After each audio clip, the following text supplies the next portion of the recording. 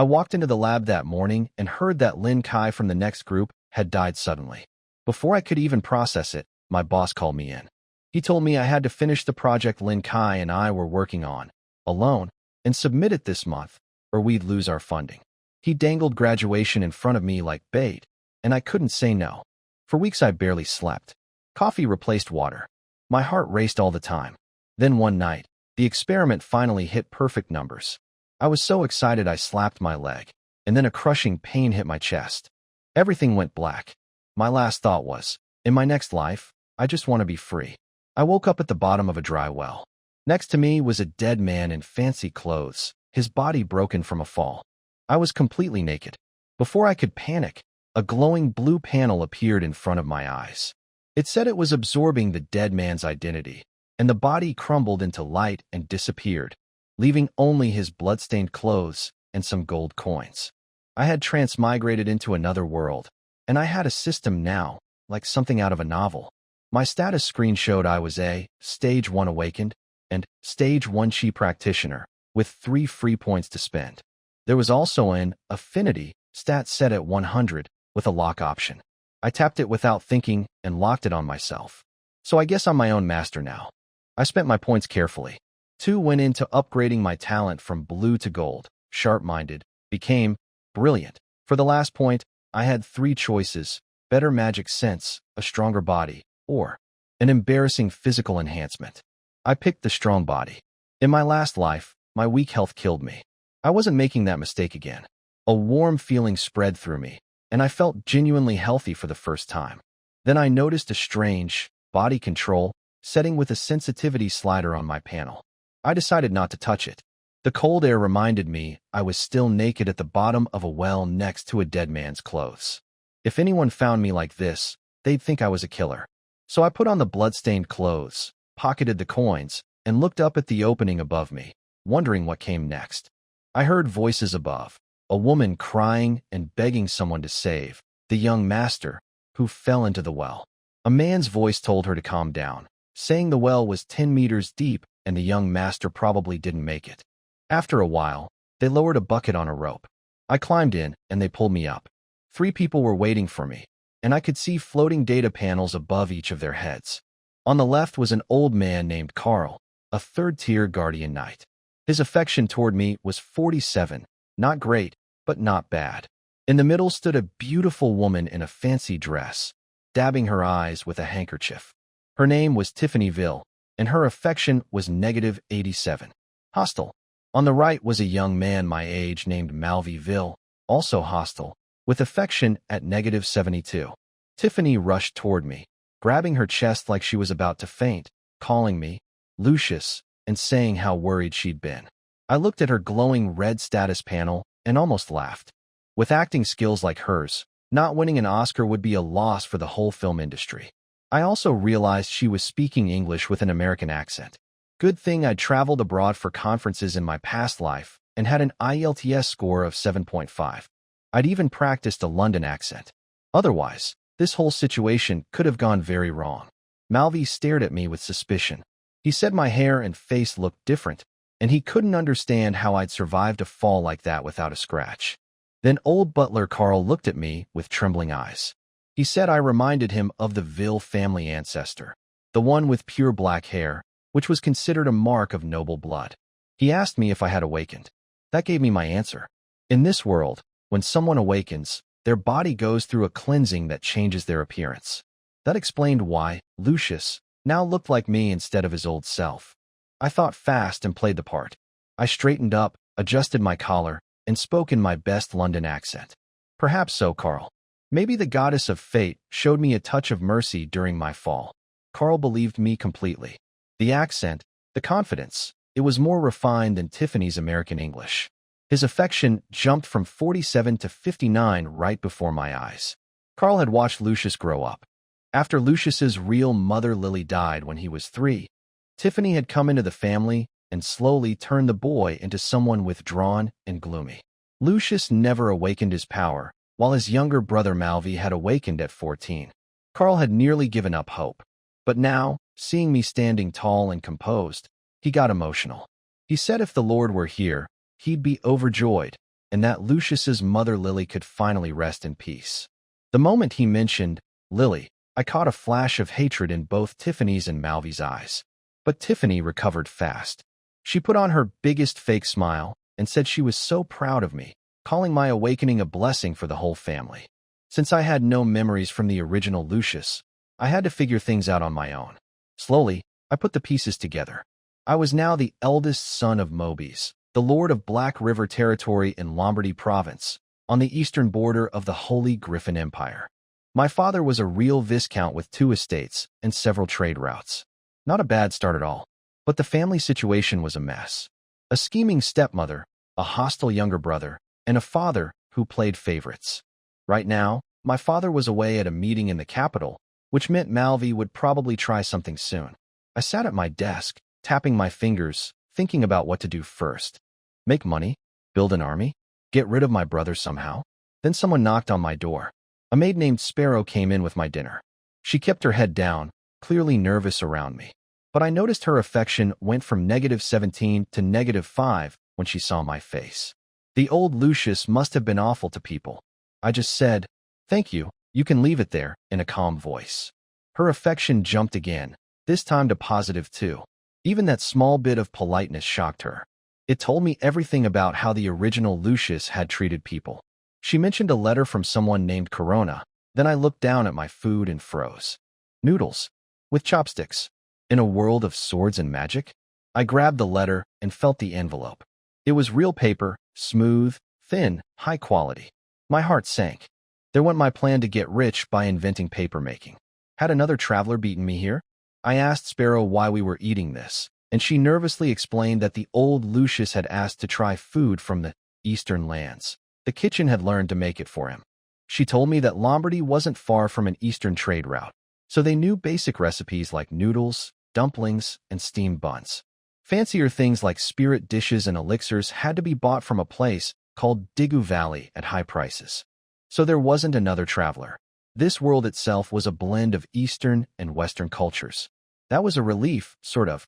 After Sparrow left, I ate my noodles and read the letter from Corona. Every line dripped with fake concern. She said she was terribly worried, but too busy with balls and parties to visit. She also made sure to mention how talented my brother Malvy was getting. The message was clear. She thought I was worthless and was keeping me around as a backup while staying close to the real power.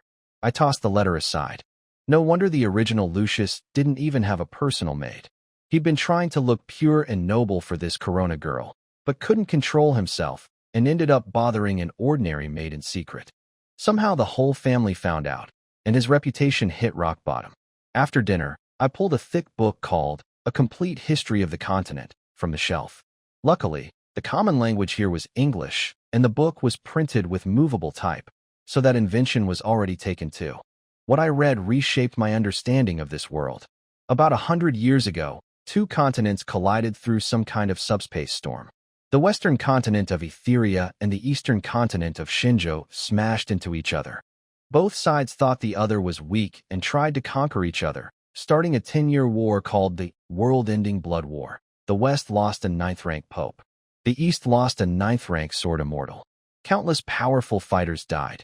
Then the real enemy showed up, the evil god of chaos. Demons attacked everyone, and the more people died, the more demons appeared.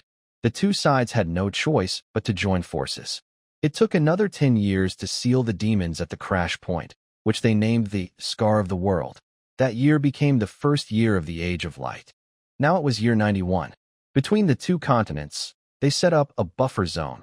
The West called it the Citigu Trade Alliance. The East called it the Valley of Peace.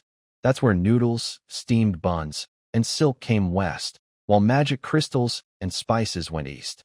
I closed the book and noticed Chinese characters written next to some of the terms on the back cover. So the Eastern Shinjo really was a version of the cultivation world from my homeland. My situation was strange. My body and knowledge came from modern China, but my identity was a Viscount's son in the Western Empire. I was a man living in one world with his heart in another. What I didn't know that night was that Tiffany had dropped her mask completely behind closed doors. She was furious that I survived the fall and even awakened. Her whole plan had been to get rid of me while my father was away, so her son Malvi could inherit everything. She was ranting to a man named Crick, and here's the part that would have made my blood run cold if I'd heard it. Malvi wasn't my father's son at all. He was Crick's. Tiffany and Crick had been working together this whole time, playing a long game to steal the Ville family's title and land. Tiffany was panicking because an awakened heir changes everything. Even if I awakened late, my grandfather, old Viscount Venus, would never let that opportunity go. The ancient nobles would rally around me, and everything she'd built would crumble. Crick came up with a plan. He suggested hiring an Eastern mercenary from the Valley of Order to sneak in and kill me. Then they'd blame it on Eastern spies or claim I'd been secretly working with them. In this world, anyone with black hair and black eyes was already treated with suspicion, a leftover hatred from the Great War between the two continents. My appearance would make the lie easy to sell. The truth behind all this ran deep. The current royal family, the Hornthorns, had seized the throne from the old rulers over a century ago. The ancient noble families like the Villes had black hair, once a mark of pure blood. But after the Eastern continent appeared and war broke out, black hair became a mark of shame and suspicion. That gave people like Tiffany and whoever was backing her a perfect way to undermine the old families from within. The next morning, I ate the dumplings I'd ordered. The kitchen had copied the shape well enough, but the dough was thick as a wall and the filling was almost non-existent. Still better than the rock-hard black bread. I'd stayed up all night reading and experimenting, and I'd figured out how my body worked. The Western, first awakening, and the Eastern, first chi refinement, were basically the same thing. Both turned body energy into power. As a former PhD who'd coded himself to death, I built my own mental model. Both systems ran on the same foundation, like zeros and ones. The Western system was like Java, everything neatly packaged, you just called the right function. Flashy effects, focused on external power. The Eastern system was like C. You managed memory yourself, worked with pointers directly. Less flash, more raw strength. I didn't have any Eastern cultivation books, so I studied a beginner's Western magic book instead. With my gold rank talent, I picked up several basic spells and a shield pretty quickly. I also found about 100 gold coins hidden in the bedside cabinet. Not bad. I got dressed and headed out. The servants bowed and greeted me politely. My improved looks had clearly changed how they treated me. The sea of red negative numbers in their affection panels had softened a bit. Then I froze. A tall blonde servant walked toward me and bowed. "Good day, young master." I glanced at his panel out of habit, and my stomach dropped. His name was Crick. Tier 3 Shadow Assassin. Affection at -78. Status: Red, extremely dangerous. My father was only Tier 4. In the whole mansion, the only Tier 3 fighter was supposed to be old butler Carl. And here was a man pretending to be a servant who could probably kill me in seconds, and he clearly wanted to. I forced myself to smile, kept walking calmly, and headed straight for the main hall to find Carl. My plans to explore the mansion could wait. Right now, Carl was the only person I could trust, and the only one strong enough to protect me. I walked into the main hall and found Carl checking his account books. He stood up and greeted me formally. I needed to win him over fast, so I put on my most sincere face. "Uncle Carl, when it's just us, please call me Lucius. I was immature before. I've caused you so much trouble over the years." He looked surprised. His affection ticked up from 59 to 61. Good, it was working. I pushed harder. Etiquette is for outsiders. I still remember when you used to carry me on horseback when I was little. I always called you Uncle Carl. I had no idea if that memory was real. I made it up on the spot. But honestly, I couldn't help feeling a little pathetic. In all those novels I used to read, travelers got to charm beautiful girls and play romantic games. Me? I was sweet-talking a gray-bearded old man just to stay alive. But it worked. Carl's eyes went soft, and he sighed with emotion. "Lucius, you've really grown up." His affection shot up to 76. 15 points in one jump. I kept the act going. Told him the fall into the well had changed me, that I finally understood how foolish I'd been. He ate it up. Then he asked what I needed. I told him 3 things. First, I needed a teacher to properly train my newly awakened power. Experimenting alone was dangerous. Second, I needed a personal guard, because next time I might not be so lucky. And third, this one made me blush, I wanted to hire a personal maid to help with daily things. Carl wasn't bothered at all. He actually looked relieved, especially about the maid part. He said it meant I'd finally gotten over Corona, the girl who'd only been using me. He was right, even if the original Lucius had been too blind to see it. Then Carl surprised me.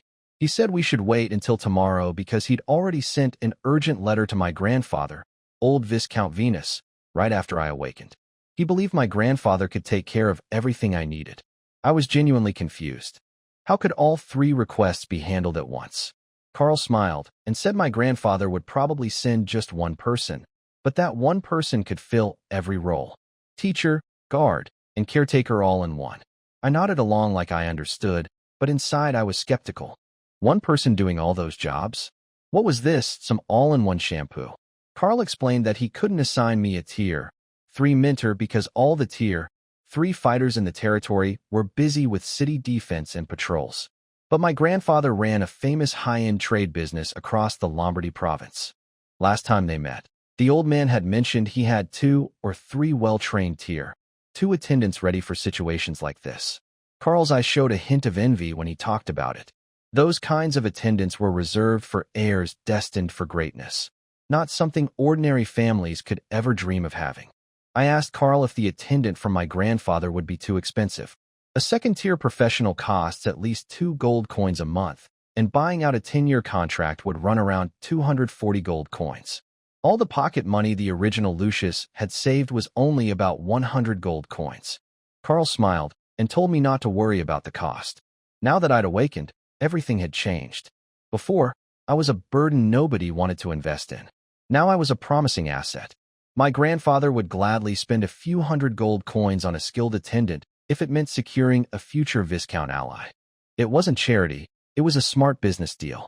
I thanked him with my best grateful face, but inside I understood exactly what was happening. I'd gone from worthless to worth investing in. Not exactly heartwarming, but I'd take it. Then I brought up what was really on my mind. I asked Carl, as casually as I could, about the servant named Crick. Carl thought for a moment and said Crick was one of the attendants Tiffany had brought from her family when she married into the household. He mostly ran errands and delivered letters for her. Nothing special, Carl thought. I didn't have the original Lucius's memories, so I couldn't tell Carl exactly what happened at the well. But the whole thing stank. The servant usually by my side had been sent away right before Lucius, accidentally, fell in. It was like a badly written mystery novel. Carl's eyes went sharp. Was it him who pushed you? I played nervous and scared. I told him I'd been standing by the well when I felt someone shove me hard from behind. Everything happened so fast, but when I turned, I caught a glimpse of something golden, like blonde hair. I didn't name anyone specific on purpose. Tiffany was blonde. Malvi was blonde. Crick was blonde. Even some of the servants were blonde. By dropping a clue without pointing fingers, I could stay flexible. Carl's expression turned cold. He told me I'd been smart not to speak up right away. He promised to keep close watch and told me not to go anywhere alone. In Carl's mind, he was probably thinking I'd figured out more than I was letting on, that I was hiding my strength and waiting for the right moment. The truth was much simpler. I was confused, clueless, and just trying to keep myself alive. That afternoon, I practically glued myself to Carl's side. During the day, I sat in the hall reading books about this world while Carl handled official business. When night came and he started locking up, I dragged my feet going back to my room, looking over my shoulder the whole way. It wasn't that I had some strange attachment to the old man. I was just terrified. Carl had assigned a second-rank guard to watch over me secretly, but that didn't help me relax. Crick was third rank. Against a third-rank assassin, a second-rank guard was basically paper. I spent the night caught between fear, nervousness, and a small bit of hope that whatever my grandfather was sending would arrive soon. The next afternoon, I stood at the castle gate with Carl and Tiffany, waiting for my grandparents to arrive. Several fancy carriages rolled into the square. Out of the center one stepped a round, rosy-faced old man, followed by an elderly woman in simple clothes. Behind them came a young girl carrying a wooden box. She had silver-white hair, furry ears, and a tail, a fox demi-human. I checked my panel. My grandfather, Secandus Venus, was a second-tier awakened with an affection of 21. My grandmother, Honora Venus, was a fourth-tier fire mage with an affection of 27. cold numbers for grandparents, but exactly what I'd expect from lifelong merchants. The Fox Girls panel confused me, though. Her name showed as Shiru/Shiri, and she had 2 separate affection bars, both at 5. 2 names, 2 bars. Was this a glitch, or did she have 2 minds? I filed it away for later. I switched into acting mode. I ran toward my grandparents with my arms wide open like a child at a family reunion, throwing noble etiquette out the window. Grandfather, grandmother, I've missed you so much. Secandus looked stunned for a second, then broke into a big smile and hugged me tight. His affection jumped to 33. Honora said I looked just like my mother Lily, which was a complete lie. I looked nothing like her. But nobody was going to point that out. Her affection went up to 39. Tiffany tried to squeeze in, saying she hadn't failed Lily's trust all these years. My grandparents completely ignored her, didn't even look her way. Then Secandus asked about my awakening. I focused my energy and formed a small blue sphere of magic in my palm. It was tiny but stable. His eyes lit up like he'd found a valuable treasure. As long as the product matched expectations, the deal could move forward. Then he called over the Fox Girl. "Come greet your brother," he said, acting like she was his real granddaughter. She bowed perfectly and introduced herself as Shiru, asking me to take care of her. I knew she wasn't really my cousin. Biology doesn't work that way. But I smiled politely and greeted her back. Grandmother Honora explained that Shiru had been lonely at home and had always admired my talent, so they brought her along. It was beautifully worded, but I saw right through it. This was a business transaction dressed up as a heartwarming family moment. They were delivering the attendant Carl had told me about, gift-wrapped in noble pleasantries. I had to admire their style. No wonder they were called high-end merchants. Even handing over a servant felt like a scene from a touching family story. Carl suggested everyone come inside out of the wind, and I quickly agreed. But my grandparents refused. They said they had a long journey ahead and business waiting in the province of Campania. Typical merchant mindset. The investment was made, the exchange was done, no need to waste time on tea and small talk. If there was any real negotiating to do, it would be with my father, not me. I tried to get them to stay a little longer. I just barely started building this connection and didn't want to lose it so quickly. Grandmother Honora said I'd become more mature. Her affection ticked up to 41. I told them not to worry, that I'd visit them once they were less busy. Grandfather Secandus laughed and patted my shoulder, saying the Black River territory had a worthy successor now. Then he shot a look at Tiffany, smiling on the surface but razor-sharp underneath. The message was clear: this boy belongs to the Venus family now, so don't try anything. Tiffany caught it. She was furious inside but had no choice. She smiled stiffly and even called him father, even though they weren't related by blood. As I helped grandfather board the carriage, he leaned in and whispered to me. He told me not to worry about Shiru. She was a good girl and would take care of me in every way. Then he winked and said she was one of the best under his care and that I should treat her well. He even mentioned that if I gave her sweets, her hair would change color.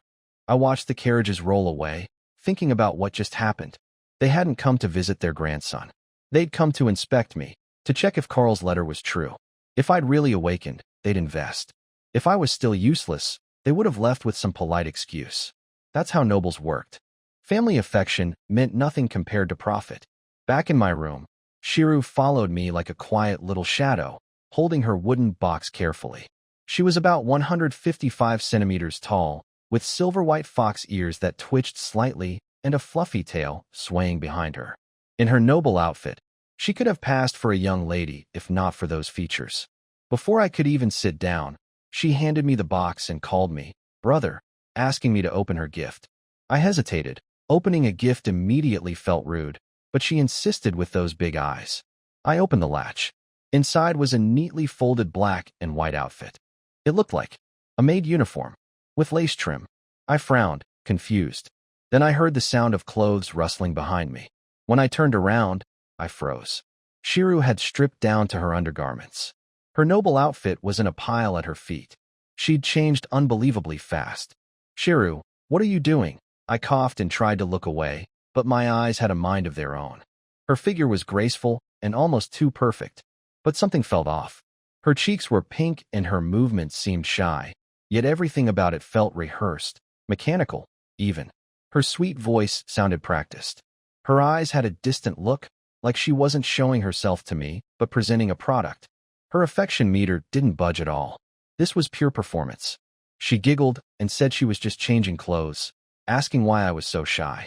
Then she walked barefoot across the carpet, reached past me into the box, and pulled out the maid outfit. She leaned close to my ear and whispered that the maid outfit was for her, not me, but she could show it to me later if I wanted. What a tease. I told her to get dressed before she caught a cold. She laughed and put the outfit on, then asked what I wanted her to call me, big brother, young master, or master. Her affection went up slightly to 10 on both bars. Something didn't add up, though. We'd known each other for less than 10 minutes. There was no way real affection could grow this fast. Her flirty behavior wasn't genuine emotion. It was programmed into her, like a script she'd been trained to follow. She told me the box also held 3 mid-grade magic stones, 10 low-grade ones, and a training potion. I did the math quickly. The stones alone were worth about 95 gold coins, and the potion was a rare item you couldn't even buy. The whole gift was worth over 100 gold coins, on top of Shiru herself being worth hundreds more. It felt like getting angel investment funding. If I worked hard, maybe there'd be a Series A and B down the road. This rich kid life wasn't bad at all. I told her she didn't need to act so formal around me. Just be herself and speak naturally. She tilted her head and asked what natural meant. I explained, just talk however she wanted, without trying to please me. She blinked and said this was her natural voice. But I noticed something on my panel. The 2 affection bars moved differently this time. One went to 12, the other to 15. Before, they'd always matched. What did that mean? I changed the subject and asked about what my grandfather had said, that she could change colors. She pouted and said Grandpa had ruined her surprise. Then she wrapped her arms around mine and pressed close, telling me I had to treat her well after she transformed, or she'd change back. I told her she was cute, and I wouldn't want to hurt her either way. She smiled, stepped back, and stood in the middle of the room. Then something amazing happened. Her silver-white fur started shifting color, like dye spreading through water, turning into a light orange pink. Her hair, her ears, her tail, everything changed. Her expression shifted too. She still had that sweet, gentle look, but there was more mischief in her eyes now. Her polished, noble manner softened a little. She asked if she looked nice. I checked my panel and noticed the name had flipped. Before it was Shiru/Shiri. Now it was Shiri/Shrew. The dominant personality had switched. I asked if the change was just appearance or if there was more to it. She said the silver-white form was better with magic, but this pink form was better with a dagger. Then she called it a little secret and left it at that. I didn't push. She was clearly hiding something, but I'd figure it out in time. She leaned close to my ear and whispered that the maid outfit was for her, not me, but she'd be happy to show it off later. Then she asked what I wanted her to call me. I told her whatever felt right. Her affection ticked up on both bars, but I noticed something. We'd barely known each other 10 minutes. This closeness wasn't real. It was trained behavior, built into her like a script. She showed me what else was in the box. 3 mid-grade magic stones, 10 low-grade ones, and a rare training potion. I did the math, about 95 gold coins and stones alone, plus a potion you couldn't even buy. Over 100 gold coins of supplies on top of Shiru herself. My grandfather was treating this like a startup investment, and I was the founder. I told her she didn't need to perform for me. Just be natural. She tilted her head and asked what natural meant. That answer told me everything about the life she'd lived. I noticed her 2 affection bars were moving differently now, one at 12, the other at 15. That confirmed my theory. As a computer science PhD, I recognized the pattern, dual systems. 1 body, 2 souls. The silver-white one was probably the mage, and the orange-pink one the assassin. I decided to test it. When she brought up signing a soul oath, a contract where she'd hand over total control of her soul to me, I told her I wanted to do it after she transformed. I said it would feel more ceremonial. Her sweet mask cracked instantly. For the first time, real panic showed in her eyes. She stammered, asking why it couldn't be now. I told her calmly that if she didn't want to sign, she didn't have to. I wouldn't force her. She froze. Then, without warning, her hair shifted from silver-white to pink-orange. The gentle, fragile personality vanished. A fiercer, more determined girl took over. Fine. So annoying. I'll sign with you. You better treat me well. Before I could react, the pink-orange one, Shiri, rushed through the oath at full speed, as if afraid I'd change my mind. A warm, glowing orb of pink-orange light floated from her chest. Inside it, I glimpsed the shadow of a tiny fox. I used my spiritual power to absorb the fragment into my body. The moment it entered me, I felt a connection form. I could sense her emotions. I also felt something like an anchor deep in my soul, and a strange understanding that I could sign oaths with more than one person. Then a weird, mocking whisper echoed in my mind. "Keep the buff your dad gave you," in a voice that sounded disturbingly like Lin Kai. Before I could process that, Shiri's voice exploded in my head. "What are you staring at, lousy owner? Treat my sister well. This oath is basically giving you my life." She was loud, fierce, and protective. I asked if she'd be stuck in my head forever. What about privacy? She got flustered and told me I could block the connection with spiritual power. So I did. The pink-orange faded. Silver-white Shiru returned. But she was different now. The trained sweetness was gone. She stood quietly, tail hanging low, looking exhausted and confused. "Master, you saw from the beginning, didn't you?" I admitted I'd only been guessing. Her sister's sudden appearance had caught me off guard too. Then Shiru told me their story. They were twin fox-human sisters from a small tribe that owned a rare mineral called Moonshadow Stone. Slave traders attacked their village and destroyed everything. During the escape, an arrow flew towards Shiru. Her sister Shiri pushed her out of the way and took the hit. As Shiri lay dying in her arms, the Moonshadow Stone activated. Because they were twins, Shiri's soul merged into Shiru's body. After that, they were sold as slaves multiple times. Shiru bore all the pain herself, suppressing her sister's consciousness during beatings and hunger, only letting Shiri come out when there was food or rest.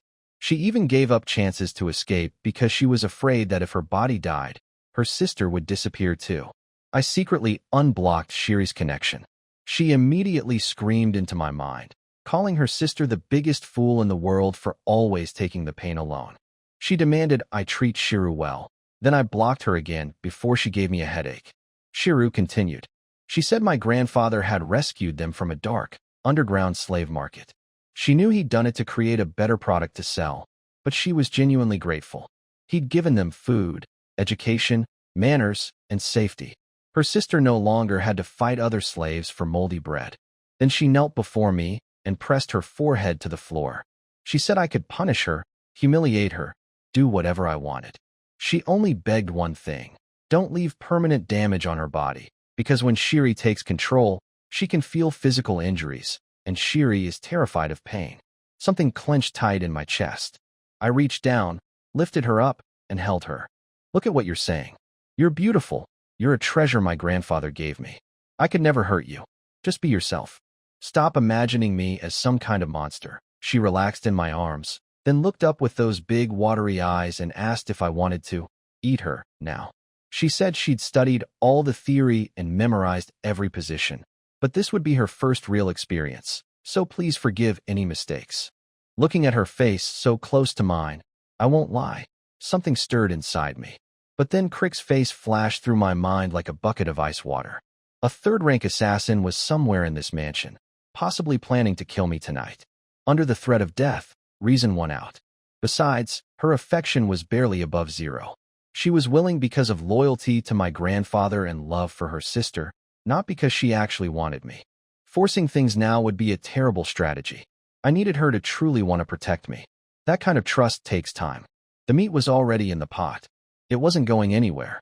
I coughed and told her there was no rush. I needed to train first. These things needed the right mood, and now wasn't the time. Then I couldn't help myself. I pinched her soft cheek and grinned. After all, neither of the sisters could run away now, right? Shiru was stunned for a second, then laughed. A real laugh this time, not the trained kind. She started unbuttoning my coat and tracing circles on my chest through my shirt, saying that when the time came, she'd bear the pain as the older sister, and maybe later I could let the younger one enjoy some happiness too.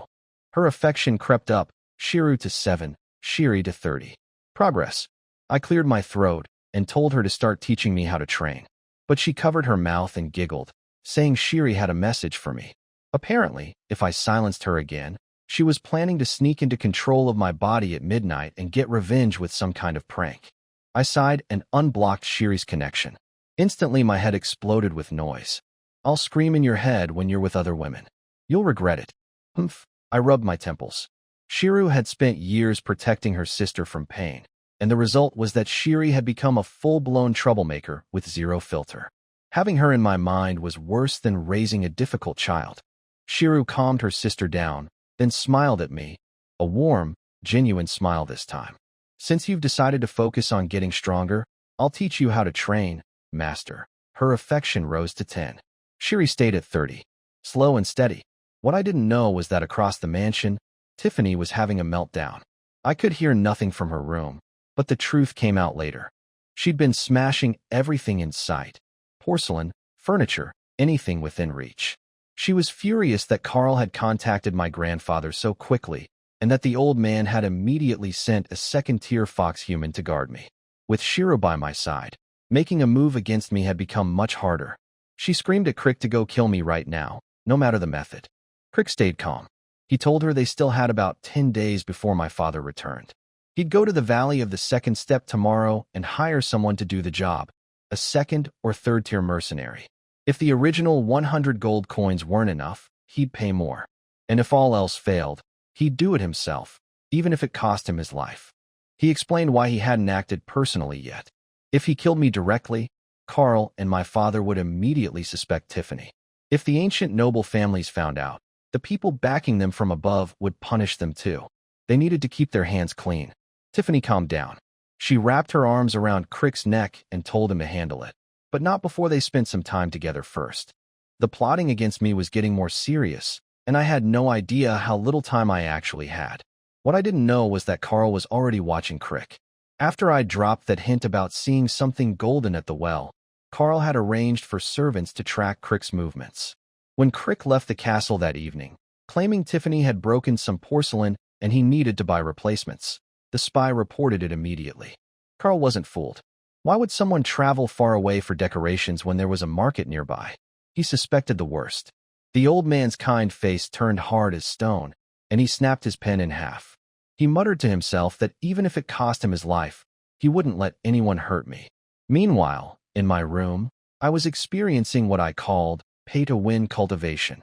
Under Shiru's guidance, I drank the rare potion and sat surrounded by glowing magic stones. The effect was immediate. Energy that had been trickling into my body like a clogged pipe suddenly rushed in like a flood. Then came the practical part. Shiru knelt beside me and guided my body through exercises to convert the raw energy into real progress. My rank went from 7 out of 1,000 to 21. Not bad for one session. I had to admit, even though Shiru's affection for me was barely above a stranger's, her skills were incredible. Every look, every movement was so perfectly done that if I hadn't seen her low affection score, I would have believed she was head over heels for me. But that was just training, not feelings. Still, I told myself there was plenty of time ahead. And honestly, winning over 2 cute fox sisters was far more motivating than sweet-talking old Carl. Through tonight's practice, I understood how cultivation actually worked. Absorbing energy was just the first step, like eating food. The energy sits in your body temporarily. If you don't use it through magic practice and physical training, it either leaks away or piles up uselessly. You have to actively convert it into real experience points. So spending money speeds up the eating, but digesting still takes effort. Then my PhD brain kicked in. I had something nobody else in this world had, a panel with exact numbers. I could see my progress down to the digit.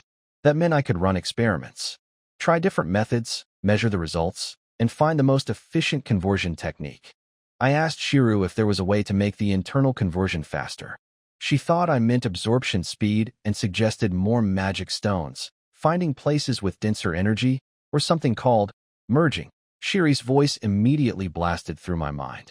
Dreamer, nobody can observe internal conversion. Let my sister rest already. I shook my head and told Shiru I wasn't talking about absorption. I meant the efficiency of turning energy into real power inside the body. She looked doubtful. In this world, nobody could precisely measure that. People relied on gut feeling.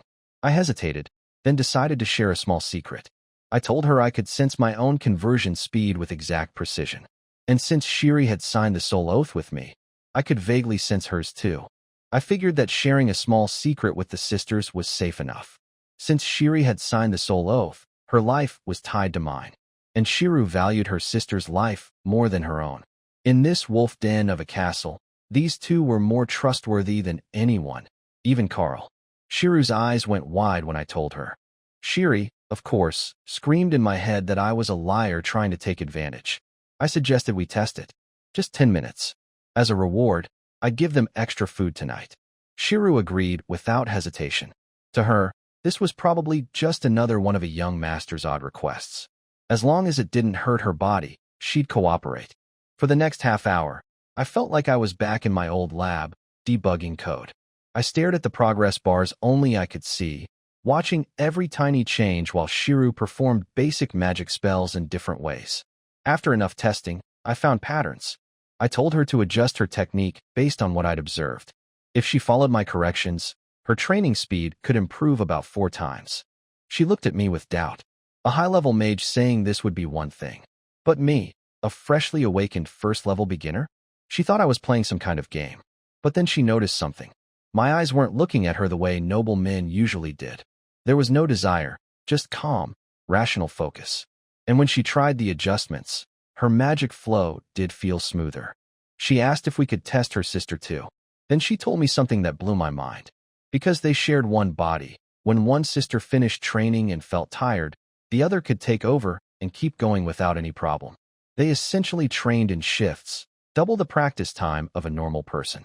That's why they were the youngest to reach second tier among all the attendants in the Venus family. I was stunned.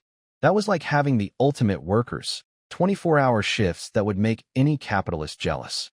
I asked how old she was. She said she'd just turned 18 in February.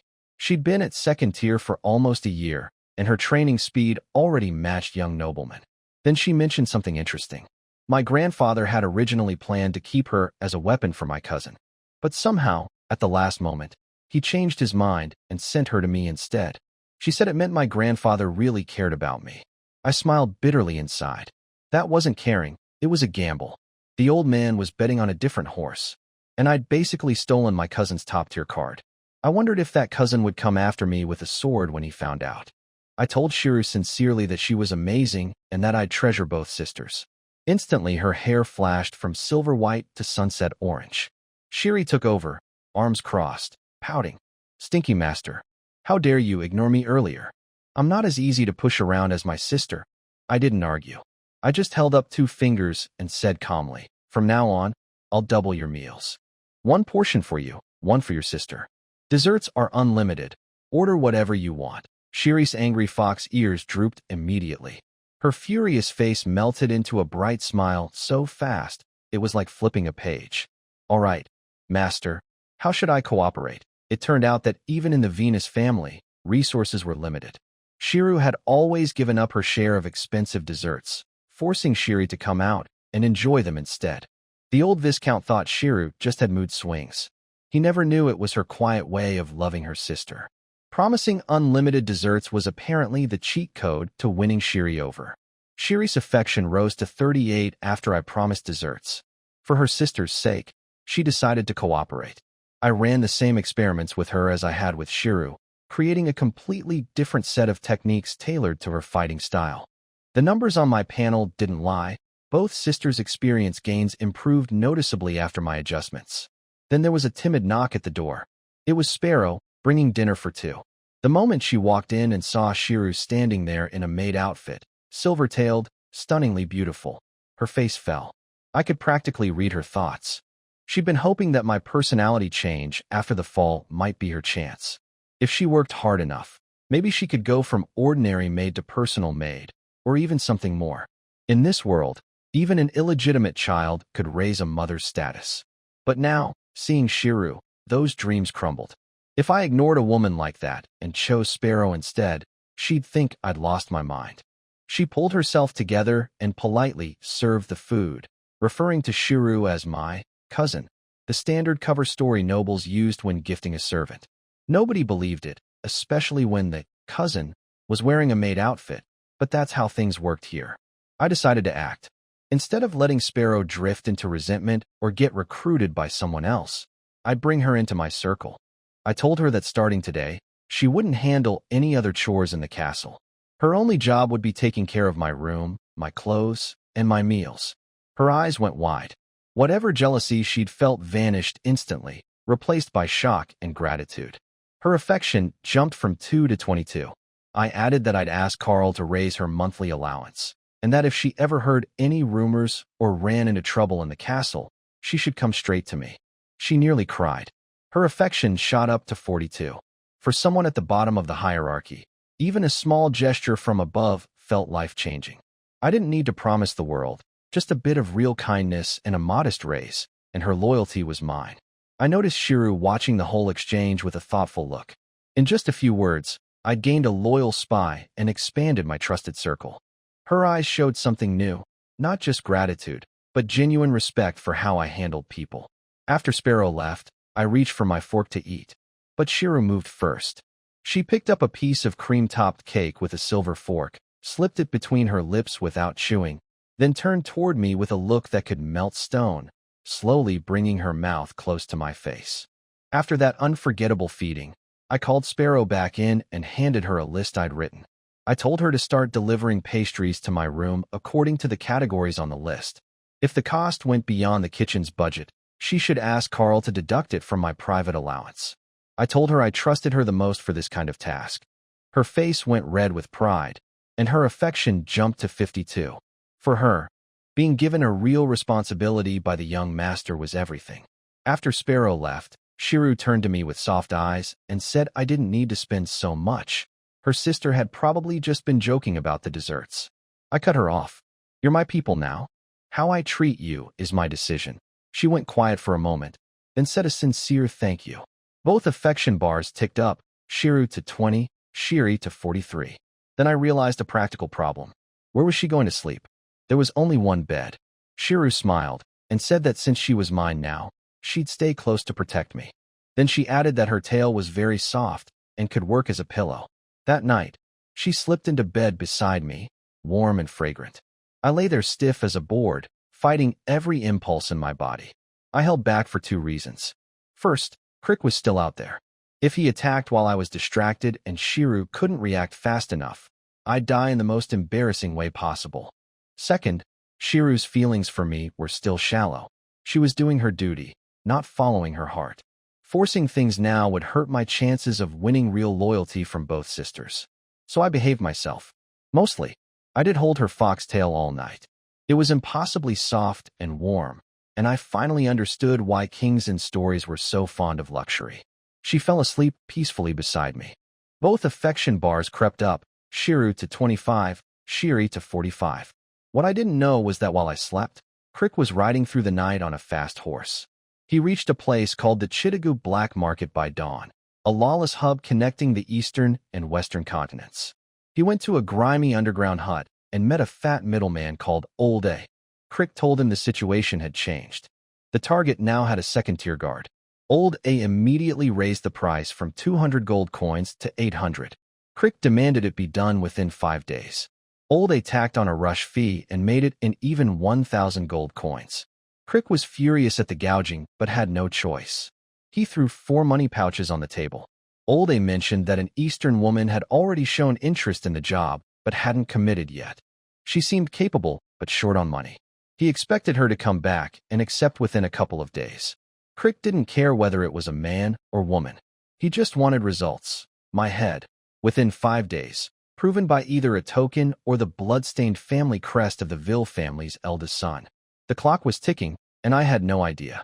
After Crick left the black market, he was so angry about spending 1,000 gold coins that he kicked 2 drunks off the road just to vent. He spat on them and disappeared into the morning fog. What he didn't know was that those 2 drunks weren't ordinary beggars. One was an Eastern man who called himself the world's greatest fortune teller. The other was a Western gambler who dabbled in astrology. They were both broke, constantly fighting, and completely ridiculous.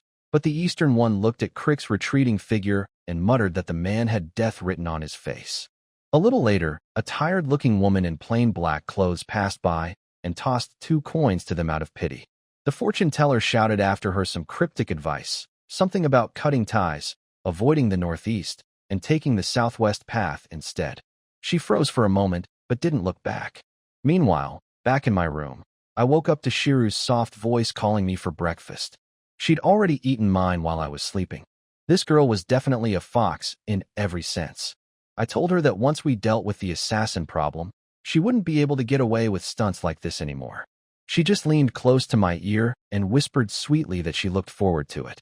Then Shiri's voice exploded in my head, yelling about how I was always bullying her sister. I told Shiri she could do it next time, which shut her up temporarily. I spent the day training.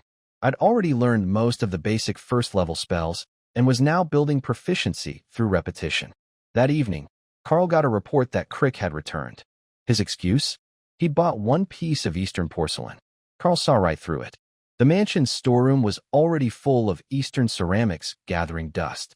Why travel all the way to the Second Valley for a single bottle when the local market had plenty? The excuse was insultingly bad. Carl decided to report it to me immediately. Meanwhile, I'd put Shiri to work on a new project. I'd figured out that this world's cultural industry was primitive. Their entertainment was mostly boring texts and dry lectures. With all the stories stored in my head from my past life, I had a massive advantage. I planned to adapt classic stories into local versions with exciting plots and mature content, then turn them into illustrated comics. Shiri had received strict art training at the Venus family: sketching, quick drawing, oil painting. She was the perfect artist. Of course, she cursed me the entire time. "Stinky master, you're making me draw this filth. Disgusting. Shameless." But her hand never stopped moving. Her lines were smooth, her perspective perfect. I told her this was about making money, not shame. She grumbled, but kept going. Shiru actually found it funny and happily handed control of their body over to her sister. Both affection bars crept up, Shiru to 28, Shiri to 46. Shiri threatened to draw a turtle on my face when she was done. I told her as long as the perspective was right, she could draw whatever she wanted. Then Carl knocked on the door. He walked in to find a perfectly respectable scene. Me practicing magic on the balcony, and the cousin, sitting at her desk, focused on what looked like a complex magic diagram. He had no idea it was actually a comic about goblins. Seeing Lucius work so hard, Carl felt very happy, and tears even appeared in his cloudy old eyes. This was the scene he had always dreamed of. Favorability 76, 80/100. Young Master Lucius, you work too hard. If the Lord comes back and sees this, he will be very pleased. No. As the saying goes, hard work can make up for lack of talent. I woke up later than others, so I have to try harder to not bring shame to the family. Lucius modestly waved his hand and casually asked, "But Uncle Carl, it's so late. Is there something important you want to talk to me about?" Carl put away his emotional expression and became serious, lowering his voice. "It's nothing special. I just wanted to remind you. Yesterday afternoon, Crick left the castle alone, claiming he was going to buy decorations, but he didn't go to the nearby market. I suspect he went to the Valley of Steps. He just returned today, holding only a piece of porcelain. I remember you mentioned him before, and I checked, and there is indeed something suspicious. But I don't know exactly what he did, so I came to warn you. Be careful these days and try not to go out. I understand." "Thank you, Uncle Carl, for your concern," Lucius said gratefully, but inside he was sneering. He had planned to stay hidden these days, not stepping out even if the king himself came, because he only had one life. Suddenly, a bright idea flashed in Lucius's mind. Remembering the description of differences in power systems from the history books, he pretended to be casual and asked, "By the way, Uncle Carl, I haven't read many books. I have a question. I heard that the barbarians in the East use something called spiritual power, which is different from our magic. If they cause a wound, is it easy to tell which side did it? The traces left by the spiritual energy from the East are very different from the scars caused by our magic. Any slightly experienced awakener can tell the difference at a glance." Carl answered without hesitation, but as soon as he spoke, he suddenly froze. Why is the young master bringing this up at such a critical moment? In an instant, a flash of lightning crossed his mind, and Carl's pupils shrank. "Young master, are you suggesting that he went to the Valley of the Next Step to buy a weapon for murder from an Eastern person? If so, Even if something happens to you, everyone will think it was an Eastern spy or a wandering evil cultivator, and they won't suspect the real culprit. That's possible. And considering they know I've awakened, and even know Shilu is nearby, they might still choose to act now. The person they brought might be at least an extraordinary cultivator. Lucius stroked his chin and calmly analyzed. Then, worried he might say the wrong thing, quickly added a disclaimer. But maybe I'm just paranoid, overthinking things. It's not worth taking seriously. No, young master, you are very sharp. I completely understand what you mean. At this moment, Carl couldn't care less about Lucius's humility. He only felt a chill down his spine. They must be panicking after seeing you awaken and gaining support from the Venus family. They're desperate now. The old butler paced back and forth in the hall, speaking hurriedly. Especially after the Viscount Venus arrived, the situation became even worse for them. They will definitely try to act before the Lord returns, because once the master is back, they will have no chance to strike. Lucius shrank back in fear and said as if scared. What should I do? Uncle Carl, I don't want to die. Don't worry, young master. If you don't mind, I'll stay outside your room these nights. I'll keep watch. Carl's eyes were firm, and he even placed his hand on his sword's hilt. I wouldn't dare to trouble you. I'd be glad to help. I have many questions about cultivation I want to ask Uncle Carl. Thank you, Uncle Carl. With you here, I feel much safer. Seeing another third-tier bodyguard arrive, Lucius's sense of security soared, and he was practically overjoyed. Now everything is fine. There is a second-level Siler inside the house and a third-level old man outside. With this setup, everything is very stable. That's my duty. Young master, you're being modest. After finishing his main task, Carl relaxed his tense nerves a little and turned to look at Siler, who was still focused on her drawing. Whether she is Lucas's nominal cousin or his personal maid and lover, this identity makes Carl treat her politely. By the way, Miss Siler, are you used to living here? Especially after seeing this delicate young lady helping the young master with work, Carl's good impression of her grew a bit more. Hilly felt the gaze and quickly put down her charcoal pen. She stood up and bowed politely. Housekeeper, Siler is very used to living here. Thank you for your concern. That's good.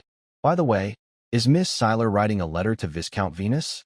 If you need help, I can send it for you tomorrow. Carl noticed her writing something as soon as he entered.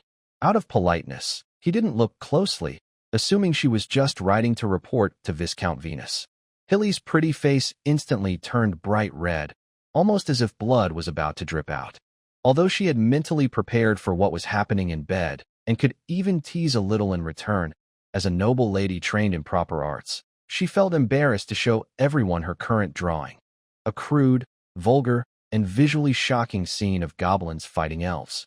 This public exposure felt more humiliating than running naked around the castle, because her body is exposed when she runs naked, but revealing her inner thoughts through her art was even more shameful. No. I really don't need to see it. Hilly kept waving her hands and shaking her head like a rattle, wishing she could swallow those drawings. Lucas watched Hilly's embarrassed look and almost burst out laughing. He chuckled to break the awkward silence. Uncle Carl, do we have any printing workshops in our territory? Not for now. That technology is mostly controlled by the church and the main craftsmen in the provincial capital. But if the young master needs it, I can look into it. Making a simple set of equipment shouldn't be difficult. Carl was a bit confused. Why did the topic suddenly shift to printing workshops? Does the young master have any ideas? It's nothing much, just inspired by my cousin Hero. She's not only beautiful, but also very talented in painting. Lucius said this without paying attention to Hilly's almost murderous glare. He confidently stepped forward and picked up a recently finished sketch from the table. Uncle Carl, you're experienced. Could you help me judge whether this kind of art can make money? He then showed Carl a drawing that depicted something inappropriate, without holding back. Carl's old eyes immediately fixated on the exquisite artwork, which even included strange speech bubbles. In the picture, a helpless, sad elf elder daughter was curled up in a corner, facing a goblin leader. Even in black and white lines, her expression showed a heartbreaking fear. Although Carl was over 50 and considered himself indifferent to such matters, he couldn't help but swallow nervously at the powerful visual impact of the scene. Cough, cough. What is this? His face reddened as he quickly looked away, but the composition of the drawing seemed almost magical, making him glance again. This is called a comic, which mainly uses drawings with dialogue boxes to tell a story. I was inspired by my cousin Shiru. I think this new style can make a lot of money, so I want to try it. Lucius spoke confidently, as if he wasn't feeling any shame, shifting the blame to the nearby assistant. Cough, cough. It probably can attract many people, especially energetic young folks. But I want to ask, what is the content of this drawing? Carl cleared his throat, trying to maintain his authority. Oh, this one is based on a classic folk tale about goblins fighting an elf elder daughter. It might have some slightly bold content, Lucius said seriously, as if discussing a profound academic topic. But I believe my cousin Shiru is right. Art shouldn't be judged by stereotypes. We need to look beyond the surface and see the deeper meaning, which is actually a critique of the cruelty of war. Carl glanced at the stunned and petrified Shirley, and then at the proud and serious Lucius. At this moment, the only thought in the old butler's mind was, the young master eats very well and plays very extravagantly. The Venus family's training is truly terrifying. Do they even teach how to draw such pictures? Next life, I must be born into the Venus family. Cough, cough, I understand. Young master, your opinion is very insightful. I will send someone tomorrow during the day to inquire about the printing workshop. Carl felt that if he stayed any longer, he would lose face, so he quickly stepped down the stairs.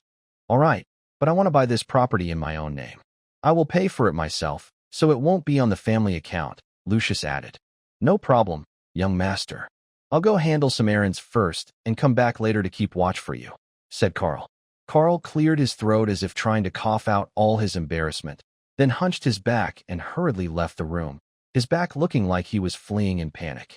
Uncle Carl, take care and watch your health, Lucius waved enthusiastically. As the door closed, silence fell over the room. After 3 full seconds, Shirley finally reacted. She covered her burning cheeks with her hands, as if she wanted to twist her head off and hide it in the cracks of the floor. Master of trash, stinky master, perverted master, what did you do? When did I say those things? I swear I didn't mean it.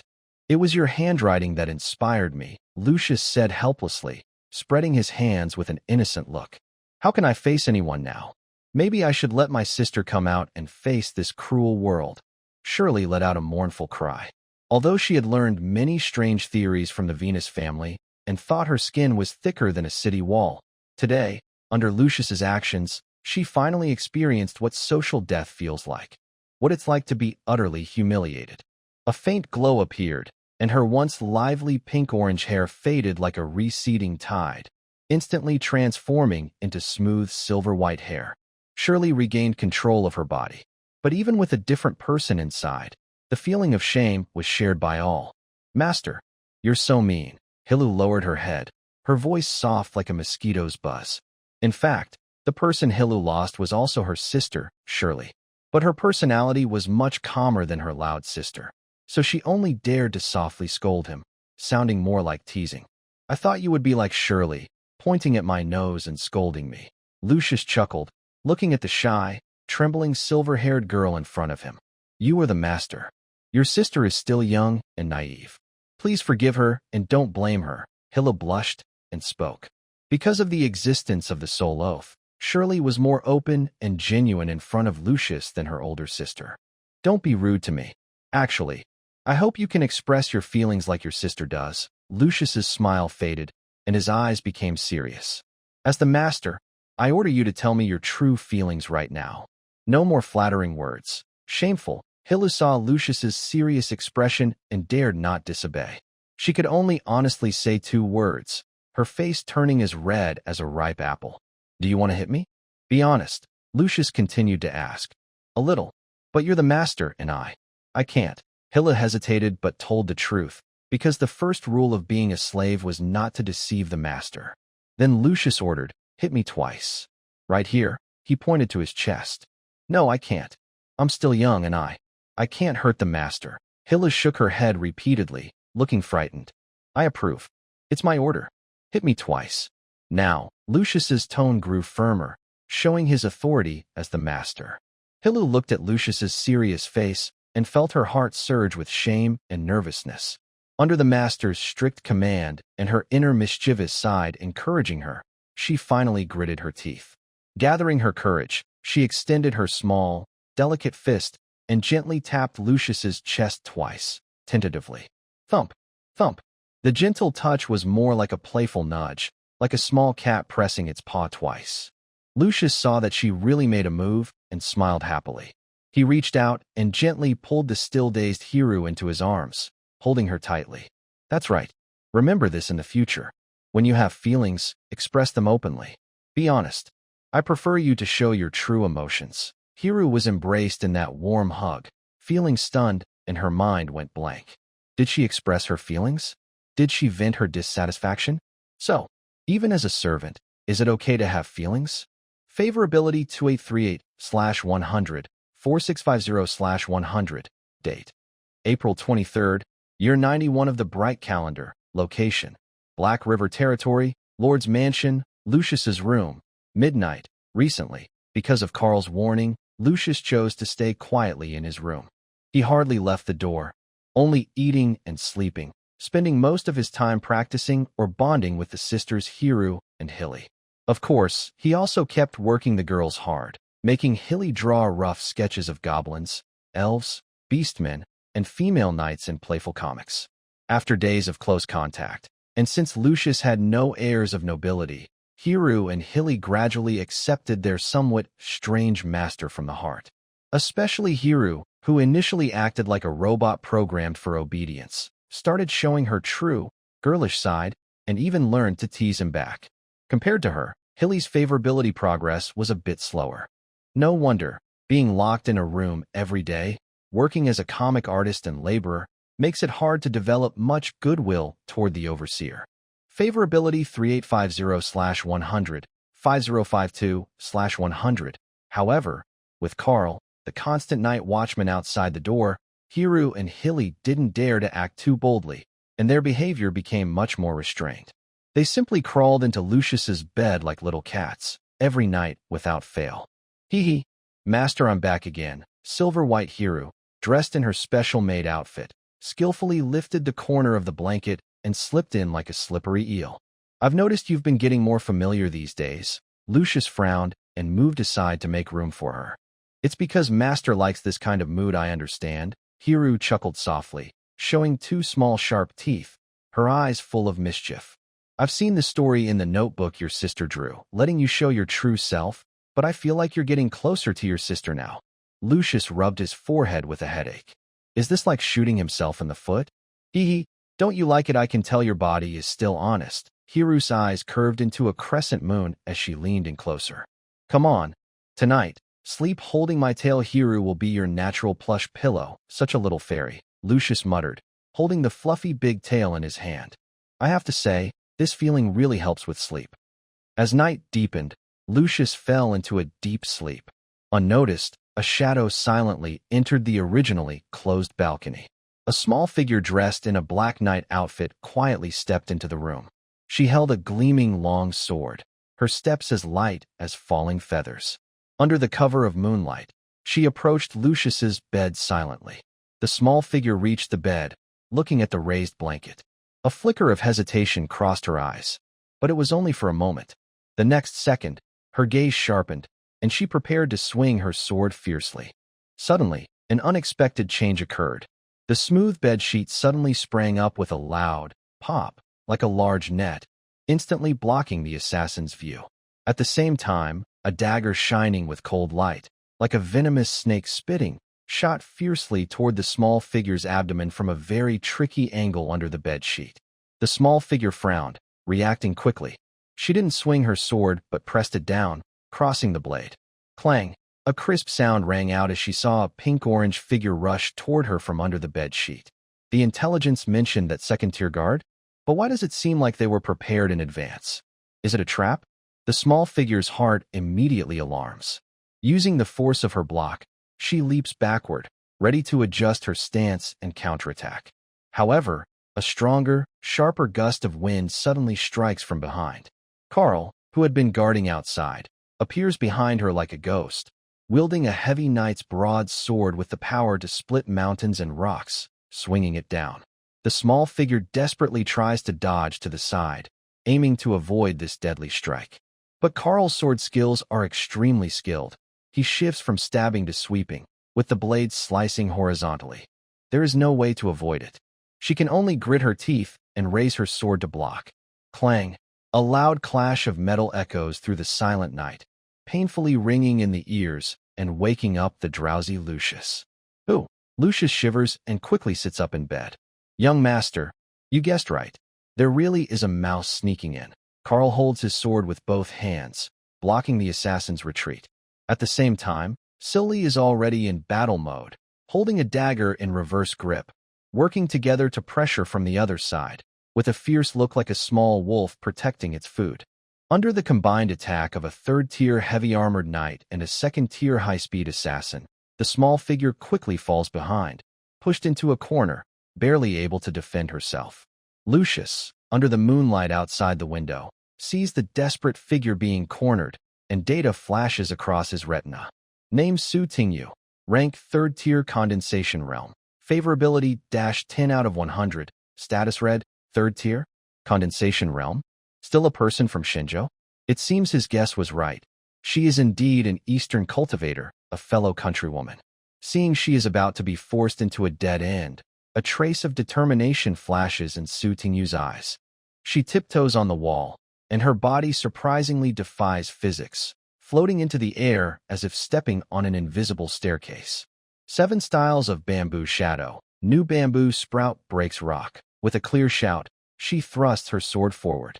The tip trembles and transforms into a sharp sword light, like a sprouting bamboo shoot breaking through the earth, rushing straight at Carl's face.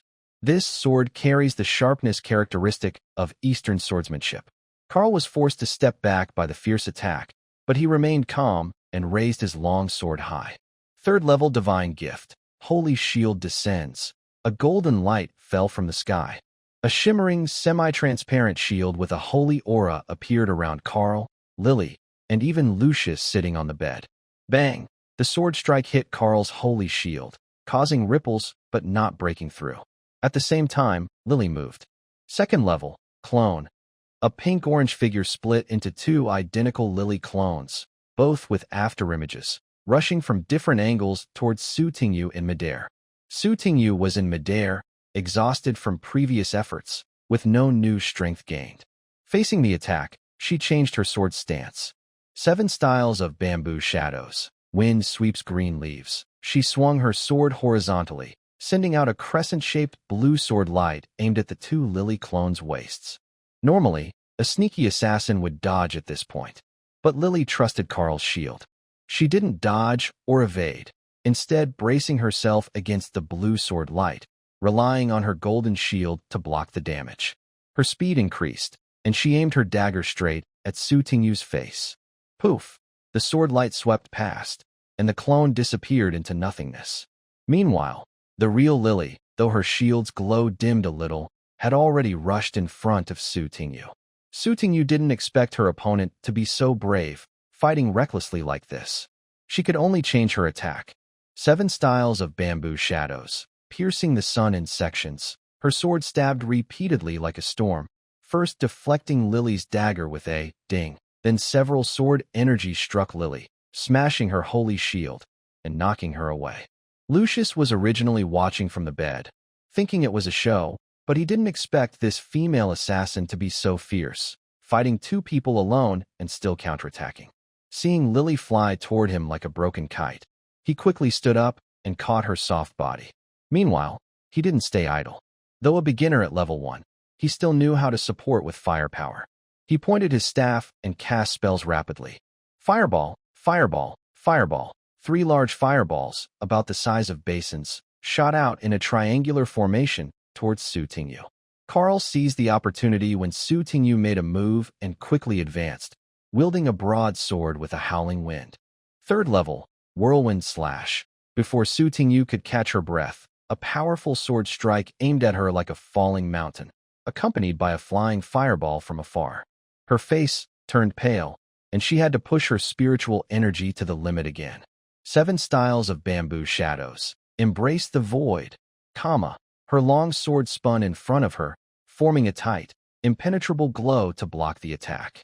Boom! A loud explosion sounded.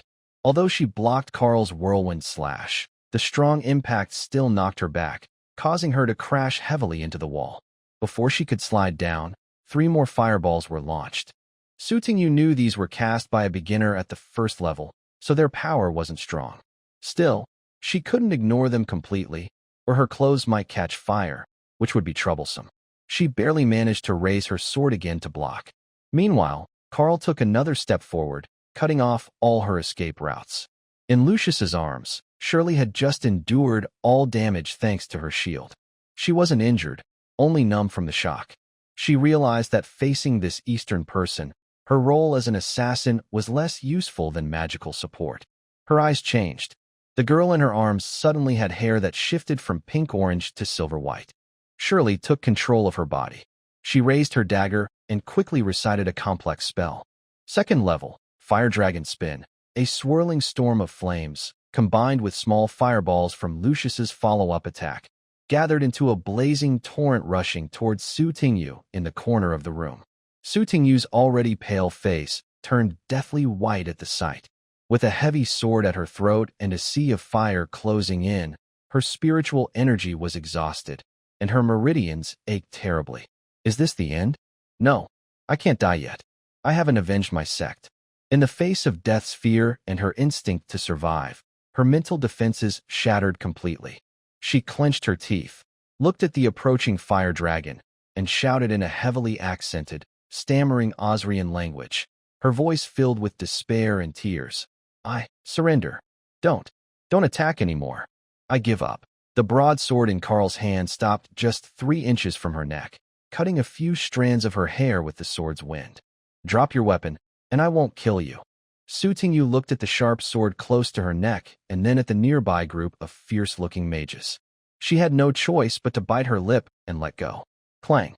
The sword fell to the ground with a clear sound. At the same time, Carl's sword was firmly pressed against her slender neck. Young master, what should we do with her? Should we question her? Is she an outsider from the East? Carl asked without turning his head. No need. I will tell the truth. The disarmed Sutingyu leaned against the wall as if resigned, raising her hands and speaking urgently in awkward Osria language. Her tone was no longer cold and sharp like an assassin's, but filled with humility and shame, as if she was begging for her life. Lucius approached from afar, looking at the somewhat disheveled female assassin, and stroked his chin. Uncle Carl, is there a way to completely seal her power? I want to question this. Enthusiastic visitor myself. Yes, there is a method from the East called the Bun needle. It's a very interesting tool, especially for dealing with cultivators. Carl casually pulled out a special long needle from his coat, its tip shimmering with cold light, and said coldly, I will do it. Lucius looked shocked. Why does Carl carry such a thing? Does the butler have a side job? When Sutingyu heard the words Bun needle, her pupils suddenly dilated with deep-seated fear. Bun needle? No. What are you going to do to me? She looked at Lucius in terror, her mind instantly flooded with images from stories. Female cultivators trapped in demonic lairs, their powers sealed, turned into playthings. If you want to ask me questions, I will answer. I can give you all my money. But if you try to touch me or do such things, I will bite you to death. Sutingyu shouted emotionally, trying to struggle to her feet. However, the series of intense bursts in her resistance had already caused her old internal injuries to flare up again. Now, with her heart racing, her condition worsened. Her face turned pale. Puff! She spat out a mouthful of blood, her eyes rolled back, and she staggered, collapsing to the ground. Unconscious? Lucius looked at the sleeping beauty on the ground and felt speechless. I haven't even started the interrogation, and she's already pretending to be a victim? When Sutingyu woke up again, her first feeling was suffocation. Something unknown and hard was stuffed tightly into her mouth. She instinctively tried to reach up and pull it out, but found her arms tightly tied behind her back to the chair's backrest, making her unable to move. Panic set in as she tried to summon her spiritual energy from her dantian, but it was like sinking into a swamp, completely unresponsive. The numbness and tingling in her spine made her realize she had been hit with a sealing needle, and her meridians were completely blocked. It's over. I'm really at their mercy now. Desperately, Sutingyu looked around, and saw she was still in that damned noble young master's room. The old man with white hair was gone. In the large room, only a man sitting on the sofa across from her and a silver-haired female servant standing nearby remained. The black-haired, black-eyed noble young master was sitting with his legs crossed, grinning mischievously as he looked at her, his eyes full of amusement, like he was inspecting a freshly captured prize. A cold shiver ran through Su Tingyu. No, I can't die here. I haven't avenged my master and fellow disciples. Even if I have to give up myself, even if I have to serve him like a beast, as long as I can stay alive. Just let me live. Stop struggling, little beauty. As long as you cooperate, I won't hurt you. I just have a few questions for you, Lucius said with a cheerful smile. While she was unconscious, he had taken off her night cloak. Now, her smooth, black hair was tied at the back of her head, with a few loose strands falling messily, revealing a delicate, beautiful face. Her eyes, just opening, were full of fear and unease, but the small beauty mark at the corner of her eye made her look even more charming despite her distress. Lucius whistled softly in his mind. She was truly a stunning beauty, with a cold, quiet, and restrained aura. Especially when her peach blossom eyes opened, her charm increased exponentially. As the saying goes, peach blossom eyes can melt even a dog's heart. Even though she is now frowning and looks angry, Lucius feels like she is teasing him rather than glaring at him. At this moment, Su Tingyu is desperately trying to send a message with her eyes. As long as you don't move me, I can answer any question, but can you please take that thing out of your mouth first? Suddenly, she freezes. Wait, what did that person just say? In perfect, fluent Chinese? And so smoothly? Plus, with that typical Eastern appearance. Su Tingyu's eyes widen instantly, and her mind becomes a mess. Could this be a fellow Chinese hiding deep in the Western noble circles? Next to her, Halu also looks surprised, clearly not expecting her carefree master to have this skill. Although her impression of Lucius has changed a lot over these 3 days, his reputation in Lombardy is still not good. Known as useless, a sycophant, incompetent, and with strange habits, like reportedly liking to use a whip, these labels are well known. This also shows how skilled Halu was before, able to act admiringly towards such a master. But recently, Halu has mostly dropped the sycophant label and changed the strange habit from liking to use a whip to liking role-playing. As for other labels, she has only toned them down and didn't dare to remove them completely. However, with such fluent Chinese, it's clear that he is not incompetent or useless. Halu silently decided to do a major cleanup of her label list, keeping only the strange role-playing habit. Favorability 5055/100, 5254/100. After updating the labels, Halu chose to stay silent and continue standing obediently, watching her master perform. Lucius looked at Su Tingyu's shocked and doubtful expression, and the data on his retina flickered. Favorability 0 out of 100, status yellow, alert, it's back to 0 from negative? Looks like the Chinese language really works well among compatriots. Can you understand? Lucius looked at her status bar, feeling confident, and his tone became more relaxed. If you understand, just nod. Su Tingyu hesitated for a moment, but nodded mechanically. Good, I will continue. If you agree, nod. If not, shake your head. Lucius nodded with satisfaction, leaning back and adopting the stance of a negotiation expert. I will only ask you questions later. I won't hurt you or do anything worse. So, as long as you don't shout or try to hurt yourself, I might even consider releasing you if you answer well. Do you agree? Su Tingyu nodded desperately, bobbing her head like a chick pecking at grains, afraid that if she hesitated, Lucius would change his mind. Hurry up. She didn't plan to fight to the end. She's not a warrior. She's doing this for money. Her life is hers. Seeing her cooperation, Lucius reached out and pulled out the object stuffed in her mouth. At the same time, a mocking laugh from Shirley echoed in Lucius's mind. You're a good master. You know how to avenge Shirley. Love you more. I approve of you. You should really teach this bad woman a lesson. Favorability 5557/100, 5358/100. It was a. Su Tingyu watched this scene, seeing that the thing that was just in her mouth had returned to its proper place, and she could even see the defiant smile on the half-human maid's face. Bang! It felt as if something exploded in Su Tingyu's mind. She was the highly respected second senior sister of Qingzhou sect, a cultivator in the Golden Core stage. How could she suffer such an insult? In that moment, shame, disgust, and anger erupted like a volcano, pounding her head. Her originally pale face turned bright red, her eyes bloodshot, and she stared fiercely at Lucius. Favorability, -5 out of 100, status, orange, angry. But in an instant, she reacted, and a cold shower of realization extinguished her anger. No, I can't die. Master risked his life to get me out. The bodies of my junior brothers and sisters are still cold.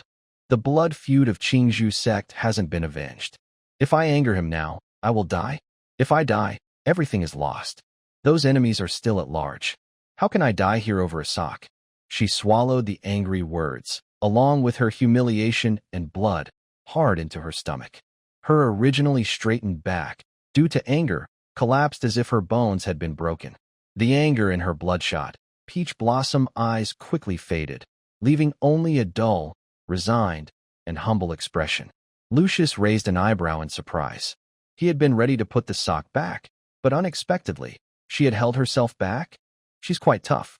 It seems you understand your situation very well. Lucius put away his playful tone, becoming cold. Recognize your attitude. I haven't nailed you to the wall yet. That's already a great mercy from me as a noble. Remember, your life no longer belongs to you. Shilu widened her eyes in shock. Can she still play like this? She silently decided to reinforce her label as owner with strange hobbies. Su Tingyu's face turned pale from the humiliating scene described, and she trembled uncontrollably. She took a deep breath, her voice hoarse, eyes lowered, too afraid to look at Lucius. Yes, I just woke up.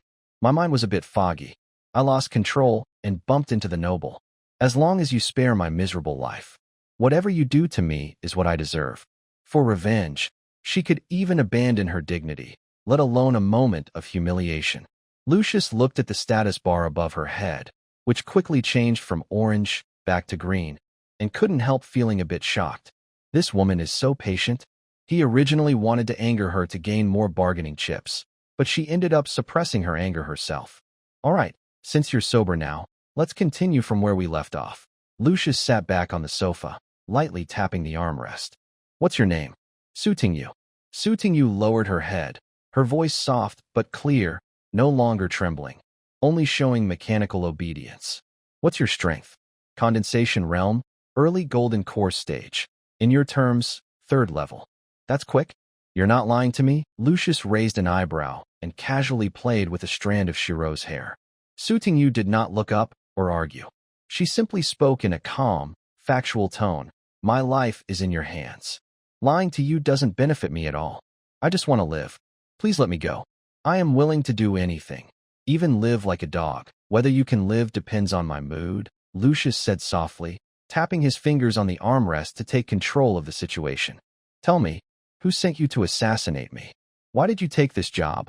I don't know who my employer is. Su Tingyu shook her head honestly. I only saw a bounty on you in the black market of Chitty Valley.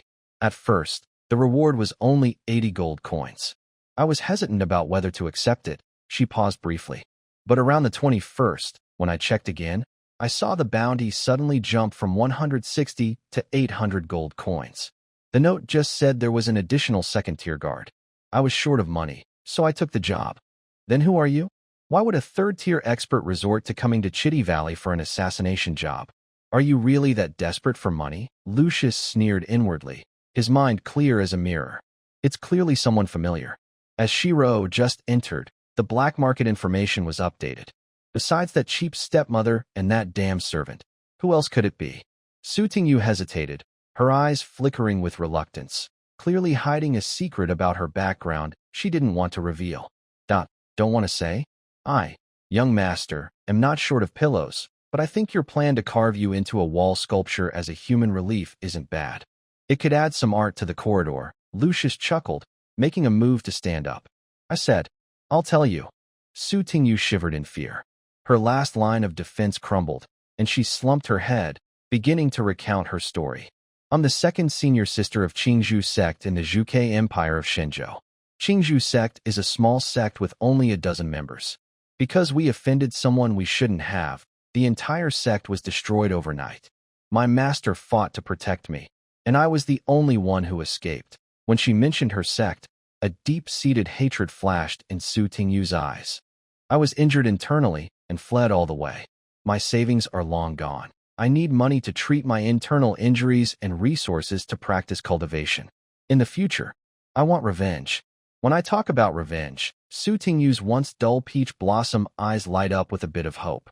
For this goal, she lowers her stance and almost begs Lu Xios to help her. As long as you let me go, I will do anything. I will remember your kindness forever. Oh, Lu Xios listens to Su Tingyu and feels a bit surprised. He's surprised that this girl, despite her internal injuries, almost managed to break through his defenses.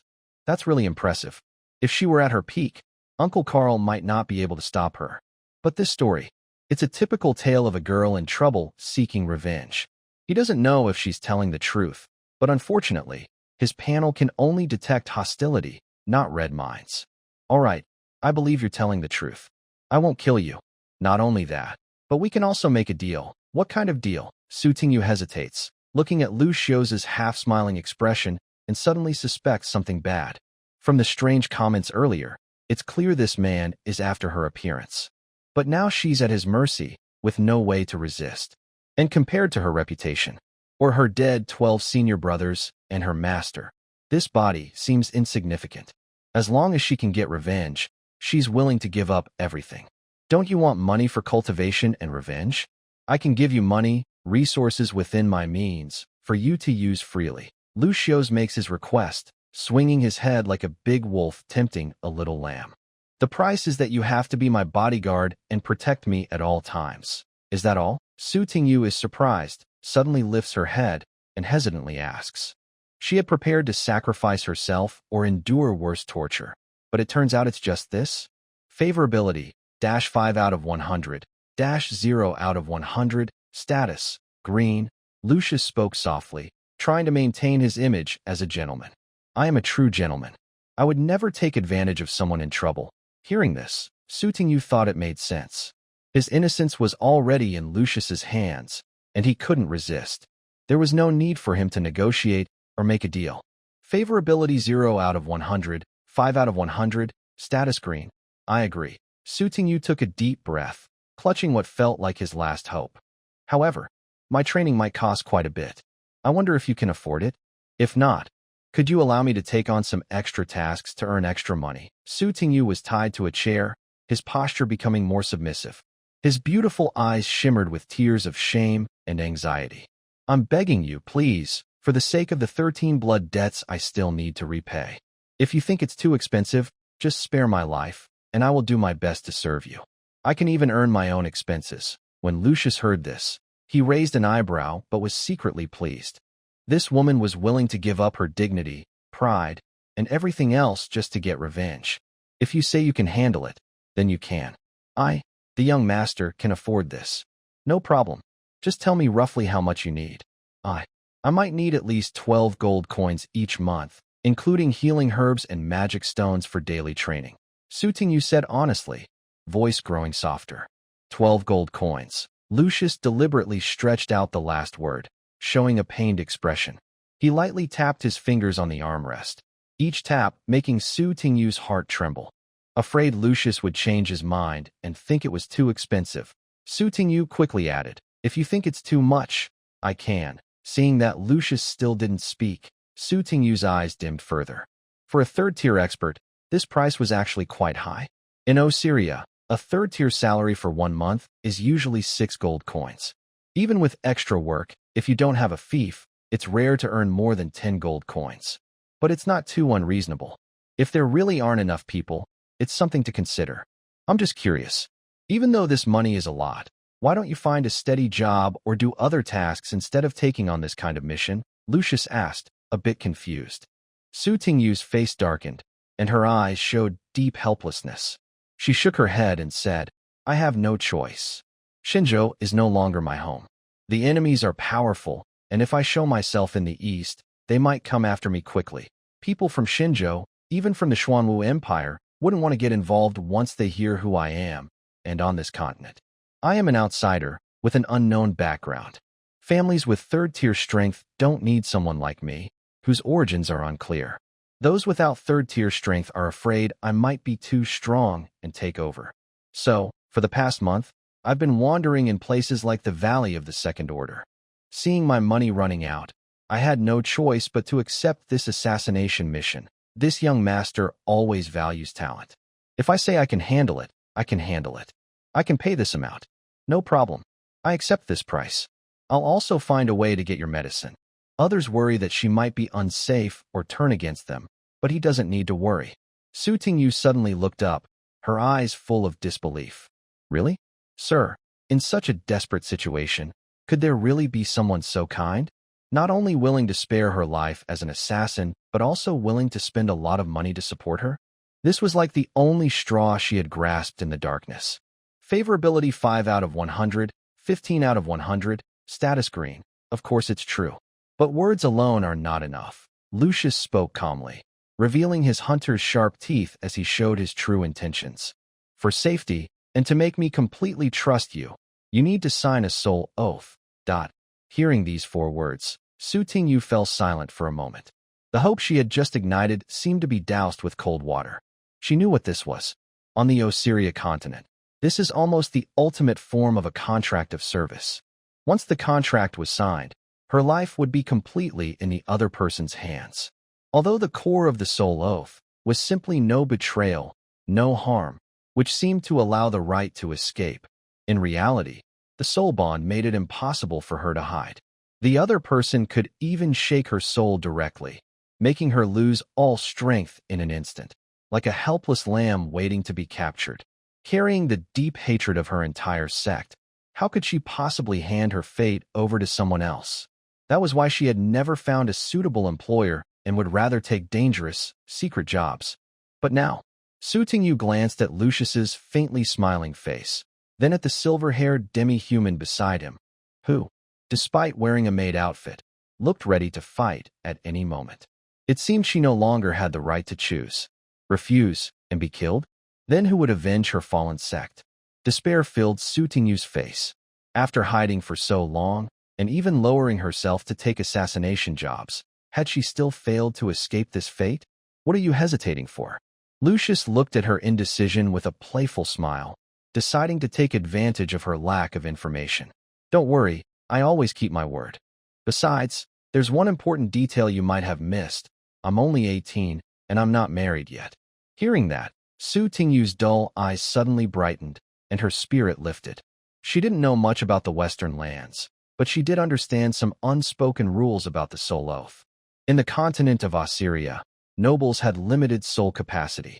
The one and only, or most precious, oath position was usually reserved for their future spouse. After all, it represented absolute trust.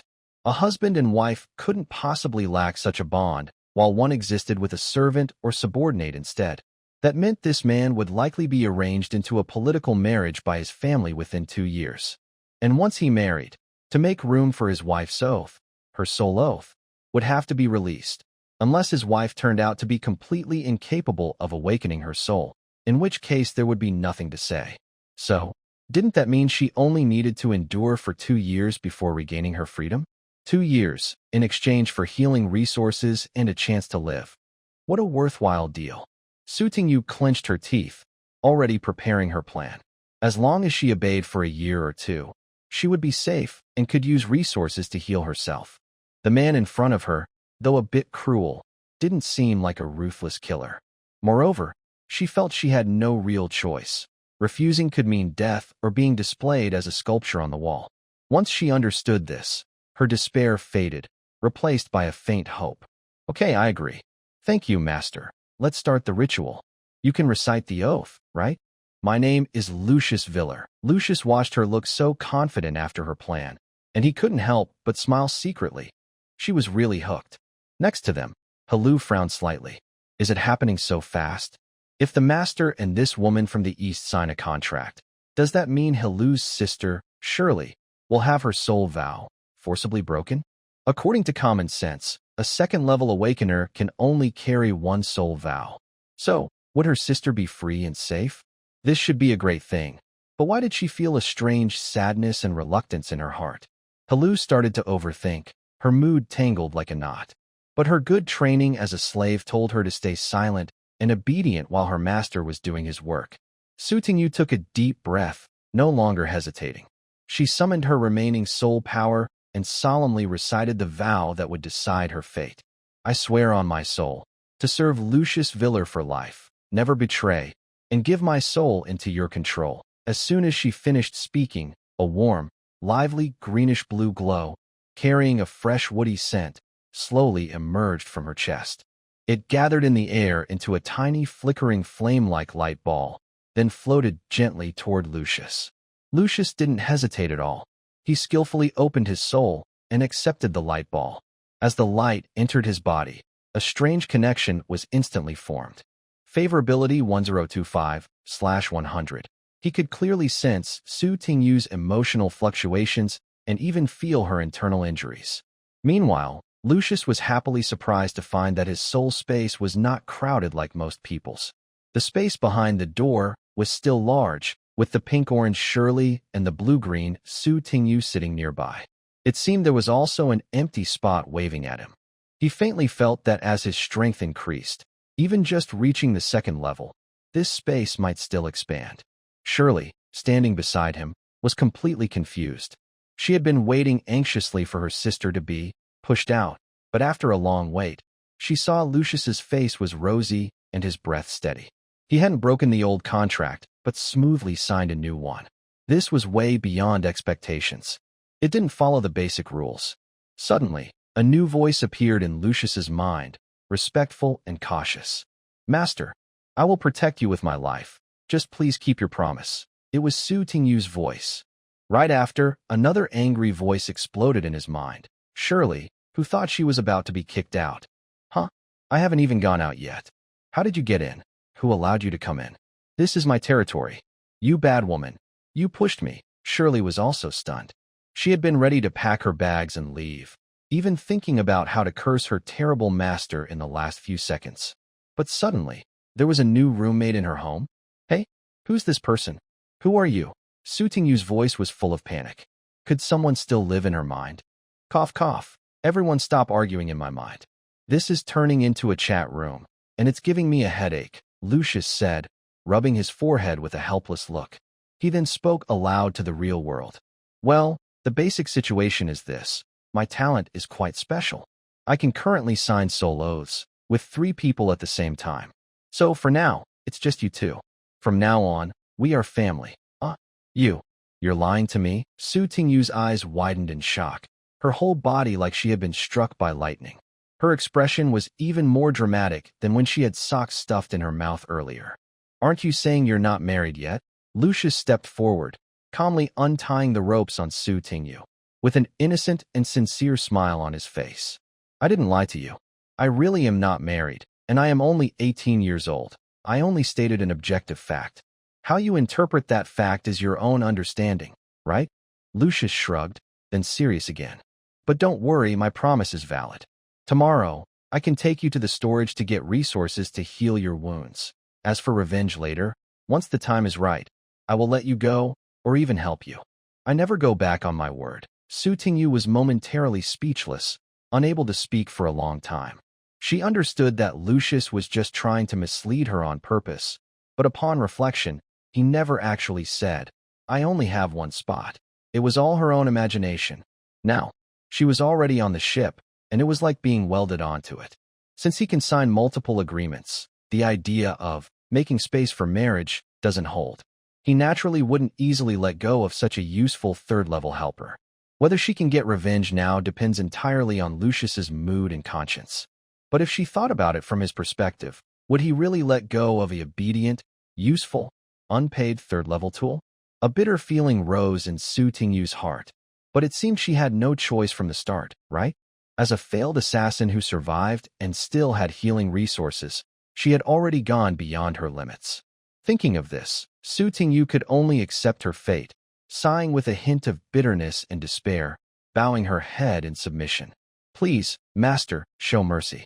If you keep your promise, I would be willing to serve you in my next life." Favorability 25/100. "Don't worry, I will keep my promise." Lucius patted her shoulder, knowing she was probably feeling upset.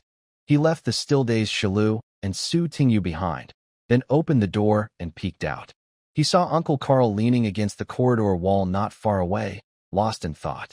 The distance was just right, not too close, and he couldn't hear the sounds inside the room.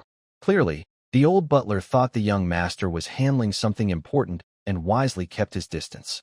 Seeing Lucius come out, Carl immediately straightened up, wearing a sly, somewhat lecherous smile that all men understand. He leaned in and lowered his voice. "Young Master Lucius, are you finished? That female assassin. Should we lock her up in the dungeon? Or is she already dead? Do you want me to handle it?" Lucius nearly choked on his saliva at Carl's bold words, his face flushing with embarrassment. Cough, cough. It's not a matter of finished or not. I recruited her with that soul oath. Duh. Carl's eyes widened suddenly, filled with disbelief. His cloudy old eyes couldn't believe it. So she's been conquered? They just went in? And trust was established so quickly? That female assassin from the East, wasn't she still pretending to be a noble, unyielding maiden? How did she change her mind so fast? Carl's gaze grew more complicated, and he involuntarily thought of Hilu. Then you and your cousin? Oh, we haven't signed anything yet. But she's trustworthy too. That's fine. Lucius didn't want to reveal the secret that he could sign multiple soul oaths, even to Carl, so he spoke vaguely. Yes, yes. Young master, you're so clever. Truly impressive. Carl nodded in admiration, giving a thumbs up. He couldn't help but admire the young master's methods. This isn't just charm. It's like a male succubus reincarnated. Now, there's a second tier inside the house, and he's already subdued a third tier. Even if he doesn't need me, the safety around the young master is off the charts. I can finally relax completely. Thank you, Uncle Carl. Oh, and one more thing. Lucius put away his playful attitude and spoke seriously. Uncle Carl, I want you to find a corpse later and bury it openly. Publicly declare that the assassin was killed on the spot and the body was disposed of. Young master, you're so thoughtful. Carl's eyes lit up, and he immediately understood Lucius's plan. This way, everyone will think the assassin's mission failed, and only a corpse remains. The mastermind behind the scenes will also lower their guard. And the new third-tier ally I just recruited is a hidden, deadly card. Thank you, Uncle Carl. Rest early. Lucius bowed respectfully. It's my duty, young master. You honor this old servant. Carl responded with a reassuring smile. He now genuinely recognized the young man in front of him, not because of his previous relationship with the former mistress, but because he truly saw him as the future hope and a suitable heir of the Viller family. Favorability 8082/100. When Lucius returned to his room, he found Hilu and Su Tingyu still standing motionless like statues, clearly still overwhelmed by the recent information. Lucius cleared his throat loudly. Only then did they seem to wake up from their daze. Su Tingyu quickly stood up, looking down with a sad and resigned smile, her voice trembling as she asked, Master, are you asking me to serve you tonight? She had already resigned herself. In that situation, she had no real choice. She could either refuse to be harmed or insulted, or agree to the awkward excuse. Su Tingyu could only force herself to believe that the reason was to make room for marriage. It was more like a faint glimmer of hope in a deep despair than genuine belief. Of course, it was also clear that this choice was wrong. That glimmer was a lure. Now, what could she do? She could only humbly try to please her master and pray to stay alive. Lucius knew he had acted unfairly just now, almost like he was tricking her by exploiting her lack of information. He straightened his expression and said seriously, I told you I wouldn't hurt you. It's late tonight, so just rest on the sofa outside. Miss Su, technically, since you signed the soul oath, you could leave. The core of that oath is just to prevent you from betraying or harming me, not to force you to stay by my side. Even if I unilaterally lift the oath, you would only suffer some spiritual and internal injuries, not be in mortal danger. While speaking, Lucius watched Su Tingyu's expression carefully. But I hope you can stay for now. You already have old injuries, and Uncle Carl's recent attack caused internal harm. If you move around recklessly now, your life could be in real danger. Therefore, it's better to stay and recover from your injuries, and also see if my promises to you are true. After all, I said I wouldn't hurt you, and I won't. Lucius said this as he walked toward the bed and took out a delicate small box that Hilu had sent earlier. He originally planned to take out a mid-level magic stone from the box and use his power to impress Su Tingyu, making her bow and accept him. But then he thought, what if this woman is really stubborn and runs away with the money? That would mean losing both the money and the opportunity, making him the biggest fool in this world for trying again. So he turned his hand inside the box and reached to the side. He took out a low-level magic stone that glowed faintly and handed it over. Miss Su, here is a low-level magic stone. Keep it for now. It's a small advance on your wages. Use it tonight to absorb and suppress your injuries. Tomorrow morning, I will take you to find some proper healing medicines. At the same time, he pretended to be generous, waved his hand, and pointed to the open balcony. If you feel I lied to you and it makes you uncomfortable, this magic stone is my apology.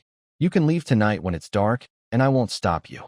After saying this, he forcefully pushed the magic stone into Su Tingyu's still-dazed hand, then took Hilu's small hand and walked toward the inner room without looking back. Miss Su, rest early. I hope to see you again tomorrow morning. As Lucius and Hilu left, only Su Tingyu remained outside, holding the warm magic stone in her hand, staring blankly. Favorability 518/100. Black River Territory, Lucius's bedroom, midnight. What's wrong? Our little fox is also lost in thought. Lucius lay comfortably on the big bed, holding Hilu softly in his arms. He gently played with her silver hair and teased her. Master, why? Hilu bit her lip tightly, her eyes complex as she looked at Lucius, finally asking the long-standing question. Since you can sign multiple soul pacts, why didn't you sign one with me too? I was already ready. Lucius had expected this and chuckled softly, gently poking her nose. It's like this. If neither of you signs, I will worry about my safety because one should always be cautious.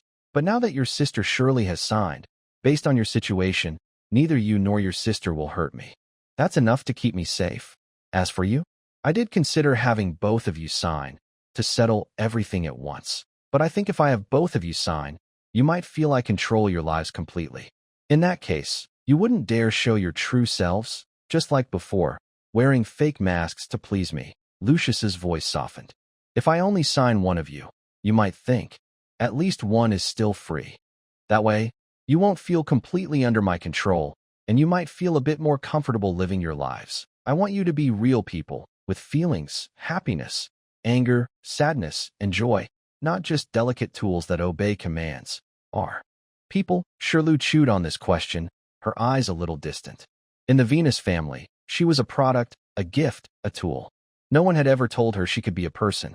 Also, Lucius changed the subject with a sly smile. I hope one day, you will willingly sign a soul oath with me, not because of gratitude to my grandfather, not because of those complicated lessons, and not because of the duty to protect your sister, but genuinely, happily, from your heart. That would be the greatest proof of my charm. What about me? What about me? I want that too. Why am I forced into this? Shirley's loud protest echoed in her mind instantly. You are a hostage, a pawn, so it doesn't count. Just stay quiet, Lucius retorted mentally, annoyed. I protest. This is unfair treatment. Wah wah wah wah wah. Bad owners showing favoritism. Shirley continued to throw a mental tantrum. Lucius ignored the noise in his mind and softly spoke to Shirley in his arms. No need to rush your answer, or to force yourself. I have special powers. I can tell if you're being sincere, Shirley. Hero listened to Lucius and looked into his eyes, which seemed to see through people. She showed an honest, open smile that she had never worn before, letting down all her defenses. Okay, but I believe I can't escape anymore. I feel like that day will come very soon. Favorability 5770/100, 5870/100. But, Master, tonight, so many things happened. Would you like Hero to help you relax? Hero's eyes sparkled like silk, and her small hand slowly slid down Lucius's chest. Little fairy. Black River Territory, outside Lucius's room, midnight. As a third-level expert, Su Tingyu's hearing was naturally extraordinary. Moreover, Lucius didn't bother to lower his voice, and he didn't block Su Tingyu's spiritual link either. He did it on purpose. He wanted her to have a deeper, more direct understanding of him. Of course, this could also be seen as a kind of mental manipulation, performing such intimate scenes openly. Su Tingyu listened to the whispers between Lucius and the fox human inside. Although she didn't understand some words, she grasped the general meaning. It was about the fox human actually having two souls. Lucius only signed one, to preserve the other's dignity, hoping to earn genuine loyalty with sincerity. Su Tingyu was about to criticize this man's confidence, such a typical boastful guy. But despite her words, a strange feeling rose in her heart. If it was true, then maybe he was actually loyal and caring to the women around him. Suddenly, a night breeze blew, and she felt the warmth from the magic stone in her hand, along with the coolness from the open balcony behind her.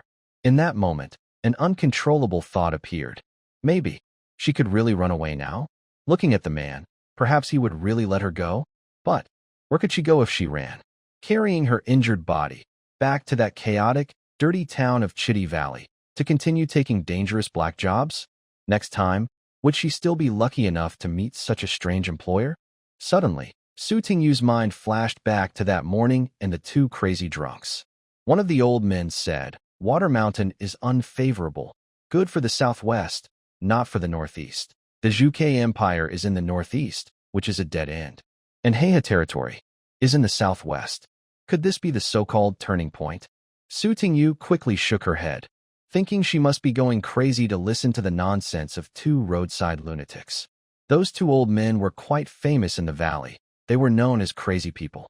But what should she do now? The man inside was only a newly awakened first-level mage, probably not stronger than her youngest sister in the 12th division. Why was he so confident, thinking he would definitely stay? Su Tingyu stood on the balcony, looking at the night outside, then at the glowing magic stone in her hand, hesitating between leaving and staying. Not long ago, she had made a gamble between death and signing a soul oath. Now, fate had placed another choice before her. She was deeply confused. "Master, I miss you." A tear slipped from the corner of Su Tingyu's eye, traveled down her cheek, and fell to the ground. Although she was called a genius girl, and her strength even surpassed her senior sister, in the end, she was just a young girl who had recently come of age, and the burden she carried now was clearly more than she could handle at her age. She was lost in confusion for a long time. Finally, Su Tingyu wiped away her tears, let out a long sigh, turned back to the sofa, sat cross-legged as if resigned, clenched the magic stone in her hand, and began to close her eyes to heal. Favorability 1823/100. Bright calendar year 91, April 24th, Heiha Territory, City Lord's Mansion, Lucas's room. Morning. "Master, wake up." Shiro leaned close to Lucas's ear and softly called, her sweet voice like the finest ASMR, with warm breath that made his ears tingle. This made the drowsy Lucas reluctantly wake up. Clearly, today, because of the presence of Su Tingyu, the big light bulb, Shiro didn't dare to wake him with her body as she did yesterday, so she restrained herself quite a bit. Lucius rubbed his sleepy eyes and instinctively asked, "Where is Su Tingyu? Has she left?" Before Silu could answer, the loud voice in his mind suddenly rang out. "Here. Hey, that rough guy who was stuffed with socks is still standing outside like a wooden figure. Master." "I am here," Su Tingyu's cold voice responded directly in his mind, ignoring Silu's provocation. "Come here." Hearing Su Tingyu was still present, Lucius relaxed a little. As long as she hadn't run away, it was fine. He then gave instructions to her mentally. Su Tingyu, outside the room, heard Lucius calling her in her mind and stiffened slightly. She thought her unpredictable master might have changed his mind about their agreement last night or had some even more unreasonable request. So she hesitated for a moment, but still moved slowly toward the inner room. After all, she had curled up on the sofa last night and barely slept, rehearsing all the worst scenarios in her mind. Now, this situation was clearly within her expectations. Su Tingyu slowly approached Lucius's bed, looking at the two people on it, who were slightly disheveled. Without hesitation, she humbly knelt on her knees, her forehead touching the carpet, and spoke respectfully in a tone devoid of any warmth. "Master, what are your commands for your servant?" Lucius frowned and waved his hand. "Get up, stand and speak. No more kneeling. Just watch from there." At the same time, he turned to Silu, who was still somewhat lazy. "Be good, let your sister out." Silu had no choice but to stand up as instructed, looking at the two with a respectful yet blank expression, unsure what scene was about to unfold.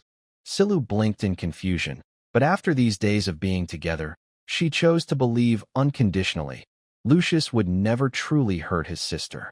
Immediately, Shiru's aura changed dramatically in front of Su Tingyu. Her hair color shifted from silver-white to a lively pink-orange.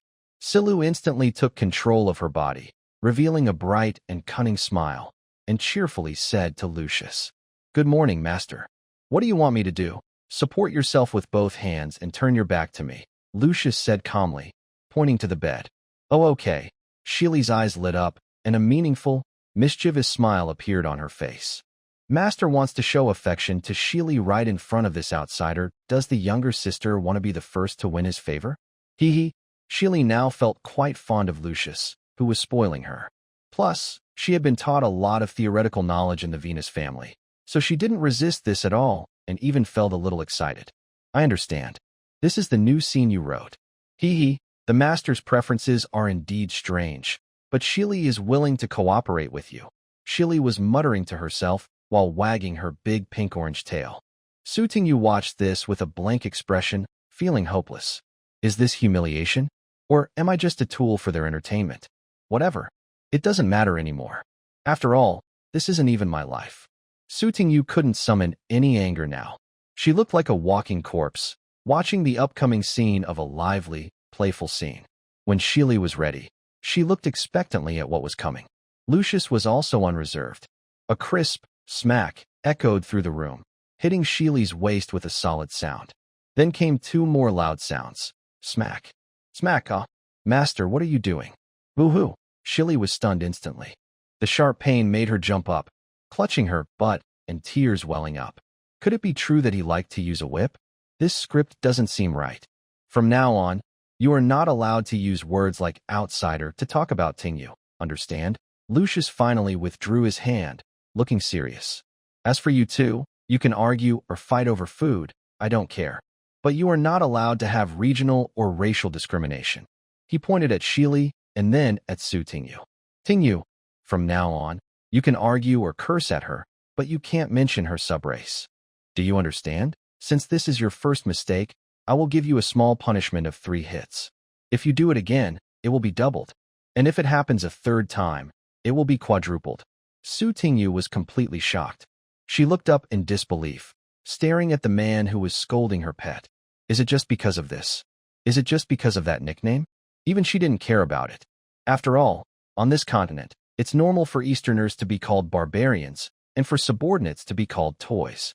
Su Tingyu's once silent heart, like a dry land, suddenly received a drop of sweet water and finally showed a slight ripple. Favorability 2326/100. So, here, am I still considered a person? Can I still have dignity without being discriminated against? She took a deep breath with a hint of gratitude and softly said, Master, I understand. Wah wah wah. Okay, I get it, mean master. Shiri rubbed her bottom and complained sadly. You just had to say it. Why did you really hit me? It hurt so much the first time I made a mistake. You just wanted to show your authority to the newcomer. Wah wah wah. And the worst part is, my sister didn't support me. She's laughing at me inside. Favorability 7072/100, 7068/100. Your sister shouldn't bear the punishment now. Wait until the swelling goes down before changing it. Lucius ignored her whining and continued giving orders. What did your sister say inside? Tell the truth. Humph. Mean master. Fishy master. Shiri pouted her little lips, looking angry. Sister said at least someone can discipline me now. She said she usually doesn't like to hit me, spoiling me instead, and that hitting me is good. Mean master, now you and sister are in cahoots, bullying Shiri. You don't love me anymore. Stop being naughty. Lucius reached out and gently rubbed her head, giving her a sweet treat. Then he turned to Su Tingyu and said, From now on, don't call me slave anymore. It sounds strange. When addressing me, if there are no outsiders, just use whatever feels natural, like this little fox here, no problem. When there are people outside, call me young master, lord, or master, whatever you're used to. And also, the girl with silver hair is Sister Halu. She's quite well behaved and probably won't bother you. If it's the fiery one in your mind or the pink-orange one in front of you, that's Sister Shili. If she bothers you, don't hold back. Just scold her back. Su Tingyu looked at the man in front of her and then at the fox human still rubbing his backside. Is he like her? Su Tingyu felt a bit more alive after feeling like a walking corpse. She softly said, "Thank you, young master." Humph. With a new lover, forgetting the old one. Men are all big pig's hooves. Boo-hoo. Shili's life is so hard, she muttered as she tidied her skirt. Suddenly, her fox eyes twitched as she thought of something. She grinned mischievously and said, "Stinky master, you only said not to call the Eastern barbarian, but I can say she eats socks. Is that okay?" Hee hee, whatever you want, as long as it doesn't involve personal attacks or racial discrimination. I won't stop you from arguing, Lucius shrugged, showing he only cares about big issues. All right, I got it. Shili instantly revived, made a silly face at Su Tingyu, and said proudly, "Then I'll say she's helpless, can't even beat a spiritual beast from her sect.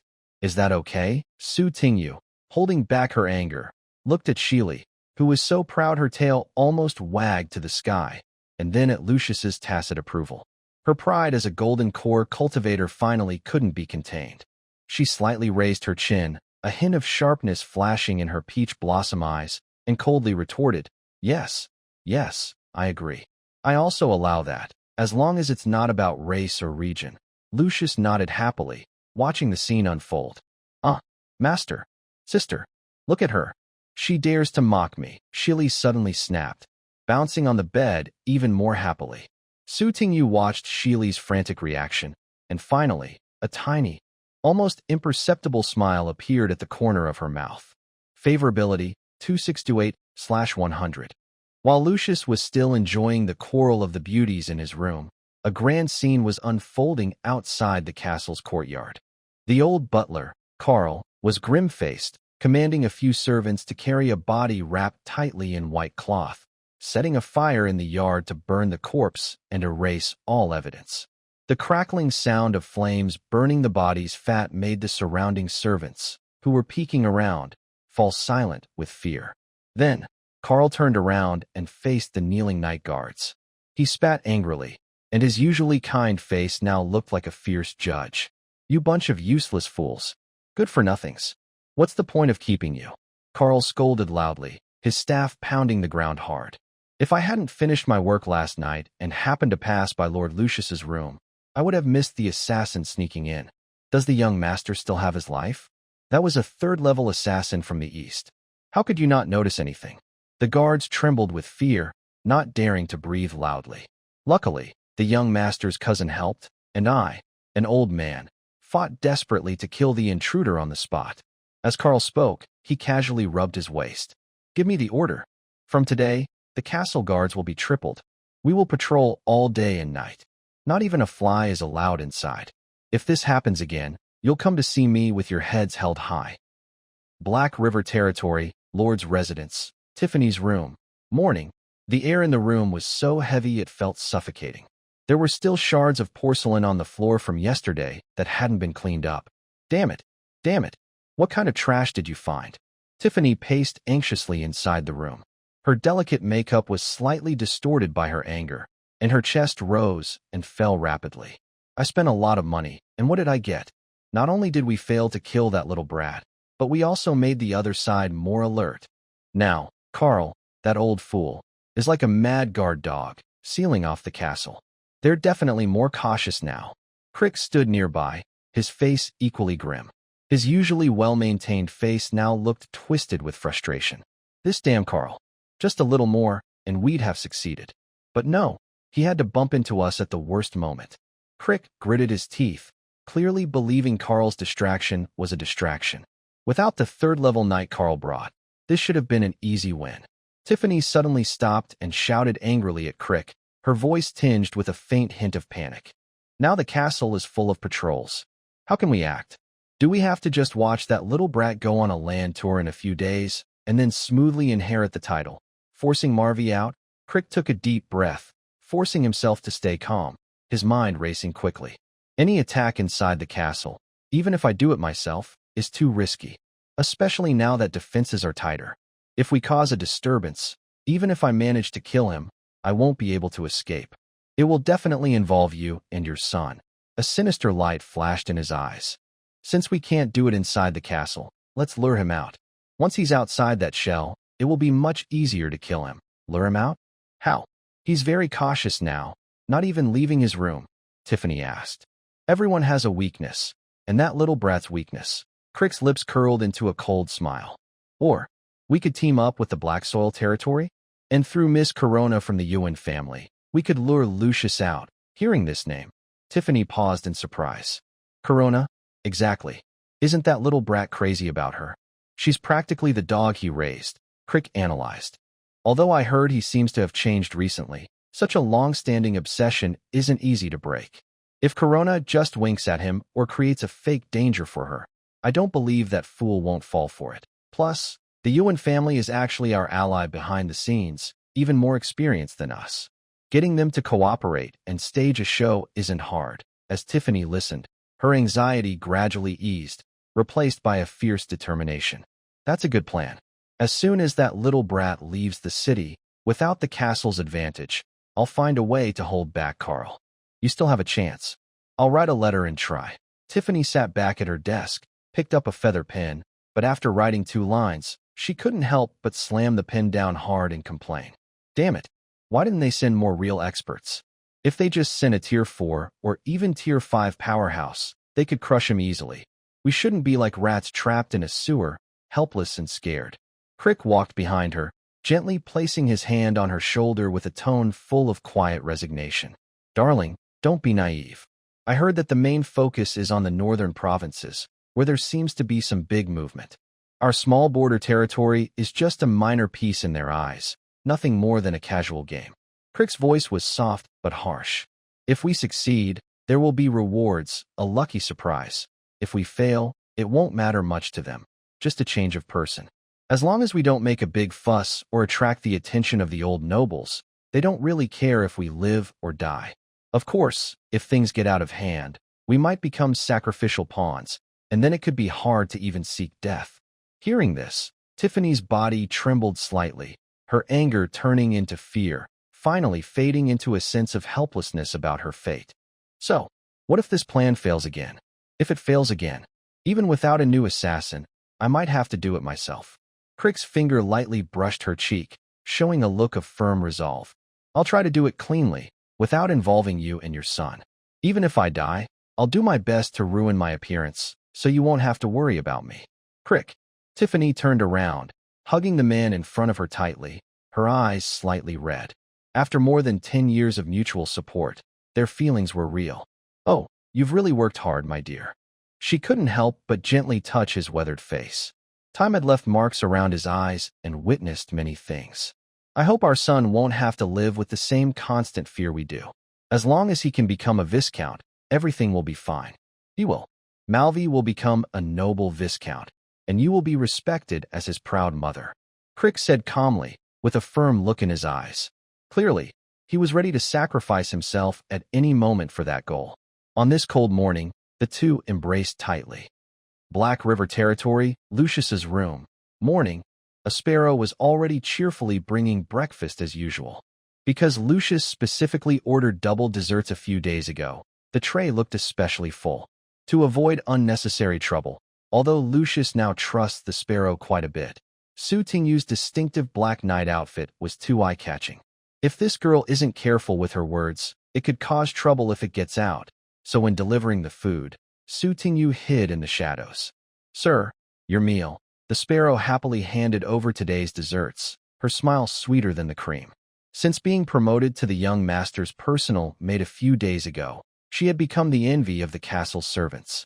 After all, the once difficult and eccentric young master, who was avoided by everyone, not only survived a dangerous situation and became handsome and charming, but also grew gentler in personality. She, besides the mysterious cousin Hellu, was the first servant to be clearly promoted, and this honor made her stand taller among the other maids. These days, the sparrow felt like she was on a roller coaster, dizzy all day and walking with a breeze. You're so happy. Be careful not to tilt your head back too far, or you'll fall when you go out.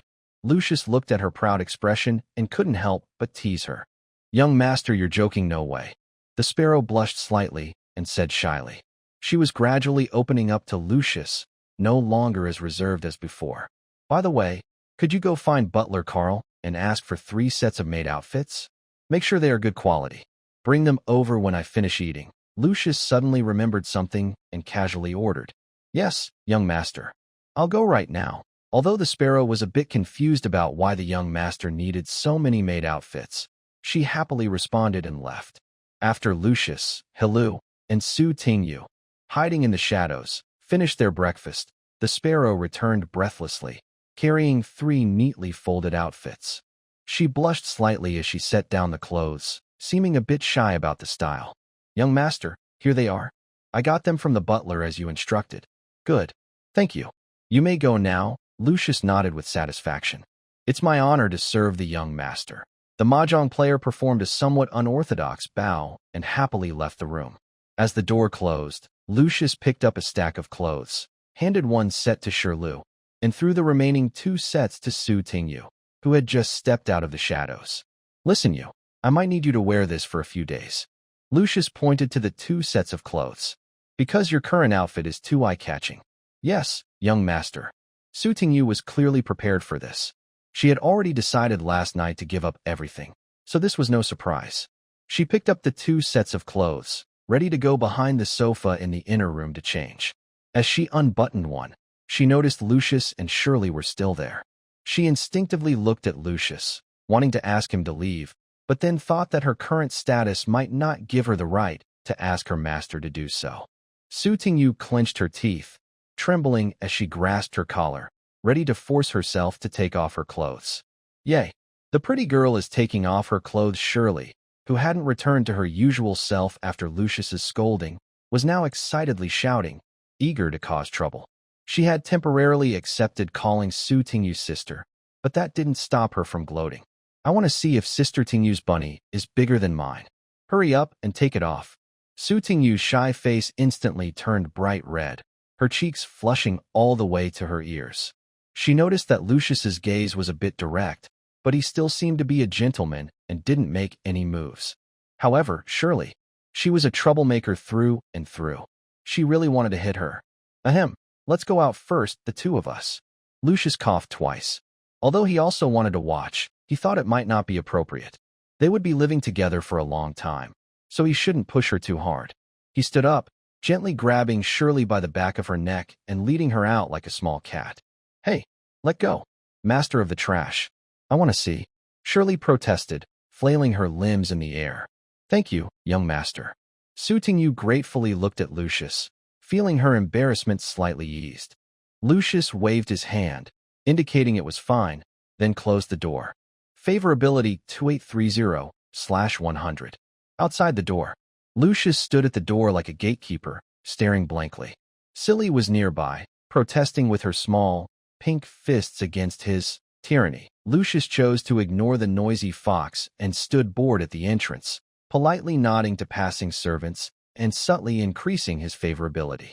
Thanks to his very handsome face and his friendly attitude, his reputation among the servants had improved significantly over the past few days, changing from negative or neutral to mostly positive. Most servants now liked him a little or a lot, no longer avoiding him like before. Meanwhile, inside the room, Su Tingyu was staring at 2 sets of maid outfits spread out on the sofa. She froze, her face turning red like a cooked shrimp. She realized that the maid outfits Carl brought were not the same as the one Sparrow usually wore. Sparrow's usual outfit was a traditional long skirt that covered her ankles, simple and modest. But this set, Su Tingyu lifted the hem of the skirt and compared. It was ridiculously short, barely covering her knees, and bending over slightly could reveal too much. It looked similar to the shameless Fox Yarn's outfit, but slightly longer. Even more, it came with 3 pairs of thin, black, thigh-high stockings with delicate lace at the top, as if designed with care. She clearly saw that Sparrow's maid outfit was normal, so why did hers look like this? In fact, the old butler Carl immediately understood some unspoken meaning when he heard the young master wanted maid outfits. Therefore, Carl was very supportive of this enlightened decision. For a family like the Viscountess Venus's, with special industries, thigh-high made outfits were standard. But in the simple Black River territory, such clothes were rare. In truth, these sets were the shortest ones Carl could find, even originally meant for Marvy's personal maids. Su Tingyu clenched the stockings tightly, feeling torn inside. After a long hesitation, she sadly realized she had no power to refuse. She never expected that, as the highly respected second senior sister of Qingzhou sect and a role model for junior disciples, she would one day have to wear clothes that looked like those worn by courtesans in brothels. Is this the price of survival? Su Tingyu closed her eyes, took a deep breath, and tremblingly began to remove her black, tight-fitting clothes that symbolized her past status. Then she picked up a pair of black stockings and slowly put them on her legs. "Young master, I'm ready." A shy and trembling voice came from inside the door, clearly after a long mental preparation. Luo Xiu's was originally just casually pushing the door open, glancing around lazily. But in the next second, his eyes seemed magnetized, fixed tightly on the figure standing in front of the sofa. His expression instantly became a bit blank, looking like a fool. At this moment, Su Tingyu's once cold and handsome face was flushed like a ripe apple. Her beautiful eyes, full of charm, dared not look directly at Luo Xiu's, and she hurriedly glanced at the floor in embarrassment. This shy hesitation, combined with the small beauty mark near her eye, was incredibly attractive. Her long black hair, originally tied up, was now styled into a high ponytail. As she moved, it swayed gently, making her look youthful and lively. She also wore a white lace headband, adding a touch of cuteness. Her tall figure, about 165 centimeters, was perfectly outlined by the black and white maid outfit. The skirt was not very short, just barely below her knees, which was quite short compared to traditional long dresses, especially for ancient people used to long robes. The curves of her chest, slightly bulging, silently protested the tight fabric, showing that this young cultivator girl was well-nourished despite her training. Most eye-catching were her long legs, covered in black over-the-knee stockings. The delicate lace at the top of the stockings pressed against her thighs, creating an alluring boundary between her skirt and legs, full of mystery and temptation. It gave off an irresistible sense of allure, making people want to explore further. "Young master, is it okay now?" Su Tingyu clutched her skirt with both hands, her voice tiny like a mosquito, her face blushing so much it seemed she might bleed. Lucius quickly made a professional assessment in his mind. Visually, it's AD, but at least AC. The tight outfit was a waste. It protected too much, which was almost a crime against her figure. But Carl is really a caring uncle. His taste and judgment are much better than that cheap old man of mine. This isn't a maid costume. It's clearly my source of happiness. This support was fantastic. Very good. Perfect. Lucius gave a thumbs up, looking serious and proud. It suits you very well. Truly. I was just appreciating beauty, with no naughty thoughts at all. Yes, I also appreciate it. My judgment is done. Bunny is quite big, but it feels softer than my sister's. However, her bottom is perkier than my sister's. Shili, next to him, imitated Lucius's tone, inspecting and commenting like an experienced observer. Wow. A little troublemaker. Su Tingyu blushed so much her ears turned red and couldn't help but scold. I'm a troublemaker. What about the master? A troublemaker too? Shili giggled confidently, fighting back. Su Tingyu instinctively looked at Lucius, her face timid, afraid her words might upset him. But Lucius just chuckled casually. Call him. Look how relaxed Shili is. I won't really get angry. If you can relax too, I have a reward for you. Thinking of the so-called reward, and recalling last night's shameless conversations between Lucius and Shili, she gathered her courage and whispered softly in her native language, in China. Such behavior of the young master should be called a flirt. As soon as she said it, she regretted it. Her current status was no different from a female servant bound by a contract. How could she dare insult her master openly? She was too reckless. Thinking this, Su Tingyu's face turned pale. She quickly lowered her head and stammered, No, I didn't mean to insult you. In China, it actually means a man who is charming and carefree. Her voice grew softer as she explained, clearly unable to continue. Favorability 3034/100. I don't understand. Shili shook her head blankly. Since the Venus family is also in the Lombardy province near the border of the Divine Land, they have some basic language skills, just like Su Tingyu, who can understand Ao-Syria language after staying in the Valley of the Second Step for a while. However, for the refined insult, womanizer, which is a formal term, it clearly touched Shili's knowledge gap. Lucius was quite pleased with this interaction. It's okay, venting is good. I won't be angry. But a graceful lady and a gentleman's ideal match. It's normal for humans to like beautiful women. At the same time, he turned to Shili and said, "You can't do that. Our future cultural industry will not only sell to the Ao-Syria continent, but also export to the Divine Land. Your Divine Land language skills are too poor. In the next few days, letting you give you some extra lessons to teach you authentic Divine Land language. You two need to deeply blend your cultures to create better art. Understand? Stinky master. Fishy master. Is this what you call cultural exchange?" Shili loudly protested. She felt she could no longer look directly at the words, painting, and culture. Although Su Tingyu didn't know exactly what cultural exchange meant, as long as Lucius wasn't angry, that was fine. Su Tingyu also breathed a sigh of relief. At least Lucius wasn't petty. Young master commands. Tingyu will obey. All right, let's talk about these later. You two come with me to the storeroom. I need to get some items to treat your injuries and also buy some equipment. Lucius waved his hand grandly. Remember, outwardly you are just the personal maid I hired, responsible for my, daily needs. Yes, young master. Su Tingyu nodded obediently, but she felt relieved inside. It seemed that this man, at least in terms of resources, wouldn't go back on his word. As for revenge, if she stayed alive, there would always be a chance. Later, Lucius, accompanied by two uniquely styled top maids, swaggered toward the castle's storeroom. Although the servants along the way were curious about the unfamiliar black-haired maid with Lucius, they weren't too surprised. After all, he was a young master. Having a beautiful, seemingly obedient maid by his side was just normal. Everyone assumed that after escaping from the dry well, the young master had changed and started to enjoy life. In just a few days, there was a new girl servant, which was quite normal. Everyone secretly thought that the young master had been holding back for over 10 years and finally realized he needed a few girls to keep him warm. It couldn't be that he simply added a third-level guard, after all. But poor Su Tingyu was suffering. She was used to her tight, safe, and secretly pocketed night outfit. Even on normal days, she wore long skirts that were easy to move in. Now, dressed in this light, floating maid outfit, every step made the lace at the edge of her socks gently rub against her thighs, constantly reminding her of her new role, a servant girl who serves with her body. Especially when the wind blew through the castle corridor and lifted her skirt slightly, the cool air on her exposed legs made her instinctively reach for her sword at her waist, seeking some sense of security.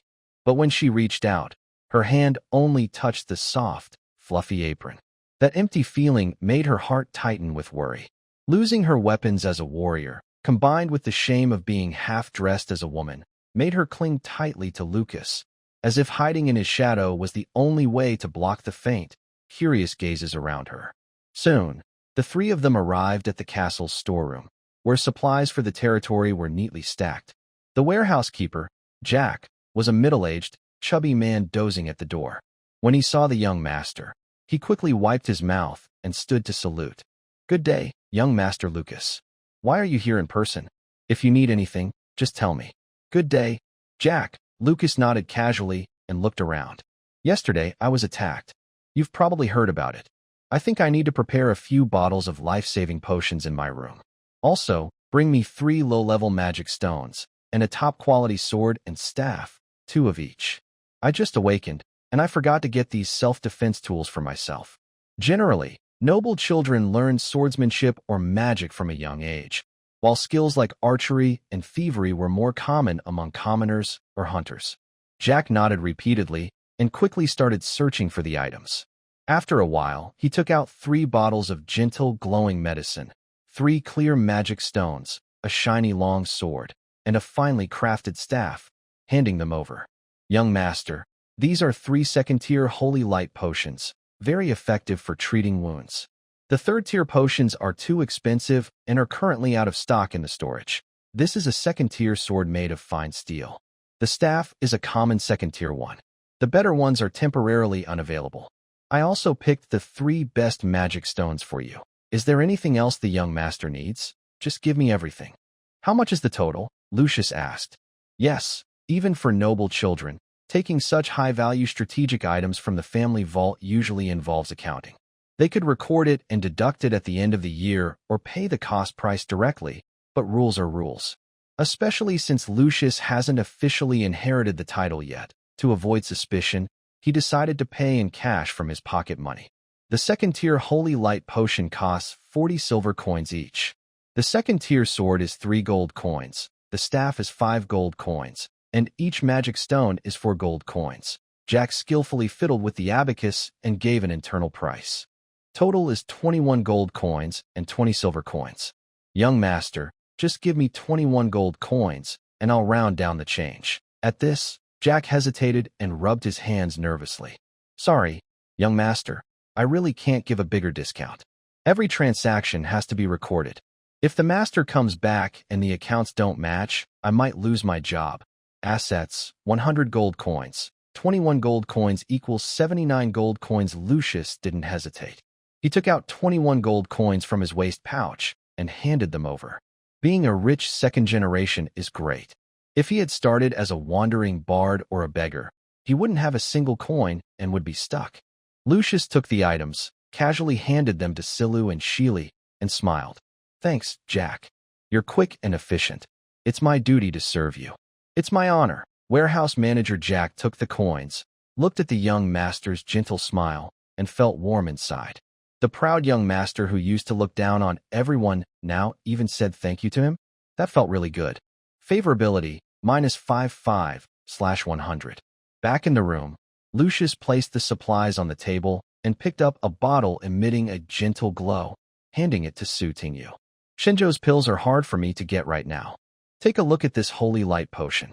Will it help your injuries? Su Tingyu took it with both hands, a hint of gratitude in her eyes. It should work. Although it's mainly for external wounds, it might not be as effective for internal injuries as Shinjo's pills, but it's better than nothing. Thank you, young master. As long as it helps. Also, here are 3 magic stones, as a prepayment for your salary this month. Do you want these, or would you prefer gold coins? Lucius asked casually. Young master, that's too much. Just the magic stones are enough. You already gave me one yesterday. Su Tingyu quickly waved her hands, looking a bit anxious. She understood the difference between a small favor and a big one. She hasn't made any major achievements yet, and if she takes too much, she worries Lucius might think she's greedy and discard her, which would be a big loss for her. Take them. Yesterday's stone was a token of apology. These 3 are your salary. Use them freely. I have more. Lucius confidently pressed the magic stones into her hand. As long as you protect me well, recover quickly, and train hard to improve your strength, you'll be helping me in the future. I never hold back on my own people. Thank you, young master. Su Tingyu held the warm magic stones, feeling a mix of emotions. She began to feel a bit fortunate about the decision she made last night in her despair. It didn't seem so bad after all. Master, why don't you take something from that mysterious box? Why waste money in the storage room? Shirley peeked around, knowing that Su Tingyu had signed a contract and was considered part of their group, so she spoke more freely. Fool, just taking potions is too obvious. It might make people suspect I have injured people hidden in my room. Going to the storage room and shopping openly, though costly, can hide my intentions. Lucius gently tapped Shirley's head and said earnestly. Later, you also need to focus on spending money to train. Don't hold back. I really need strength right now. I'll find a way to get the money. If you can break through to the 3rd rank early, I have a big reward for you. It's a deal. Thank you, cousin. Shirley hugged Lucius's arm and acted cute. Maybe because the atmosphere inside was nice, Su Tingyu became a little braver. When she heard the term, cousin, she finally couldn't hold back her curiosity. Young master, you and Shirley. Miss Shilu, are you really cousins? Does Lucius have some kind of elf bloodline? Is that why he emphasizes no racial discrimination? But he clearly looks like a typical person from Shinjo and is the eldest son of the Viller family. How could he have elf blood? His heritage seems so mixed. Lucius couldn't help but roll his eyes. Of course not. Shili, explain yourself. Hee hee. I am. Shili showed her small tiger teeth, deliberately teasing. Shut up. Let Shilu speak. Does your bottom not hurt anymore? Change back. Lucius looked speechless. TCH, Shili pouted, and her aura suddenly changed. The lively pink-orange color faded, returning to her gentle silver white. Shilu took over her body again and smiled gently at Su Tingyu. Master, Tingyu sister, good day. Tingyu sister, actually I am a slave adopted by my grandfather. I am publicly called his granddaughter. For us elves, we are often sent as gifts to important people to exchange for connections and benefits. A few days ago, I just awakened and was sent here by my family. At this point, Shilu glanced at Lucius, a soft look in her eyes. But luckily, I met the master. You are way better than those nobles rumored about. Listening to Shilu's words, Su Tingyu probably understood their relationship. They are also unfortunate and helpless. It seems that Shilu and Shili's backgrounds are quite tragic, being sent around as gifts. In a way, they are lucky to have met Lucius. Why do I say lucky? Su Tingyu suddenly realized that subconsciously, she had already classified Lucius as a pretty good person. Favorability 3438/100. After the two finished chatting, Lucius spoke up. By the way, can you teach me the cultivation methods of Shinjo later? Young master, why do you want to learn that? Haven't you already awakened? Su Tingyu was stunned, snapping out of her earlier thoughts. I think I can do both. I am now an first stage awakened person, and also considered to be in the first stage chi refining level, Lucius explained. How is that possible? Su Tingyu's eyes widened. She had never heard of anyone truly practicing dual cultivation. Usually, cultivation begins from a young age, laying a foundation that is hard to change once set. When someone encounters a different cultivation system, they have often been practicing for years or even over a decade. Who would give up their skills to start over? Shilu also looked at Lucius with surprise, clearly never having seen such a rare talent. It's the truth, Lucius shrugged. Of course, no problem. Since the young master wants to learn, Tingyu will follow your wishes. Su Tingyu suppressed her shock and asked professionally. So, young master, what is the cultivation method you practiced before? I don't have a cultivation method, Lucius answered confidently. No cultivation method? How did you reach the chi refining stage without one? Su Tingyu looked at him as if he were a simple-minded child, feeling like he was trying to fool her, but she kept these thoughts to herself. The difference between the East and West is clear. The West emphasizes talent awakening, which is like a skill book. Practice until one day you can cast fireballs, and then you awaken. In the East, the approach is gradual. Before the first stage, people usually don't learn spells, but focus on sensing the existence of energy through specific mental techniques, then absorb and transform it into spiritual power. Without a cultivation method, energy disperses and cannot be stored. I don't know either. It just developed on its own. Lucius saw Su Tingyu's expression of disbelief and decided to release his spiritual and magical energy directly, forming a chaotic yet stable energy ball in his palm. Su Tingyu was stunned. It's really the chi refining stage, and truly dual cultivation. And without a cultivation method guiding him, should I teach you or not? Don't stare at me like that. You rascal. Don't covet my talent and beauty. Lucius teased when he saw her staring blankly at him. Su Tingyu only then realized she had been staring at his face. Her face turned red, and she quickly looked down. Young master, since you want to learn, I only have 2 martial arts manuals I can show you. One is 3 talents skill, and the other is Qingzhou technique from the Qingzhou sect. When she mentioned the Qingzhou sect, a hint of sadness flashed across Su Tingyu's eyes. What's the difference? Lucius, who didn't understand much, asked. Although he had studied history, he knew he couldn't grasp all the details of this Eastern culture. This was the first time Su Tingyu saw someone so strange. Even though he was at the Qi training stage, he didn't understand basic knowledge. But since he was her benefactor, she patiently explained. 3 talent skill is a common martial art from the divine land, balanced and peaceful. Its advantage is that when you change to a new manual later, it won't cause many problems. The downside is it doesn't improve combat power much. Qingzhou technique is a core manual from my former sect.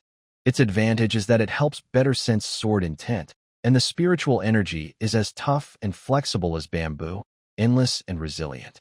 The downside is it has a strong wood attribute, so you might need a few extra days to adapt when switching to a new manual. Isn't it obvious? I want the stronger one, Qingzhu technique. Lucius made his choice without hesitation.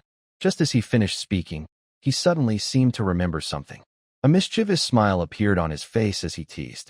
By the way, according to the rules of the Divine Land, teaching a core manual is a big deal.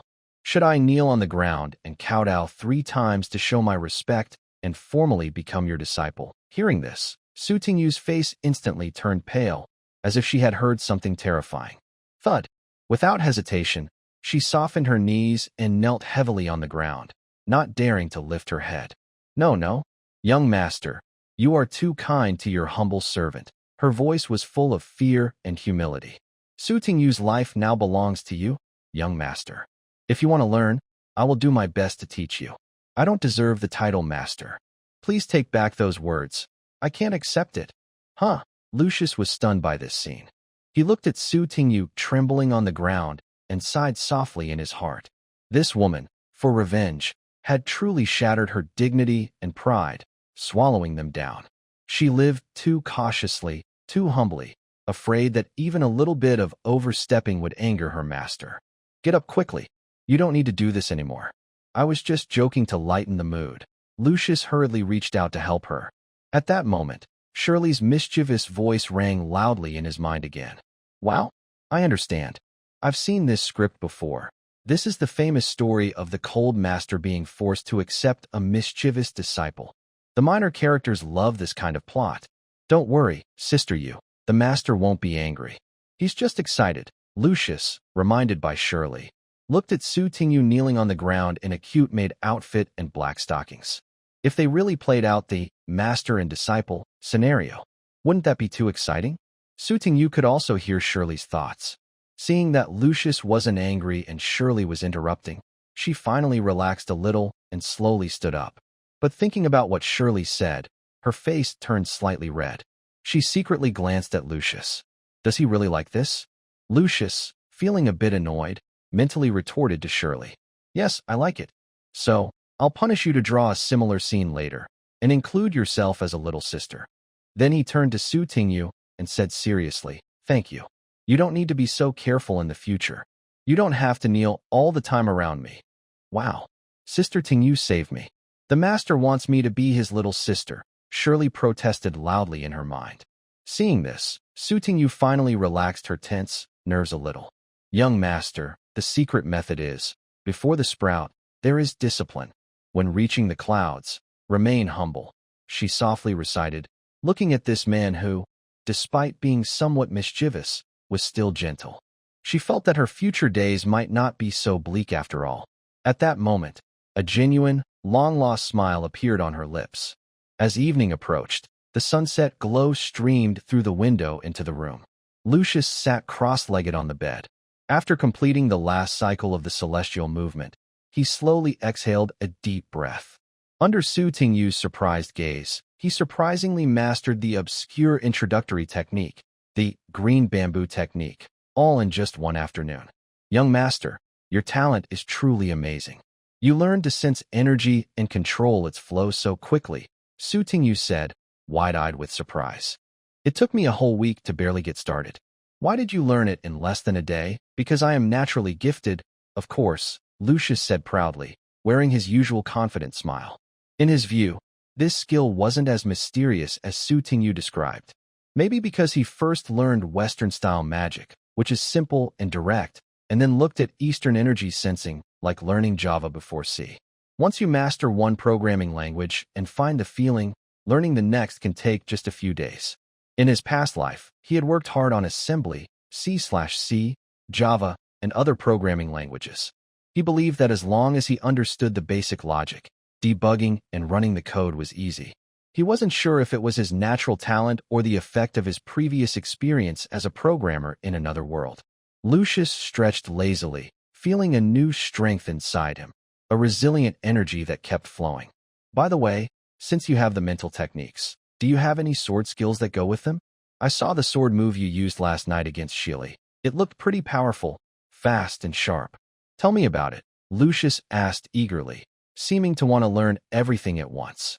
Young master, trying to learn too many things at once can be risky. Shouldn't you focus on strengthening your current level first? Su Tingyu advised responsibly. No worries, having many skills won't hurt. Just show me a demonstration. I'll take my time and see for myself, Lucius said, waving his hand with anticipation. Su Tingyu sighed helplessly and nodded. All right, this is the first stage of the green bamboo sword technique, called Bamboo Shadow 7 Styles. Watch carefully. The first move, new shoots break rocks. After speaking, she became serious, her cold aura returning instantly. She took the sword from the table and stepped into an open space in the room. At that moment, she seemed to transform from a humble maid into a wandering swordswoman. She gathered the little spiritual energy she had, focusing it into a point. Her aura burst forth like bamboo shoots breaking through the soil. With a sudden move, she flicked her wrist, and the sword shot forward as a cold flash of light. Second move. Wind sweeps green leaves. Su Tingyu twisted her waist, causing her skirt to flutter. Her long sword moved gracefully in a curved slash, like a bamboo branch swaying in the wind, showing strong determination. Then, despite the slight pain in her meridians, Su Tingyu continued to perform 5 more sword moves, piercing the sun, humble and respectful, cold branch bearing snow, dew on green shoots, and whispering leaves. Luo Shiosi sat nearby, watching happily, feeling very pleased. It wasn't just because her sword skills were excellent, though they were indeed good. The main reason was that the scene was so beautiful. A girl dressed in a black and white maid outfit, with over-the-knee black stockings and a cold, stunning face, was gracefully dancing with her sword in the sunset. Her skirt moved with her sword strikes, the lace edges of her stockings flickering with each movement. The sharp sword energy contrasted sharply with her delicate, gentle body, creating a charming scene. If this had been in the Western Han Dynasty, it would have made Liu Bang shout for 1,000,000 coins. Seeing her stop, Luo Shiosi clapped with a bit of reluctance and said, "Good. Beautiful. What's next?" The second level, Su Tingyu sheathed her sword and stood, her forehead covered in a fine layer of sweat, her face slightly pale. "Young master, I have internal injuries and my meridians are damaged. I can't perform the moves of the second level for now. As for the third level, that's only for the 4-star stage, and I can't perform it yet." "Oh, sorry, I didn't think it through," Luo Shiosi said, realizing she was still badly injured and scratching his head apologetically. "You should rest more later. No need to push yourself so hard." While speaking, Luo Shiosi instinctively opened the system panel. "By the way, Tingyu, how old are you this year? When did you reach the 3-star stage?" Luo Shiosi asked curiously. Because through the soul oath link, he could see Su Tingyu's detailed progress bar. He noticed her experience was not very deep, clearly having just broken through recently. Name Su Tingyu, rank 3-star condensation stage, 567/40, 000, favorability 42 out of 100, status green, young master. "I am 20 this year." Su Tingyu wiped the sweat from her forehead, sheathed her sword, and her voice became a bit lower. "Actually, I just reached the 3rd level less than 2 months ago. At that time, I had only just broken through a few days earlier, and I hadn't even stabilized my realm when the sect." She stopped speaking suddenly, her eyes showing a deep sadness and loneliness that she couldn't hold back. The pain of falling from the clouds into the mud, of losing her family, surged again in her heart. Lucius looked at her trembling shoulders, feeling a soft spot in his heart touched. He sighed, stood up, and walked over to Su Tingyu. Su Tingyu instinctively wanted to step back, but she saw that Lucius didn't do anything inappropriate. After a moment of hesitation, Lucius opened his arms slightly and gently, almost lightly, embraced her shoulders. His movement was polite, avoiding any sensitive areas that might cause misunderstanding. His palm, through the fabric, lightly patted her back, which was trembling slightly from sadness. "Sorry for bringing up your sad past. The departed are gone, and the living continue." Lucius's voice was deep and gentle, less playful than usual, more serious. "From now on, I will do my best to provide you with resources. If you need extra help for revenge, whether borrowing people or money, as long as I can do it, I will try to help you." The moment Su Tingyu was embraced by Lucius, her body stiffened suddenly, like a startled rabbit, muscles tensing up. She instinctively wanted to break free. Even her spiritual power subconsciously prepared to fight back. But in the next second, she realized her current identity and forcibly suppressed the urge to resist, giving up her resistance and letting the man hold her. Then she noticed that Lucius made no inappropriate or malicious moves. The embrace didn't make her feel disgusted or humiliated. Instead, it carried a warmth that made her feel safe after more than a month of wandering and fleeing like a street rat. In that moment, she surprisingly found herself craving this not very broad but warm enough embrace. This feeling reminded her of her childhood, during a snowy winter when she was adopted by her master. At that time, the master was also a fallen, wandering monk, with only the master, the senior sister, and herself in the broken temple. Although cold and hungry, everyone huddled together. That was home. But now, home was gone, the master was gone, and the senior sister was gone. Only she remained, wearing this ridiculous outfit, struggling to survive in a foreign land. Tears nearly welled up, but Su Tingyu quickly regained her composure. She knew that now was not the time to be weak. Tears were the least helpful thing. She took a deep breath, forcibly pushed aside her weakness, and gently freed herself from Lucas's embrace. She looked up, tried to control her facial expression, and forced out a smile that was even uglier than crying, saying, "Sorry, young master, I disturbed your mood. I'm fine now. Thank you for your kindness." Lucas looked at this girl who was trying to be strong and didn't say much. Some wounds can only be healed with time or through justice. He withdrew his arm, stepped back politely to give her space, avoiding making her feel pressured. "Sorry, I crossed the line just now. I only wanted you to know that you're not alone now. At least with me, you don't have to be so tense." Su Tingyu tried to make her smile look more natural. The tear mole at the corner of her eye looked especially sad in the sunset. "It's okay, young master. Tingyu understands your kindness. Really, thank you." Favorability, 4246/100. Just as the atmosphere became a little too heavy and awkward, and neither of them knew what to say, Silu, who had been silent beside them, suddenly flickered with a faint glow and quietly changed her hair color. Pink-orange Silly took over her body, and as soon as she appeared, she was like a little sun breaking the deadlock. She skipped forward happily, holding Su Tingyu's arm affectionately, as if they were real sisters. All right. Sister Tingyu, don't be sad. Teach me how to speak the language of the Central Land, okay?" While speaking, Silly was also tattling. "I tell you, that bad master is not human.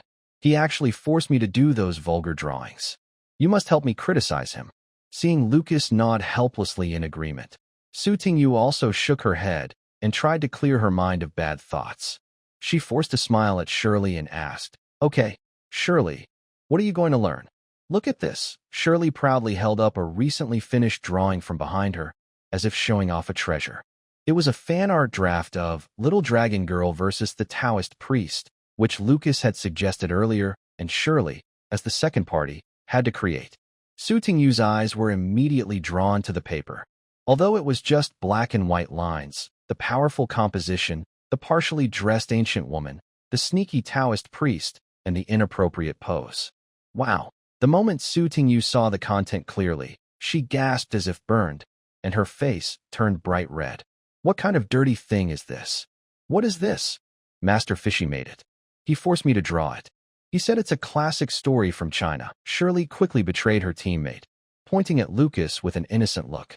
"He also said Sister Tingyu would definitely understand this, so I showed it to you." "Lucas, I didn't do it. I didn't tell her to show it to you. Don't talk nonsense. When did I ask her to show it to you?" After a while, Su Tingyu finally recovered from the shock of the cultural impact. She looked at Lucas with a very complicated expression. It was a mix of shock, shame, disdain, and a little fear. She wanted to stare at him and see what kind of dirty thoughts were in his mind, but she was afraid of angering him, so she could only look away. Lucas rubbed his forehead and looked up at the sky in silence. The good news was, after such a shock, Su Tingyu's sadness was completely gone, and she had recovered. The bad news was, the little, gentle man, image she had just started to build of him was probably completely shattered.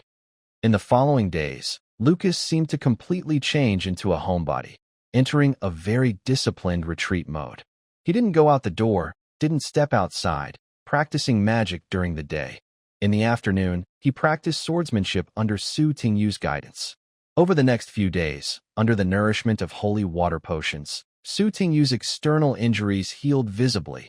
Even the old internal meridian wounds improved significantly thanks to Lucas's generous supply of magic stones.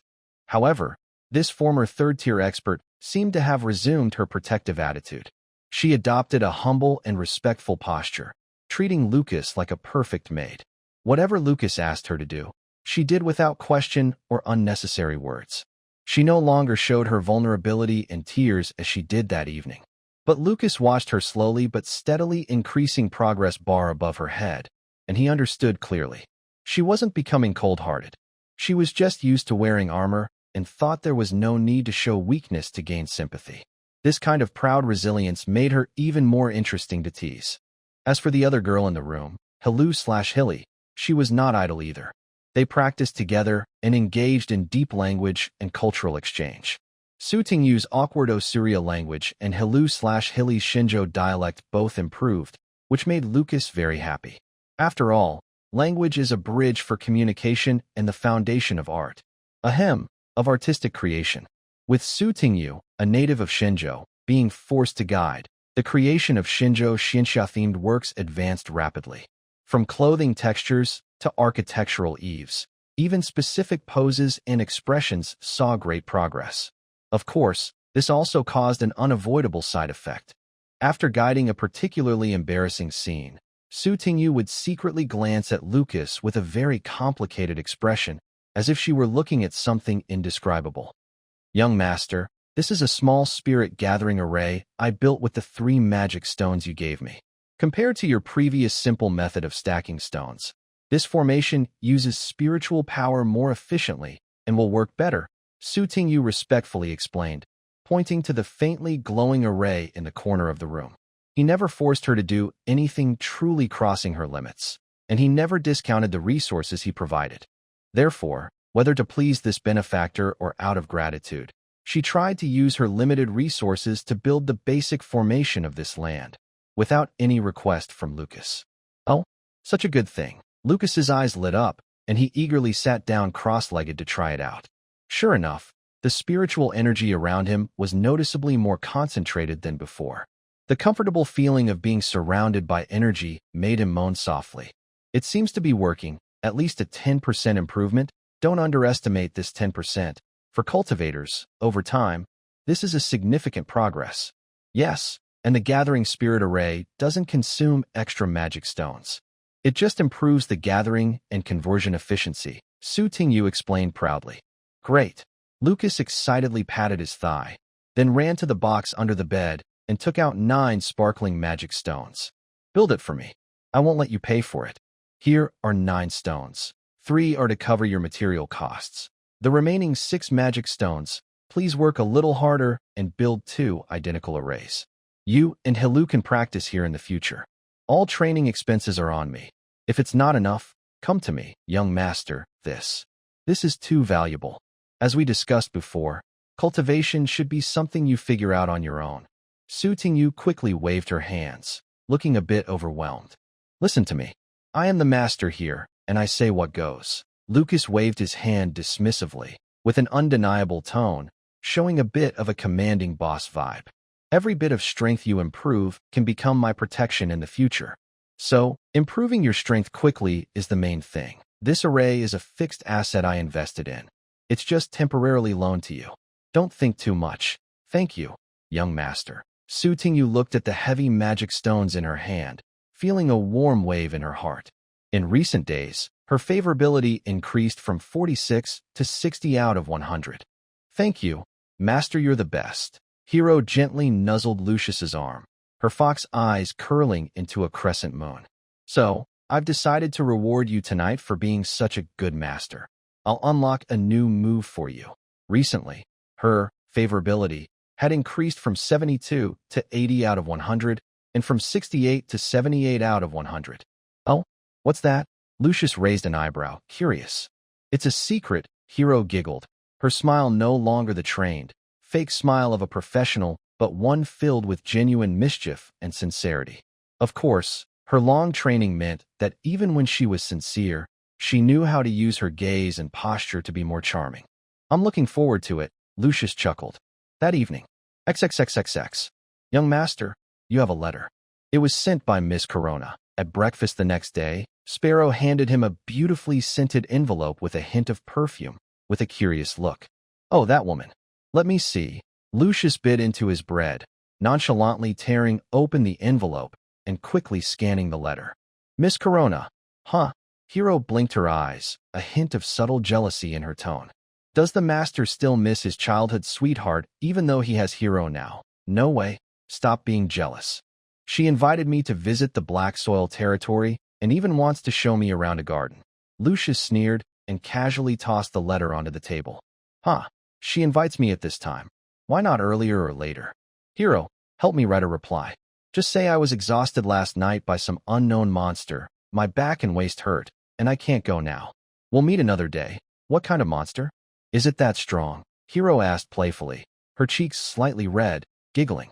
A fox spirit, and it can change color too, Lucius said irritably, giving her a sidelong glance. Okay, I'll write it, master. Hero playfully stuck out her tongue and turned to get paper and a pen. Lucius shook his head, his gaze growing sharper. Definitely something shady. Trying to lure me out now. Does she really think I'm the same naive owner I used to be? When Toma received the reply and was about to leave, Lucius suddenly remembered something and casually ordered. By the way, please ask Butler Carl to come here later. I need to talk to him. Yes, young master. 2 more days passed.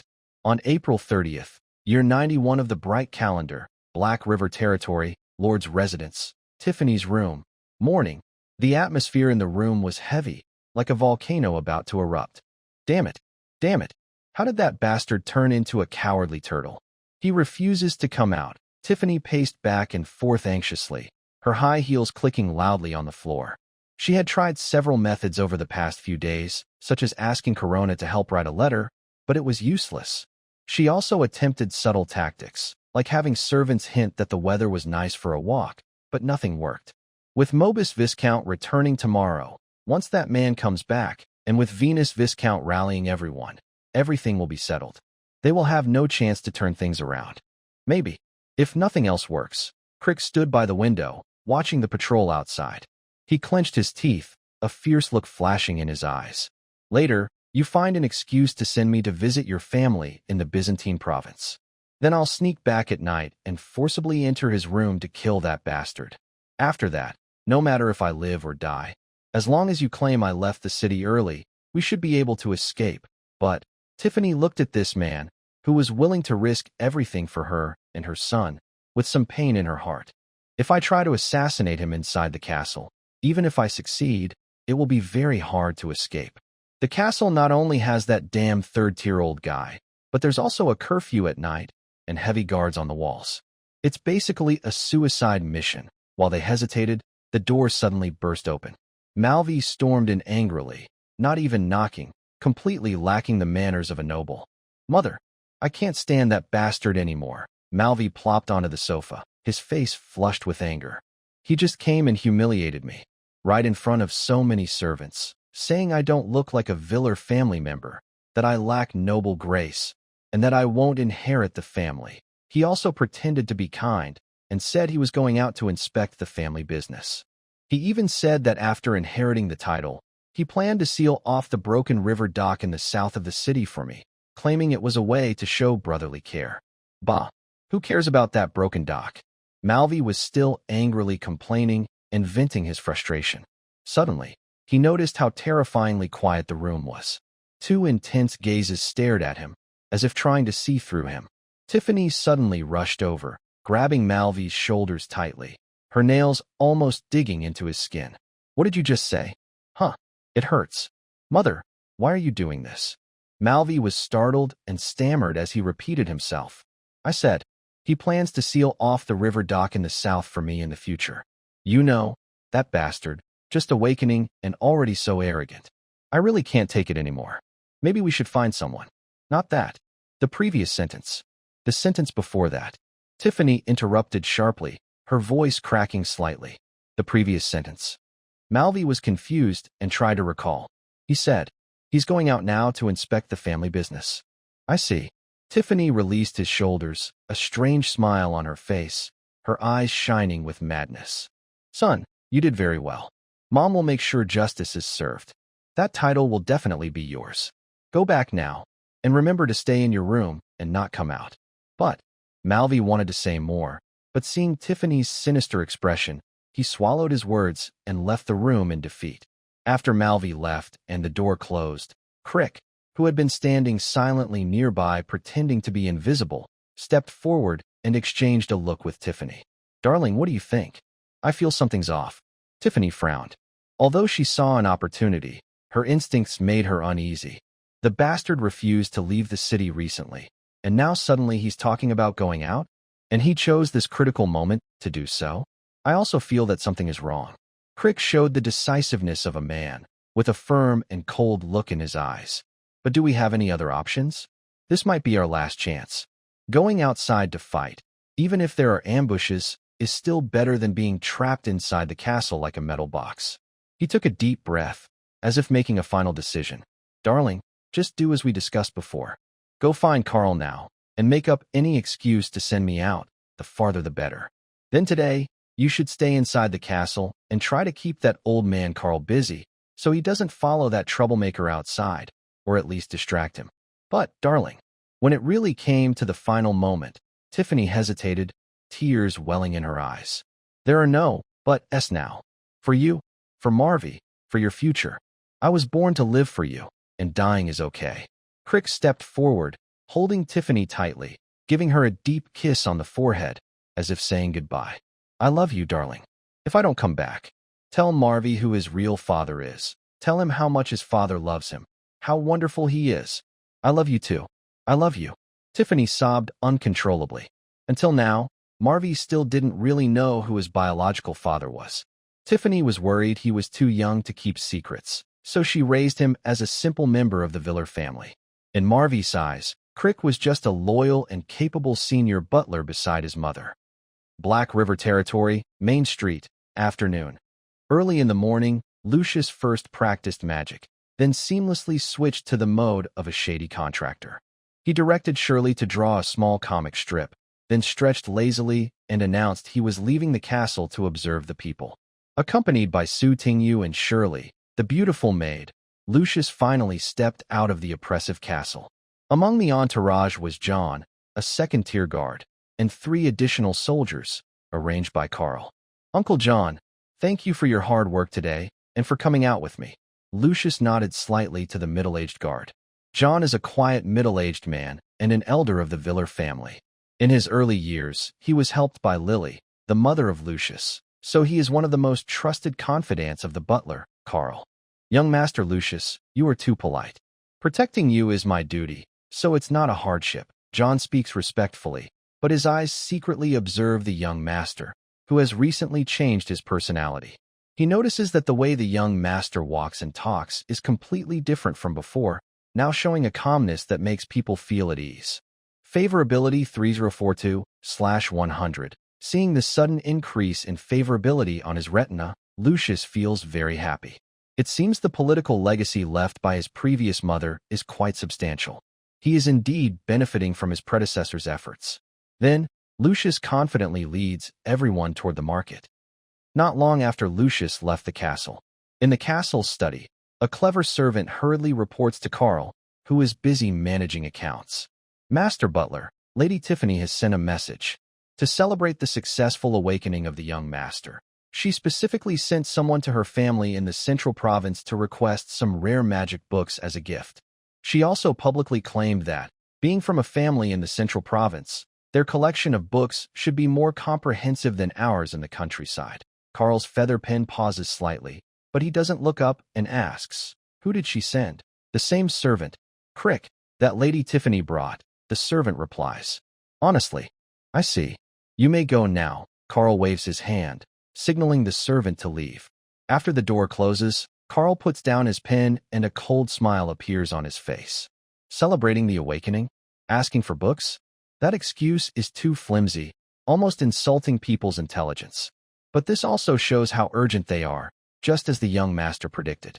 A few days ago, the young master was hiding in the castle like a sealed box, making it impossible for them to find any opportunity. If they don't give him some hope, these people will stay hidden in the shadows, and might even continue plotting secretly after the Lord returns.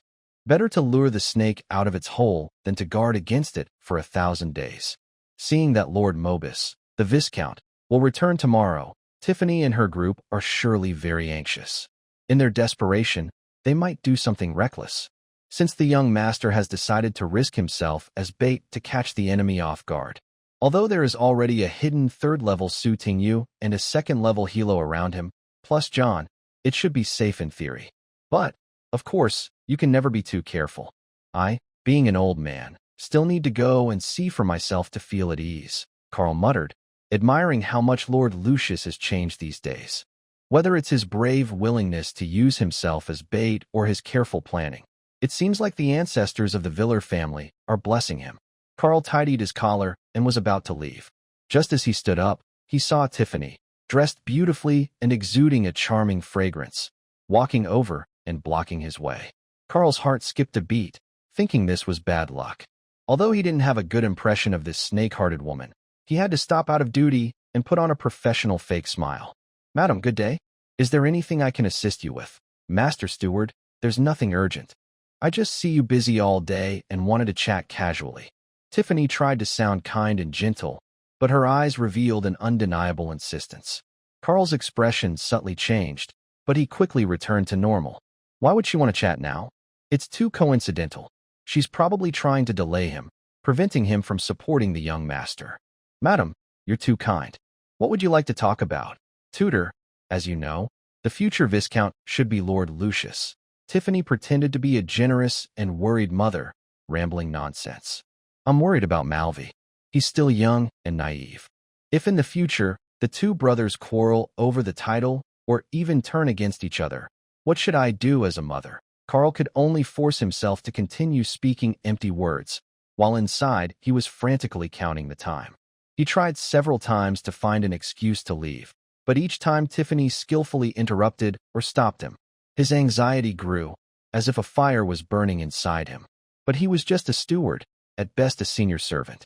When the lady of the house kindly chats and vents to you, you must never show anger or walk away, or you risk overstepping your place. This woman is very calculating. But Tiffany was about to continue her long speech, even planning to bring up Marvy's childhood bedwetting incident. Finally, a breathless servant ran over, breaking the suffocating silence. "Master Steward, Captain Hans urgently needs to see you. He wants to discuss some military supplies and procurement accounts. Please come immediately." The captain he mentioned was Hans, the leader of the Black River military. This was also a backup plan that Lucius had reminded Carl about before leaving. If Carl was detained, someone should pretend to pass on Hans's message. "Madam, look at this." Hearing this, Carl felt a huge relief, like a blessing from heaven. He quickly adopted a serious expression, pretending to be focused on official matters, and said, "I believe the young master and second young master will get along well, just like Sir Titus and the Lord back in the day." Sir Titus was the younger brother of Viscount Mobys. After Mobys inherited the title, Titus didn't compete for it, but became a knight and helped manage the family's second estate, Fongjin. Although not a full fief, it was like a semi-independent territory. The two brothers managed their own areas and got along quite well. "Sorry, madam, I must take my leave. You know Captain Hans has a bad temper, and I need to handle this quickly. Otherwise, if the Lord returns tomorrow and it's not sorted, I might be blamed." Tiffany's face darkened, secretly cursing that damn Hans for causing trouble. But then she thought, Captain Hans usually stayed at the military camp in the south, while the castle was in the north, and Lucius went to the market in the east. As long as Carl went to the southern part of the city, even if he had wings, he wouldn't be able to fly to the east to save people for a while. Thinking of this, Tiffany's heavy heart finally eased. She clenched her teeth and forced a stiff smile onto her face again. "Since it's official business, of course, we can't delay. I hope the butler can teach Malvi to be more sensible, so we won't waste the butler's time. It's my duty. Goodbye." Carl gave a proper bow and turned to leave, walking quickly as if a dog was chasing him. As soon as he left the castle gates, he pretended to fly toward the south for a while. After making sure he was out of sight from the woman in the castle, Carl suddenly turned sharply, took a small path, and sped toward the East Market. That servant's quick rescue, though a backup after the young master's warning, was actually useful. But because Tiffany kept causing trouble along the way, it still cost him a lot of precious time. I hope it's still not too late. Young master, please don't be overconfident. Carl's heart tightened. He wished he had 2 more legs, and his wrinkled face showed his anxiousness. Meanwhile, Black River Territory, Main Street, afternoon. As soon as Lucas stepped out of the heavy castle gates, he greedily took a deep breath of fresh air, squinting happily in the rare sunshine. It was early spring now, with gentle, non-blinding sunlight warming his skin. For him, this wasn't just about missing the sun for a few days. It felt like a whole century had passed. In his previous life, he was a typical research worker. He woke up at 8 a.m. every day, and by 9, he was glued to his desk, working on experiments, analyzing data, and revising papers. He often worked until 1 a.m., avoiding the busy daytime hours. Even on his only day off, Sunday, he still wrote an 800,000-word fantasy novel. Though it didn't earn much money, he never complained. For someone who had written so many dry, serious papers, writing a fun fantasy story with many female leads was a rare mental break. Unfortunately, that book was destroyed by a big hand. Lucas was very sad about it for a long time. Bathed in sunlight, he suddenly and inexplicably thought of his good friend Lin Kai from his past life. Since he had traveled to this world, did that boy also travel here? He hoped that the mischievous kid could be happy too. Based on that guy's personality, if he really traveled, he might have already started 14 harems. Wait, why did the number 14 pop into my mind first? How strange. Lucius shook his head, a strange smile appearing on his face. Behind him, Su Tingyu was staring blankly at the man's back. She keenly sensed that her young master's mood seemed to change a lot. In that moment, he seemed to carry a weariness and sense of age that didn't match his years, as if he had experienced 2 lives. She suddenly felt a strange curiosity about this man. Favorability, 6062/100. Just as her thoughts arose, Su Tingyu quickly shook her head, as if trying to shake off a frightening idea. Su Tingyu, how could you think such things? Carrying a deep hatred and life in someone else's hands. Now is not the time for such romantic thoughts. Compared to Su Tingyu's complex inner thoughts, Shilu's behavior was much more straightforward and proactive. She acted like a clingy kitten, taking the initiative to hold Lu Xiu's arm, almost pressing herself against him. The 2 restless big white rabbits occasionally rubbed against Lu Xiu's arm, making his noble and mischievous aura even more obvious. Master, where shall we go next? Shilu looked up, her voice sweet enough to pull silk. Let's take a walk around and check out the market first, Lu Xiu said, pulling his hand back and gently rubbing her head. Okay, master, Shilu replied sweetly, following closely behind. During their walk, Lu Xiu was not idle.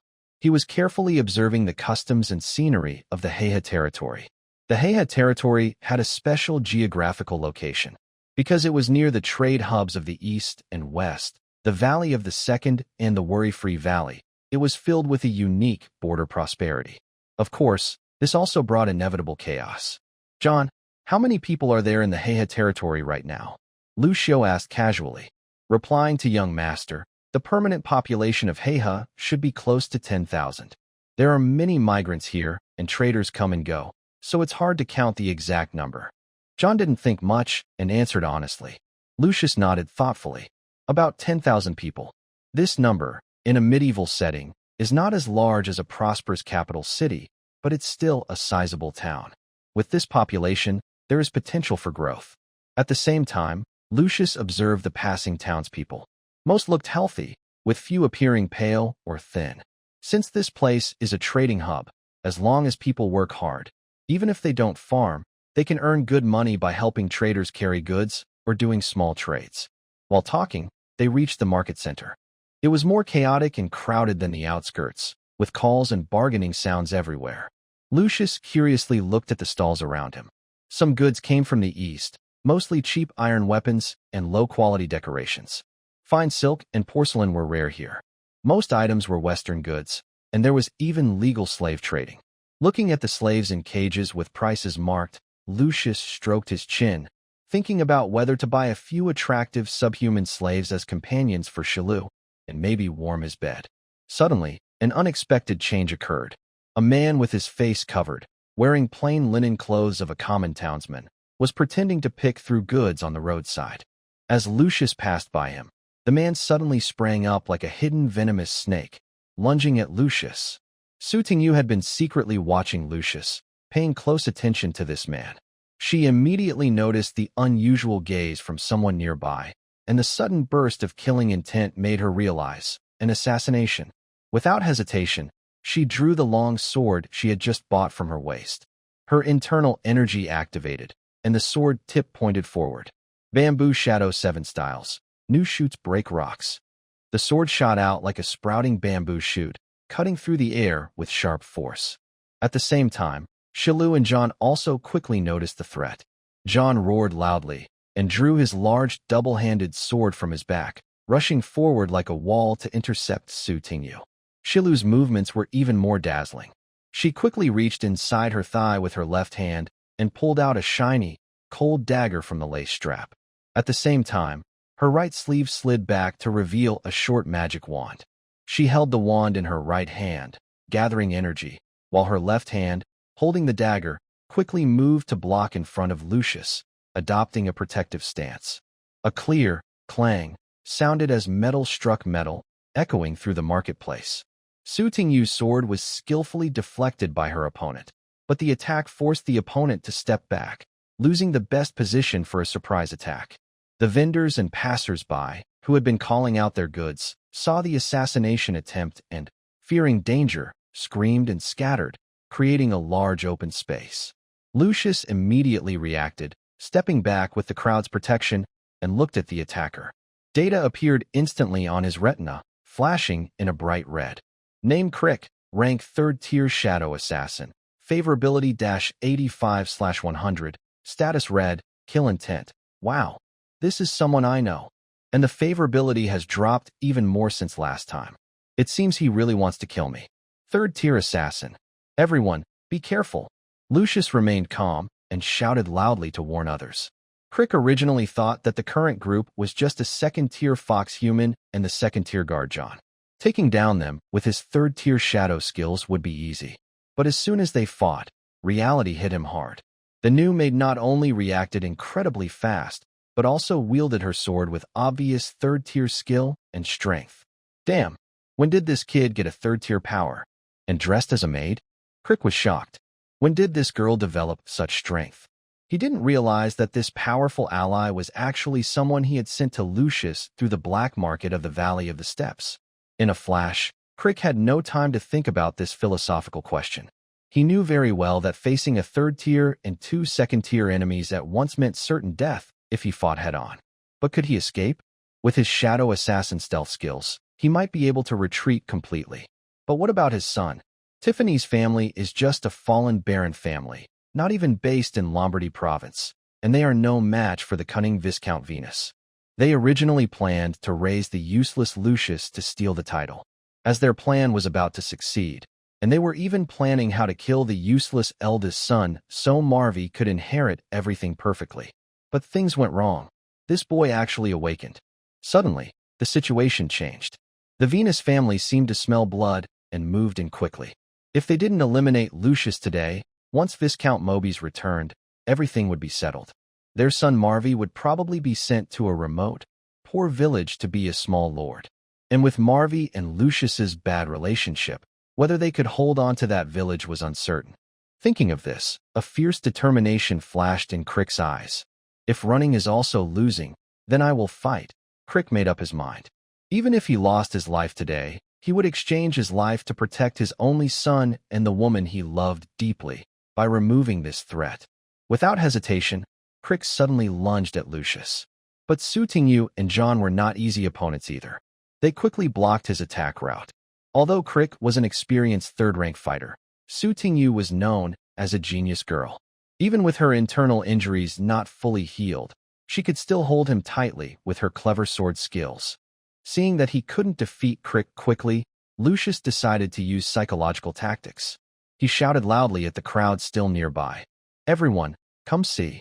Tiffany, the stepmother of the Viller family, is trying to kill her eldest son. To help her son Marvy take the throne, she even sent her lover Crick to assassinate her stepson. Mom, your son is suffering so much. Dad doesn't care, and now the stepmother wants to kill him. Crick staggered, almost falling flat on the ground. He was stunned. He was wearing a mask. Show some respect. How could he be recognized so easily? And how did this kid know about his relationship with Tiffany? This was supposed to be a secret. In fact, this sentence is just Lucas's exaggerated story after watching too many soap operas, meant to be shocking and dramatic. The nearby villagers and merchants hadn't run far away. After all, humans love to gossip. When they heard this shocking news, the gossip gods took over.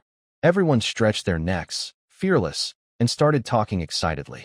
Wow, my goddess of light, this is so explosive. Really? The stepmother is so cruel. Is that assassin the stepmother's lover? Then what about Viscount Mobies? Hearing these rumors, Crick became even more anxious. If the discussion continued like this, even if he was killed today, he and Tiffany would be connected. And if this story got out and caused a big fuss, the powerful forces behind him would definitely tear him apart to save themselves. After all, scandals in noble families are usually kept secret, but if exposed openly, old-fashioned aristocrats would unite against him, and things would get serious. Shut up. Die. Crick had no way out and went completely crazy. He suddenly bit into a small red pouch in his mouth, and a fierce energy burst out from his body. His eyes turned bright red, his muscles bulged, and he charged straight at John. Su Tingyu quickly stepped forward to stop him. But at this moment, Crick's strength was astonishing, even beyond that of a typical third-level warrior. Su Tingyu, still recovering from her injuries and unprepared, was knocked back several steps by his reckless attack, her energy surging. John used his shield, skill, and raised his greatsword to block. Bang! A loud crash sounded as John's shield shattered instantly. He was thrown backward like a broken kite. Although he wasn't fatally wounded thanks to the sword block, he couldn't get up easily for a while. Then Su Tingyu, enduring her discomfort, pushed forward again. 7 styles of bamboo shadows, dewdrops on green shoots. She flicked her wrist, the sword tip like morning dew dripping from bamboo shoots, stabbing toward Crick with a gentle but deadly force. Crick's face flushed red. He didn't dodge or block. Third level, shadow attack. He bent down to gather strength and shot out like an arrow, trailing faint afterimages behind him, the dagger's tip glowing with deadly black light. When they collided, a harsh screeching sound rang out. Although Crick's strength increased, Su Tingyu was still a talented young girl. She managed to block most of his powerful attack with clever sword moves, but was still shaken by the shadow energy that caused her arm to go numb. At this moment, John struggled to get up and clumsily rushed to help. However, Crick showed a strange smile. His previous furious attack was meant to make the unexpected third-level expert in front of him think he wanted to fight her. In fact, his true goal was only one. Third-level divine gift, Shadow Assault. Every extraordinary person gains a powerful divine skill when they reach the third level. This marks a big change for those who are extraordinary or awakened. This guy is really crazy. Su Tingyu was shocked and desperately turned around to chase after him. But Crick's divine skill was too fast, and she couldn't catch up for a moment. Hellu saw the enemy approaching and remained calm. Second level, Wind Wall. A semi-transparent wind wall instantly rose, trying to block the enemy's path. She then pointed her right hand. Second level, Ice Spear. A sharp ice spear whistled toward the enemy. Lucas didn't just sit and wait. He waved his staff, launching 3 first-level wind blades in quick succession. But Crick, in his furious state, ignored everything. He only slightly aimed his body to avoid the ice spear and wind blades, even as he sustained several deep wounds that showed bones, blood splattering, but he kept moving. When he hit the wind wall, he simply charged through with his enhanced body. Bang! The wind wall shattered. In the blink of an eye, death was near. Hellu clenched her teeth. Though she was not good at close combat, she still stepped forward without hesitation, trying to block the enemy with her dagger. But Crick's eyes were only on Lucas. He didn't care about Hellu's interference at all. He used his last bit of strength, pouring all his killing intent and shadow energy into his dagger. Third level, heart-stabbing strike. The dagger flew out like a black lightning bolt, aiming straight for Lucas's heart. Hiro wanted to block, but the speed was too fast. She could only wave her right hand again to release a quick version of second stage, wind wall, to try to stop it. The wind wall was instantly pierced through. The dagger's momentum was slightly reduced, but still deadly. Lucius could only try his luck, attempting to stab out with his second stage long sword, reciting a new move, 7 styles of bamboo shadow. Fourth style, humble and open. He drew a circle in front of him with his sword, trying to weaken the dagger's force. But since it was a full attack from a third stage expert, even at the end of his strength, it was not easy for this beginner to block. His sword was knocked away, and his palm cracked. He saw the black dagger about to stab into his chest. At a critical moment, a fast-moving shadow rushed forward, arriving before Lucius with terrifying speed. It was Sutingyu. Seeing the enemy reckless and Lucius in danger, her mind went blank. Only one thought remained. I can't let him die? Despite her meridians not fully recovered, she used that move. Bamboo Shadow Second Realm. Bamboo rhyme 4 intentions, straight intent. The sword moved without return, unstoppable, like new bamboo soaring into the sky, unbending even in storms. At this moment, her speed broke through her limits, even surpassing that of Crick, the assassin. Poof! That was the sound of a blade piercing flesh. Sutingyu blocked the dagger at the last moment, but the dagger still stabbed into her shoulder, blood instantly staining her maid outfit red. Meanwhile, Crick's attack was completely defused.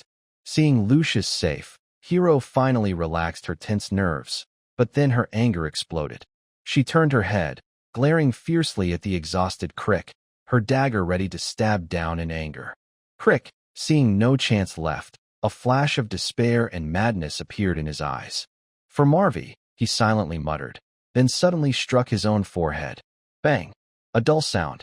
Crick's head was shattered by his own blow, blood and brain matter splattering. The scene extremely disgusting. At the same time, his once covered golden hair was scattered by the force of the blow, shining brightly in the sunlight. John finally caught up, panting heavily, and looked at the dead body and injured Sutingyu with a face full of shame. Seeing the enemy dead, Sutingyu's tense expression relaxed. Her body swayed, and her face turned pale as paper.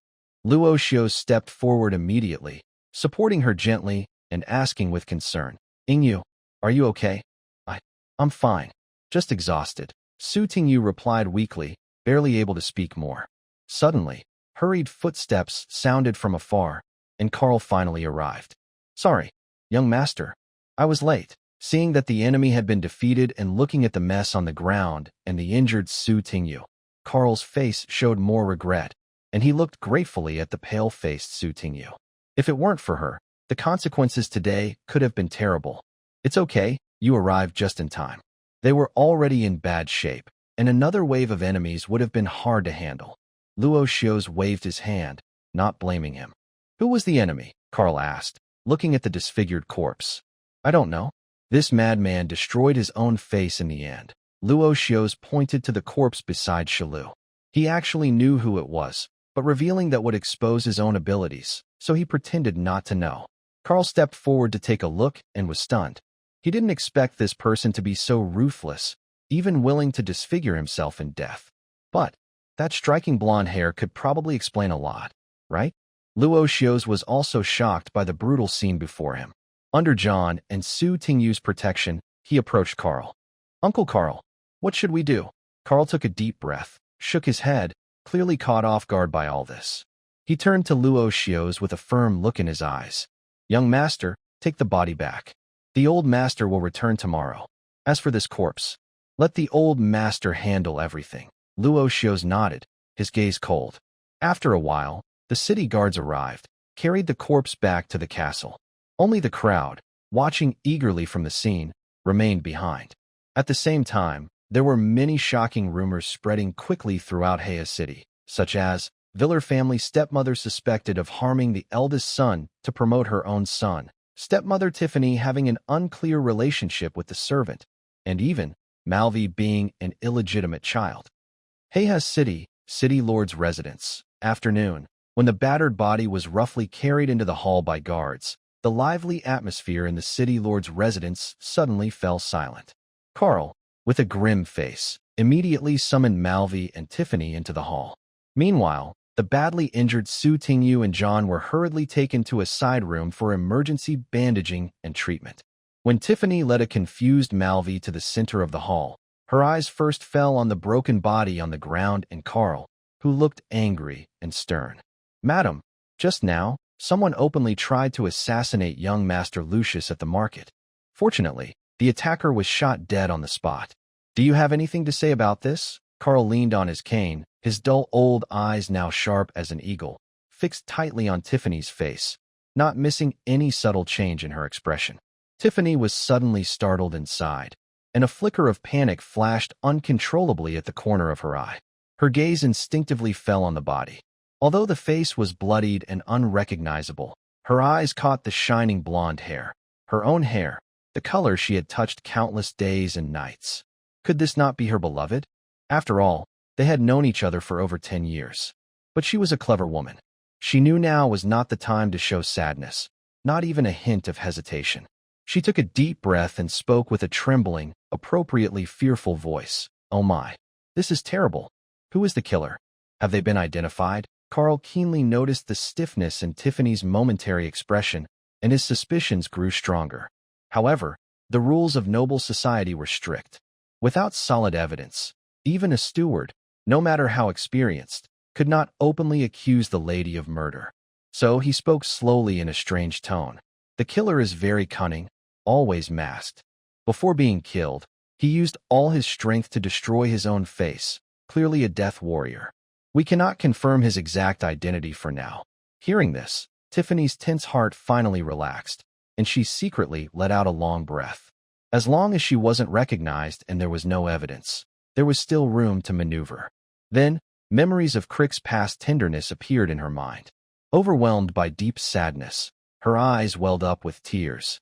She quickly adjusted her emotions, pretending to be angry and shouting, "Search! We must find out. How dare he take my son away in Black River? We need to find the mastermind behind this and avenge my poor son." Lucius stood nearby, watching the woman's performance with a cold gaze. Honestly, her acting skills, the smoothness of her expressions, and the natural flow of her emotions were so good that not giving her an Oscar for Best Actress would be a huge loss for the entertainment industry. Carl, seeing that he couldn't get any useful information, changed the subject and asked, "By the way, I heard from the servants that Lady Tiffany sent Crick to the Central Province this morning to buy books for young Master Lucius. Do you know when he set out and when he might return?" Tiffany's heart skipped a beat, but she forced herself to stay calm and pretended to be unconcerned. "Yes, after all, Lucius's awakening is a big event. Crick probably left in the morning.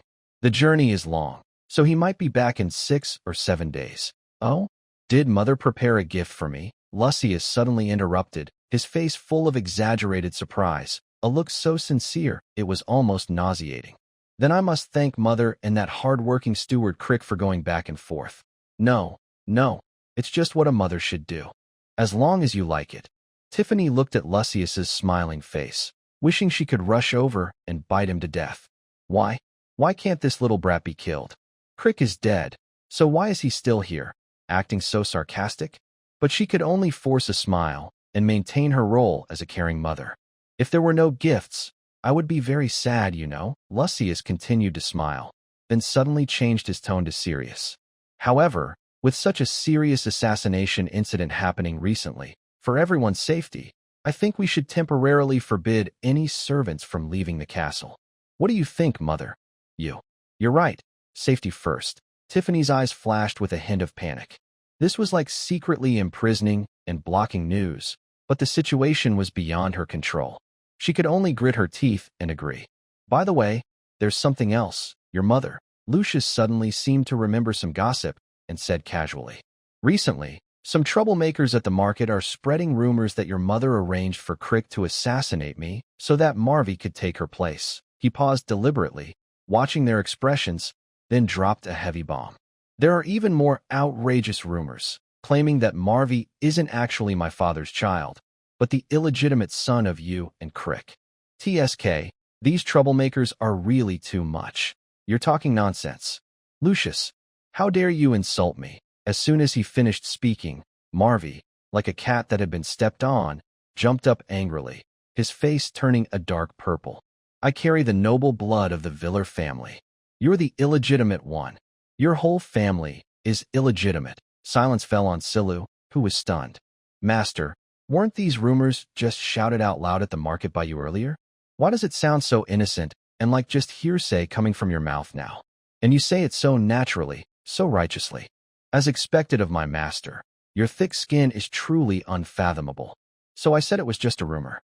Silly little me. Lucius spread his hands with a look of, I'm doing this for your good. But on the other hand, these rumors are quite detailed, especially at this critical moment. Crick just went on a trip, and I was attacked. It's hard not to connect the dots. Lucius sighed and suddenly quoted a line. There is an old saying, Fama crescit yundo. Rumors grow as they spread, from the Roman poet Virgil's epic Aeneid. This ancient noble proverb, spoken by Lucius with his distinctive black hair, openly showed the pure bloodline of the Viller family. Instantly, his status was elevated, making Marvy, with his blonde hair and typical Germanic looks, seem even more uneducated and furious, like a fool. Lucius, can you trust your mother? She is truly pleased. Tiffany, being experienced, quickly regained her composure. She took out a handkerchief and pretended to be sad as she wiped away tears from her eyes. But as the future heir of the family, you should understand that wise people stop rumors. Don't let gossip outside disturb your mind. Mother is right, Lucius said quietly. He secretly felt disappointed.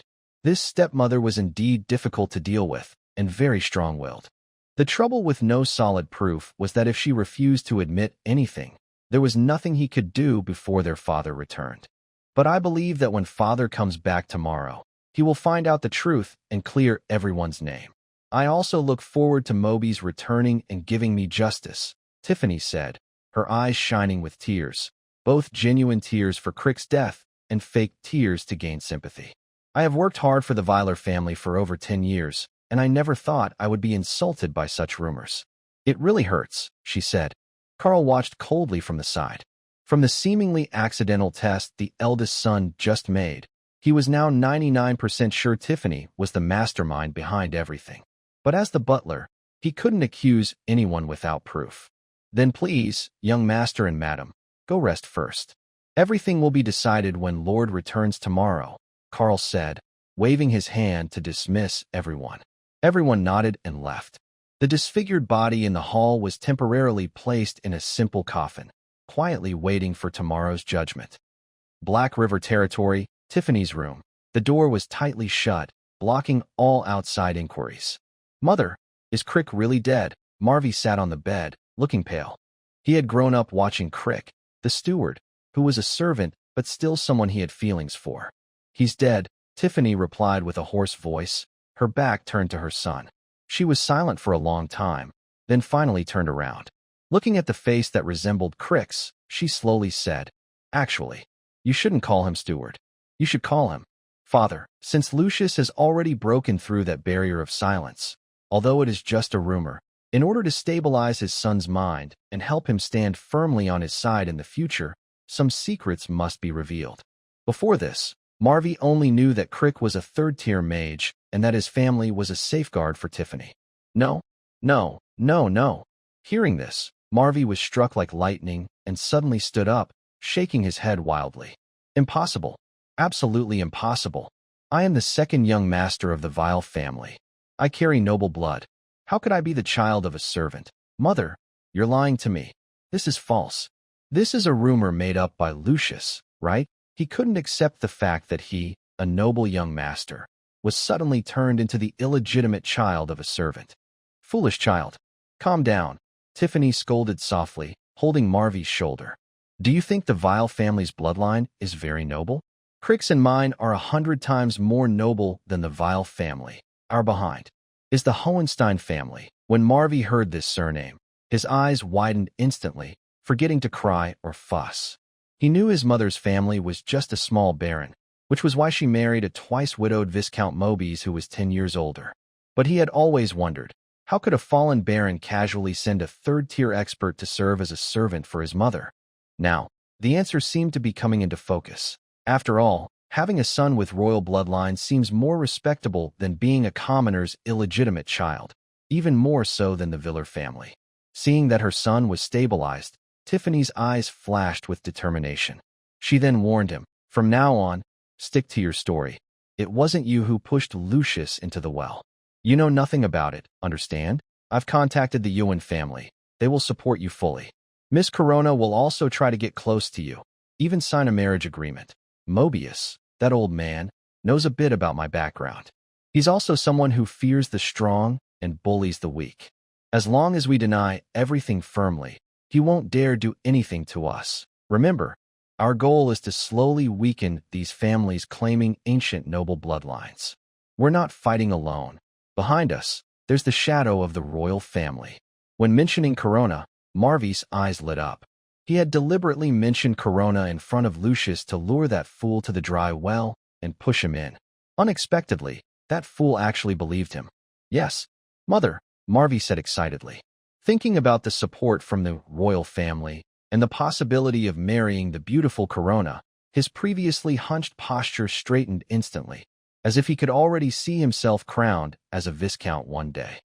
After Marvy left, only Tiffany remained in the room. Her tough exterior finally crumbled, and she collapsed to the ground. Creak, she covered her mouth and burst into tears. She was crying for her deceased lover and for her current helpless situation. The only support she had was gone, the man who would stand in front of her no matter what was no longer there. Yet she still had to wipe away her tears in this castle surrounded by wolves. To protect her and Creek's bloodline, continue to pretend and weave lies with those people. After crying for a long time, Tiffany looked up, her swollen eyes flashing with resolve. She decided to seek help from the Ewan family of Black Soil territory. Although her poor performance might lead to severe punishment or even abandonment, the current situation didn't seem to be getting worse, right? As long as I can survive and help Marvy rise to power, I am willing to pay any price. After dealing with the chaos in the hall, Lucius went straight to the side room. Sutingu and John had already finished some simple treatment. Seeing Lucius come in, Lucius first bowed to John. "Uncle John, thank you for your hard work today. Sorry for the trouble." Sitting nearby, Sutingu bit her lip lightly, her expression a bit dull. "This man doesn't thank me right away? No, wait, I am a servant bound by a soul oath. Protecting him is my duty. What am I thinking? Does the master need to comfort me now?" Favorability 6260/100. John was surprised and quickly waved his hands, struggling to stand and bow. "Young master, please don't say that. I feel guilty for not helping much today and being pushed back. Today's success was thanks to you." This lady's servant. John glanced at Sutingu, who had a cold and calm demeanor and clearly strong abilities. Unsure how to address her, so he spoke vaguely. "That was hard work too. Uncle John, rest well. Don't stand guard these days. I'll bring a gift to visit you another day." Lucius spoke politely, lowering his stance. "You're too kind, young master. Take care on your way." John was moved, his eyes slightly red, and quickly bowed to see him off. Favorability 4257/100. After the socializing, Lucius turned around, looking at Sutingu with a slightly strange expression, secretly amused. "This is more like it. Contrast, resistance, hesitation." Then he spoke to Sutingu, who had been silent all along. "Tingu, thank you for your effort. Let's go back." Sutingu nodded calmly, showing no emotion, only a cold and firm voice. "Yes, young master." She then followed Lucius, silently returning to that familiar room. Black River Territory, Lucius's room. Afternoon. As soon as they entered and the door closed, blocking the outside view, Lucius's calm face instantly turned to worry. He grabbed Sutingu's uninjured hand and asked urgently, "Tingu, are you okay? Does your wound still hurt?" Sutingu was caught off guard by his sudden enthusiasm and instinctively tried to pull back her hand. She coldly waved him off and said, "Young master, I'm fine. I won't die. Thank you for your hard work today." "Really?" Lucius said, looking at her injured shoulder with concern. "It's my duty," Sutingu replied calmly, her tone still sharp. Lucius was not angry. He turned to Hilo behind him and ordered, Hilo, quickly help me get Tingyu onto my bed to rest. That sofa is too hard and not suitable for someone injured. Hilo immediately stepped forward, carefully supporting Su Tingyu. Big sister Tingyu, come on. You worked so hard today. It's all my fault. I couldn't protect the master, and you had to work so hard. Su Tingyu waved her hands repeatedly, trying to refuse. No need, really. I just want to rest on the sofa. I'm a servant. How can I sleep in the master's bed? However, her sudden movement pulled at her shoulder wound, causing her face to turn pale. A thin layer of cold sweat appeared on her forehead, and her body swayed. Although the castle's priest treated her external injuries, they had mostly healed. But the priest was only a second-tier healer. For injuries of a third-tier expert, especially internal injuries involving the divine meridian system, treatment was only superficial and could not address the root cause. Listen to me.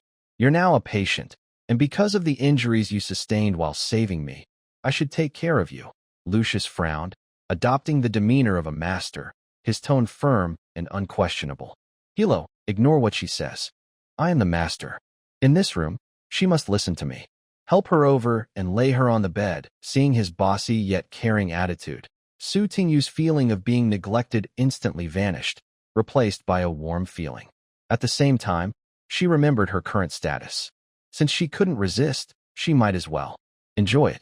Favorability 6065/100. Thank you. Thank you, young master.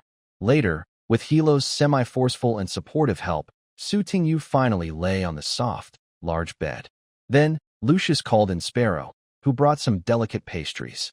He picked up chopsticks, pinched a piece of osmanthus cake, and without caring whether Su Tingyu agreed or not, directly offered it to her mouth. Open your mouth. Lucius said softly, like comforting a child. Just bear with it for now. Later, I'll have the kitchen prepare some delicious Chinese dishes to help you recover.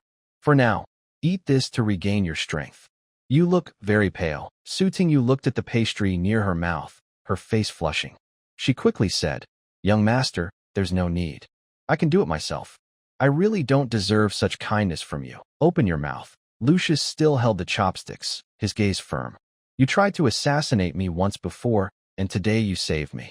We're even now. From now on, you don't need to be so cautious around me. We are now partners, and more than that, family. You're injured now, and it's only right that I take care of you. While Su Tingyu was momentarily stunned, he quickly shoved the pastry into her mouth. Seeing her cheeks puffed out as she chewed, Lucius nodded with satisfaction and continued. Moreover, I hope to help you with your enemies. Whatever I can do, I will do without hesitation. Su Tingyu swallowed the pastry, feeling warm inside, but her rational mind made her refuse. Thank you, young master. But this is my personal matter. I am haunted by a deep blood feud, destined to walk a dangerous path. You will surely have a bright future, and there's no need to get involved in these martial world conflicts. Did you forget? Lucius said seriously, his eyes burning with intensity. You know that the soul oath here is usually a contract only signed between spouses. Although you signed it under special circumstances, in a sense, you are mine now. Since you are mine, I should bear your enemies for you. Su Tingyu's heart suddenly trembled. She was already injured and at her most vulnerable mentally. Plus, the 2 months of fleeing had kept her nerves on edge, causing immense pressure. Every night, she woke from nightmares of her sect being destroyed. But now, in this foreign room, being cared for by Lucius, who even set aside his noble heirs to feed her, Palu was also nearby, serving tea and asking about her well-being. Their genuine concern made her feel as if she had returned to Qingzhu's sect. Lucius is caring and protective like a master, while Hilushalai is obedient and lively like a younger sister. That warm feeling of home begins to melt her long-frozen heart. But, because it is so warm, she becomes more afraid. She fears she might become too comfortable, forget her deep hatred, or that her sword will grow dull. She struggles to hold on to her last bit of reason and says with a trembling voice, Thank you. But soul oath only binds me to serve you. You really don't need to involve yourself in this. And, please, don't be so kind to me. Her eyes turn red, and her voice carries a hint of pleading. I'm afraid if you treat me like this, my resolve for revenge will weaken. I might Become weak. Favorability 6570/100. Lucius sighs and gently wipes away a tear from her eye. Fool. Revenge is natural, and I don't want you to forget that. I just think that revenge and having your own life are not in conflict. You don't need to see yourself as just a puppet for revenge, always tense. If you do, you'll break down before you even get your revenge. Then, he shows a mischievous smile and changes the subject. Since you say this oath is a constraint, fine. As your master, I order you. Tell me who your enemies are. We'll think of a way together. Otherwise, I might tie you up and hang you on the wall, with your backside facing inward. You. Suiting you finally can't hold back anymore. The sad atmosphere is instantly broken. She says with genuine anger, "You're so bossy. I told you I don't want to involve you. This is my matter. I just saved you. And you still want to hang me on the wall and do that kind of dirty thing. You scoundrel. Lewd. Shameless. Favorability 7075/100. Keep scolding. Keep hitting. It's a sign of love." Lucius looks like a fearless pig in boiling water, even leaning his face closer. "So what if I'm bossy? If you don't listen, I'll have Halushalai hold you down and take care of you while you're weak. Just watch how I make you obedient. No more arguing. All right, it's settled. We'll find a way to deal with your enemy together. I know your opponent is very strong. Otherwise, with your strength, you would have taken care of him long ago. But even if we can't completely solve it now, I can offer a reward, hire assassins, or even, I could set fire to his outhouse. Write him into a comic. Make him disgusted to death. Snicker." Suiting you was amused by this strange revenge idea, but then she felt she shouldn't laugh and quickly put on a serious face. Halu also stepped forward, eager to cause trouble, and said, "I listen to my master, Sister Tingyu. My younger sister Shili also agrees with this." Seeing these two lively characters, Su Tingyu's gloom eased a lot. She finally showed the pride of the second senior sister of the Qingzhou sect, snorted coldly, and said dismissively, "Overestimating yourself. Just because you're a newly awakened beginner, if you want to help, fine. Just don't be scared to tears when I tell you about my enemies. And don't expect me to wipe your tears. That would be embarrassing." Favorability 7577/100. Lucius saw her finally agree and took the opportunity to ask, "If I help you get revenge, how will you thank me? Will you dedicate yourself to me?" Su Tingyu didn't take it seriously. After all, her enemy was too powerful. She just didn't want to offend him. She raised an eyebrow and snorted coldly, "Fine. If you really can help me get revenge, I have no regrets in this life. I am willing to serve you as a maid forever, taking care of you without hesitation." Lucius chuckled and rubbed his hands. "Deal then. From now on, you'll be my lifelong concubine, responsible for warming the bed for the young master." At this moment, Shili's loud, nosy voice suddenly echoed in her mind. I know what the master prefers. The master is shy to say it, so I'll tell him for him. Actually, the master wants Sister Tingyu to call him good disciple, and then play some forbidden teacher-student games." Oh, Su Tingyu could also hear the voice in her head, and instantly her face turned red with embarrassment, as if blood was about to drip. She thought she could handle such jokes, but Shili, this little witch, always pushed her limits. Do whatever you want. My aunt is waiting for that day," she said through gritted teeth, refusing to give in. "That's the spirit." Lucius nodded happily and helped tuck her blanket. "We are family.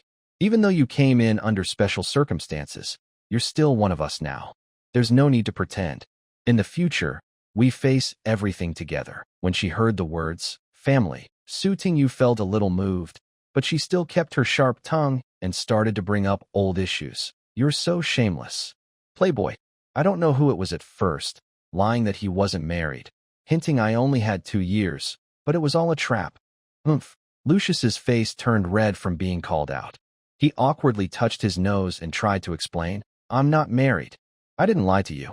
You just misunderstood what you read." To stop her from dwelling on this scam, Lucius quickly changed the subject and asked seriously, "All right, enough of that.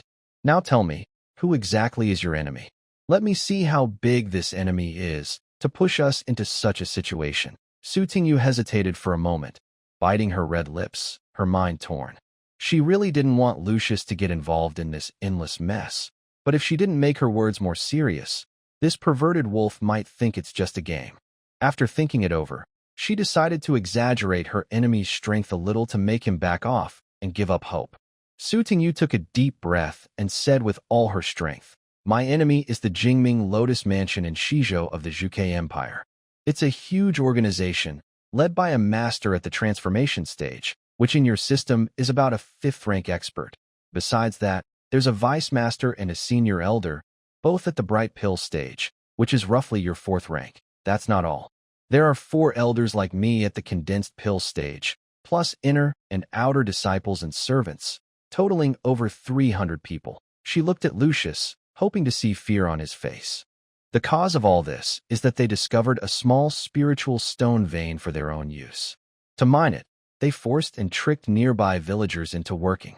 But the treatment was terrible, treating people like animals, and many villagers died. My master, the head of the Qingzhou sect, only went to advise them that mining was acceptable, but food and treatment should be improved, and lives should not be casually taken. As a result, this became a path to death. Su Tingyu's eyes turned hollow and hopeless. The Jingming Lotus Mansion held a grudge and falsely accused us of being involved with evil cultivators, even producing supposed irrefutable evidence. The most outrageous thing was that, in the secret chamber at the very heart of our sect's location, they actually found remnants of evil cult artifacts. We couldn't defend ourselves, and that night, the Qingzhou sect was wiped out. Honestly, facing such a huge force, I have no hope of revenge. I just want to find those who falsely accused Qingzhou sect and kill them. Besides that, if I can take a few bites of the flesh from Jingming Lotus Mansion, it would be a way to comfort my late master and brothers. So, young master, I really don't want you to fall into such a hopeless situation. Thank you for comforting me earlier. I didn't take your words seriously. Thank you. Even though you are a flirt, you are truly a good person." Su Tingyu spoke with a strange emotion, as if saying a final farewell. Luo Xios raised his eyebrows slightly after hearing this. A 5th-rank cultivator. That's even more powerful than my cheap old dad. Moreover, even if my old dad were willing to help, he wouldn't risk offending a 5th-rank force ruling over Shenzhou just for a woman. This is truly a hellish challenge. But Luo Xios quickly regained his composure and even licked his lips. If it were an ordinary local, they'd probably have peed their pants by now. But who is Luo Xios? He's a transmigrator educated by that great leader. That great person started with the sky collapsing and fought his way out of despair by crossing the red water 4 times. What are these difficulties to him? If direct confrontation doesn't work, then he'll bother this remaining feudal force and show them what military strategy is. Why fight head-on? Haven't they read The Theory of Protracted War or heard of the 16-character truth? Luo Xios quickly snapped back to his senses, a confident smile appearing on his face. He gently patted Su Tingyu's hand. "It's no big deal. If we can't fight, can't we just run? Take your time, as the saying goes. When the enemy advances, we retreat. When they stay, we disturb. When they tire, we strike. When they retreat, we pursue." Lucius spoke confidently, with a bright look in his eyes. "I don't mean to say I will help you wipe out the other side right now. That's not realistic. Let's set a small goal first, like finding the person who framed and betrayed us. As for that Lotus Palace, once we are stronger, we can even go and deal with a few outer disciples. After we finish, we can run back. They can't possibly chase us across countries just for one disciple, right? When the situation quiets down, we can set a fire to burn their medicinal fields or put some laxatives into their water wells. That way, we can make them sick and teach them a lesson." Su Tingyu listened quietly, her eyes a bit blank. She kept repeating those 16 words in her mind. When the enemy advances, we retreat. When they stay, we disturb. The more she thought about it, the more clever it seemed. Her original plan was just to find the culprit and face death together, leaving everything else to fate. She never expected there was such a strategy. But it actually seemed very effective. She was about to say something again when Lucius suddenly changed the subject and asked, "But I'm curious, do you really have proof that your core area was framed? Can outsiders freely enter the secret chamber? Do you have an insider betrayer?" Su Tingyu frowned and instinctively blurted out, "No way. My junior brothers and sisters are not like that. We grew up together, like family." Halfway through, she suddenly stopped, her voice lowering. Sorry. I got a bit emotional. Lucius waved his hand, indicating he didn't mind.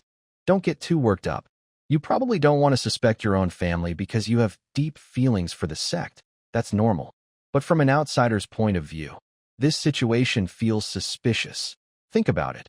If it wasn't someone from the core, how could they put things into the most secret chamber without being noticed? Maybe it was a servant? Or, are you sure only you escaped? Are there others still alive or captured? Su Tingyu's face gradually turned pale. She shook her head, her voice trembling. Servants can't enter the core area. Only true disciples have permission. Most of the junior brothers and sisters have died in battle. Only 11th junior brother and 12th junior sister were taken as hostages because they were young. I think now also. As she spoke, her expression froze, and a figure suddenly flashed through her mind. It was the recently admitted 11th junior brother. He was an orphan who was brought back by the senior sister along with 12th junior sister. At that time, it wasn't long after the master tried to persuade the Jingming Lotus Mansion. Because he had just started training, everyone didn't feel very close to him. They only knew he was very talented. Although he was only 14, his cultivation advanced very quickly, even surpassing the 8th junior brother who had started earlier. At that time, she was busy practicing and didn't pay much attention to this quiet boy. The senior sister liked him very much and often took care of him. The 11th junior brother also tried to please her, giving her small gifts. But at that time, she felt that his gaze always carried a strange, hard-to-describe gloom and avoidance. Could it be? Has someone been chosen? Lucius keenly noticed the change in her expression and spoke softly. Right now, it's just a guess. Don't rush to conclusions. We will work together, unravel the clues, and eventually find all the people involved in this. Su Tingyu came back to her senses. The more she thought about it, the more suspicious the 11th junior brother seemed. If it really was him, then the senior sister's death must have been terribly unjust. She felt a cold shiver run through her body and instinctively curled up under the blanket, shaking her head and saying, "Thank you, you scoundrel." Right now, her mind was in chaos, like a tangled mess. Originally, she thought she must never develop feelings for Lucius. That would be best for both of them. She was an unlucky person, not meant to fall into despair. And Lucius, as a noble young master, didn't need to get involved in her revenge. But now, the situation forced her. For revenge and survival, she had to rely on the resources Lucius provided. Those expensive magic stones and holy light potions. Each resource was worth far more than her worth as a bodyguard. Her original plan was to humbly satisfy all of Lucius's wishes, even the shameful ones, to ease her inner guilt and unease. Over the past few days, although Lucas often spoke boldly and used harsh words, he always maintained a subtle boundary in his actions. He treated her as a person, not as a plaything. Even Su Tingyu suspected that this might be Lucas's way of pretending to be a gentleman to lure her in. But for someone in such a high position, willing to put effort into acting kindly was already a rare form of kindness. This kindness moved her and made her more conflicted. She really didn't want to develop romantic feelings for Lucas. She believed she was destined for destruction and didn't want to drag anyone down with her. But, since Lucas had said so much, there was no need for her to hide or pretend anymore. She decided to go with the flow, as if it were her last wild moment before death. In her mind, she had nothing left. Her home was gone, her sect was gone, and her dignity was gone. The only thing she could still hold on to was her relatively pure and clean body. Although Lucas claimed to be cooperating, his physical reactions were honest, showing that deep down, he was still interested in her. If that was the case, then so be it. Let it be a transaction, a deal mixed with some genuine feelings. His 16-character military strategy did sound exciting, making her feel she could hurt her enemies more effectively. But Su Tingyu still stubbornly believed this was her own matter. She didn't want, nor could she, completely drag him into her troubles. He was only 18, just awakening to the first level. His talent was not outstanding. Even with resources piled on, how far could he go? Maybe to the second level at most? Following her, a third-level cultivator, to challenge that enormous beast? Even if that plan sounded good, it was like dancing on the edge of a blade. One wrong move, and it would be disastrous. She had a fragile life. If she died, so be it. But he had a bright future, and there was no need for him to risk his life for her. Su Tingyu silently made her decision. When the time was right, and she was ready to seek revenge, she would secretly pass this information to the butler Carl. Helou might impulsively follow Lucas, but Carl wouldn't. I believe that the old butler, who values the young master more than life itself, will surely try to stop him at all costs, locking him inside the castle to prevent him from risking his life. Even if Lucifer later resents being deceived and betrayed, it's better than having a lively, kind person turn into a cold corpse. With that cheerful girl, Hilo, by his side, he might forget about being just a passing guest soon enough. Before that happens, I need to find ways to clear obstacles and strengthen his influence as much as possible. As for feelings, I'll leave it to chance. I was already tricked onto a dangerous path, and I could have taken some things long ago, but I held back out of courtesy. My body isn't worth much, but it's not worth the kind of reckless investment Lucifer makes either. When the time comes, I'll try to repay him as best I can, whether by helping him grow stronger or by satisfying his needs. Honestly, I don't care anymore. As for the secret letter left for Butler Carl, I'll write it only when I truly have no choice but to leave. Shame is not like clothing that can be thrown away easily. That's easy to say, but I can't just send you, the injured one, back to sleep on the sofa. I feel bad about that. And as your host, I believe you also feel uncomfortable, right? Lucius spread his hands innocently, with perfect logic. As for the second part, I'm not so sure. Su Tingyu snorted coldly, unkindly breaking the mood. But Lucius seemed not to hear, his thick skin already perfected, and he continued smiling. Since that's the case, to be fair, why don't all three of us sleep in the bed? It's big enough. Even if two more join, there's still room. Su Tingyu's eyes widened like bells. This flirt was really daring. He dared to suggest sharing the bed. No way. Absolutely not. I'd rather go back to the sofa than squeeze into the same bed with you. Angrily, Su Tingyu was about to stand up and leave. Hey, Tingyu sister, don't go. At that moment, Shilu, who had been watching from the side, suddenly stepped forward. She grabbed Su Tingyu's arm, her big, watery fox eyes blinking with pleading, unleashing her natural charm. Sister, you don't know, the sofa out there is too short. Your legs are so long, you definitely can't stretch out comfortably. Sleeping on it would be so uncomfortable, and you're injured, sister.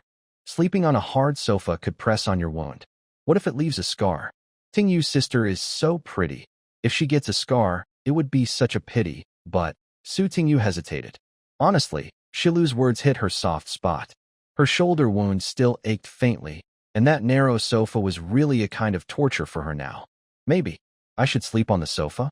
Let sister and the host sleep in the bed? Shilu looked innocent and suggested, pretending to be a little hurt, as if she was about to hug her pillow and get up. Seeing Shilu's pitiful expression, Su Tingyu's heart softened instantly. How could she let such a well-behaved little sister sleep on the sofa while she took the bed? That didn't feel right.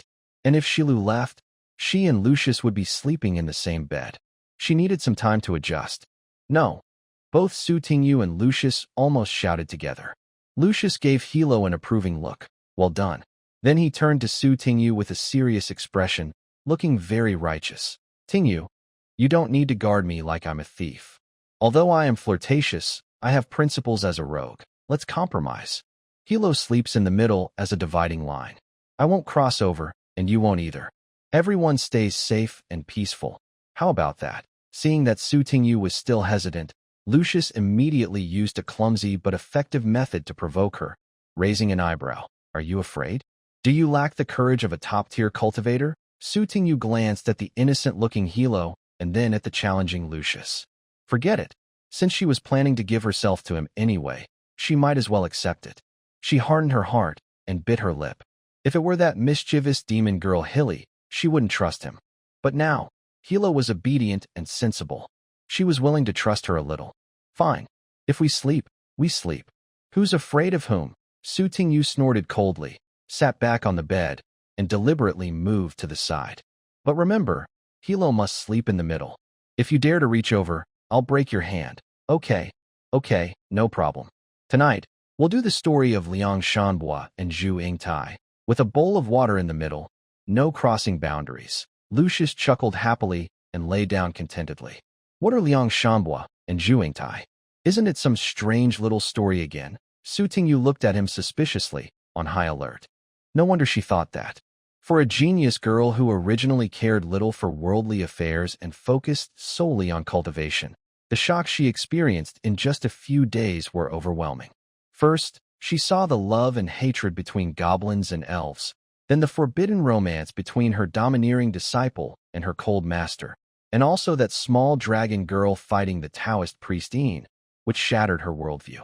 At that time, she had to humbly participate in artistic creation, guiding movements, and answering all sorts of embarrassing questions from that little witch Hilly.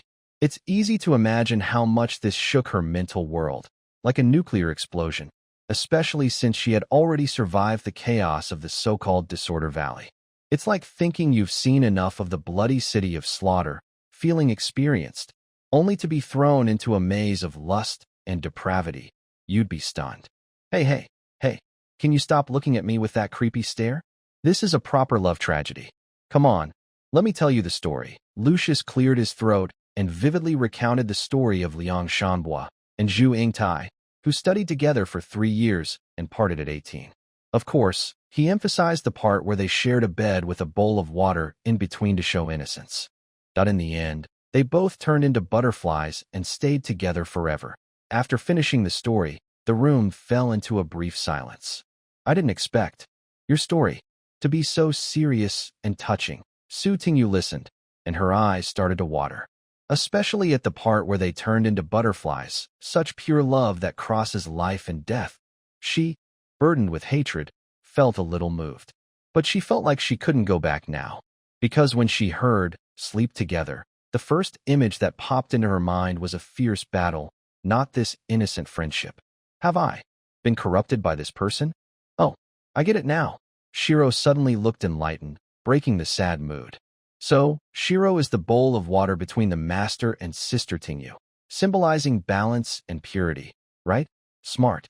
Artistic creation should be appreciated by all, understand?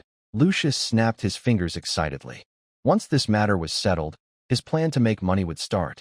He wanted to earn money and buy a bunch of cat people, rabbit people, wolf people, centaurs, and snake women. All right, it's decided. Sleep now. Shiro, just be your good bowl of water. Lucius waved his hand grandly. But after a short while, Su Tingyu deeply regretted this decision, feeling like she had made a huge mistake. A few days ago, she slept in the outer room and could sometimes hear noises. She could turn over, cover her ears, and pretend to be dead. Now, she had willingly come to this. Su Tingyu turned her back to the two, her body stiff as a stone. What crushed her most was that she thought Shiro was a well-behaved and sensible shield, but it turned out she was just as dark inside. And could she really do this? Can you two be quieter? I can't take it anymore. Su Tingyu finally couldn't bear it any longer. Blushing, she turned her head and quietly protested. I'm injured. I need to rest. Don't you have any sense of decency? Oh dear, Lucius's teasing voice sounded in the darkness, with a clear hint of amusement. I haven't touched you, nor crossed any lines. This is a classic story of Liang Shanbua and Zhu Yingtai. What kind of Liang Shanbua and Zhu Yingtai is that? Don't insult the story, please. Su Tingyu was furious and shy, scolding softly. Yes, I really haven't crossed any lines. A bowl of water just came over on its own. I'm just thirsty, so I drank some water. Nothing wrong with that. Lucius chuckled mischievously, feeling victorious. That's right, Sister Tingyu. I symbolize a bowl of water representing your and the master's innocence.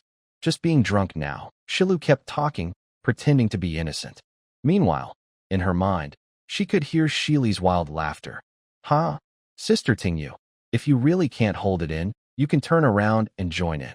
I love watching. Su Tingyu truly couldn't hold back anymore. She tightly clutched the blanket, mentally ranting. Bah, that's nonsense. This isn't water you're drinking. It's clearly water being poured into the bowl. Just as the thought crossed her mind, her whole body stiffened, and her face turned red as if it might bleed. Dada? No. Su Tingyu, what dirty thoughts are you having?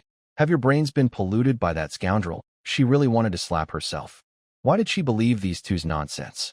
She had actually prepared to surrender herself to Lucius, even if he made moves on her.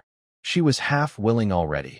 Her innocence was lost from the start, just waiting for him to come and take it. But what kind of game was this? There should at least be a gradual process. With a determined heart, she suddenly turned around, back to those shameless scoundrels, and covered her ears with both hands. If her heart was as pure as ice, the sky wouldn't fall on her. She desperately recited the Qingshin mantra of the green bamboo sect in her mind, trying to use her mental techniques to resist this earworm.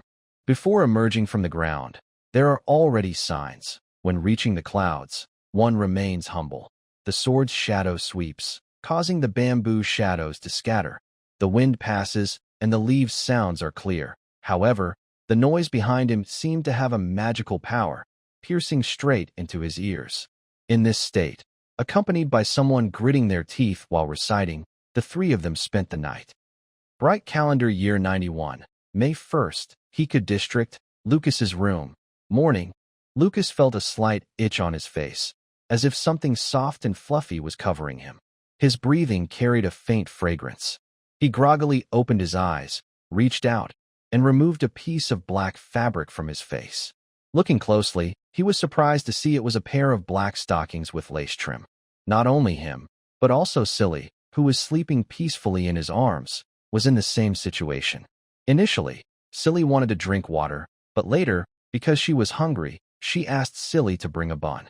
They only went to sleep late at night, and unexpectedly, they woke up to this treatment. As for the spot on the bed that originally belonged to Su Tingyu, it was now completely empty. The culprit behind this was obvious enough to guess with your toes. Wake up, there's something to eat. Lucas patted Silly's smooth back. Where? Silly, still groggy, woke up and reached out blindly, only to grab something near her mouth. What is this? Sister Tingyu's sock? Silly instantly became alert, staring at the evidence in her hand with a confused look. What's wrong with you? Sleeping so deeply, not noticing someone covering you with a sock? How will you protect your owner closely in the future? Lucas looked disappointed. Ugh, it's not my fault. Last night, the boss asked me to do something late, and I was thinking about Sister Tingyu, so I relaxed. Silly pouted, rubbing her eyes. Oh, good morning, both of you. At this moment, Su Tingyu's teasing voice came from outside. She was dressed neatly as a maid, walking in refreshed. Seeing the two on the bed holding the sock and staring blankly, she covered her mouth in mock surprise. Wow, I just went to practice for a bit. Why are you two holding my sock? Do you have some special hobby, liking to smell this? Listen, sister you're just revenge. Naked revenge. Shili angrily pointed at her, like a small cat with fur standing on end. I wouldn't dare, Shili. Please forget it. The young master is a delicate lady. Even if I had 10 times the courage, I wouldn't dare to seek revenge. Su Tingyu blinked her beautiful peach blossom eyes, looking innocent. Last night, I saw you two working so hard. I didn't want to disturb you. But when I got up to practice for a while, you two took my socks. If you like them, I can give them to my sister. Of course, if she doesn't like them, she can return them to me. Humph. Who would want them? If I could beat you, I would definitely. Humph. While arguing with Su Tingyu, Shili was also angrily complaining about Hilo in her mind. Sister, you're still laughing. Did you see everything when you woke up? Why didn't you tell me? Are you part of their group? You've changed. You're not my real sister anymore. Lucas was leaning against the bed, watching this scene with a slight smile. He didn't expect this girl to hold a grudge. Earlier, to prevent her from shouting randomly, he had used Hilo's white silk to cover her mouth. He didn't think she would remember, and today she used black silk to cover his mouth in return. Before, this girl had acted meekly to survive, like a victim. Now that she was speaking openly, she was no longer pretending, revealing a bit of her cleverness and temper as a young girl. But that was good. She looked like a 20-year-old girl, much cuter than that bitter, vengeful type. You look quite adorable like that. Tingyu, Lucas suddenly said softly. Su Tingyu was originally proud of her little trick, feeling very pleased with herself. But when she heard Lucas's sudden compliment, her smile froze, and her face turned bright red.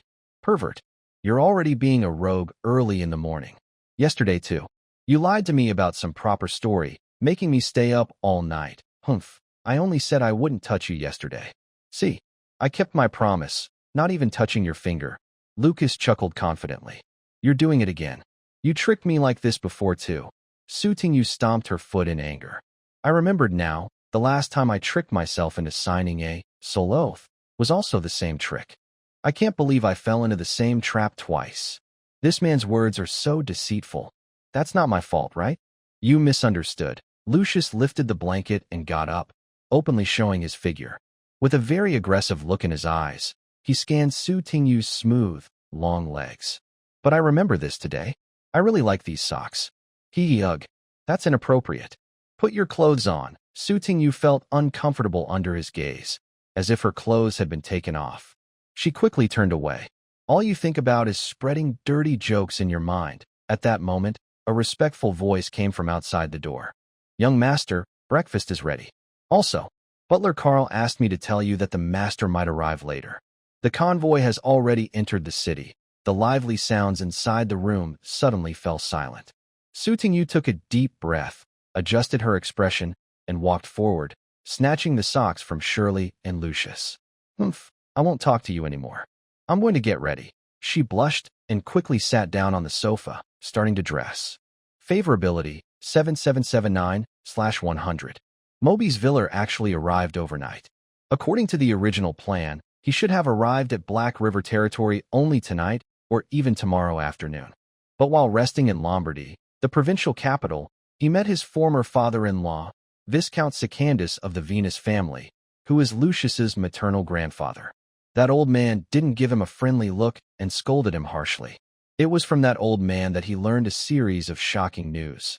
His eldest son, Lucius, fell into an empty well and was presumed dead, then unexpectedly awakened, and just days after awakening, he was attacked in his own castle. This series of events left him stunned. He had only been gone for about 20 days. How could everything at home fall apart like the sky was falling? So Moby set out overnight, almost exhausted from the bumpy ride in the carriage, rushing back to Black River territory in a hurry. As soon as he entered the city, he didn't even have time to drink water when he noticed the local people around his carriage pointing and whispering, their eyes filled with sympathy. Mobius became suspicious and sent trusted followers to question a few loud-talking locals. Wow! Even more shocking news came. Yesterday afternoon, at the market, his eldest son Lucius was attacked again, and the story was quite detailed. It was said that the current Lady Tiffany arranged for her lover, the steward Crick, to try to kill Lucius so her own son, Marvy, could inherit the title. The attempt failed. Crick was shot dead on the spot and even disfigured himself before dying. Even more unbelievable, rumors spread that Marvy was not actually a Viller family member, but the illegitimate child of Tiffany and that male servant. Mobius felt like a green fog was covering his head, as if all the grass in the Black River territory was growing on him. Back at the castle, he immediately avoided Tiffany and secretly called the old butler, Carl, to ask about everything that had happened recently. Seeing the disfigured body with its distinctive blonde hair and Carl's hesitant expression, Mobius was completely stunned. In less than 24 hours, he received more information than in the past 10 years combined, and it was all shocking. After a long while, digesting these overwhelming news that could break any man, Mobius sank into a chair and fell into deep thought. He had always known about Lady Tiffany and felt somewhat helpless. People said he was lucky to marry a wife 10 years younger, a young and beautiful woman. But only he knew that this marriage was arranged by a powerful marquis himself. He also thought about his wife Lily, who died mysteriously. Lily was a level 4 expert. How could she have died from a simple cold? Right after her death, the marquis started matchmaking again. The twists and turns in this story were terrifying when thought through carefully. Mobius was just an ordinary border viscount. He was afraid of death and felt cowardly. Over the years, he had turned a blind eye to Tiffany favoring her younger son and controlling the family finances. Anyway, as long as the person inherits the title, they are also my kin. Malvi may be a bit weak, but he is still my son. Who inherits doesn't really matter. But recently, these rumors hit him like a loud slap, shattering his long-held self-deception. Actually, he had sensed it long ago. Malvi's face, his blonde hair. No matter how you look at it, he didn't seem to be his own kin. Although Carl didn't say it outright, the corpse in front of him and the strongly suggestive words made the meaning clear. All this mess was caused by that woman. At that moment, Mobius felt an unprecedented rage, as his dignity as a man was deeply insulted. He wanted to stand up and shout, rush out to question that woman, and tell everyone that Maids was not a pushover. But his mind was flooded with images of the Marquis and his ex-wife Lily's pale face before her death. The anger that had just ignited was instantly extinguished like being poured with a bucket of cold water. In the end, Maids let out a long sigh, looking as if he had aged 10 years in an instant. Go. Gather everyone in the hall. This mess needs to be settled. Lucius's loud cry was so intense that it seemed to shake the heavens and move the spirits. He collapsed onto the steps, crying heartbreakingly. My son almost never saw you again. I can't go on like this. Tiffany's eyes suddenly widened, and she forced back her tears. Yesterday, when you were sarcastic and giving orders in this hall, you weren't like this at all. In that moment, she felt her status as a top actress was being challenged like never before. No, she couldn't lose. Tiffany quickly adjusted her attitude, putting on a tearful look, and moved closer. Darling, I'm also suffering. I worked so hard for this family, and now I have to deal with rumors and gossip. The two of them, one on each side, looked like two competing ducks, causing a loud buzz in the hall. Mobius, already suffering from a headache after a sleepless night and receiving a flood of shocking news, felt his mind boiling even more when he saw this scene. Enough. Everyone, shut up. Mobius suddenly slapped the armrest, and his knightly aura burst out instantly, making the hall vibrate. Stop crying and making a scene. Suddenly, the hall fell silent. Lucius and Tiffany both composed themselves, straightened their clothes, as if the people who had just been throwing tantrums weren't them. Mobius took a few deep breaths, rubbed his pounding temples, and finally calmed down. He then turned to look at his so-called newly awakened eldest son with a very complicated gaze. This look made him feel somewhat dazed. The timid, head-down son who used to be useless was gone, replaced by a young man who seemed carefree but had clear eyes and a hint of cunning. Are you Lucius? Mobius asked uncertainly. Yes, father. You wouldn't even recognize your own son, would you? Lucius, seeing the focus on himself, blinked quickly and used his trump card. Grandpa's letter a few days ago said my eyes look very much like mother's. Unfortunately, mother passed away early, and I've been going through a tough time these past few years. Sigh, life is hard for me. This emotional card was played with incredible precision. When mentioning his ex-wife Lily and the commanding father-in-law, Mobius's sharp expression softened slightly, replaced by a hint of guilt. Tiffany beside him looked cold, her fingers clutching her handkerchief tightly. This little troublemaker keeps calling me mother, implying that I, as his stepmother, am nothing. Is that right? Huh. And he even brought up the old goddess Venus to pressure me. Why didn't I notice before that this kid is so sneaky and ruthless? Enough, stop it. Don't keep pretending to be pitiful. Mobius waved his hand, sounding impatient, but he was clearly less strict. All the recent events have been reported to me by Carl.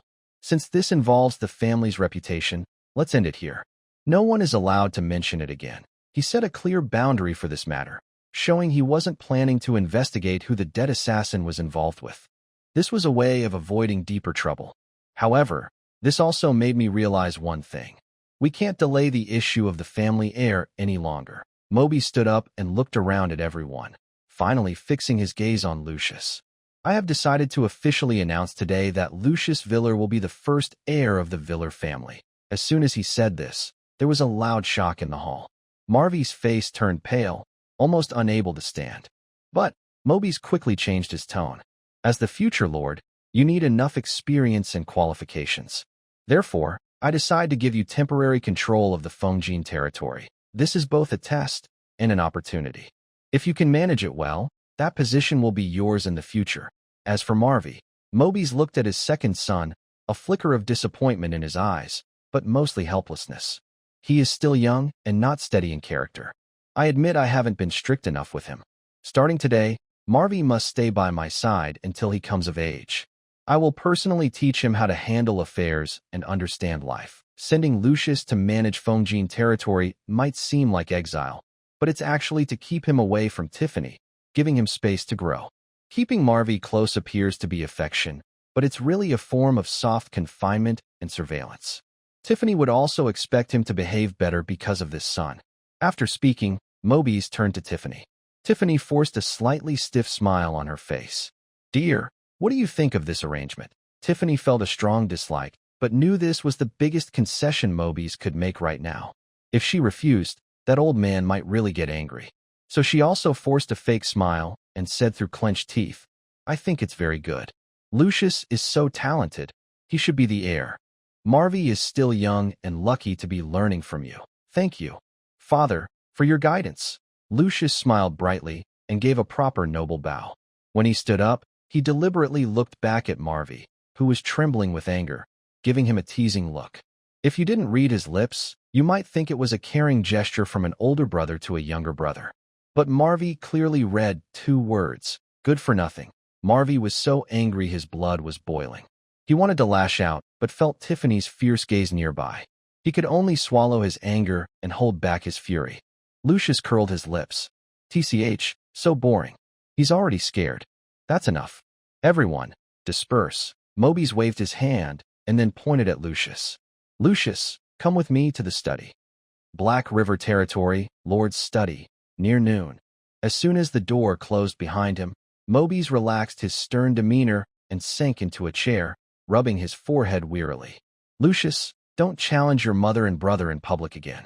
Do you understand the importance of knowing when to stop? Father, I didn't mean to offend.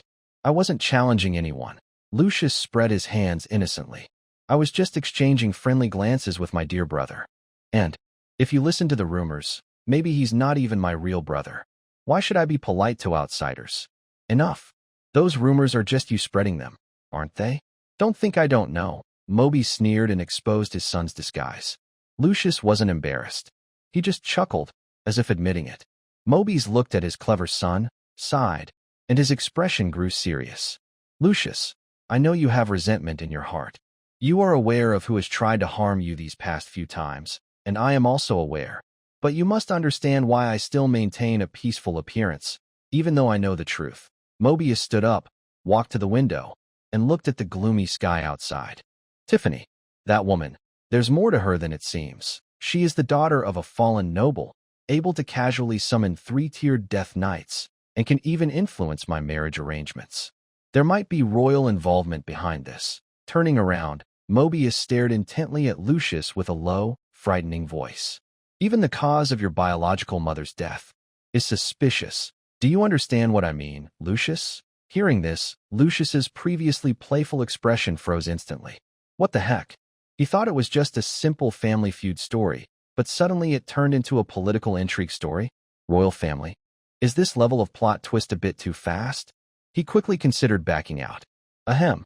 Father, can I surrender and lose half? Of course, Lucius was just joking. Surrendering and losing half would probably upset both sides and might even get him blocked from certain words. How about this? If you give me a few thousand gold coins, I'll run away right now. The heir position is too hot to handle. I should just give it to that annoying younger brother. I can't handle this small body of mine. Huh. Seeing his son's useless attitude, Maids actually smiled, feeling somewhat relieved. You, kid, have changed a lot. You used to be so afraid of me you wouldn't even breathe, and now you're bargaining with me and thinking of running away. That's good. This shameless attitude is a bit like my Maids bloodline. Maids returned to his desk, knocked on it, and said, Don't worry too much. As long as I am alive and the Venus family remains, they won't dare to go too far. After all, they're afraid of causing a public outrage. Later, you should stay quietly in your fiefdom, Fonjin. It's remote, but it's your uncle's territory, so it's relatively safe. And also, try to keep in touch with your grandfather and other noble families. It will be good for you, understand? Yes, father. I understand. Lucius put away his joking attitude and nodded seriously. He probably understood the situation now. This is just like the Sima family drama. When the royal family tries to take power but lacks strength, they smile on the surface but secretly stab each other, slowly trying to regain control. Ancient noble families, or aristocratic clans, also want to keep their power and avoid becoming easy targets.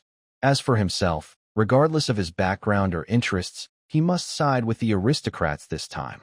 Since he can't escape, he can only face it. Once he understood this, Lucius stopped hesitating. He showed his usual flattering smile and rubbed his hands as he moved closer. Hehe, if that's the case, I will listen to my father and work hard to develop Fengjin territory. But, father, the journey to Fengjin territory is long, and I need to build the land and recruit soldiers. Should I get some startup funds? Not much, just give me 2,000 gold coins, so I can spend a little. 2,000? Moby's eyes nearly popped out. He slapped the table. Sell your father, and see if you can get 2,000. At most, I'll give you 2,000 gold coins. The rest, you go see how much is left in the warehouse of Fengjin territory. Whatever you can take is your own skill. No way. That's too stingy. Lucius started to throw a tantrum. My stepmother hired assassins, and she paid them 1,000 gold coins. You only give your own son so little? Is my life only worth the money for 2 assassins? Am I even your real son? When Mobius heard the word real, his head hurt. He also thought of Marvy, the blonde-haired man, and felt uncomfortable. Forget it. Just see it as compensation for this unlucky son. 3,000 gold coins. Not a penny more. Mobius gritted his teeth and started calculating. The taxes from Hay River territory, excluding what we pay to the Empire, only amount to 3,500 gold coins a year. After sharing with the trading caravans, the total income is at most 5,000 gold coins annually. After deducting the wages for hundreds of castle staff, the maintenance of guards' equipment, and various social expenses. At the end of the year, only about 1,000 gold coins are left. The warehouse currently has only 9,000 gold coins, and that's after saving for many years. Giving you 3,000 isn't enough? Lucius accepted the offer reluctantly, pouting slightly. All right, 3,000 is 3,000. Thank you, father. You're generous. Get out of here. Just looking at you annoys me. Mobius scolded irritably. Just as he was about to chase him away, he suddenly remembered something and stopped Lucius. Oh, one more thing. Mobius frowned slightly, speaking seriously. That woman from China, Su Tingyu. What are your plans for her? I'll warn you first. She's quite capable, I know that. Treat her well, and having her as a mistress is fine. But you absolutely cannot marry her as your wife. If you marry her, the Vile family will be suspected of colluding with outsiders. Then, not only the royal family, but also the old noble circles will ostracize us. They don't want to be caught with this kind of trouble. Once you settle down there, I'll try to contact some old friends to help you find a suitable match for marriage. Lucius straightened up, standing tall with a serious look. Father, you're overthinking. My relationship with her is just pure friendship. There's nothing more. Mobius rolled his eyes, clearly not believing even a punctuation mark. Get out. Remember what I told you. Meanwhile, Mother, why won't you let me speak? As soon as Malvi returned to Tiffany's room, he exploded like a powder keg, his face flushed with anger and his eyes full of frustration and resentment. That's the heir's position. How could you just watch it be taken by that wild child? Didn't you say we had royal support? Why are you bowing to that old man? Tiffany turned her back to him, calmly removing the heavy jewelry from her head. Hearing her son's roar, she didn't stop her actions, but her voice grew cold, like 1,000-year-old frozen ice. Did you forget what I told you yesterday? She slowly turned around, her eyes dark and fierce from losing her lover, staring intently at Malvi as if he were a fool. Heir? That's just a title. As long as Mobius is alive, the heir can be changed at any time. As long as he doesn't officially pass down the title for a day, that so-called heir is just a joke. Remember, be patient. I will find a way to help you. Malvi looked at his mother and suddenly shivered. He realized that since Crick died, his mother had changed. The mother who used to be indulgent and a bit nagging was gone, replaced by a strange woman who made him feel a little afraid. I understand, Mother. He lowered his head and replied timidly, no longer daring to speak more. Black River Territory, Lucius's room. Congratulations, Master. Congratulations. As soon as he returned to his room, Helou jumped onto him like a happy little bird, affectionately linking her arm with Lucius's, and sweetly said, Our future Viscount, congratulations, you have a sweet mouth. Lucius casually pinched her little face, feeling very happy. Congratulations, you flirt. Su Tingyu sat nearby and said calmly. She was genuinely happy for him from her heart. But the anger from yesterday still hadn't fully gone away. I didn't expect that even someone like you, full of silly thoughts, could become the heir. It seems your empire is also declining and beyond saving. TSK. Hey, watch your words. Lucius was displeased as soon as he heard that. He walked in front of Su Tingyu and looked down at her. Humph, I am now a rich man with 3,000 gold coins. You better be sweet-talking. If you make me happy, I might give you something nice with a wave of my hand. Hearing something nice, Su Tingyu's eyes lit up. Her pupils twitched, and she suddenly stood up. This woman, dressed in a black and white maid outfit with black stockings, was very aloof. She bowed respectfully, crossing her hands at her waist, performing a very proper, traditional greeting with a touch of ancient elegance. She slightly lowered her head and said in a tone that was both playful and charming, "Oh, I am here to pay my respects. Please greet the future Viscount." She paused, then asked softly with a teasing tone, "When might the noble master be free to grace this humble servant tonight? Being able to serve the master is a blessing I have earned through many lifetimes. I am very honored." Lucius was overwhelmed by this sudden role-playing, feeling a strange mix of excitement and surprise. He swallowed hard and chuckled. "Since you're so sincere, let's do it tonight. First, go wash yourself thoroughly and wait on the bed. Watch how I take care of you. Humph. Dream on." Uffed. Su Tingyu immediately lost her composure, straightened her back, spat fiercely, and blushed like a ripe apple. All right, no more jokes." Lucius put away his playful attitude and spoke seriously. "Pack your things and come with me to the storage room for a cleanup. We need to organize the supplies today. Tomorrow morning, we'll leave this bad place and go to our new territory to become the local rulers. Yay! Moving day," Shilu cheered happily. In the afternoon, Lucius, accompanied by the old butler Carl, began a big cleanup. After all, his father had given him some money and said he could take a few necessary supplies. At first, Carl was very supportive. He was genuinely happy for his young master and worried he might suffer over there, so he wanted to give him more of the family's belongings. But soon, he couldn't smile anymore. Looking at the pile of items, Carl's face wrinkled like a bitter gourd, and he said with a worried look, "Young master, my dear young master, I understand your desire to prepare for the unknown when you arrive somewhere new. But you can't just empty out our family's warehouse, right? If the old master finds out, he'll skin me alive." As for the poor warehouse manager Jack, he had already fainted 3 times in the corner, frightened by the empty shelves. "Come on, you're overthinking. I'm not taking everything," Lucius said casually, waving his hand. He looked at the mountain of spoils, some of which he still seemed to enjoy. "I probably only took about half, just a little more. Anyway, I'll inherit this place someday, so it doesn't matter when I take it." That evening, since Lucius was leaving the next day, the family, feeling uneasy, gathered together for a rare dinner. It looked like a happy family reunion, but in reality, it was a farewell meal. At the dining table, Tiffany still wore her fake smile, constantly feeding Lucius and acting so attentively that it made people shiver. "Lucius, when you get there, make sure to eat well. Don't lose weight from hunger. If you find it hard to settle in, just write back to your mother. Yes, I understand. Thank you, mother, for your concern. I will miss you." Lucius played along, pretending to be a loving son and a caring mother. Meanwhile, Mobus sat at the main seat, looking at Lucius with a very complicated expression. His feelings came from 2 reasons. First, seeing his eldest son, who had changed so much, finally grown up and ready to leave home to explore on his own, made him feel a little sad and emotional as a father. Second, this brat really went behind his back. Just now, Jack woke up and reported that Lucius had moved an entire half of the storage room.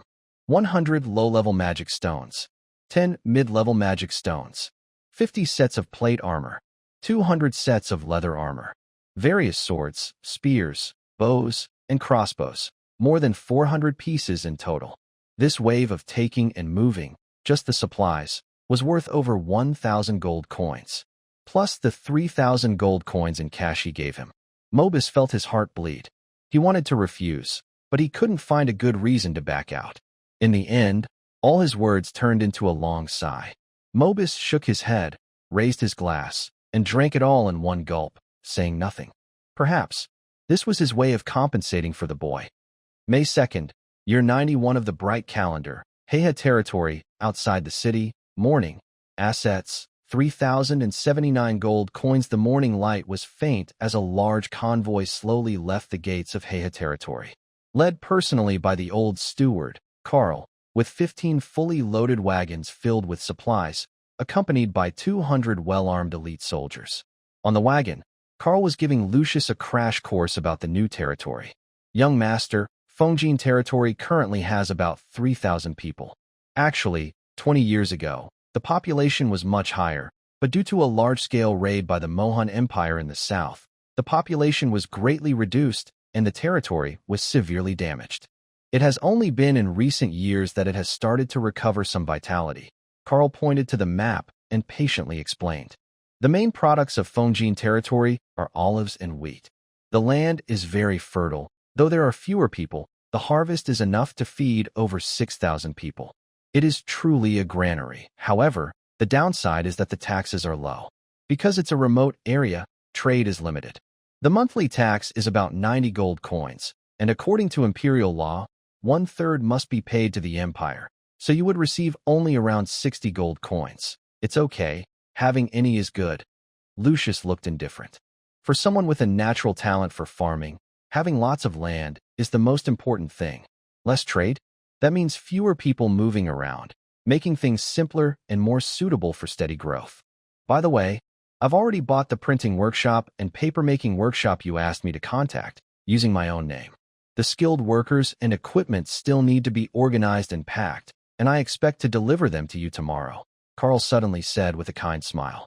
This is a gift from me to the young master. Lucius was surprised and quickly declined. That's too much. Uncle Carl, this is very valuable. It must have cost you a lot of your savings.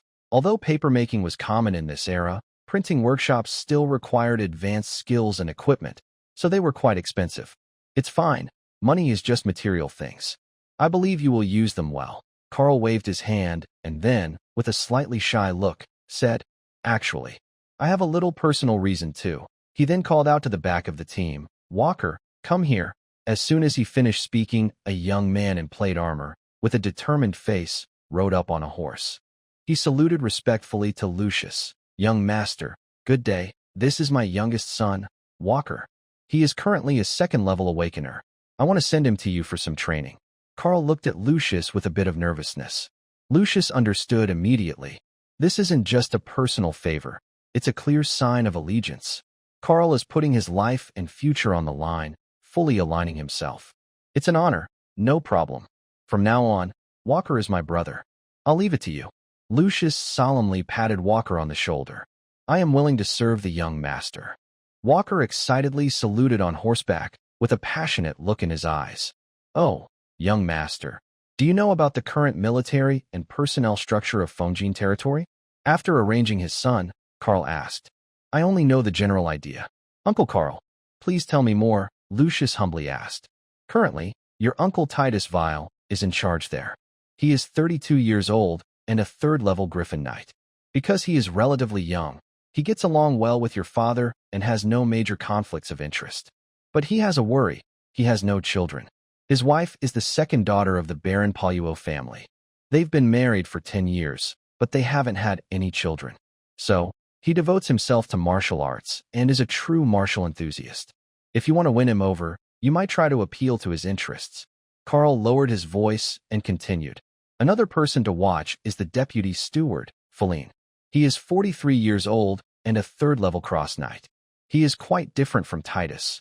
He has many children, but is quite greedy and loves to indulge. You might want to think of some ways to handle him. You don't need to worry about the salaries of these two third-level experts.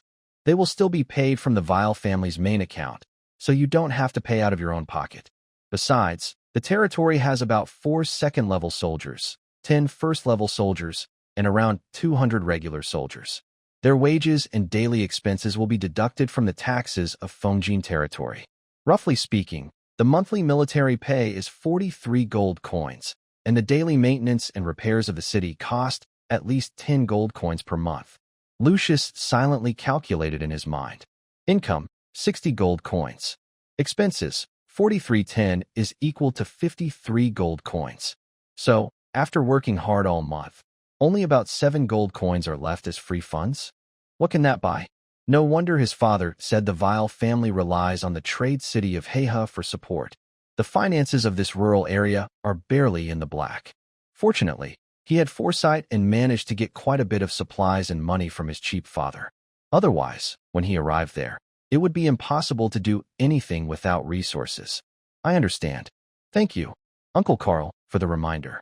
Lucius nodded, already beginning to plan how to make some money. After half a day of bumpy travel, the convoy finally entered the territory of Fingeling. Before seeing the city, the first thing that caught the eye was a beautiful and peaceful landscape. It was early summer, and winter wheat was in the grain-filling stage. The rolling fields shimmered with soft yellow-green, swaying in the wind like golden waves. Along the ridges, patches of blue cornflowers and red poppies decorated the scenery, creating a stunning view. At the edge of the wheat fields, there were neat olive groves. The silvery leaves sparkled in the sunlight, and although the flowering season was over, small green fruits hung on the branches. Farmers were busy in the fields, clearing ditches and watering crops to prevent spring droughts. In the olive groves, workers were pruning branches, weeding, and adding soil. In the distance, a shepherd was guiding a flock of white sheep across fallow fields. The clear sound of sheep bells rang out, blending with the rustling of sheep nibbling on wild grass, forming a perfect pastoral scene. Lucius looked out the window at this land, took a deep breath, and enjoyed the fresh scent of earth and grass. At that moment, all his worries from his previous life, about writing papers, doing experiments, family conflicts, and being attacked, faded away. Although he grew up in a southern rural area, familiar with fields of rapeseed, rice, and corn, he had never seen such Mediterranean-style winter wheat and olive groves. But the deep-rooted farming instinct in his bones made him feel a natural closeness to this land. This is my territory now. Sui Yu sitting opposite him looked at the man with curiosity. He had clear, focused eyes and a genuine smile on his face, as if returning to the fields felt like coming home. At this moment, he had completely changed.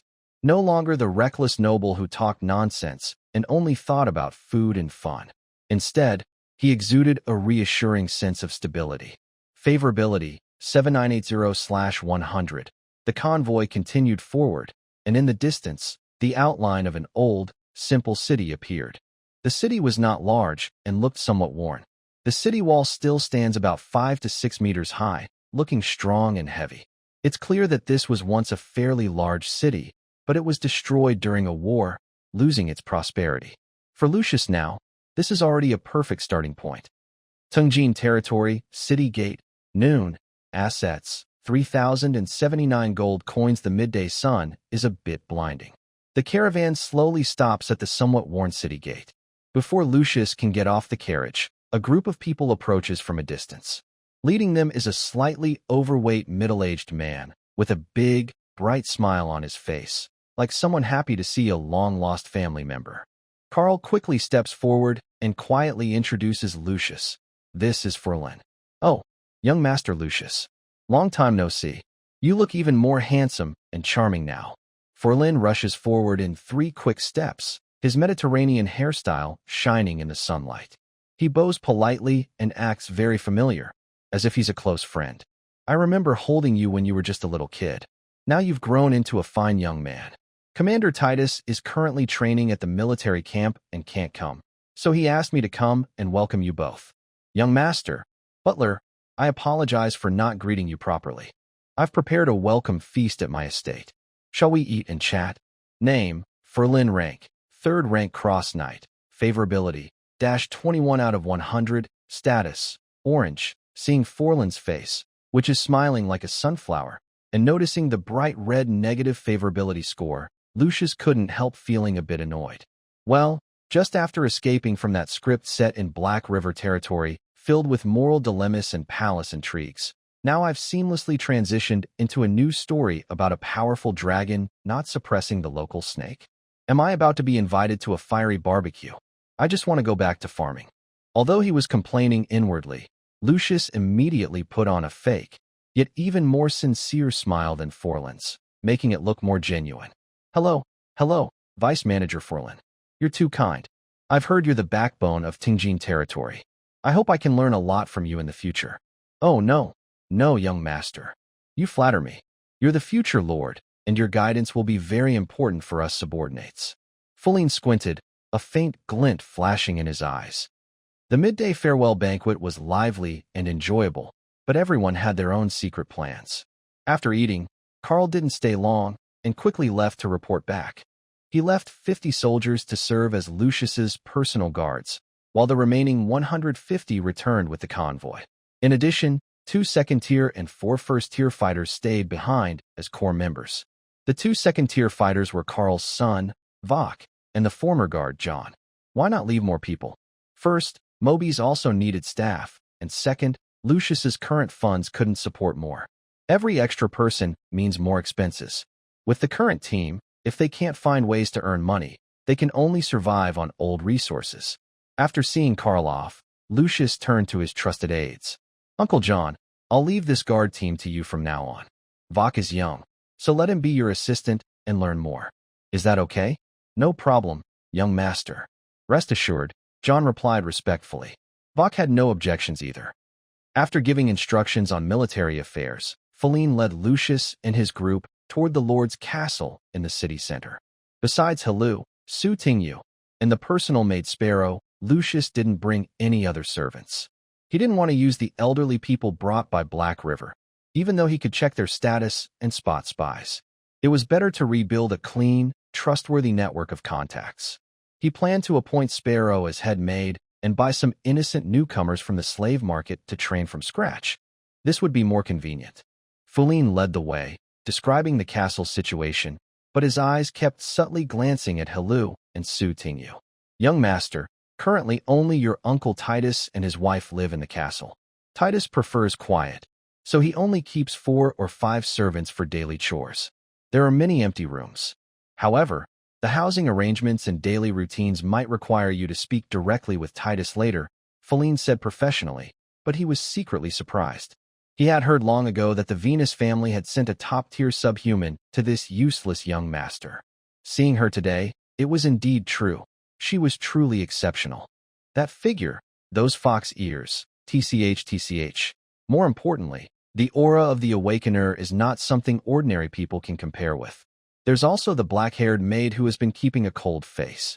She also seems to be an Awakener, with a cool, distant air and captivating eyes. Truly a top-tier beauty. This useless young master is quite lucky. Thinking of this, Feline felt a twinge of jealousy. But young master, if you want to see Lord Titus, it might not be easy. Lucius keenly sensed the lecherous gaze of this greasy middle-aged man and felt a chill. That scoundrel dares to fantasize about my person? I'll note this down and find a chance later to deal with him.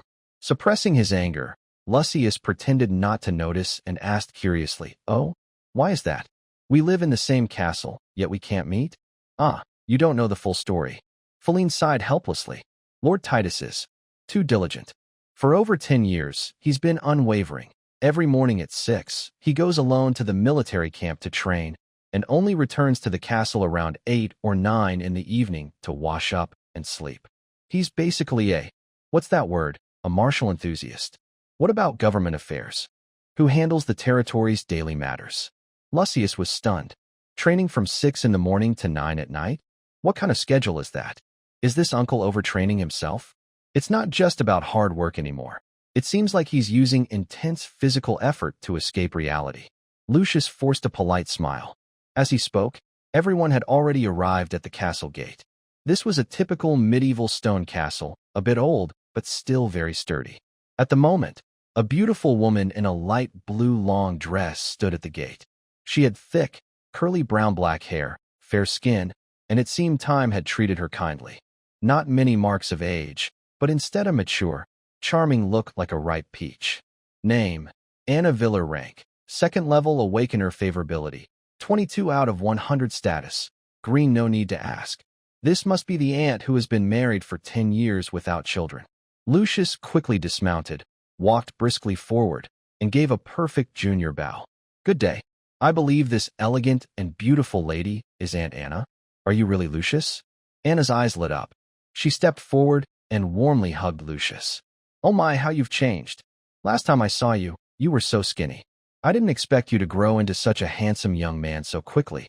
In that moment, Lucius felt like he was sinking into soft, warm cotton, and a mature, pleasant scent filled the air. This scale. Is this the legendary H? Lucius's head was buzzing. Was Uncle Titus blind? Or had his martial training damaged his mind? Why leave such a stunning beauty at home and go to the military camp to lift weights every day? It was a huge waste of resources. A crime. Anna seemed to realize her mistake, or perhaps sensed Lucius's stiff reaction. She quickly let go and restored her dignified, elder-like appearance. Sorry, Lucius. I haven't seen the family in a long time, so I got a bit excited. No problem, no problem. If Aunt Anna is willing to be close to me, I'm happy. It shows she doesn't see me as an outsider. Lucius wore a sincere smile.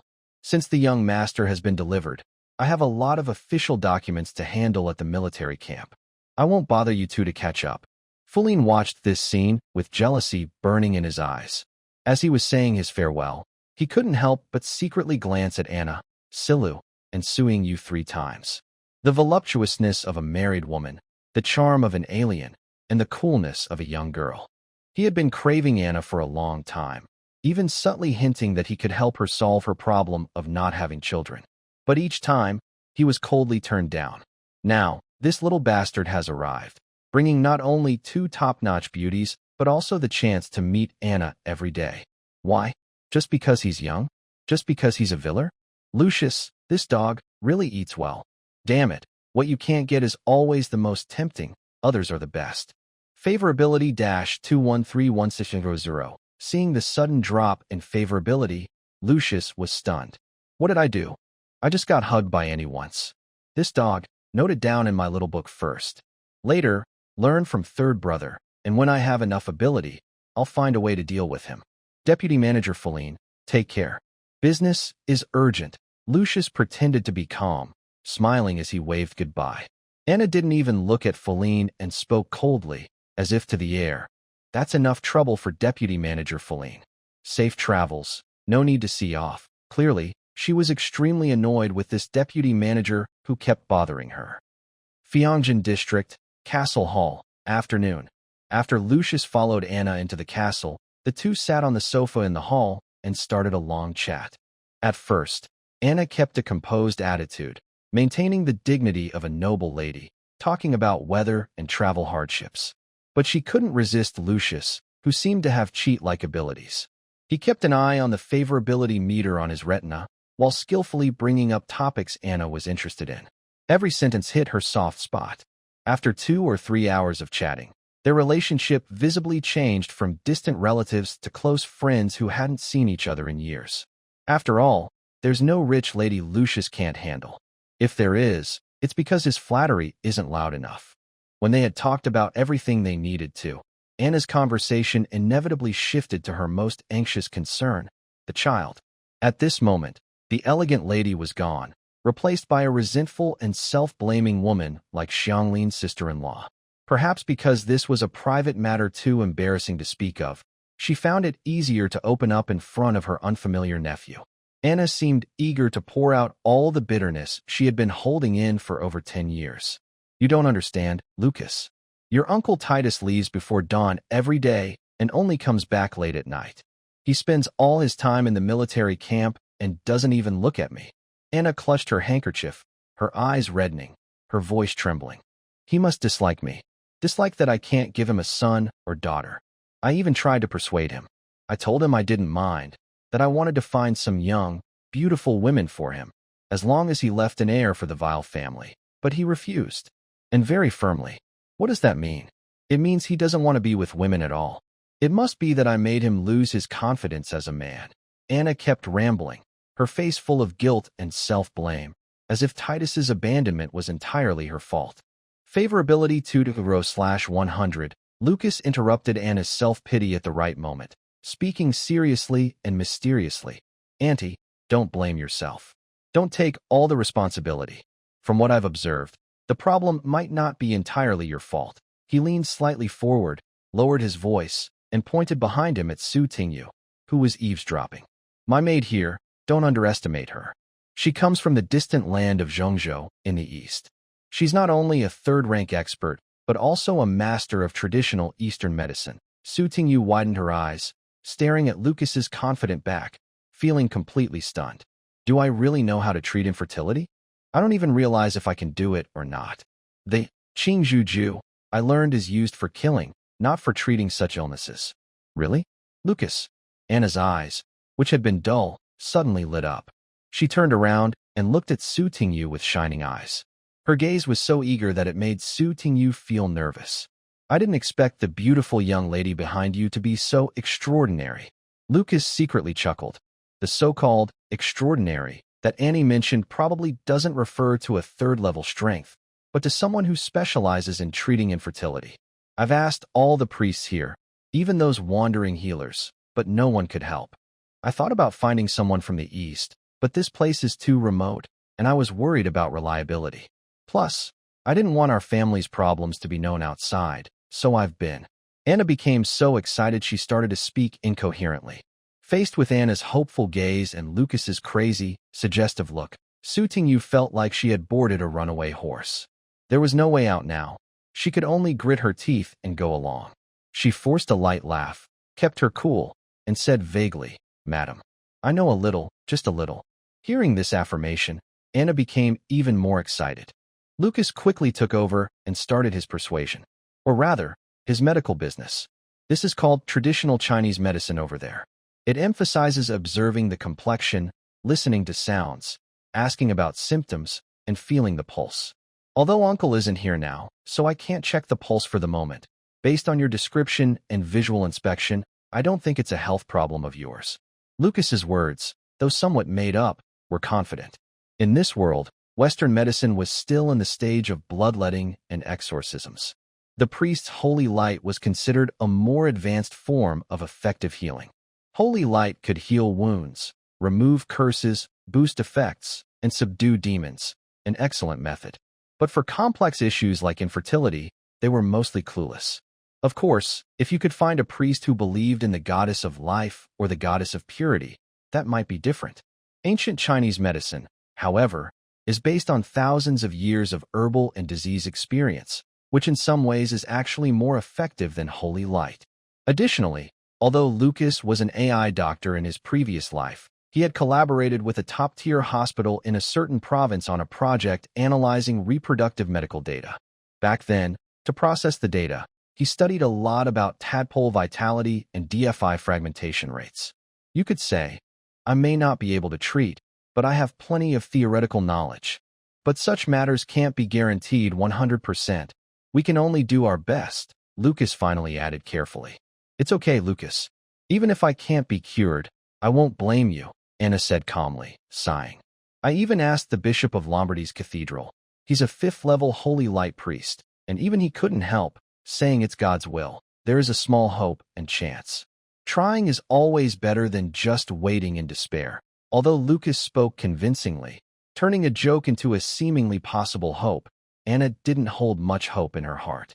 After all, if even a 5th-level holy light priest can't do it, and Lucas is just a 1st-level novice, along with that 3rd-level maid, how much hope is there? It's worth a try, like a dying horse trying to live. Yes, it's good that Annie has this mindset. Relaxing is also part of treatment. The next question I want to ask might be a bit private. Would you be comfortable answering? Lucas put away his smile and adopted a serious, traditional Chinese doctor's expression. It's okay, go ahead. I'm at this age, for the sake of the child, I can give up any dignity. Anna sat up straight, without holding back. Ahem. Uncle and you. Roughly how often do you have sex? Lucas pretended to cough twice, starting to use elimination. His mind was racing quickly. In modern medicine, overtraining leading to infertility is well documented. First possibility. Overtraining causes hormonal imbalance, lowering testosterone levels, which limits hardness. Second possibility. Oxidative stress. Extreme physical exhaustion can produce many free radicals, which attack the seeds and cause a significant increase in DNA fragmentation index, DFI. In simple terms, the seeds are damaged. The third possible reason is heat stress. This is the most common. Overtraining can cause the body temperature to stay high for a long time, or wearing heavy armor in hot weather. Seeds need a cool environment. High temperatures can deform or even kill the seeds. Anna thought for a moment, a look of memory appearing on her face. During the first few years after we got married, the frequency was still quite high. We were young then.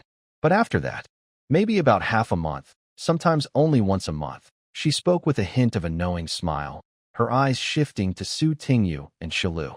Of course, not as often as you young people, who enjoy music every night and have lots of energy. Su Tingyu felt a bit uncomfortable being watched, so she turned her head aside. That's okay. The frequency is low, but it still shows that the function hasn't completely disappeared. Lucius nodded thoughtfully, temporarily ruling out the first reason. Then, when did your uncle start this intense exercise habit? It said he started in his teens. Because he is the second son, 10 years younger than your father, and had no chance to inherit the title, so he focused on martial arts. You know, Anna said this with a tone of slight pity for her husband, subtly reassuring Lucius. Our family doesn't threaten the title, so you can rest assured. Later, he had no children, which made him frustrated. He turned training into a way to vent. And it got worse. Even in wind and rain, he still trained. Annie, maybe I've found the reason, Lucius said confidently. The root cause is probably not on you, but on Uncle's overtraining. But the specific details and treatment plan will have to wait until Uncle comes back. I'll talk to him in person. Really? Anna's voice became excited, her hands clutching Lucius's arms tightly. If it's my problem, you don't have to feel embarrassed to say so. As long as he can have children, even if I don't give birth to them myself, or if a maid does, I can accept that. Favorability 4048/100. Seeing this woman, who had become humble and broken for the sake of her child, Lucius felt a bit of sympathy. It's okay, Auntie. I already have a plan for treatment in my mind. We will start with diet and daily routines, and with some adjustments, there should be improvement. I'm going to the city now to buy some necessary herbs and supplies, and to get a few things. Let's wait until Uncle comes back tonight to discuss it. Yes, yes. Thank you so much, Lucius. Anna was overwhelmed with gratitude, then suddenly thought of something and quickly said, Later, we will move out of this castle in the next couple of days to make space for you. As the Lord, you should live here. She thought Lucius meant that buying supplies was a hint that he wanted to take over the castle. No, no, no. Auntie, you misunderstood. That's not what I meant. Lucius quickly waved his hands. When I arrived, I only brought a personal maid. Halu and Tingyu are mainly responsible for my safety, and they're not good at housework. So I plan to buy a few servants. Uncle and Auntie, please stay and live here. The castle is so big, leaving it empty isn't good, and having more people around makes it livelier. Just joking. These are top-quality bodyguards for free. Uncle is at level 3. Annie is at level 2. Keeping them in the castle makes me feel safe even when I sleep. Plus, this Annie has a good impression of me. Way better than that stepmother who wanted to harm me. Sending them away would be like cutting off my own arm. As Lucius spoke, he pulled the sparrow from behind him to the front. This is Sparrow, a close aide I brought from Black River. She's responsible for my daily life. Please, Auntie, give her some guidance, since she's not very familiar with this place. Mrs. Anna, good day. Please take care of me. Sparrow forced herself to hold back her excitement, stepped forward, and bowed very properly. On her retina, her data showed favorability 90 out of 100. No wonder. Just 10 days ago, she was just an ordinary maid responsible for delivering meals. Now, she's the future Viscount's head maid and even qualified to speak with the lady of the castle. This change in status is like night and day. As long as Lucius is willing and just gestures with his finger, Sparrow would do any service he requests, no matter how difficult. In fact, Sparrow might even do it automatically without Lucius needing to move. Of course, Lucius isn't in the mood right now, since there are 2 more at home who haven't eaten yet. Good boy. Anna looked at Sparrow with affection, then at the mature Lucius, feeling even more pleased. From now on, let this Sparrow take over managing the castle's servants. I will organize the keys and the account books for the handover. Anna was very sensible and willingly handed over the authority of the housekeeper without any hesitation. Fontian district, inside the city, afternoon. She handed over a lot of complicated tasks to Sparrow and Aunt Anna to get used to, while Uncle John led the guards to carry over more than 10 carts of supplies, which looked like small mountains, into storage. As the hands-off manager, Lucius felt at ease, confidently strolling the streets with Su Tingyu and Helu, the two excellent maids, enjoying a rare moment of leisure. Hey, you, scoundrel, weren't you just pretending seriously to fool your aunt? Doesn't your conscience hurt? Su Tingyu, walking behind and to the side, looked at his confident figure ahead and couldn't help teasing. Lucius paused, turned around, and looked at her with a helpless expression. I say, wasn't it smooth how you called me young master earlier? So, after sharing a bed last night, you don't call me that anymore? Now you're calling me a scoundrel? Oh so, young master, you like that kind of tone? Su Tingyu blinked her beautiful peach blossom eyes, deliberately stretching the tone, with a mix of respect and playful sarcasm. Then I will change my way of speaking. Young master. Her melodramatic tone gave Lucius goosebumps. Stop. Be normal. When you call me young master like that, I thought you were up to something. Lucius waved his hands in frustration and quickly changed the subject.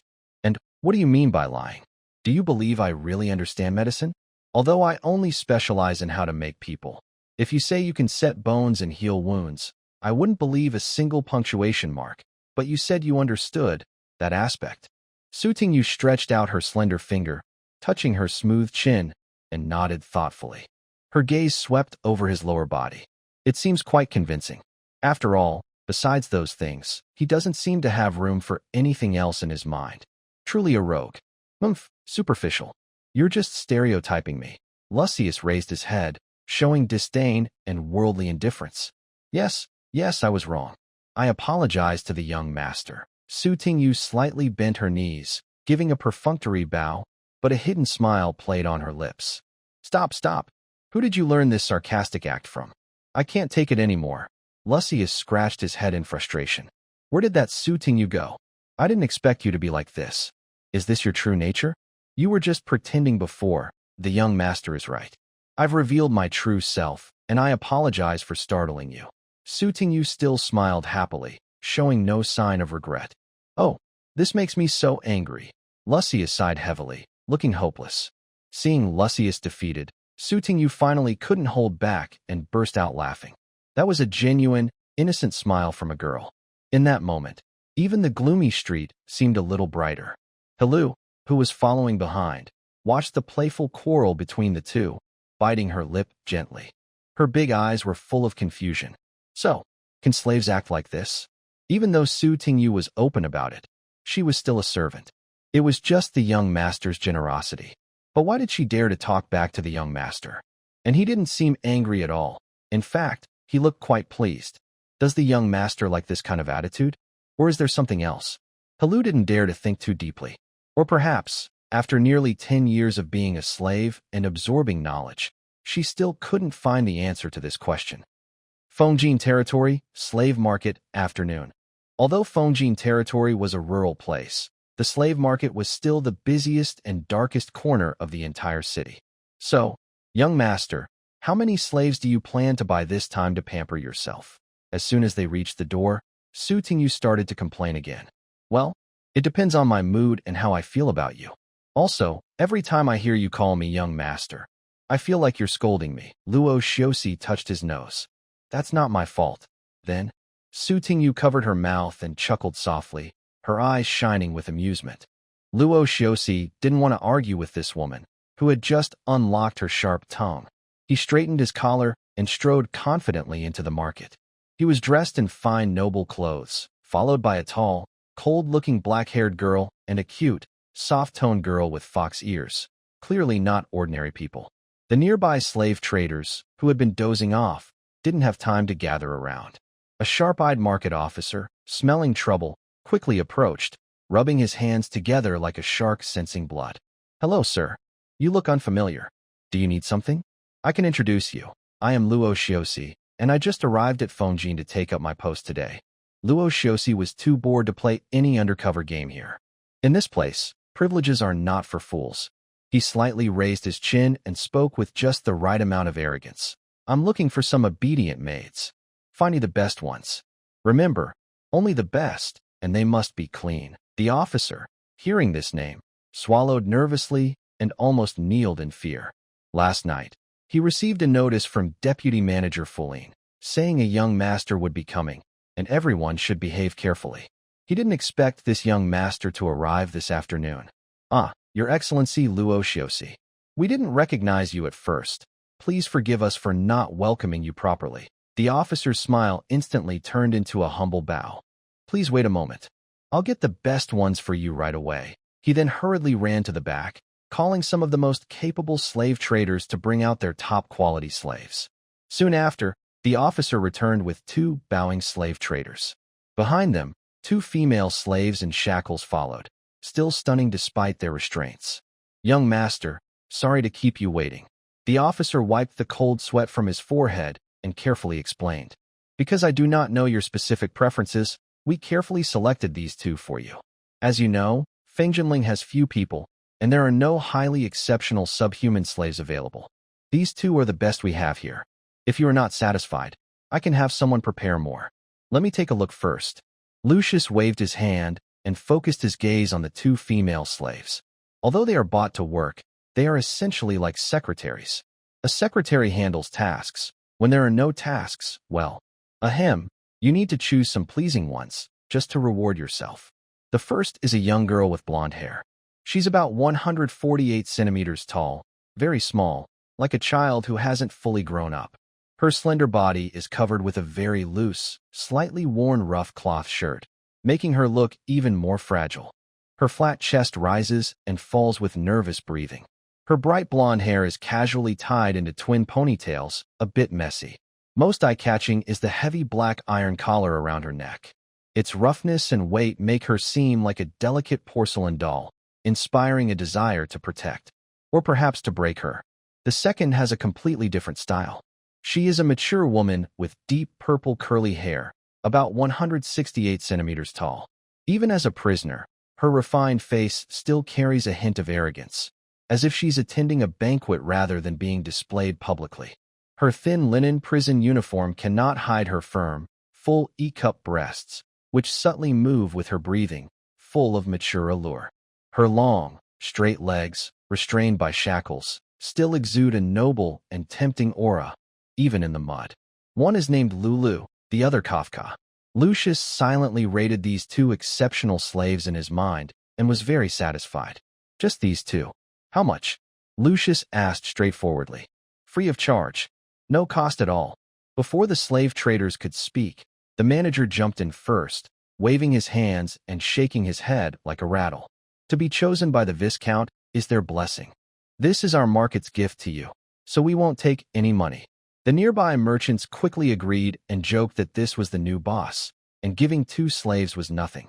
If they could get on his good side, they could walk freely in Fengjin territory in the future. Lucius frowned slightly. He wasn't stupid. Free things are often the most expensive. Taking something from others could lead to trouble later, especially if they started illegal activities in the market. I don't like owing favors, and I don't like getting things for free, Lucius said coldly, his eyes sharp. Tell me, honestly, what is the fair market price for such goods? How many gold coins? That. The manager was intimidated by Lucius's presence and stammered. They're not worth much. Ordinary human slaves usually cost about 80 silver coins each. These 2 look a bit better, but they're still humans. If you insist, just give a tip. He didn't dare to give a proper price. Master, at this moment, Silu, who had been silent, stepped forward and gently tugged on Lucius's sleeve. As a former slave, she knew the market well. For ordinary labor slaves, 80 silver coins each is fair.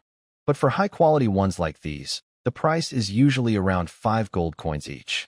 If they have cultivation talent, it's even more expensive. Silu's voice was soft but clear enough for everyone to hear. The manager and merchants' faces changed. They didn't expect Lucius to have someone knowledgeable with him. Did you hear that? Lucius looked at the manager with a half-smile, his gaze carrying a commanding pressure. Let's go with that price. 5 gold coins each, so 10 gold coins for both. Is that enough? Enough. Enough. That's more than enough. The manager broke out in a cold sweat. He didn't dare argue and quickly kicked the distracted slave trader nearby. Thank the young master. He's giving you face.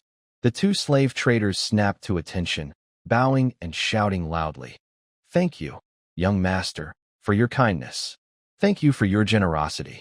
Lucius, tired of wasting words, took out 10 gold coins from his pocket and casually tossed them to the merchant. I'm taking the people. From now on, don't bother me with those empty tricks. Assets 3,069 gold coins. Lucius waved his hand and immediately assigned tasks. Shiru, you're in charge of watching over them.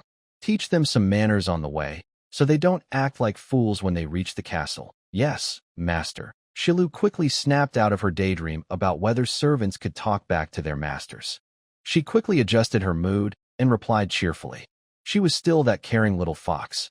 Where to next, young master? Don't forget you promised your aunt. Su Tingyu saw that there was an outsider. Even though she secretly criticized the young man, she still showed respect and spoke politely. Oh, thank you for the reminder, Tingyu. Let's go to the market, Lucius said, looking at Su Tingyu, who had switched back to her cold maid attitude. He couldn't help but find her amusing. This girl, she's pretending pretty well. He thought for a moment, then reached out and playfully lifted Su Tingyu's smooth chin, making her look up at him.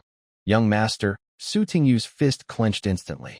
This guy, she had been polite to him, and now he was trying to flirt in front of the newly bought slaves. If it weren't for the others being around, she'd teach him a lesson. But never mind, she'd endure it for now to keep the peace. Then, the group headed to the market. Lucius started shopping. Besides the essential purchases like 2 old hens, jujubes, and goji berries for nourishing meals, he also bought some rare spices. As for daily furniture, the items brought by Heiha were enough, so there was no need to spend more. After buying everything, Lucius didn't carry the bags himself. He didn't spoil the 2 new slaves either. With a flick of his hand, he made them work as laborers. Since they were slaves, working was natural. Good looks couldn't fill their stomachs, so they had to start getting used to it now. Assets 3,069 gold coins. 1 gold coin equals 3,068 gold coins. Fianjin territory, City Lord's mansion, evening. Back at the castle, Lucius first handed Lulu and Kafka, the 2 slaves, over to Sparrow for training. He then went into the kitchen to supervise the castle's cooks. As a noble young master who never touched household chores, he wouldn't do the cooking himself. But that didn't stop him from giving instructions. The castle's cook is a short, chubby middle-aged woman who looks uncertain as she watches the new young master, holding a freshly slaughtered old hen and feeling unsure. Master, is it really okay to put these dried fruits that look like tree roots and grass into the soup? The cook questioned skeptically. Can we really eat this? Just follow my instructions. Keep the heat steady and simmer on low, Lucius says confidently. He claims he's using the nourishing old chicken soup as a medicinal base. After all, it tastes good, is nutritious, and has no side effects. In reality, he's trying to persuade his cheap uncle to cut back on training, hoping it might work. If that doesn't work, he'll have to think of other ways, maybe go to the grain valley. He can't keep helping all the time, after all. Yes, sir, the cook replies obediently. She's willing to do whatever the Lord asks, even if it means cooking stones. Since the chicken soup needs to simmer on low heat for a long time, Lucius plans to wait until his uncle returns to enjoy it together. So he goes back to the hall and chats idly with Aunt Anna. Halfway through their conversation, sounds come from the staircase. Sparrow and Shiru lead 2 freshly bathed, radiant maids over. To be fair, Sparrow, as the head maid, is very talented. She cleans thoroughly and quickly establishes discipline. Shiru perfectly matches Lucius's aesthetic, teaching the maids how to dress properly.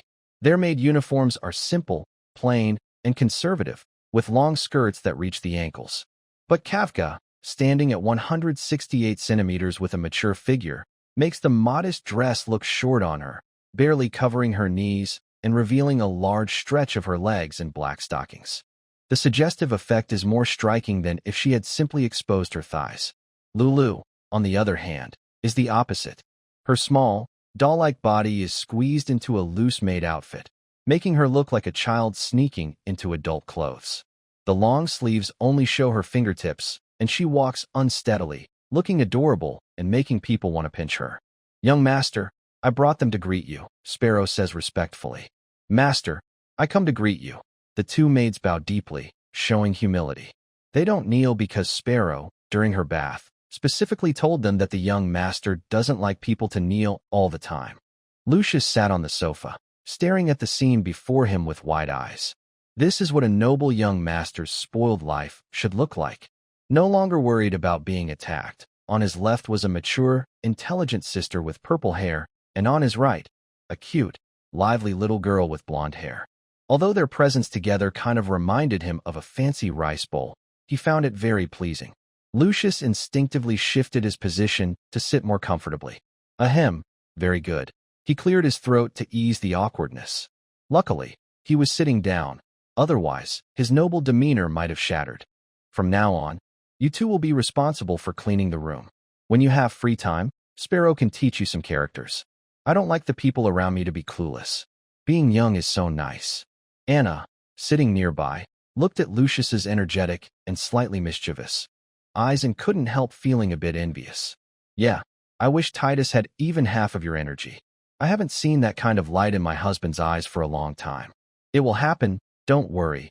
Auntie, Lucius quickly looked away, sat up straight, and got to the main point. As I mentioned before, I have a complete treatment plan from the divine land of China. The first part is about diet. Lucius began seriously, making up a story. Eastern China emphasizes balancing yin and yang. Red dates nourish women, mainly blood and energy. Goji berries nourish men, mainly kidney energy. Long boiling chicken soup helps neutralize the medicinal effects and achieves a gentle, nourishing effect. The second part is about improving Uncle's daily routine, so he doesn't spend all his energy on cultivation. And the last part, Lucius lowered his voice, a mischievous smile on his face, is to add some fun to break the monotony. While speaking, he sneakily took out a tightly wrapped book from his pocket and handed it over. Auntie, please don't open it now, Lucius whispered mysteriously. Maybe after Uncle comes back tonight, you can watch it together. Remember, what's inside is a master copy. Please take good care of it, don't damage it. I still plan to use this to print books and make a lot of money. Anna took the book with both hands. Although she didn't know exactly what was inside, seeing Lucius's serious expression made her feel the weight of it. Thank you, Lucius, Anna said, feeling a bit touched. Her eyes sparkled with hope. I will take good care of it and not let your kindness go to waste. No matter if this method works or not, at least this child is so earnest for his uncle and aunt's happiness, cooking soup and giving gifts. His sincere attitude is truly rare. Goodwill, 4852/100.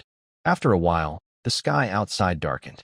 Perhaps Titus also knew his nephew was coming today, so he returned home earlier than usual. Usually, he would practice until the moon was high in the sky. Today, it was only just past 7, and the heavy footsteps sounded at the castle gate. Lucius quickly stood up, tidied his collar, and went to greet him.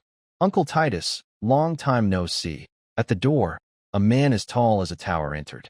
He radiated intense heat, sweat streaming down his granite-like muscles, making the whole hall seem filled with a strong masculine aura. Named Titus Vile, rank 3rd Order Griffin Knight, Goodwill 25/100, status green. Titus looked at Lucius with a blank expression. Are you Lucius? You've changed a lot. His tone was flat, even with a hint of slight disdain that was hard to notice unless you listened carefully. Lucius didn't mind at all. Instead, his eyes lit up as if he had found a rare treasure. He circled Titus, marveling. Oh no.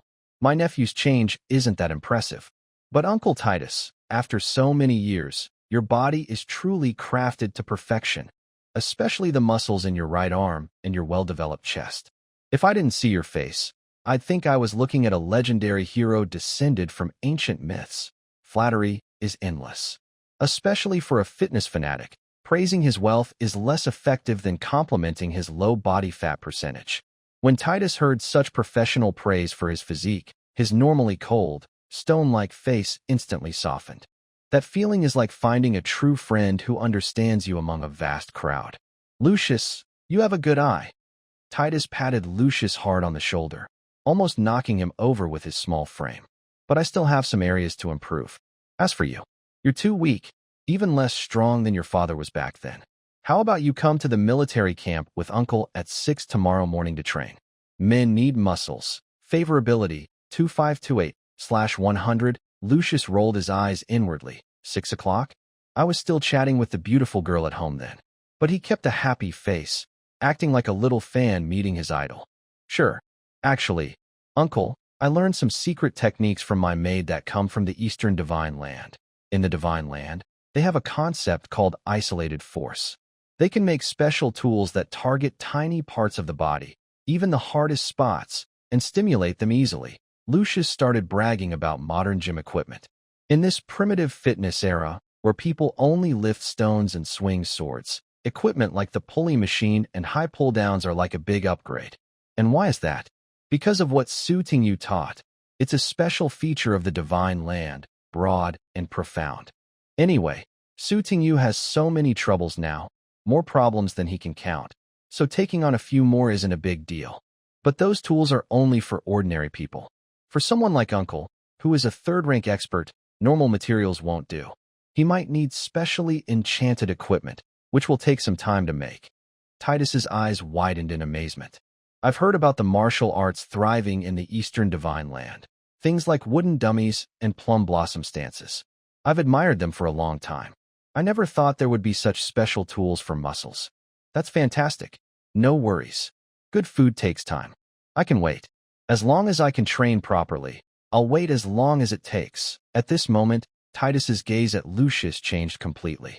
He no longer saw a nephew, but more like a son. Favorability, 2835/100. Besides that, I also prepared some medicinal dishes for you. They follow the methods of the Eastern Divine Land, focusing on nourishing the body through diet, helping Uncle recover quickly and repair hidden injuries. Lucius took the opportunity to speak enthusiastically. Lucius, you really mean it. Titus, who had been somewhat indifferent to Lucius before, was now deeply moved. By the way, I apologize for my manners. Don't stand there. Sit down. Sit quickly. Titus eagerly pulled Lucius to sit at the dining table, acting more affectionate than with Anna. Lucius sat down naturally and began describing the appearance of some fitness equipment, like a Smith squat rack, a seated rowing machine, and the proper force and breathing techniques. Of course, he made up all the names, calling it the King Bao Bao rowing machine, or Yip Man squat machine. He explained confidently, citing many theories validated by modern science. Titus, who was very passionate about martial arts and had excellent control over his body, listened intently. When Lucius described a pose, Titus would quickly imagine it in his mind or mimic it with his hands, instantly feeling the muscle contractions. Brilliant. So brilliant. Titus mimicked the rowing motion, feeling the strength in his back, his eyes shining. He found that some parts of his body, which he previously couldn't feel during training, now actually responded. The two of them talked more and more happily, like a master musician meeting a talented student, both feeling they had found a true friend. Seated across from them, Aunt Anna watched this scene. Her hopeful expression gradually turned into despair. She had hoped Lucius could persuade Titus to train less and spend more time at home with his wife. But now it seemed, these two were really getting carried away. And Lucius even seemed to be promoting more advanced training methods. Did he think Titus wasn't training hard enough? It's over. This is the end. Life will never be the same. Just as Anna felt hopeless, the cook and maid brought over a fragrant ceramic pot along with some other delicate dishes. Sir, dinner is ready. Put it down. Lucius waved his hand to dismiss the servants, still talking nonstop. Yes, uncle. That pose is specifically for training the latissimus dorsi. If done well, your back can spread out like a cobra, forming a perfect inverted triangle. That's true masculinity. You're so right. I never knew China had such deep knowledge in this area. I've truly learned a lot today. Titus was so excited his face turned red. He couldn't wait to go out and do 300 more sets of training. Favorability 3550/100. I'm really looking forward to that thing you mentioned. The high pulley machine. With that, I believe I can break through my current limit. I'll do my best, uncle. Don't worry. I've already memorized the plans in my mind. In a few days, I'll have someone prepare the materials. Lucius smiled and nodded. Then his expression suddenly became serious. However, uncle, when it comes to training, in Shinjo, they emphasize not just practice, but also a key idea: balancing work and rest. Everything should be done in moderation. Too much is not good. The saying goes, "Yin alone cannot produce life. Yang alone cannot grow." If you stay in a high-intensity state all the time, your body will become exhausted and won't recover. This can cause side effects in training or even make your strength decline. If Lucius had said this at first, a beginner at level 1 trying to guide a level 3 expert would definitely be seen as a fool by Titus. But with the clever fitness theories he shared earlier, Lucius now seemed somewhat credible in Titus's eyes. Titus frowned when he heard this, but didn't argue. Instead, he started to think, actually causing a setback. Is that true? Yes. Otherwise, someone as diligent as you might have already broken through to level 4, or even touched the threshold of level 5, Lucius said confidently. In fact, this isn't entirely false. In his view, the cultivation system in this world is basically a big formula. The final experience gained equals the total absorption multiplied by the conversion rate, then multiplied by the training time. Of course, this depends on not exceeding the limit set by one's talent. Final experience equals max, absorption total conversion rate training time, talent limit. Talent is fixed at the start and can't be changed. The conversion rate is usually a black box, influenced by one's understanding, the quality of techniques, and guidance from masters. This leads most nobles to choose a shortcut when facing boring training, spending money to improve. Simply put, they increase the total absorption directly. Relying on piles of magic stones, seeking hidden worlds, or practicing some Eastern dual cultivation techniques, he forcefully increased his level. This is typical of a paying player. As Titus, the second son, he has good cultivation resources but clearly isn't wealthy enough to spend endlessly. He is a dedicated player who works hard. Normally, Titus trains all his available time, even sacrificing time with his wife. If his talent were truly poor, he wouldn't reach the 3rd level. Since he has good talent and works hard, the fact that he hasn't broken through to the 4th level is obvious. Overtraining has caused his efficiency to drop sharply. This is the result of blindly playing the game without understanding the hidden factors like conversion rates. No wonder this world is full of heavy spending. Often, those who work hard don't end well.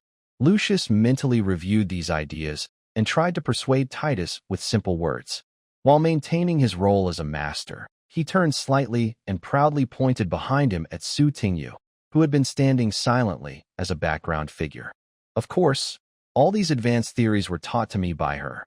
She is a cultivator from the Eastern Divine Land, only 20 years old and already at the 3rd level.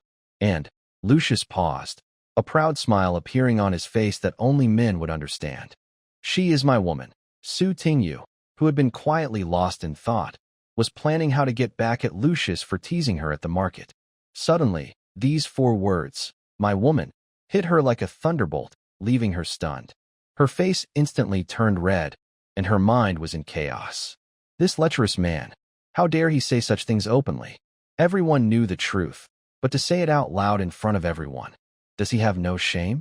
At this moment, under everyone's watchful eyes, she could only suppress her urge to draw her sword, maintaining her cold-made persona, and slightly kneel.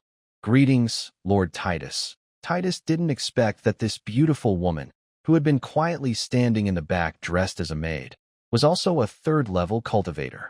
And she was only 20. What does this mean? She is a true genius. He had thought she was just a pretty face responsible for warming his bed, but now he realized she was a hidden expert. Titus immediately felt respectful and quickly waved his hand, showing a more polite attitude than Lucius. Don't be polite. Don't be polite. Since we're family, from now on, you can call me and Anna uncle and aunt. I didn't expect my niece-in-law to have such skill at a young age. In the future, I want to learn more from you in martial arts. Thank you, uncle. By this point, Su Tingyu couldn't argue back at all. Hearing the term niece-in-law made her scalp tingle, so she could only stammer a response, accepting this identity. At the same time, she secretly made a mental note to Lucius. He's putting her in a tough spot again. When she goes home tonight, she must make him understand why her cheeks are so red. Favorability 8082/100. Seeing that his plan worked, Lucius quickly steered the conversation back on track. Uncle, over in the Divine Land, they call overtraining going crazy with magic. A person's body is like a bow. If the string is always tight and loses its flexibility, it can't shoot arrows well. Instead, it might break at a critical moment. This not only stops progress, but can also cause your strength to stagnate or even decline. Lucius explained clearly. Actually, if he weren't worried about revealing his secrets, He'd want to persuade Titus to sign a soul oath and give him some cheat items. But thinking carefully, that plan was too complicated. He couldn't just say, "Uncle, why don't you dissolve your marriage with Aunt first, then sign a contract to serve me? I promise to help you reach the 4th level." If he said that, he'd be in big trouble.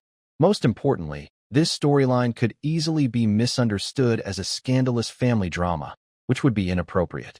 After hearing Lucius's simple yet detailed explanation and seeing the divine land genius girl beside him as proof, Titus finally wavered. He paused for a moment, looked at his rough, calloused hands, and sighed deeply. "You're right, Lucius. It seems I've been too stubborn all these years. I will pay attention later, balancing work and rest." Balancing work and rest.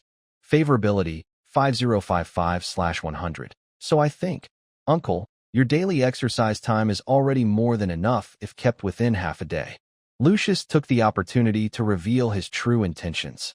The remaining time, you might as well handle some of the territory's affairs, and most importantly, spend more time with Auntie. After all, a happy mood is also part of cultivation. Anna, standing nearby, almost cried with excitement when she heard this. She looked at Lucius with deep gratitude, her eyes so gentle they seemed to shine. She no longer saw Lucius as an outsider. He is her nephew. No, even more like her own son. Even if the final treatment plan doesn't work, even if she still can't have children, just seeing how much Lucius cares for their family is enough to make her grateful. At worst, from now on, she might as well treat Lucius as her own child. When he has children in the future, she will have grandchildren too. If he has many children, she might even boldly ask if she can adopt one to raise. The more Anna thought about it, the more feasible the idea seemed. She looked at Su Tingyu, Helu, and even Lulu, Kafka, and her eyes grew warmer. Favorability 4860/100. Meanwhile, the household chores were mostly done. Titus suddenly remembered something, and his face turned serious. "Lucius, speaking of governance." He lowered his voice, with a tone full of helplessness and warning. "If you really want to take over here, you'd better prepare yourself mentally. This place isn't as simple as you think. Some things, even your father chose to turn a blind eye to." Lucius's heart skipped a beat. Wow, just finished dealing with family drama, and now it's turning into a political intrigue? "Is there something you want to say?" Lucius asked. Titus hesitated for a moment, seeming to choose his words carefully, then finally shook his head. "There are some things that can't be explained easily. Tomorrow morning, you come with me to the military camp. When you get there, see for yourself, you'll understand." "Okay, I will go with you tomorrow." Lucius nodded and slightly squinted his eyes. It seems that this seemingly poor and peaceful Fongjin territory is not as shallow as it looks. Fongjin territory, Titus's room. Evening. After dinner, the special old chicken soup was finished entirely, both broth and meat. Titus felt a warm wave flow from his stomach through his whole body. With a mental note, he thought this stuff was very nourishing. The couple finished washing up, and each went back to their rooms. The atmosphere was unusually warm and peaceful.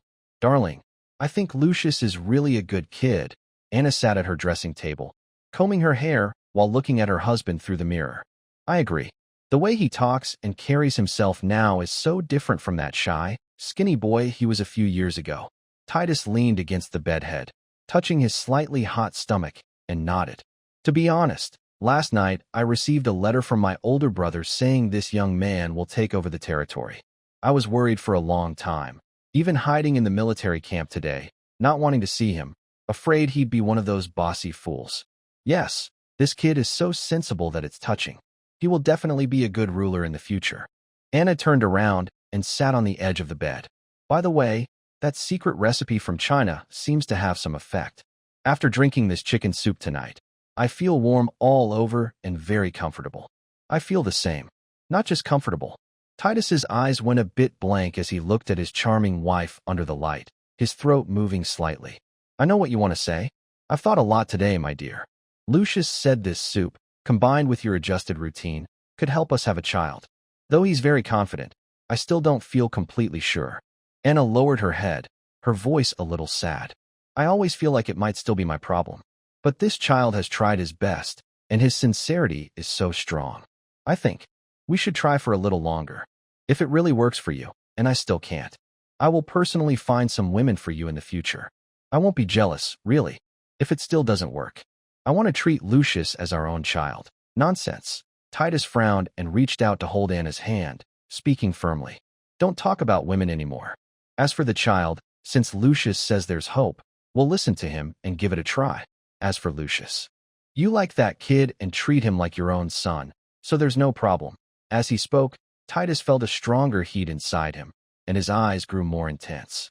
However, tonight I really feel more energized. Let's work hard tonight and not let that kid down. While saying this, Titus leaned forward, trying to kiss her, as if about to start a fierce battle. Anna blushed, but raised a finger to gently stop Titus's approaching lips. Wait, what's the rush?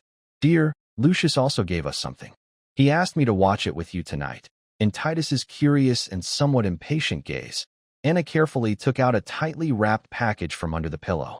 When she opened it, it was a stack of unbound sketches. Anna carefully turned to the first page, and after just a glance, she covered her mouth with her hand and let out a short, surprised gasp. Wow, what's wrong? Titus was startled and quickly moved closer. Anna's face was as red as a ripe apple, shy yet curious, and she handed the sketches to Titus. Look, your good nephew showed us something interesting. Titus was initially confused, but when he looked closely, his eyes widened. Wow, the scene was very striking. The detailed lines depicted muscular figures and precise movements, like a combat manual, with some bold but exciting dialogue next to it. Titus felt a rush of heat surge to his head and swallowed hard. Ahem. These drawings are quite interesting, very unique. Your nephew is really funny. And he told me secretly that this is the original version, and he plans to sell it for a lot of money later. Anna couldn't help but smile softly, her eyes shining with a hint of charm. It really seems like something that could sell well. If those soldiers in the camp saw this good stuff, they'd definitely fight over it. Titus stroked his chin thoughtfully. But the Viller family is a noble old family, and doing this might hurt their reputation. Never mind. As long as it makes money, it's fine. Let's watch together. After all, it's a token of your nephew's kindness and part of the treatment plan. Anna carefully held the manuscript, as if holding a treasure, and slowly moved it toward the bed. Be careful when flipping the pages. Lucius said this is the original version and hasn't been printed yet. We're the first audience.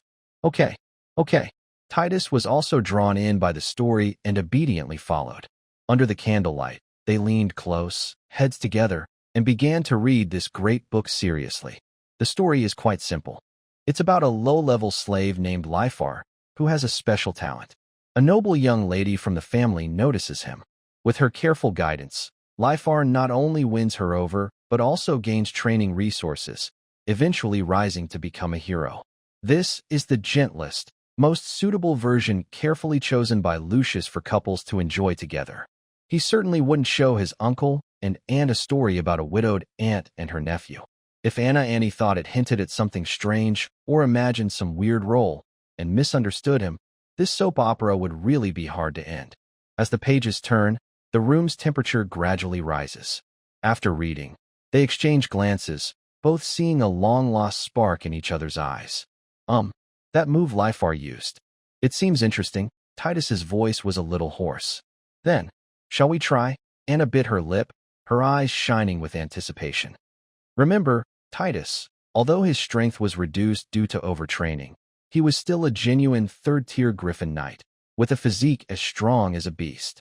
His powerful body, like a pile driver, combined with the endurance of third-tier magic and the excitement brought by the story, made that night hard for either of them to sleep. Titus rediscovered the passion and joy he hadn't felt in a long time. He finally understood that even if he didn't pour all his energy into cultivation, life could still be so wonderful.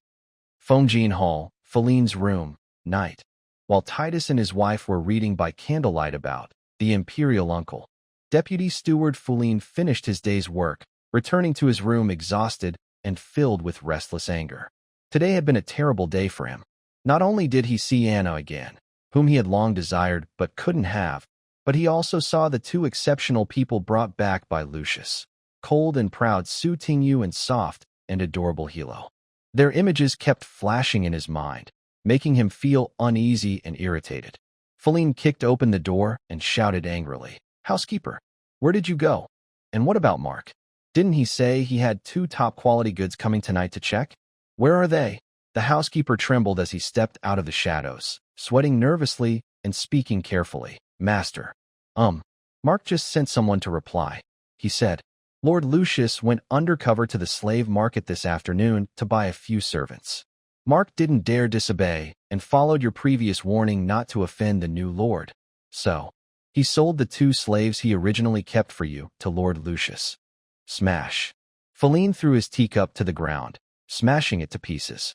He felt his lungs about to explode with rage. Damn it. Why does every good thing get taken by Lucius? He already had 3 top-quality slaves, and that wasn't enough. Now he even tried to snatch his goods outside. How come this kid's women are so popular? Is he blessed? But he was an experienced old hand, not just an animal that thought with his lower body. He took a few deep breaths, forcing himself to stay calm. He's right. Though I don't like it, Mark did his job well. We can't let anyone find a flaw. Suddenly, he seemed to remember something, his brow furrowing. Wait, you said sold?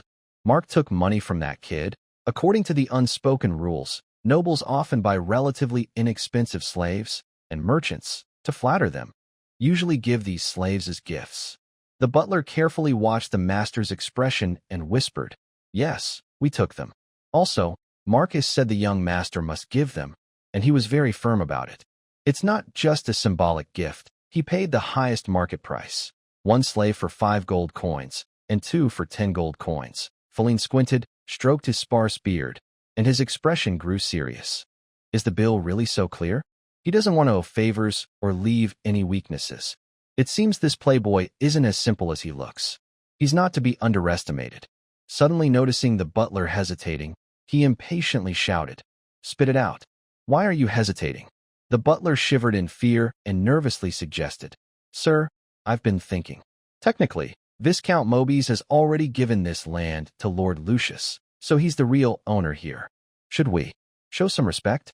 Play along a little? After all, this is the territory of the Viller family.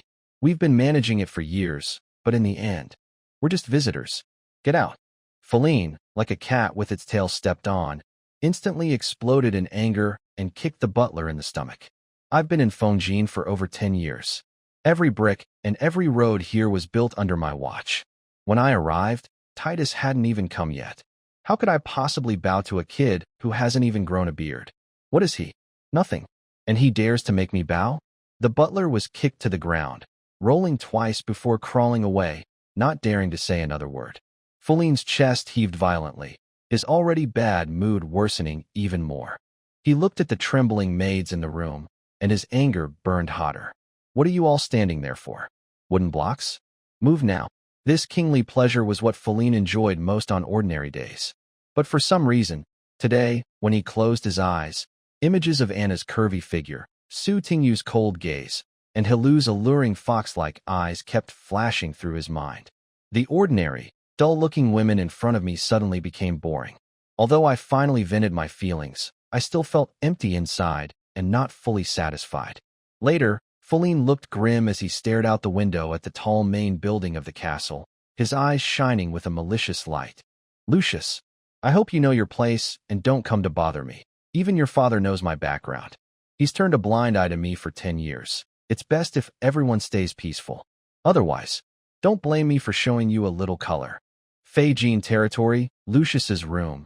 Evening. For safety, or perhaps for some secret reason, Lucius specifically arranged 3 rooms on the 3rd floor of the castle, next to each other.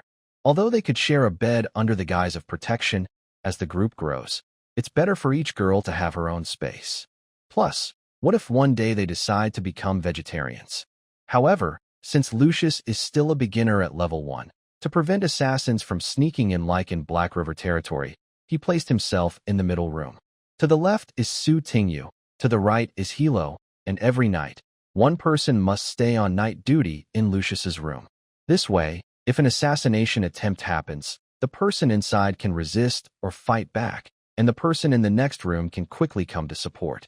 Right now, Su Tingyu was standing in front of Lucius's bed, her cheeks flushed, clearly recalling what happened earlier in front of Titus. "Rogue, you actually said in front of so many people. That I am. You're. Suiting you stomped her foot angrily, but the second half of her sentence felt like a hot potato. She just couldn't say it. She had agreed to give herself to him and was mentally prepared, but that was a private deal. Now this guy was declaring his claim in front of her uncle and aunt. Where could she put her face? Oh, aren't you? Or do you think you can still run away? Ting you, Lucius sat on the edge of the bed, supporting himself with his hands behind him, a mischievous smile on his face as he looked at her. Rogue, if you show me a little color, you dare to open a dye shop. Suiting you clenched her silver teeth, but found she couldn't argue back. She could only awkwardly change the subject. But, why do you understand so much? And speak so confidently? I clearly never taught you about losing control or that strange term conversion rate. It sounds pretty reasonable, though. This was her biggest confusion. How could a young master, once considered useless, understand the true meaning of cultivation so well, even more clearly and deeply than her late master? Well, that's a secret. Lucius raised a finger, waved it near his mouth, and showed a mischievous smile. When the day comes that you openly admit in front of everyone that you're my woman, I'll tell you. This was a coarse secret about himself. Although Suiting you was now on the same side, he still kept this card hidden for fun. He stood up and deliberately stepped closer, the aggressive aura instantly enveloping Suiting you. So, want to try saying it now? Suiting you looked at his handsome face so close, her heart skipped a beat. Then she felt overwhelmed with embarrassment. I don't care about your stupid secret. Like a cat with its tail stepped on, she suddenly backed away and turned to leave. I'm going back to my room to sleep. You two shameless guys kept me up all night. I'm injured. I need rest. At the door, she hesitated, feeling it was too embarrassing to run away. Then she stopped, glared fiercely at Lucius, and threw a harsh remark. Just keep playing your dirty game with your little sister. Hello. She slammed the door shut, her face red as if it could bleed. Though she said she didn't care, once back in her room, she lay on the bed, her mind repeatedly replaying Lucius's theories and that so-called secret. Favorability 8284/100. The room returned to silence, leaving only Lucius and Hello, who was on night duty tonight. Lucius turned to look at Hello, who had been standing in the corner, head bowed, fingers twisting her clothes nervously. He put away his playful smile. Do you want to say something today, Hello? Lucius's voice was soft, but it carried a deep understanding. Since you started shopping this afternoon, you've been distracted and absent-minded. Hello trembled, her face turning bright red instantly.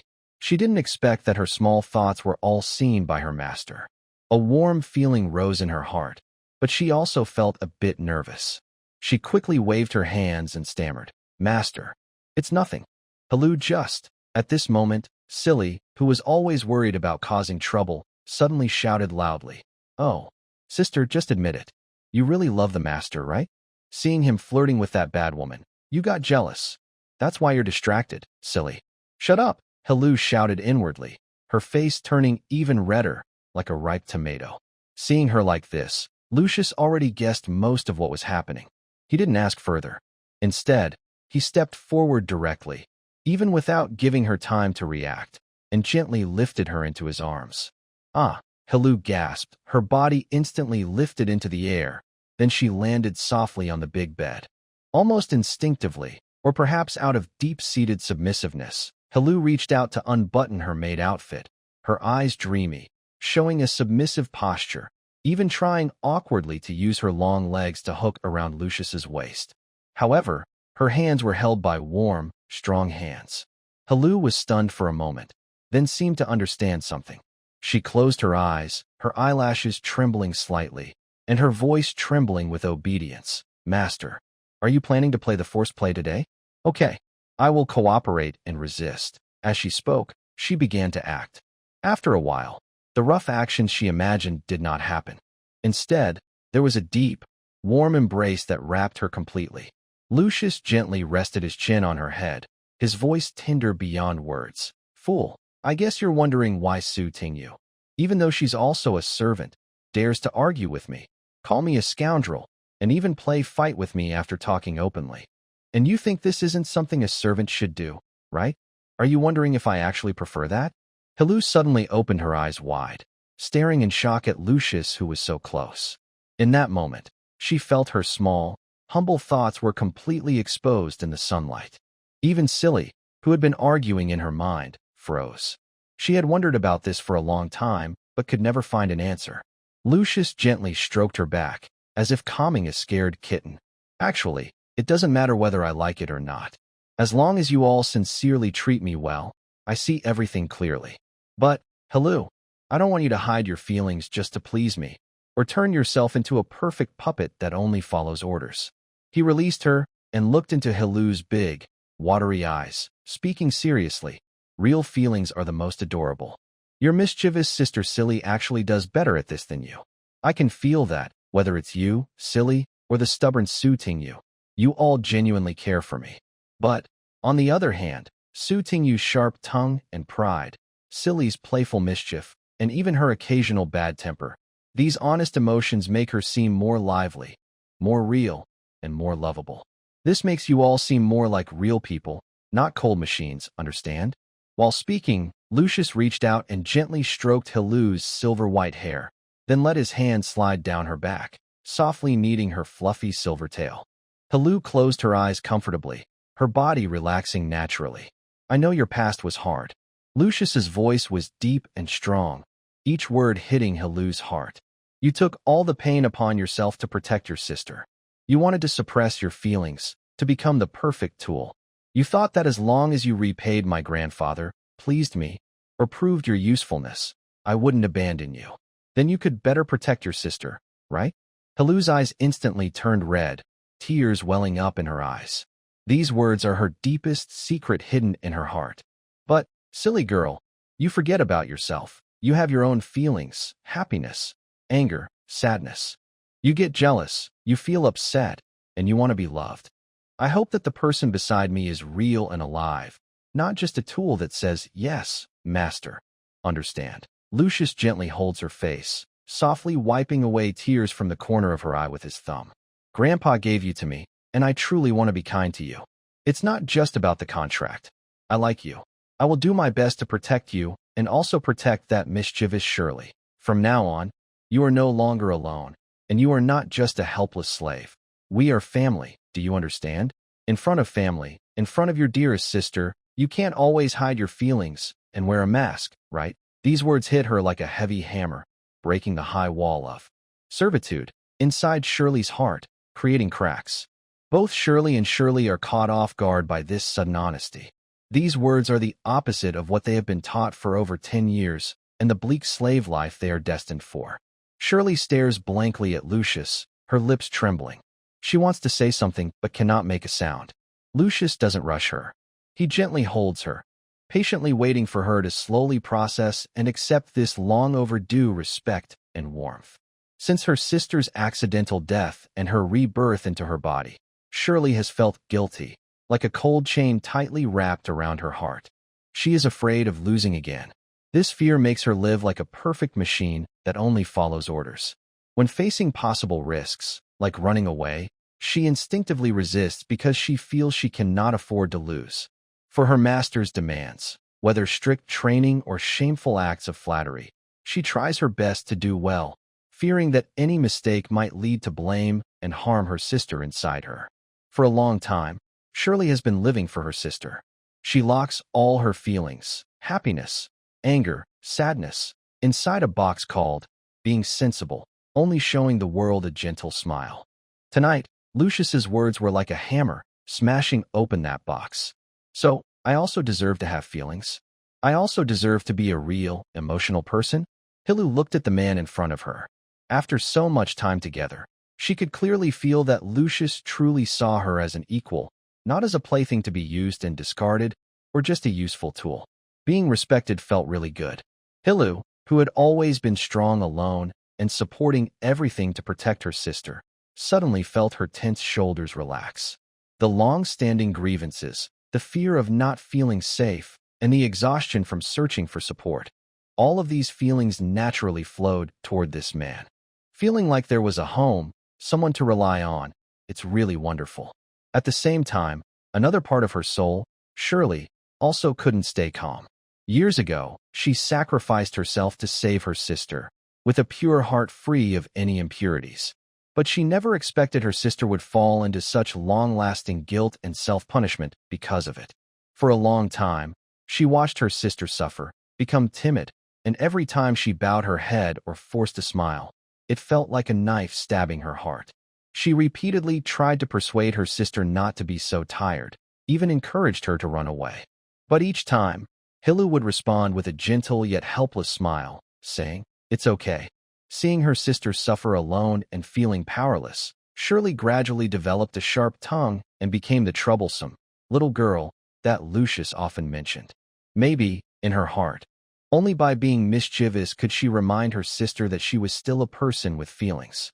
Or perhaps, only a few sharp words could ease the pain of watching her sister bear everything while she could do nothing.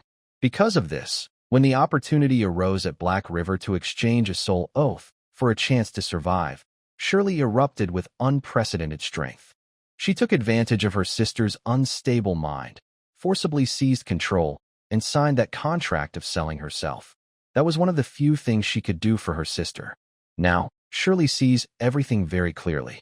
The always lonely older sister, who carried all the burdens alone, finally found support in the sincere words and encouragement of the man before her. She was able to let go of her heavy disguise and no longer feel so exhausted. This had always been Shirley's wish. She only hoped her sister would stop blaming herself and feel at peace. Now, the man in front of her had made that happen. Even though Shirley was usually stubborn and outspoken, she felt genuine gratitude and admiration for this man. Lucius watched the affection level data on the retina screen jump wildly, steadily rising. Shilu's confused and uncertain eyes, like a dusty gem, gradually became clear and firm. She looked up and directly at Lucius, her gaze no longer showing any false submissiveness, only a deep, almost overflowing tenderness. "Thank you, Master. I understand now. From now on, I want to give myself completely to you. I want to form a true soul oath with you. Is that okay?" At the same time, Lucius heard Shirley's voice in his mind, tinged with tears, sniff. "Thank you, Fishy Master. My sister finally. I knew she didn't need to bear so much. Thank you, Bad Master. I've been completely bound to you now. I can only say thank you. I'll reluctantly be your master for this lifetime." Lucius smiled warmly and reached out to gently poke Shilu's nose. "Of course, that's fine." Shilu's face lit up with a pure, clean smile, more beautiful than ever. "Thank you, Master." Then she became serious and began to softly recite the ancient, sacred vow. "I swear with my soul to serve Lucius Vile for life, never to betray. I will give my soul and body to you without reservation." As she finished, a small silver fox-shaped spirit appeared from Shilu's chest, happily spinning in the air. Then, in her expectant gaze, it flew straight into Lucius's forehead. The oath was sealed. Lucius felt the weight of the bond, and his gentle expression instantly shifted into his usual villainous look. He chuckled and pinched Shilu's cheek. "Then come on, Master." Hilla didn't feel scared. Instead, she genuinely teased him. Her natural fox-like charm, combined with her youthful innocence, made her even more attractive. "Master, I want to try too." "Sister, wait, it's my turn. I want to try as well." "I." In her mind, Shirley also protested loudly, not willing to be left out. Now, in Lucius's mind, there was a lively group chat with the three of them. To protect Hilu and Shirley's privacy, Lucius had initially quietly blocked suiting you. "Fine, as you wish." Lucius didn't waste time and immediately moved to hold the tempting little fox down. After a passionate and intense encounter, the room was filled with a warm, intimate atmosphere.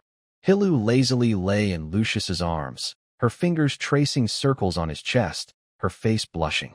"So, this is real, huh?" In her mind, Shirley quickly responded. "Hee, I think so too. I feel like my soul is floating." "Sister, how about I come out now? It feels so strange." "No, I want to do it again." Hilu unexpectedly refused her sister's request, no longer giving her the best parts willingly, showing a possessive side typical of a little woman. She reached out to touch Lucius, her eyes shining with a teasing glint. "Wait, you greedy little fox." Lucius caught Hilu's restless hand, stopping her teasing. "What's wrong?" Master. Hilu blinked her big eyes, a mischievous smile appearing on her face, an expression of boldness that only came after being spoiled. Could it be? You're done? It's okay. Tomorrow I'll cook that nourishing chicken soup for you. That's a joke. Men can't say they're done. Lucius snorted but didn't continue. He naturally noticed the incredible change in Hilu and Shirley's affection levels. The deep, soul-bearing conversation earlier had caused their affection to skyrocket to a critical point. Now, after several moments of close physical and emotional intimacy, that number finally broke through the last barrier. As she fully merged with Hilu in body and mind, their data panels experienced a profound transformation. Favorability 820/100 can be locked. Favorability 780/100 can be locked. Meanwhile, the deep-seated, golden finger in his mind seemed to emit a clear unlocking sound as the favorability reached its maximum. At last, he had successfully increased the first character's favorability to full. Lucius suppressed his excitement and looked at the person in his arms. He said seriously, "It's not that I can't, but I found something new I want to try on you. It might cause some special changes. Is that okay?" "Yes, Master." Hilu didn't hesitate. She pressed her face against Lucius's chest, her eyes full of affection, and spoke softly. "I've given you my whole body and soul. You can try anything you want. Me too, little fish master. Hurry up and let Shirley see what new tricks you have." Shirley's voice also sounded, full of anticipation. Lucius looked at the two of them. Without hesitation, he moved his mind and selected Lock on the retinal system panel. The blinking status bar instantly froze, transforming into a deeper contract link. Name Hilu/Shirley. Rank 2nd Stage Awakener, 3921/10,000. Favorability 100 out of 100, locked. 100 out of 100, locked. Hilu, points to add. 3. Can choose to strengthen current traits or gain new ones. Talents Magic Sensitivity, purple, comma. Magic Perception and Chanting Speed are 150% of normal. Gifted, blue, comma. Maximum daily training experience is 120% of normal. Shirley, points to add. 3. Can choose to strengthen current traits or gain new ones. Talents Perception Sensitivity, purple, comma. Reaction speed and anomaly detection are 150% of normal. Gifted, blue, comma. Maximum daily training experience is 120% of normal. Next, Lucius began to struggle with the precious point allocation opportunity. What should he give them? He carefully analyzed the data. Generally, Hilu and Hilly's basic talents are not considered especially top tier. Their purple and blue combination simply indicates decent talent.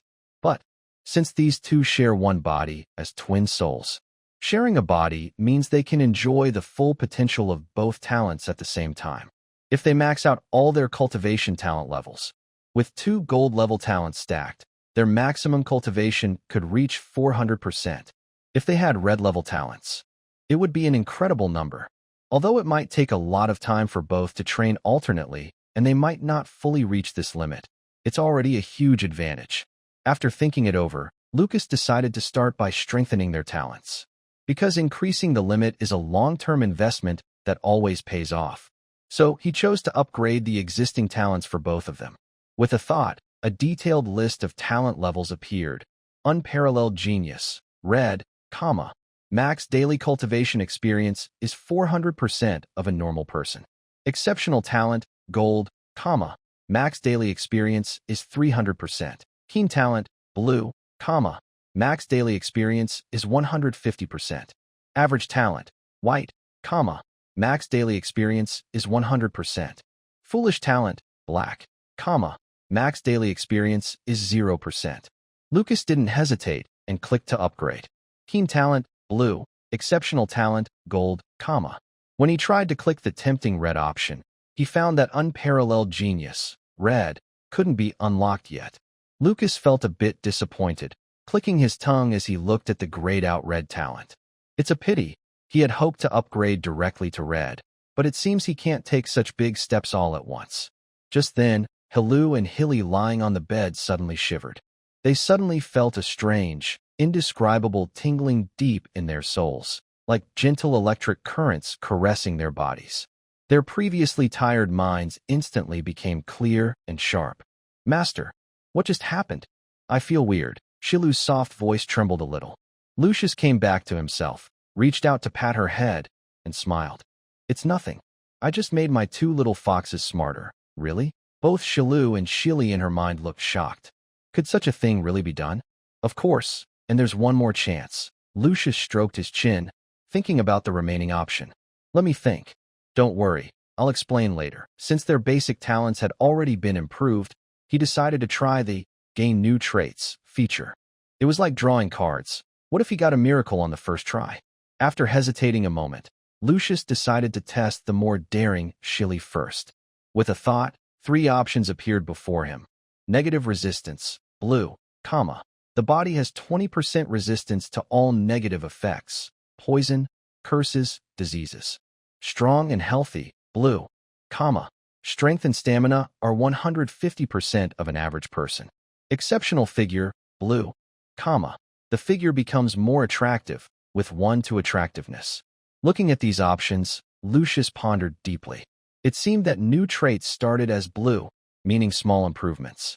The advantage was that no negative effects like intelligence -50 would appear. He hesitated, then paused on the third option for a second before decisively turning away. If it were the maid at home, exceptional figure would be the top choice. Being eye-catching is also a kind of productivity.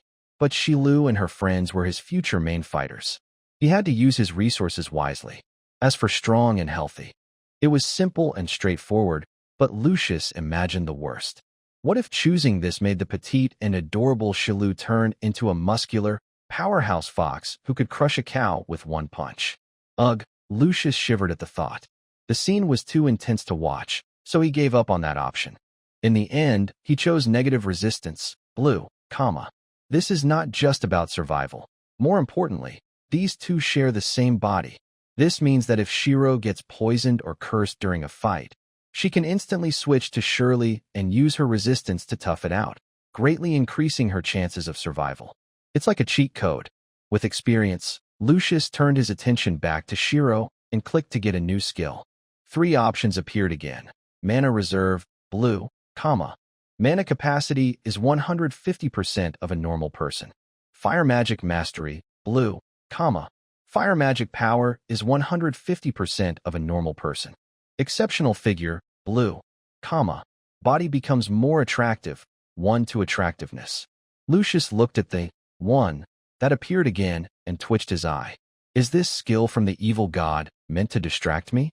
Why does it keep popping up? Although he wanted to choose it, his reason told him that for a mage, the blue bar is life. After thinking carefully, he chose the most versatile skill, mana reserve, blue, comma. More blue means more attacks or more chances to survive. Finally, the panel froze. Name Shiro/Shirley. Rank 2nd Order Awakener. 3921/10,000. Favorability 100 out of 100. Locked. 100 out of 100. Locked. Shiro. Available points. 0. Talents Magic Sensitivity. Purple. Exceptional Talent. Gold. Mana Reserve. Blue. Shirley. Available points. 0. Talents Perception Sensitivity, purple, exceptional talent, gold, negative resistance, blue. After making the choices, Lucius took a deep breath and looked back at Shiro in his arms. Can you feel it, my little foxes? Feels very strange, but I feel stronger, Shiro said, clenching her small fist, trying to describe that mysterious experience, as if a chain on her body had been loosened. What's happening? Lucius slightly smiled and gently tapped the edge of the bed. Oh, if I told you I could control your bodies and even give you special talents, would you believe me? Whatever the master says, I believe it, Shilu replied without hesitation, her big, bright eyes full of unconditional trust. Because now her affection level was completely locked in, which is even more reliable than the so-called soul oath.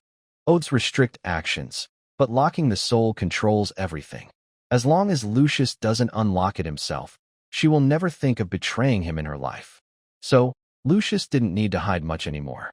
He explained that he was a traveler from another world, able to see their statuses and choose traits, and gave a vague explanation about the concept of a panel, which seemed mysterious. He didn't explain much about being a traveler, only that he was guided by a god to a new world, learned many things, and often heard divine messages through space. For the panel, he said the divine messages taught him to read souls and inner thoughts. This way, even if they read his mind, there was no real risk. He didn't mention dreaming of God calling him dad, as he had already restrained himself. Wow, that's so sneaky, Master, Silu exclaimed in surprise. No wonder the Master is so different from the rumors, like a different person. Was it divine guidance? That's why you immediately spotted the hidden Silly? In her mind, Silly's voice rang out, excited and enlightened. Being able to see our likes and dislikes about you. No wonder Sister Yu is so tsundere, always sarcastic. The clumsy Master isn't angry at all. So you've known all along that she's a hypocrite. Haha, Sister Yu is in trouble now. Her secrets are exposed. Lucius reached out and gently pinched Silu's nose. Now you really can't escape. I've even seen your soul. Then, Master, please don't unlock it for your whole life. And don't release the little fox back into nature, Silu said softly, hugging Lucius's arm like a kitten, acting cute. Of course, that's no problem. Just stay with me happily for the rest of your life. Lucius chuckled and promised. Then, can the Master do the same to himself? Silly suddenly asked, realizing a blind spot in her mind. Shilu looked at Lucius with some curiosity and asked, Hey, just try and you'll see. Lucius gave a meaningful smile and grabbed Shilu's wrist. By the way, I unlocked something else. Want to try it? Huh? Shilu suddenly shivered all over. Tonight is definitely going to be a sleepless night. Since she no longer needed to hold back, Shilu chose to fully release her suppressed emotions. Lucius was inspired and decided to work hard to gain self-protection skills as soon as possible. Until finally, the little fox fell into a deep sleep. Lucius gently touched Shilu in his arms, looking at the tears still on her face, feeling a sense of achievement. This special ability is really useful. He couldn't help but touch his chin and glance toward the next room. If he used the perception sensitivity skill on that cool and proud suiting you, what special effect might it have? Would it make her icy face suddenly melt? Or would it make her grit her teeth? And Lucius looked forward to it with anticipation. Date: May 3rd, year 91 of the light calendar. Location: Phongene territory. Lucius's room. Morning. Assets: 3,068 gold coins. The morning sunlight playfully danced through the gaps in the curtains onto the messy bed. Lucius was the first to wake up, feeling as if his chest and lower body were heavy, like being wrapped by octopus arms. Looking down, he saw Shilu lying on him like a puddle of mud, her limbs tightly wrapped around him. Most importantly, they were still in a special state. Last night's wild sensitivity test had obviously broken this little fox completely. Lucius reached out and gently poked Shilu's flushed face.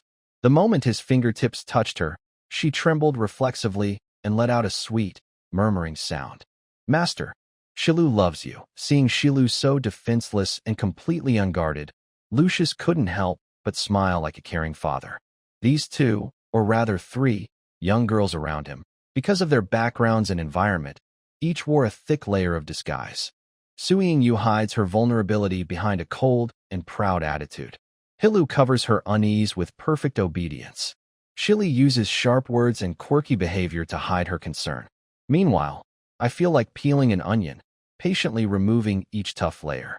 In the end, what I find are pure, adorable souls that make my heart tremble. The process might be a bit uncomfortable to watch, but the result is always comforting. Last night, Hilu was so exhausted she barely slept. Lucius didn't want to wake her, so they stayed in this close, twin-like position, leaning against the bed, quietly watching her eyelids flutter as she slept. After a while, the door was gently pushed open. There was no knocking. Suiying Yu quietly entered with a tray of a delicate breakfast, moving silently like a cat. As soon as she stepped inside, her steps stopped. She saw Lucius looking at the person in his arms with a gentle, loving expression. Though blocked by the blanket, she could tell from the shape and the faint smell in the air that they were close. For some reason, Suiying Yu suddenly felt a strong pang of jealousy, like her favorite sword had been taken away to chop wood, which made her uncomfortable. Humph, how shameless. She silently scolded herself, trying to keep calm and not show her feelings. Lucius heard the noise and looked up, giving her a bright, gentle smile. He even signaled with his eyes for her to put the tray down. Although she felt a bit jealous, her body was honest. She carefully placed the tray on the nearby desk and turned to leave. In that moment, she caught Lucius's gaze. His eyes were not only tender but also carried a strange, almost mischievous glint, like a hunter eyeing their next trapped prey. Suiying felt something was wrong and hurriedly left the room. As the door closed, Hilu in her arms, perhaps smelling the sweet scent of pastries in the air, twitched her nose cutely, like a little dog searching for food. Eat. Hey, Hilu mumbled in her sleep, her mouth unclear, her tongue licking her lips. Lucius found it amusing. This girl, she dreams about food. He gently lifted the blanket, hugged Shiro, and walked toward the nearby desk. Oh, so the little fox was talking in her sleep.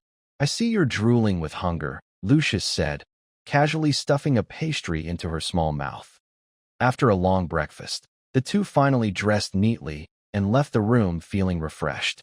As they reached the corridor, they saw Lulu and Kafka, the new maids, already standing politely at the door, waiting. Clearly, their pre-job training was very thorough. When they saw Lucius and Shiro come out, their bodies tensed slightly. Lucius straightened his cuffs and gave them a friendly smile. Good morning. Please tidy up the room a bit. Lulu, a blonde girl with twin tails, had been looking down at her feet. Now she peeked up secretly, seeing her new master's handsome and gentle face, which didn't seem to have the usual noble arrogance. Her fear eased a little, and she shyly smiled, like a frightened little rabbit. In contrast, Kafka was more mature and proactive. She stepped forward, bowed gracefully, her long purple hair hanging down, with perfect posture. Yes, sir. Favorability 015/100. Lulu finally realized what was happening and hurriedly followed with a nervous bow, her voice soft as a fly. Why yes, sir. Favorability 018/100. Seeing these two new employees with initial favorability scores rising, Lucius felt very pleased. In this world where slaves are treated as less than human, just giving a small smile and treating them like people can increase their favorability as if it were free. Thank you for your hard work. This isn't a dangerous place, and I'm not a monster who eats people. Take your time to get used to your new life. Lucius decided to give them some workplace encouragement, as it's a basic skill for a boss to inspire. Here, as long as you stay loyal and diligent, your previous days of fear and worry will be over. Favorability 1520/100. Thank you, Master. Lulu also responded softly, her big eyes shining a little brighter. Favorability 1822/100. Lucius, with a cheerful smile, led the shy Shiro downstairs. The hall was quiet, with only Su Tingyu sitting alone at the long table, holding a feather pen and focusing intently on writing and drawing on paper. The morning light fell on her side face, giving her cold aura a soft golden glow, making her look especially pure. Listen you, why are you up so early? Aren't your aunt and the others awake yet? Lucius leaned in curiously and asked. Su Tingyu paused her pen, then snorted without turning her head. It's not early anymore, it's almost noon. Unlike some people, whose noise is like tearing down a house. Humph, I can hear it through the wall. Oh, listen you. Are you jealous? Lucius chuckled, showing no shame.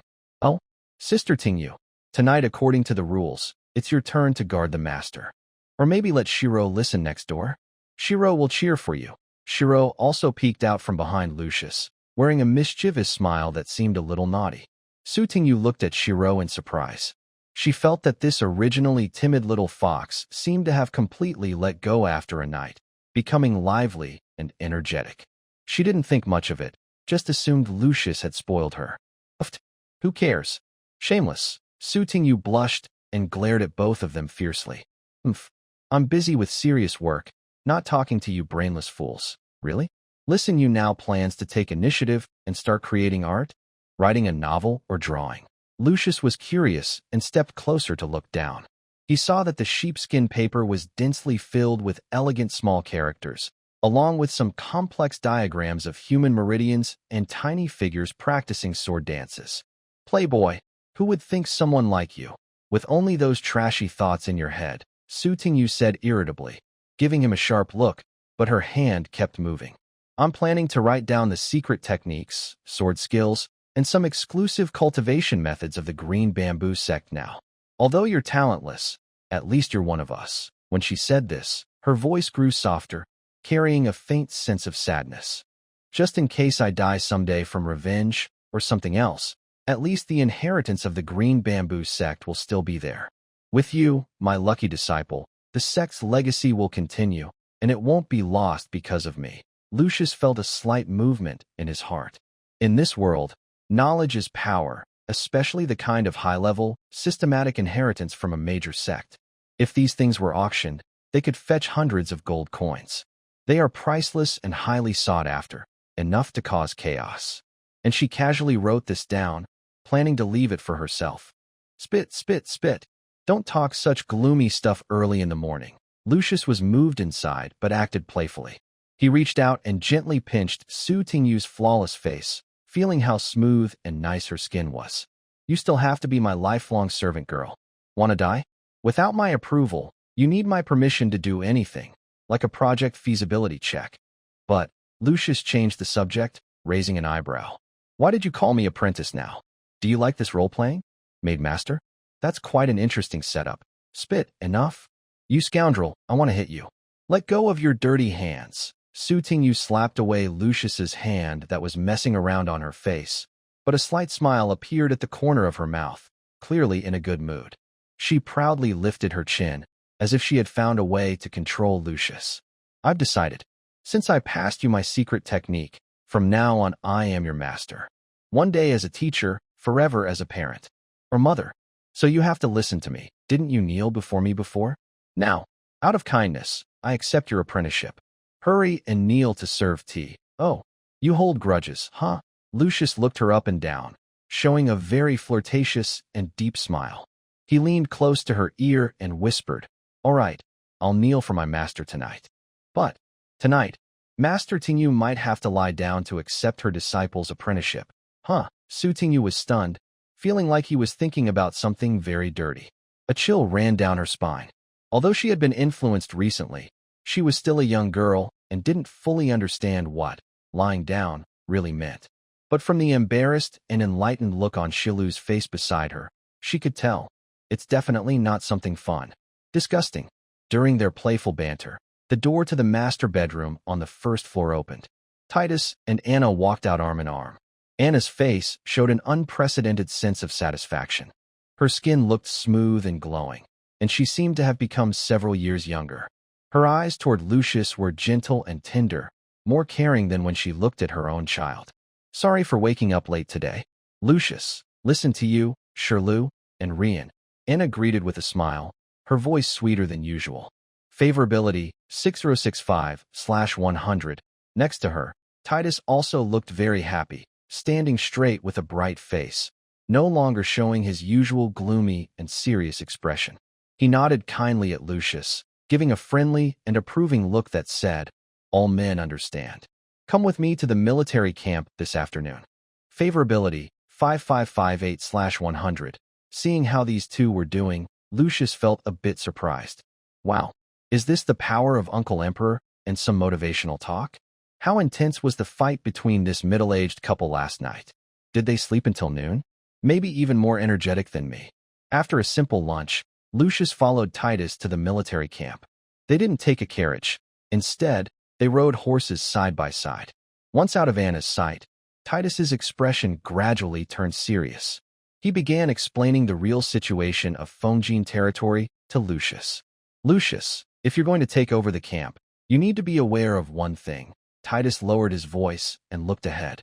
On paper, our regular soldiers are 200, each receiving 15 silver coins a month. But in reality, only about 50 of them get the full 15 silver coins. The remaining 150 only get around 10 silver coins a month, or even less. There are many reasons: wear and tear of equipment, food expenses, training costs. Anyway, about 1/3 is deducted. Lucius frowned. Who deducts that? Feline? Titus nodded and sighed. Who else? He's the deputy steward, in charge of the funds. And most importantly, Titus turned to look deeply at Lucius. Your father knows about this. Even he specifically told me not to make a fuss and to help cover for Feline. Even the butler, Carl, might not know all these details. When we arrive at the military camp, you might see some things that upset you.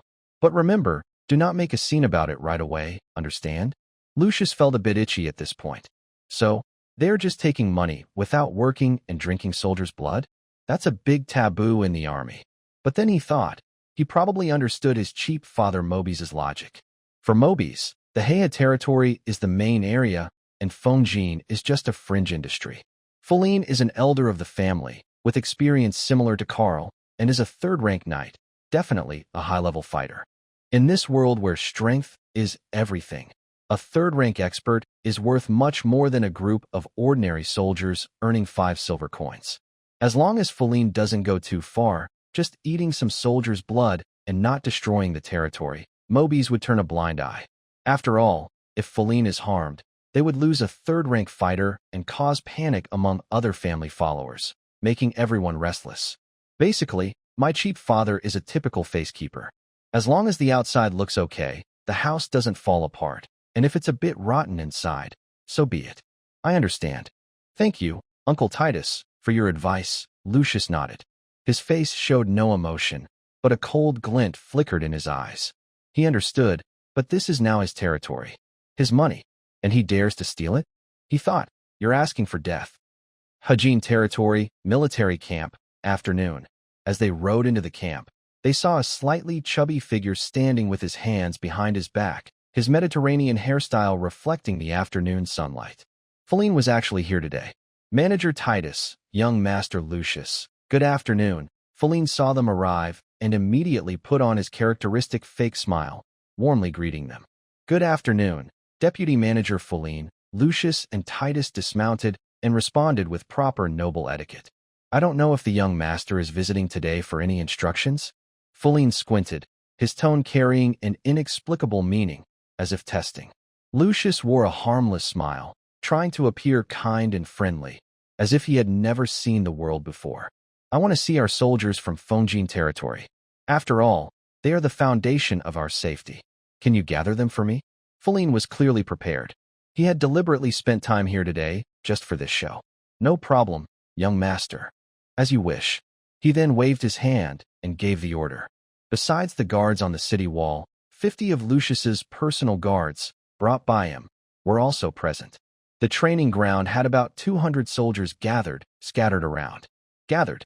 Please inspect them, Feline said, turning to the side and making a pleased gesture. His eyes held a certain meaning, as if he was waiting to see a joke or show his power. Lucius pretended not to notice Titus's nervous glance.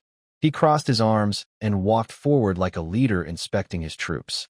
At first glance, the front row of soldiers looked strong and healthy, with shiny armor. They looked like capable fighters. They weren't elite veterans, but for a rural area, they were decent soldiers.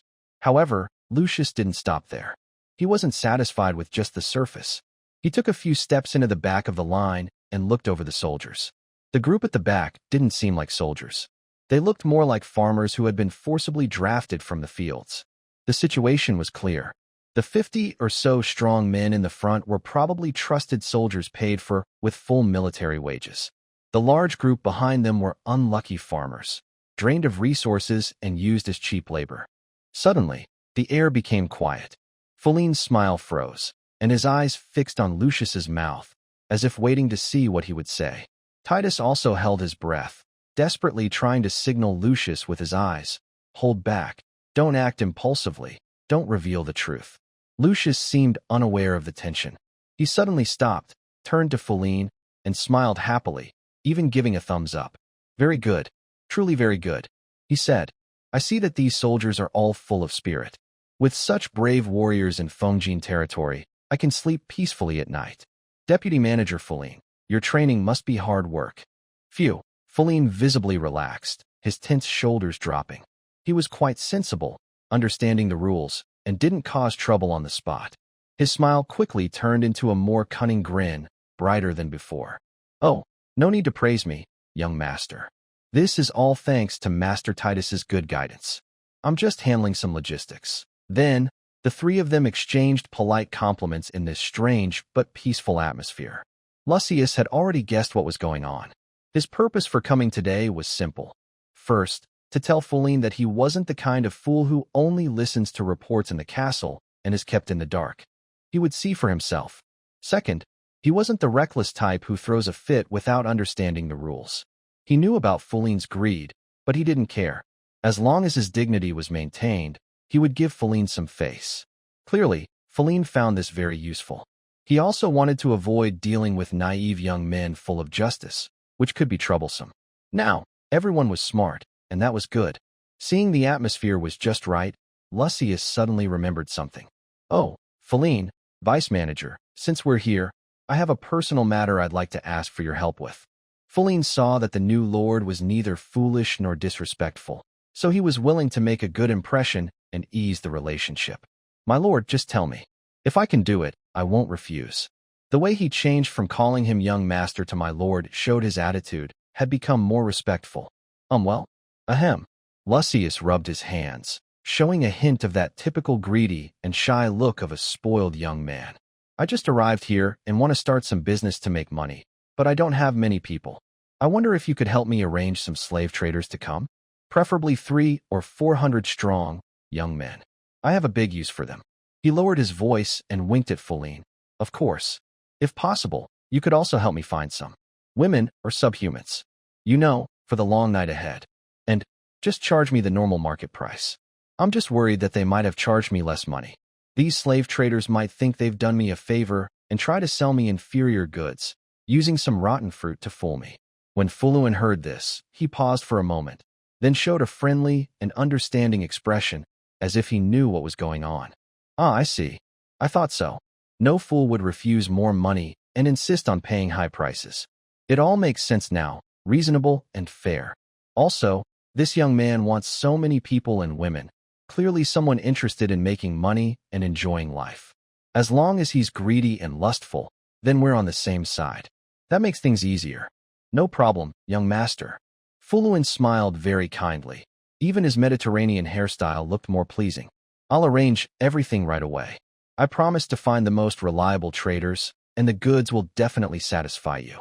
Later, you can also go directly to the manager Mark from yesterday. I've already spoken to him. Since this young man isn't reckless, it's safe to deal with him. And seeing his lustful side, Feline's hostility eased a lot. He even felt a bit sorry, wondering if this young man might do something to Lady Anna. Ah, what a pity. If only I were a young lord too, that would be great. No problem, Deputy Manager Feline. After that, I'll trouble you to handle the complicated affairs of the territory. Lucius patted Feline on the shoulder, showing a slightly lecherous smile. I'm a bit lazy. I only care about making money and beautiful women. No problem, young master. Feline's face lit up with a wide smile. That's what nobles should do. Enjoying life is the real business. These trivial matters can be left to us servants. We'll make sure everything is done perfectly for you. Favorability, -31-5 out of 100. Seeing that the favorability finally escaped the dangerous red alert line, Lucius sneered inwardly, but kept his carefree, spoiled attitude on his face. Then I won't bother Deputy Manager Feline. I'll go for a walk at the city gate to relax. Take care and stay safe. Feline bowed politely, smiling like a well-behaved quail. Oh, Walker, come with me, Lucius called out. It's about time the gift your father sent should arrive. Let's go meet it. One of the 2 second-in-command trusted aides, Walker, quickly stepped forward and respectfully replied, Yes, sir. Under Feline's meaningful gaze, Lucius left the training ground with Walker, Shiru, and Shiri. Meanwhile, Titus shook his head, seeming tired of the political flattery, turned around, picked up his great sword, and began his daily training. After leaving the military camp and walking along a slightly secluded street, Lucius made sure there were no eyes from Feline around. His smile immediately faded, becoming calm and deep. Walker, I have something to tell you. Yes, sir. Walker immediately moved half a step closer, looking serious. Later, you can visit the military camp more often in your own name. Buy drinks for the soldiers and build good relationships, especially with the weaker-looking soldiers in the back rows. As Lucius spoke, he took out a heavy pouch from his pocket, filled with 20 gold coins, and handed it directly to Walker. This money is from me, but don't mention my name. Don't make it too obvious. Invite some people for good drinks now and then, and chat casually. Your current role is my trusted aide. We're both young masters trying to make a name for ourselves. Be generous, understand? Of course, you can also, after drinking, accidentally say things you shouldn't, like hinting that I, the young master, am quite generous, and I don't care about earning money from the poor. Assets 3,048 gold coins. Walker, being the son carefully cultivated by the old butler Carl, was clever and understood his young master's intentions instantly. Yes, sir. I understand, Walker said, storing the pouch, and a flicker of excitement appeared in his eyes. As they spoke, they arrived at the city gate. From afar, they saw a small convoy parked there. Led by a second-tier captain, about 20 fully armed soldiers guarded it. In the middle were more than 10 civilians dressed in work clothes, looking a bit nervous, along with 5 heavily loaded freight wagons covered with thick oilcloth. Carl, the busybody, obviously couldn't come himself. He had a lot of messes to handle. Seeing Lucius approach, the leader of the convoy immediately ran forward and saluted. Young master, the butler ordered us to deliver the items, and they have been handed over to you. The personnel and equipment are all present. Please check them. Lucius glanced over and nodded with satisfaction. He didn't bother to look at the goods, but instead casually took out a shiny gold coin and tossed it to the team leader. Thank you for your hard work. It hasn't been easy on the way here. This is some money for the brothers' drinks. Use it to buy good wine and relax. The team leader caught the coin, and his originally enthusiastic expression became even warmer. The soldiers behind him, hearing about the drinks, couldn't help but swallow and looked at Lucius as if he were a generous benefactor. This young master is impressive. Thank you, young master. Go ahead and rest. Return early and be careful on the way. Lucius waved his hand casually, without any airs. The team leader and soldiers saluted Lucius properly and then gratefully went to complete their task. Assets 3,047 gold coins. Phaging territory, Lucius's room. Evening. After Walker left with the orders, Lucius returned to the castle with Shiru and Shiri. As soon as he entered the room, Lucius flopped onto the sofa in a messy way and turned to ask Shiri and Shiru, "How do I look? Did my greedy, lustful, spoiled brat act just now look convincing? No need to pretend. You are that." Shiri rolled her eyes and said somewhat speechlessly. At first, during the training ground, she really thought Lucius hadn't noticed the soldiers' tricks. As a third-level sword master, she could judge their combat strength with one glance. Normally, to ambush a third-level expert without using someone of the same level, you'd need a battle formation and numbers. Such a formation usually involved well-equipped, trained heavy-armored infantry. As for the farmers at the back of the training ground, she felt she could cut through them like slicing watermelons with her sword. She initially wanted to remind Lucius, but then realized he was actually pretending to be weak to hide his strength. "So what do you plan to do? Are you really going to just endure this?" Shiri asked. "Not doing anything for now. Since the dragon is strong but can't overpower the local snake, I'll hold back for now," Lucius said lazily. "I just need time now. First, make him think I am useless so he won't cause trouble for me, and he will help me do the dirty and tiring work. As for what he has eaten, sooner or later, he will have to spit it out, including the benefits. First, by some slaves, and later, under the pretense of hiring workers, purchase more slaves. Then organize them and have John train them more. When we have real power and control, we can then take action during the New Year celebration. So, what is your real reason for asking Feline to buy female slaves? Is it also to gather strength?" Shiri snorted coldly, clearly still upset about this. "It's shallow. This is a tactic to lower the enemy's guard. Only if I also act greedy and lustful will Feline think I am one of them and trust me. It's all for a serious purpose." Lucius looked serious and righteous. "But I don't think you are acting. You seem to enjoy it very much." Shiri ruthlessly exposed him.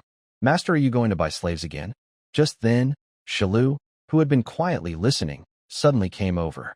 Her little fox ears twitched, and she hung onto Lucius's arm. "Buying is fine, but first, feed Shiru and Sister Tingyu well, otherwise, Sister Tingyu will get jealous, and she might secretly scold you later. Yes, yes. Look at Sister Tingyu's face. She's so sour she could make vinegar. Ha. The girl in my mind, Shili, was also teasing and mocking loudly nearby. All right, we must feed them well, definitely. Lucius burst into laughter, amused by the two little foxes, and reached out to pinch Shilu's cheek. Su Tingyu's previously maintained cool expression instantly collapsed. Her face turned bright red, like a cat that had been stepped on its tail. What does that have to do with you? Who? Who is jealous? Nonsense.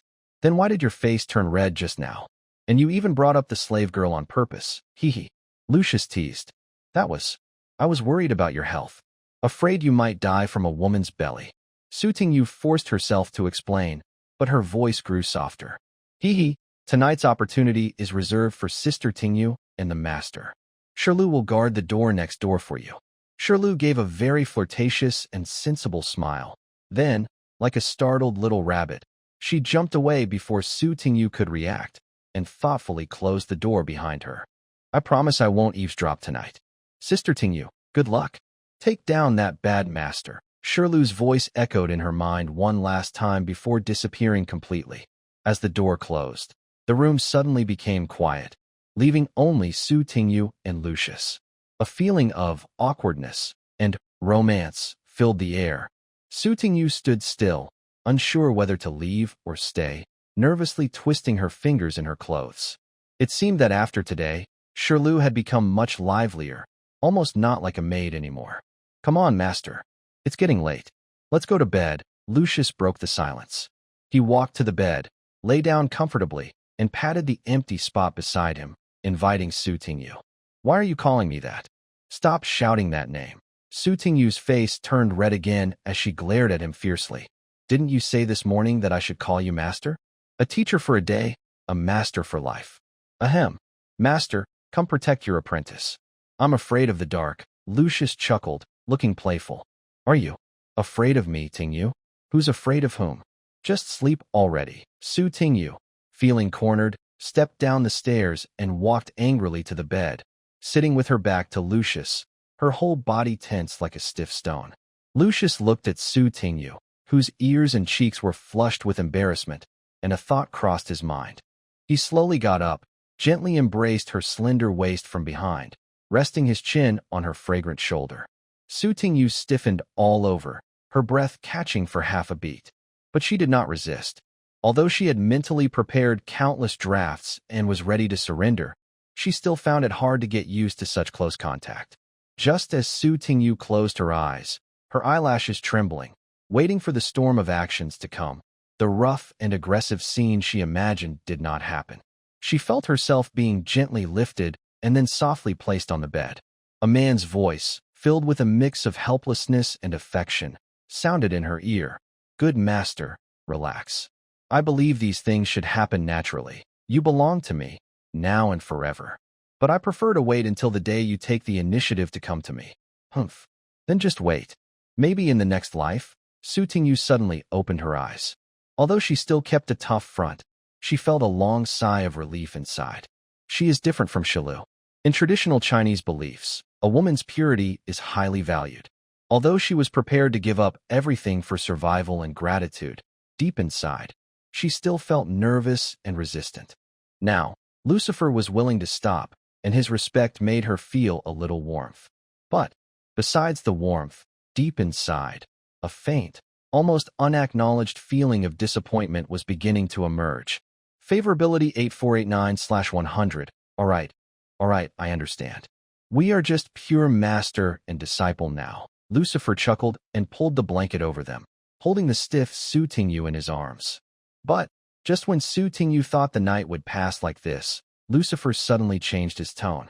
He gently took her hand and, with her hand, slowly pressed it toward a strange place under the blanket. What are you doing? Thus, the self-proclaimed pure Su Tingyu was held and slept all night by Lucifer, who also insisted on being pure. At first, Su Tingyu was tense all over, her mind filled with thoughts of the so-called detox process, rehearsing countless times in her mind whether to resist or to pretend compliance if that troublemaker really tried something. But when she heard Lucifer's steady, gentle breathing, that aggressive male aura turned into a comforting warmth, creating a safe barrier. Su Tingyu didn't know why, but her tense nerves gradually relaxed, and she soon fell into a deep sleep, her most peaceful and secure rest since the great upheaval in her life. On May 4th, year 91 of the bright calendar, Fengjin District, Southwest Workshop, morning, assets, 3,047 gold coins. The sun was shining brightly, and a gentle breeze was blowing. Lucius, accompanied by Shirley and Su Tingyu, arrived at the workshop located in the southwest corner of the castle, acting like a typical wealthy young master. As soon as they entered the workshop, a strong, unique smell hit them, an acidic scent from fermented pulp. To Lucius, it smelled like the fragrance of wealth. Inside, the light was a bit dim. About a dozen craftsmen, dressed in rough cloth and with ink-stained hands, stood nervously in a line, like soldiers waiting for inspection. Leading them was an old man with a white beard and a slightly hunched back, who seemed to be in charge here. Good day, sir. The old foreman, seeing Lucius dressed in fine clothes and followed by two beautiful women, was so nervous that his calloused hands trembled. He quickly bowed 90 degrees along with everyone else. Although he had never seen Lucius in person, the grand scene and his demeanor made it clear that he was the new master of Fengjin District. Don't be nervous. Your name is Jim, JM, right? I am Lucius Viller. From now on, you will work for me. Lucius waved casually, showing his friendly smile. I'm a fair person. As long as the work is done well, money is not a problem. Walker should have explained everything to you, right? Yes. Yes, sir. Your kindness is appreciated. Jim, the old foreman, was so excited that his beard trembled. In this world, it was rare to find a noble who paid wages on time and even gave raises, more so than encountering a goddess of light. Since you've been told, let's get started. I don't like to keep idle people. Lucius didn't waste words. He turned and took the thick, carefully wrapped initial drafts from Shirley's hands. Jim, can our workshop do this kind of book printing? He handed over the sketches. The old foreman took the heavy sketches with both hands, not immediately looking at them. Instead, he straightened his back and showed a confident, proud expression typical of a skilled craftsman. Sir, you've asked the right person. My skills are passed down from my ancestors. When the woodblock printing technique first came from the Eastern Divine Land, my grandfather learned it. It's been passed down to me as the third generation. Old Jim pounded his chest, spitting flying everywhere. Don't just talk about small books like this. We've printed the church's thick, light of truth, scriptures, and the Lord's decrees. Whether engraved in shadow or light, I can handle it. As long as there's a draft, we can carve it exactly, not missing a single ink dot. If I make a crooked line, you can cut off my hand. Good. I like that confidence. Lucius smiled meaningfully.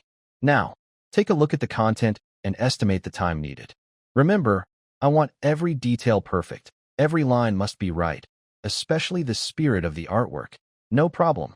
Rest assured, sir, even the finest hairs will be carved clearly, old Jim promised confidently. To show his professionalism to the new boss, he deliberately dabbed some saliva on his fingers and carefully turned to the first page. Excellent craftsmanship, smooth lines, strong initial strokes, and the composition. Old Jim's enthusiastic praise suddenly caught in his throat, like a duck being choked. Silily's incredible drawing skills were fully displayed at that moment.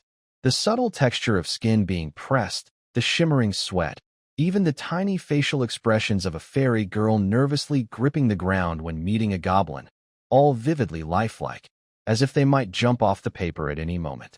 The impact was overwhelming. Cough, cough. Cough, cough. Old Jim suddenly started coughing violently. His old face turned a dark purple, and his cloudy eyes widened like bells. He instinctively wanted to close the book to protect his fragile heart, but remembering it was a task assigned by the Lord himself, he had to force himself to keep flipping through. The more he looked, the more his hands trembled. Old Jim, what's wrong? Is it too hard to carve? Or are your skills slipping? Lucius asked with a mischievous smile. This. Old Jim looked up, his eyes flickering with fear, not daring to look behind him at Su Tingyu and Halu. Sir, this book, this content, isn't it a bit too, bold? This isn't a book. It's practically a temptation from the devil. Su Tingyu stood behind, having seen these drafts before, but now she couldn't help feeling a strong sense of shame as she watched a group of bearded men gather around and study the images. She turned her head away, her ears burning, pretending to look at a spider web in the corner. Shili also looked a bit embarrassed behind her, since she was the main cause of all this, the source of all trouble. Su Tingyu silently cursed Lucas 1,000 times. No wonder he's such a flirt. It's one thing for him to look secretly, but he not only looks himself. He also wants to print and spread these images to harm others. What's wrong? Can't print it? Don't tell me you've never printed such inappropriate things before. Lucas's smile faded slightly, and his tone became a little more commanding. Yes, we can print it. Absolutely. Old Jim shivered and quickly snapped out of his daze. Who cares? Money makes the rules. Besides, it's the Lord's order. Living and earning money is more important than anything these days. But, sir, the lines in this drawing are very dense and require great skill to carve. Especially this. Old Jim pointed to a very detailed close-up of a leg on the draft, seriously analyzing the technical difficulty, trying to hide how provocative the image was. The mesh pattern of the stockings. Carving it takes a lot of effort. The squares are so small that even a slight tremor can ruin it, making it hard to show the realistic flesh feel. That's exactly what I want to emphasize. Lucas stepped forward, pointing at the detail, speaking very seriously as if discussing a national matter. Take your time, don't worry about the effort. The technical challenge is something you should overcome. If you do, I will reward you greatly. Don't treat this as just some art. It's the peak of human beauty. We must approach every line and every mesh with craftsmanship. Besides your wages, if anyone can improve the technique, make the stockings look more realistic or increase the output, I will give extra bonuses. Starting from 1 gold coin. Understood. Sir. For art. Hearing about the gold coins, old Jim took a deep breath, his eyes becoming firm again. Whether it was for art or that shiny reward, he was determined. Very good. Lucius nodded happily. These are the first batch. I've prepared about 6 series. He started listing the titles on his fingers. The Forest Secrets of Elf Battles Goblin, Orc Chieftain and the Lost Lady Knight, Playful Apprentice and Cold Beauty Master's Training Routine, Widowed Beautiful Aunt and Nephew, Brother and Sister-in-Law Family Drama, and The Rebellion of Slave Leafar. Lucius paused and looked at the manuscript in his hand. Each will be printed with 1,000 copies first. I need it done quickly, but the quality must be good. If it's done well, I'll reward you. Oh, and since these will be sold across 2 continents, the text is bilingual, half in Shinjo language and half in Oswevian. Don't make any mistakes. Su Tingyu and Shili, hearing these extremely embarrassing book titles, both felt shy and looked away, unable to meet anyone's eyes. What are these? So embarrassing. Especially the part about the master and apprentice, and the aunt and nephew. Sounds like some kind of shady story. Luckily, Shili, while drawing comics and cursing the perverts, thoughtfully added bilingual labels, or else these illiterate craftsmen wouldn't be able to handle it. Jim, who had been full of confidence just moments ago, suddenly looked worried when he heard the number of books. Sir, we might not have enough people. He frowned and did some quick calculations. Although we have the drafts, and language isn't a problem, but we only have 15 people here. 5 are responsible for making paper and mixing ink, another 5 for printing with ink, and only 5 skilled block carvers who can carve the plates. These 6 books each have dozens of pages, with very detailed lines, and we need to print thousands of copies. Even if we cut off all our hands, we couldn't finish it in a short time. I will solve the staffing problem. For now, don't worry about the workers. Focus on assembling the equipment and tackling the technical challenges of carving the plates, Lucius said casually, waving his hand. Yes, my lord, Jim replied, feeling nervous but forced himself to agree. Sorry, I can't assist with that request. Master, Lulu gasped in surprise from the sudden surprise attack. Her body instinctively tensed, then relaxed, and her face turned red with embarrassment as she lowered her head. Are you used to it now? Have you been doing well lately? Lucius gently held Lulu's slender waist, lightly lifted her chin with his finger, and looked into her big, sapphire-like eyes. Getting used to it. Master, you treat me very well. Sister Shilu, Sister Tingyu, and Sister Mac all treat me kindly, Lulu said seriously, her voice soft. Over the past few days, she had become braver, no longer acting like a frightened quail when she first arrived.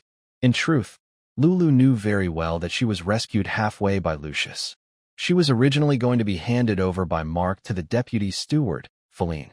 Before coming here, Mark had already trained her subtly, hinting that Feline, that old fat man, had some unusual tastes. At that time, she was already desperate, feeling her life would be spent in hell. But unexpectedly, fate took a turn, and she ended up here. Every day, she only needed to tidy the bed, serve tea and water, eat well, and stay warm.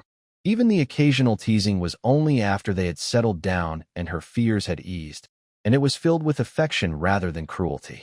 Most importantly, compared to the legendary fat, oily, middle-aged bald man, the handsome, young, and vigorous lord in front of her made her feel 100 times more comfortable. The contrast was like heaven and earth. "Thank you for giving me this chance, Master.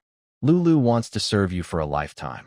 The little girl bravely expressed her true feelings. "Just getting used to it is enough. Saying thank you with words isn't enough. How else should you thank me?" Lucius chuckled mischievously, playfully tapping his cheek with his finger. Lulu understood this hint perfectly. She straightened up, placed her hands on Lucius's shoulders, closed her eyes, blushed, and leaned in to kiss his face. Before she could get close, Lucius suddenly turned his head and precisely pressed his lips on Lulu's small mouth. The contact was brief, but the soft sensation carried a hint of milky fragrance. "All right, Lulu, be good. The reward is finished. I need to go handle some official business and check on the slaves," Lucius said with a gentle smile. "Young master is naughty." Lulu's face instantly turned bright red, like a ripe apple. She whispered with dreamy eyes, not sure if she was teasing or if Lucius was just setting fires without putting them out. Favorability, 2258/100. "Young master likes to play the bad guy," Lucius said, lifting Lulu by her armpits as if holding Simba, then gently setting her down. "You can't escape either. I'll deal with you later."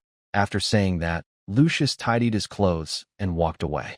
Meanwhile, Shilu and Su Tingyu, who had been standing quietly in the background, nodded in agreement and followed behind. Lulu, blushing and covering her mouth, stayed in place, her heart pounding like little deer. They left the castle gates, and the sun shone brightly. "This is how noble young masters should live." Lucius stretched lazily and sighed sincerely. "Master, don't forget Shilu too." Shilu stepped forward eagerly, wrapping herself around Lucius's arm as if she had no bones. Her soft justice pressed openly against him, shaping into a surprising form. Since opening up, this little fox has become bolder and bolder. "All right, tonight I'll make sure my little fox gets plenty of rest, so you can call out as much as you want," Lucius chuckled, enjoying the wonderful sensation on his arm. Su Tingyu silently followed beside them, holding her sword, her gaze drifting as if lost in thought. "Master, what are you thinking so deeply about? Want to join us tonight?" Lucius turned to tease when he noticed Su Tingyu was silent. "Flirt. Who would want to be with you?" Su Tingyu snapped back, as if she had been caught off guard, her face flushing with two bright red clouds. "Grandma's internal injuries are almost healed. Starting tomorrow, I'll work hard to restore my strength. Don't bother me these days. I'm afraid I'll get a sty." Though she scolded fiercely, her tone sounded more like teasing, full of mixed feelings. Okay, master is the hardest working," Lucius said calmly, not annoyed, but nodding thoughtfully. "Remember to go to the storage room and get a few magic stones. Enough. Also, call me when you start practicing tomorrow. I'll teach you some tricks." "You? Teach me?" Su Tingyu stopped in surprise, staring at Lucius as if she had heard a huge joke. "You are a beginner at the first stage of chi cultivation. How can you teach me about refining pills at the third stage? How? Do you trust me?" Lucius put away his playful smile, his eyes becoming deep and confident. It was a calmness that came from mastering core skills. Su Tingyu looked at the man's confident expression and remembered his strange theories about fire entering the devil and conversion rates. She felt a strange doubt stirring inside her. Let's see what you're really up to. If you dare to mock me, next time I'll detoxify you myself and remove your troubles." Faging District, Slave Market, afternoon. That afternoon, Lucius, Walker, Shirlu, and Su Tingyu returned to the slave market. "Sir, your needs are quite large. Gathering strong, young people all at once is a bit difficult. These are all the available slaves we have now. Please take a look. Mark rubbed his hands, smiling flatteringly, his face almost crinkling into a flower shape. Lucius nodded in understanding and walked forward with his hands behind his back. This time, besides the 2 slave traders they saw last time, there were 2 more faces that looked more prosperous. Clearly, these were some of the bigger traders in Faging. Looking around, the training ground was packed with about 200 people, roughly half men and half women. The men looked a bit thin but had strong frames, showing some strength. The women were all decent looking, without the old and frail ones. Not bad, the quality is good. Lucius nodded with satisfaction. I'll take these. By the way, I didn't see any subhumans. He remembered mentioning wanting subhumans earlier. Sir, our place is on the eastern border. Subhumans are mostly from the western regions, Mark explained with some difficulty. We occasionally get a few here, but their quality isn't very high, so we don't dare to show them off. As for elves, if you like, we can keep an eye out for you. All right, note that down for now. Lucius wasn't too insistent. Rare items are valuable. Let's settle the bill. How much for these 200 people? Because you're a big customer and need so many. The traders discussed it and gave you a fair price. Mark raised a finger to indicate the price. Usually, such quality outside costs 1 gold coin each. I'll give you a discount, 90 silver coins each. Does that work for you? Yes, Lucius replied. He knew this kid probably had a kickback, but he didn't mind. He reached into his pocket and took out a heavy pouch, counting out 180 gold coins and handing them to Mark. Take this and share it. Also, tell them that if they find good goods in the future, they should save some for me. Thank you, sir. Thank you for your generosity. Mark and a few slave traders looked at the shiny gold coins with wide eyes. They bowed repeatedly, grateful and eager to show their thanks, almost bowing their heads to the ground. Walker, take your men and bring these slaves to John, Lucius ordered. To settle these people, Lucius waved his hand and spent 50 gold coins to buy a large area of houses around the southwest workshop at a slightly higher price. The villagers who had been hesitant to leave saw the compensation that was even higher than market value. They all smiled happily, packed their things overnight, and moved quickly, worried that the Lord might change his mind. Yes, sir, Walker replied respectfully and began organizing the team. Faging Town, southwest of the city, afternoon. Assets, 2,817 gold coins under Walker and the soldier's escort. 200 slaves formed 2 long lines, men and women, and marched into the southwest workshop's living area. When they arrived, before they could recover from their fear of the unknown, Lucius was already standing on a high platform.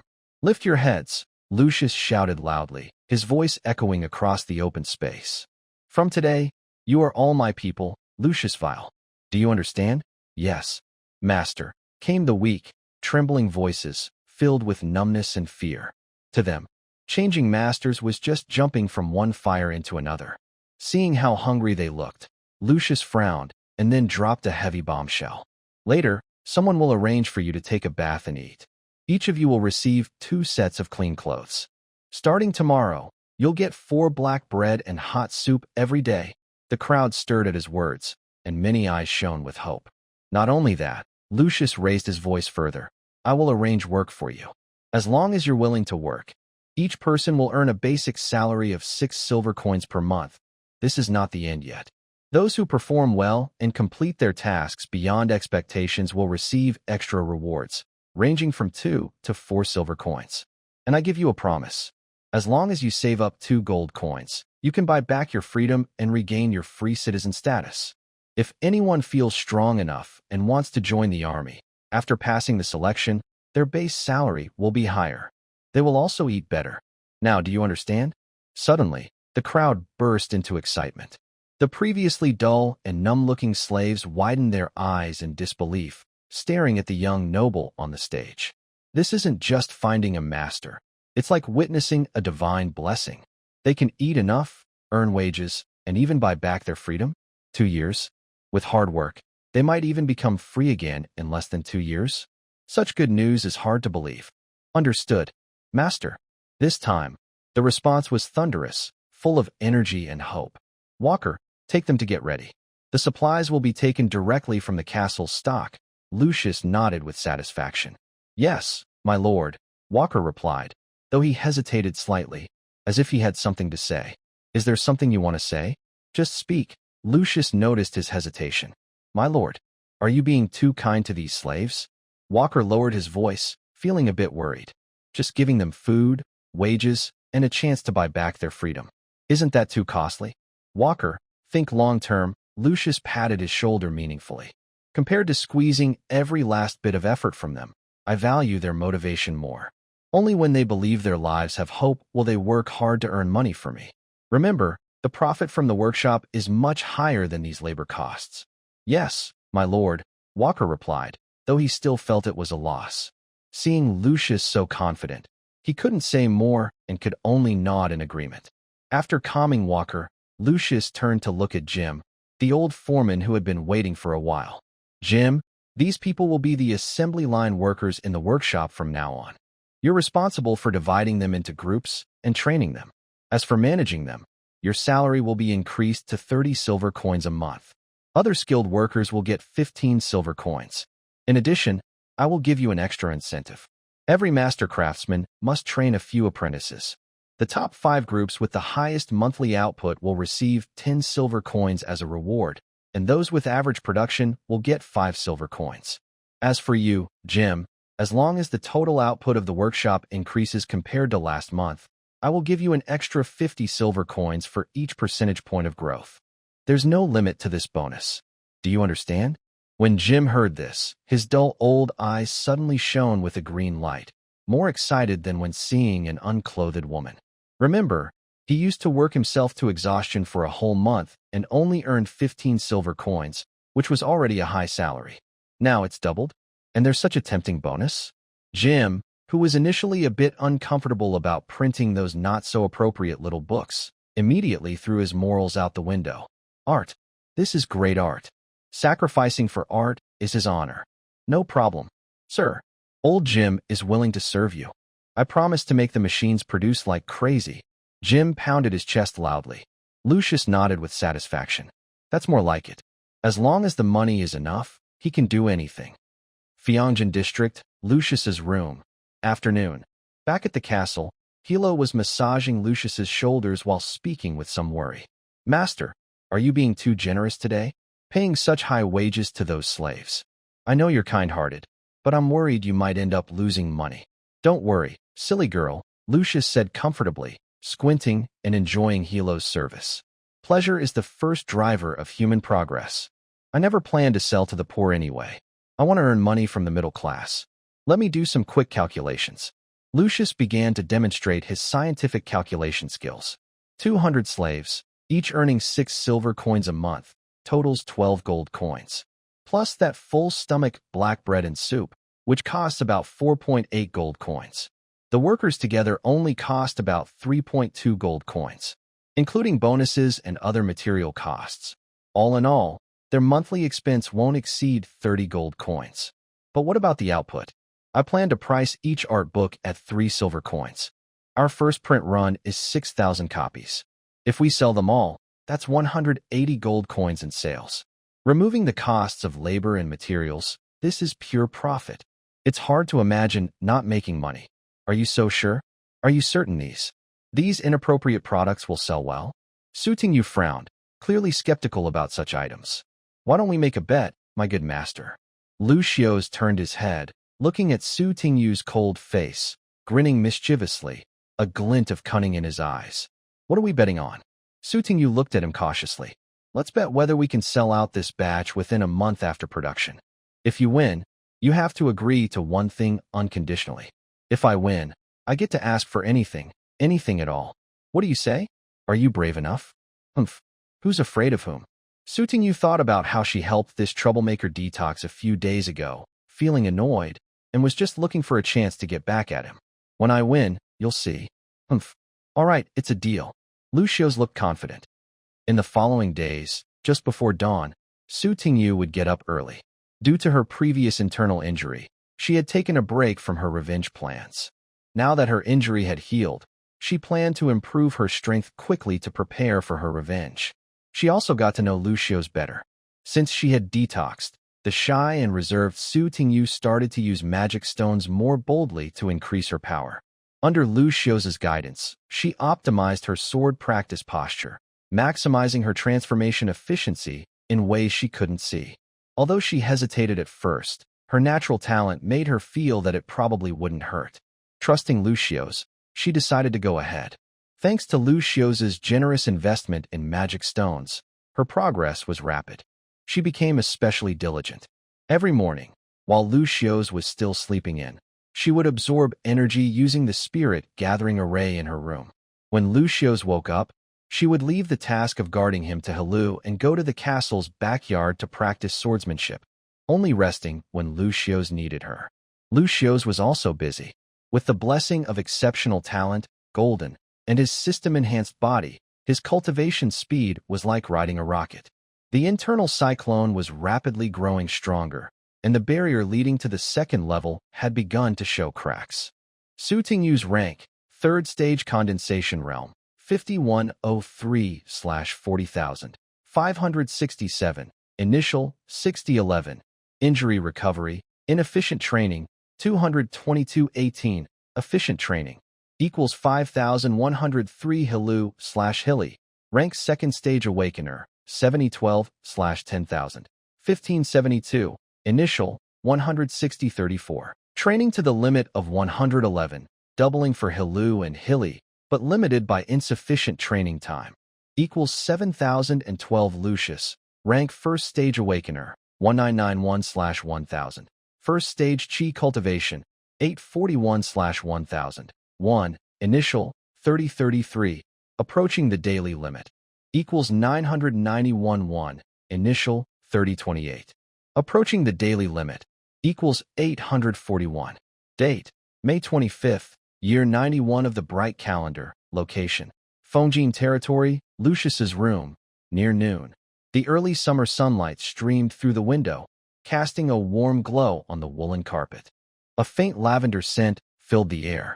The door was gently pushed open, and Su Tingyu, who had just finished morning training, stepped inside. She wore light training clothes, with beads of sweat on her forehead. A few strands of hair stuck to her fair neck, rising and falling with her breathing, giving her a healthy and lively appearance. Lucius put down his quill and looked at Su Tingyu, who was panting but had bright eyes. He couldn't help but sigh. Yu, it's been almost a month since you came here. Yeah. Su Tingyu took the towel handed to her by Helu, wiped her sweat, and a hint of daze flickered in her eyes. It felt like a long time had passed, yet it also seemed like just a moment. From a battered, hopeless injured cultivator to now a healed woman who could even blush while helping her disciple detoxify. So much had happened in this month, it was hard to explain clearly. So, do you have a specific plan for revenge? Lucius suddenly changed the subject, putting away his usual playful attitude and looking at her seriously. Huh? Why? Why are you suddenly talking about that? Su Tingyu paused, her sweat wiping, a look of surprise flashing in her eyes, followed by deep emotion and an unmistakable hint of panic. Since that night of honesty, neither of them has mentioned the matter again, out of mutual understanding. Lucius didn't want her to be stuck in painful memories, while Su Tingyu used her injury as an excuse to take a short break, greedily enjoying the last calm before the storm. But she knew deep down that she would have to leave eventually. Her enemy was too powerful, a fifth-rank expert. For Lucius now, it was like an ant trying to shake a tree. She couldn't let her personal issues drag this warm-hearted man into danger. Lucius kept watching her expressions. The display on the retina panel showed that Su Tingyu's affection level had been stuck at 98/100ths for several days. It was like reaching the final level in a game, just one step away from victory. He guessed that the last 2 points were held back by her inner worries. Maybe Su Tingyu was still cautious of him because she didn't want to cause him trouble. She might be preparing to leave without warning at any moment. To break the deadlock, he needed to take the initiative. Actually, in a few days, the batch of artworks from our workshop will be ready for printing. I plan to go personally to the Second Valley to sell them and open up sales channels. Lucius lightly tapped the table, speaking casually. I was thinking, since the Second Valley is a busy place with lots of news, if you have plans, we could check things out together. Or, if you want to visit the Eastern Divine Land, I can go with you to take a look. You? Forget it. Su Tingyu's heart trembled, and her nose felt a bit sore, but she forced down the urge and waved her hand casually. Thanks for your kindness, but it's too dangerous there. It's not a place for a young master like you. Let's wait a year before talking about this, okay? A year. That was her self-imposed deadline. After a year, she would help him improve his strength as much as possible, then quietly leave. It seemed she thought her refusal was too abrupt, or maybe she was worried Lucius would see her as an outsider.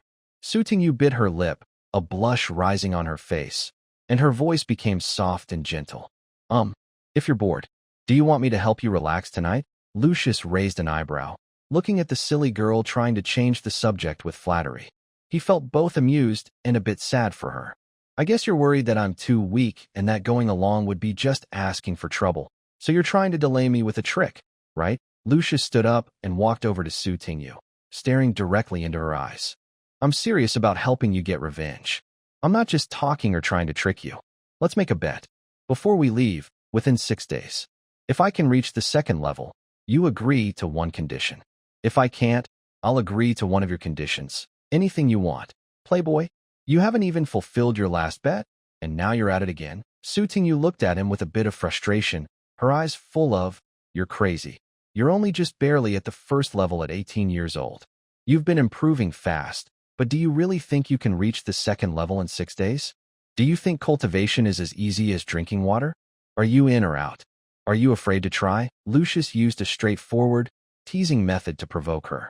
At worst, I lose everything. If I don't succeed, I'll agree to 2 of your conditions. Deal? He chuckled inwardly, hiding a wordplay. He said reach the second level, but he knew he was dual cultivating. In 6 days, based on his current progress, he could potentially reach the second level in both aspects, which would mean he wins twice. Who's afraid of whom? Let's bet. Su Tingyu thought this was a sure win and saw it as a good chance to make him give up on risking his life with her. All right, I have conditions too. First, if I win, I want to leave after a year without you stopping me. Second, after that, you and Hilu are not allowed to secretly follow. Sure, no problem. Lucius agreed quickly and decisively, as if he hadn't even thought about it. You're agreeing so easily? Su Tingyu felt a bit unsure and looked at him suspiciously. You wouldn't try to cheat again, right? You have to swear. She rolled her eyes and looked fiercely at his height. Swear. If you lie or refuse to admit defeat after losing, then you're what? That's harsh. Lucius instinctively clenched his legs tight and took a cold breath. 20 centimeters. That's so cruel. Then I am even shorter than Shilu. Su Tingyu. You have changed. Where did the pure and cold female monk you used to be go? At this moment, the 2 little foxes who had been quietly listening suddenly exploded with excitement.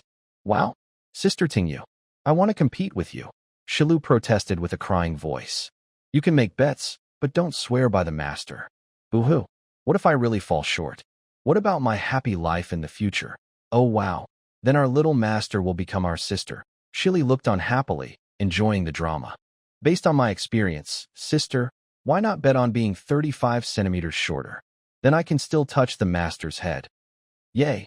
Lucius looked frustrated, thinking, is there no normal person in this house? Su Tingyu watched Lucius's expression as he was caught off guard, feeling very pleased. And you have the nerve to say that? She crossed her arms, looking confident and justified. Every day I help plan those things, and I help you. Close to the red, blackening the ink. Do you still expect me to stay pure and innocent in your big mess? Then 35 centimeters, no less, not even a centimeter. Fine. You're ruthless. Lucius gritted his teeth and nodded. So, what if you lose and try to cheat? A gentleman's word is worth 1,000 gold. Su Tingyu proudly lifted her chin. I am honest and upright, a proper disciple, and I won't break my word like some people. All right then. Lucius's lips curled into a mischievous smile. He suddenly stepped forward, leaning close to Su Tingyu's delicate ear. If I win, I want you to. He lowered his voice, speaking in a tone only the 2 of them could hear, saying something extremely outrageous and embarrassing. Su Tingyu's body instantly stiffened. Her proud expression froze on her face, and then her pretty face turned bright red at a visible speed, even her neck flushing pink. Disgusting. Shameless. Pervert. She glared at Lucius in anger and shame, almost tearing the towel in her hand. You could even think of such a thing. Anyway, this is what happens when you cheat. Right? Lucius took a step back, chuckling mischievously, his eyes full of provocation. My respected master would never cheat, and surely believes he will win easily. So accepting the challenge is not very risky, right? Sutinyu bit her lip, staring intently at Lucas, feeling torn inside. Her reason told her this was dangerous, but her common sense made her believe she couldn't lose. 6 days to reach the second level? That's just a dream. Fine, I accept. But don't come crying for help if you lose. Sutinyu clenched her teeth and stomped her foot. Under the witness of Shirley and Hilu, both sides made a strange and serious vow about length, filling the air with a strange sense of solemnity. Deal. It's settled. Lucas looked at Sutinyu's confident face and suddenly let out a villainous laugh. Hee hee, little master, you've finally been tricked. A warning bell rang in Sutinyu's mind. She immediately felt a bad premonition. This feeling was so familiar, just like the last time she was tricked into detoxing. What? What did you do again? Lucas didn't answer. Instead, he slowly extended his right hand, fingertips gathering a faint flame. He glanced at the panel on his retina. First level awakener, 999 1000/1000, give me break. With a soft shout, the flame suddenly expanded, then quickly shrank back, transforming into pure energy that flooded his body. A strong aura burst out from Lucas, signaling a leap in life level. Second level awakener, 1/10,000. This morning, Lucas deliberately woke up early, not even daring to practice for a second, just to keep his experience points at the critical 999, waiting for Sutinyu to take the bait. Sutinyu's eyes widened, her mouth slightly open, completely stunned. What's going on? He just broke through? Right after the bet we just finished? No way, she exclaimed in shock. I clearly asked you. You only awakened to the first level last month.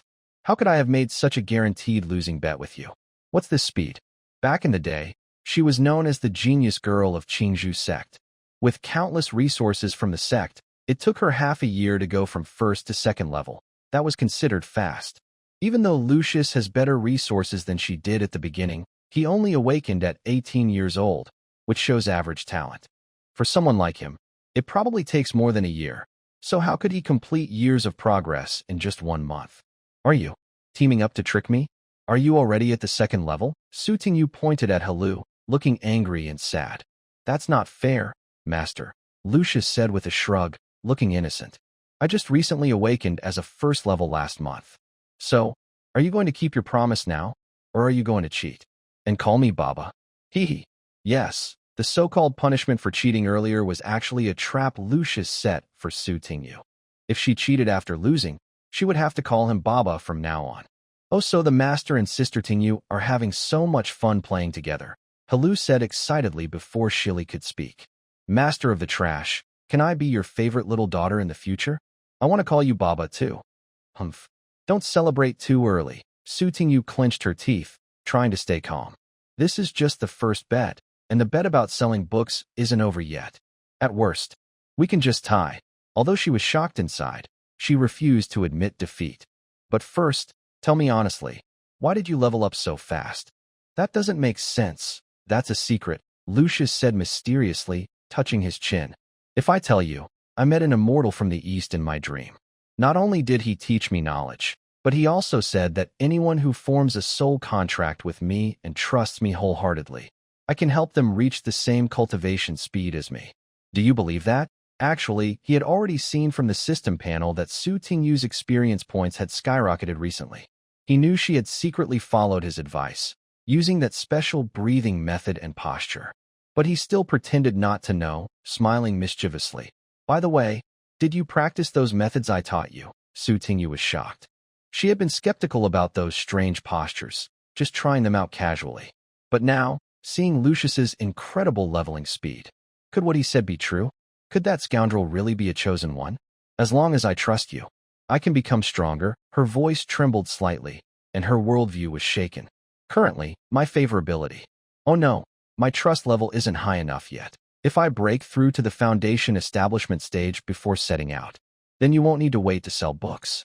You already owe me 2 conditions. Shilu, standing nearby, wore a proud smile, clearly knowing more insider information as someone who was targeted as one of us. You. You're trying to trick me again. Su-Ting stepped back in fear, looking at him as if he were a monster. No way. How could you be so fast? We're still so naive, always falling for the same tricks. Lucius shook his head, showing disappointment. But now, you should believe that I can help you get revenge, right? After all, I am a man who can create miracles. Su-Ting looked at his confident eyes, and a crack seemed to appear in her tough wall of resolve. But she still stubbornly said, "Humph. Let's see if you can really break through again first." Anyone can boast. After saying that, she turned angrily and ran back to her room, clearly upset and ready to train even harder. Bright Year 91, May 30th, Fengtian Territory, Lucius's room. Morning. Time passed quickly, and the day of departure arrived. Yesterday, the old workshop foreman, Jim, came happily to report that after more than 20 days of non-stop work, combined with the progress of the group of new slaves, the first batch of 6,000 artworks was completed. Jim pounded his chest proudly, assuring that their current production capacity was maxed out. Future reprints of the same quantity could be done in just 10 days. Lucius praised him highly, awarded a bonus on the spot, and handed him 6 new illustrated booklets to continue engraving, ensuring the production line kept running. At this moment, everyone in the room had packed their belongings, ready to head to the legendary money-making den, Next Valley. You lost. Su-Ting, carrying her sword, looked at Lucius with a proud smile. Today is the day we leave. You haven't broken through your cultivation level yet, have you? So, according to the bet, we're even. No one owes anyone anything. To win this round, she had stopped practicing for the past 2 days and kept a close eye on Lucas, afraid he might cause trouble again. I wanted to give you some face. Lucas sighed regretfully, shaking his head. Since you insist, there's nothing I can do. That's exactly what I was waiting for you to say. As soon as she finished speaking, a different, more mysterious and deep aura burst out from Lucas. It was a pure, genuine spiritual energy from the Eastern cultivation world. Second stage foundation establishment, 1/10,000.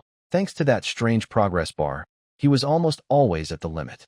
Whenever he wanted, he could keep his experience points at 999 and level up whenever he chose. Are you serious? Su-Ting almost dropped her sword. At that moment, she was completely convinced. The man in front of her was not only mentally strange, but also an absolute monster in cultivation. All right, I have 2 conditions now. I told you. Lucas cleared his throat and was about to make a request. Wait, the book hasn't been sold yet. The bet isn't settled. So, this can only be considered one condition. Su-Ting still struggled and stubbornly said. But looking at this man, who was a rascal but kept creating miracles, her pride and defenses, which had been so tightly held, suddenly collapsed. In that moment, she felt her tense nerves relax. The man in front of her seemed truly reliable, since he was so strong, and since he really cared about her. Maybe she could try, like Shilu, to completely let go of her defenses and entrust everything to him? Since he would eventually be hers anyway, what was there to lose? Over these days, she observed quietly and found that ever since a certain day, Shilu seemed like a different person. All her previous cautiousness and pretenses were gone. Watching Shilu depend on Lucas wholeheartedly and enjoy carefree happiness, Su-Ting had always felt a bit jealous and envious. She also wanted that. Thinking of this, Su-Ting took a deep breath. Her face turned red like a ripe tomato. She lowered her head and whispered softly, like a mosquito. Ow, what did you say? I didn't hear because of the wind, Lucius said loudly, placing his hand near his ear with a teasing smile on his face. What did sister you just say? Hilo didn't hear either. Hilo covered her mouth, giggling secretly, clearly understanding the situation. Su-Ting suddenly looked up, her face turning a dark purple, and shouted with her eyes closed. Enough? You shameless person. Are you satisfied now? At the moment she shouted this embarrassing insult, the panel in front of Lucius suddenly flickered. Favorability 98-100 out of 100 can be locked. Lucius was stunned. What was going on? After hitting a bottleneck for so long, Could it really be broken just because of a simple, eh? Could this cold, elegant sword cultivator from Qingzhou sect secretly have some special trait? Cough, cough. Hilo, go out first and help me arrange the convoy. Lucius recovered and touched his slightly hot cheek, dismissing the third wheel. Okay. Eh. Hilo looked at the two with a meaningful smile, covering her mouth to giggle. Just say it earlier. So, the master likes this kind of thing. Hilo will too. After saying that, she jumped away happily and thoughtfully closed the door behind her. The room was now only left with Su Tingyu, whose face was as red as pig liver, and Lucius, who had a mischievous smile. Tingyu, come here, Lucius said softly, walking forward and gently wrapping his arms around her trembling shoulders. Su Tingyu's face was flushed and her body stiff.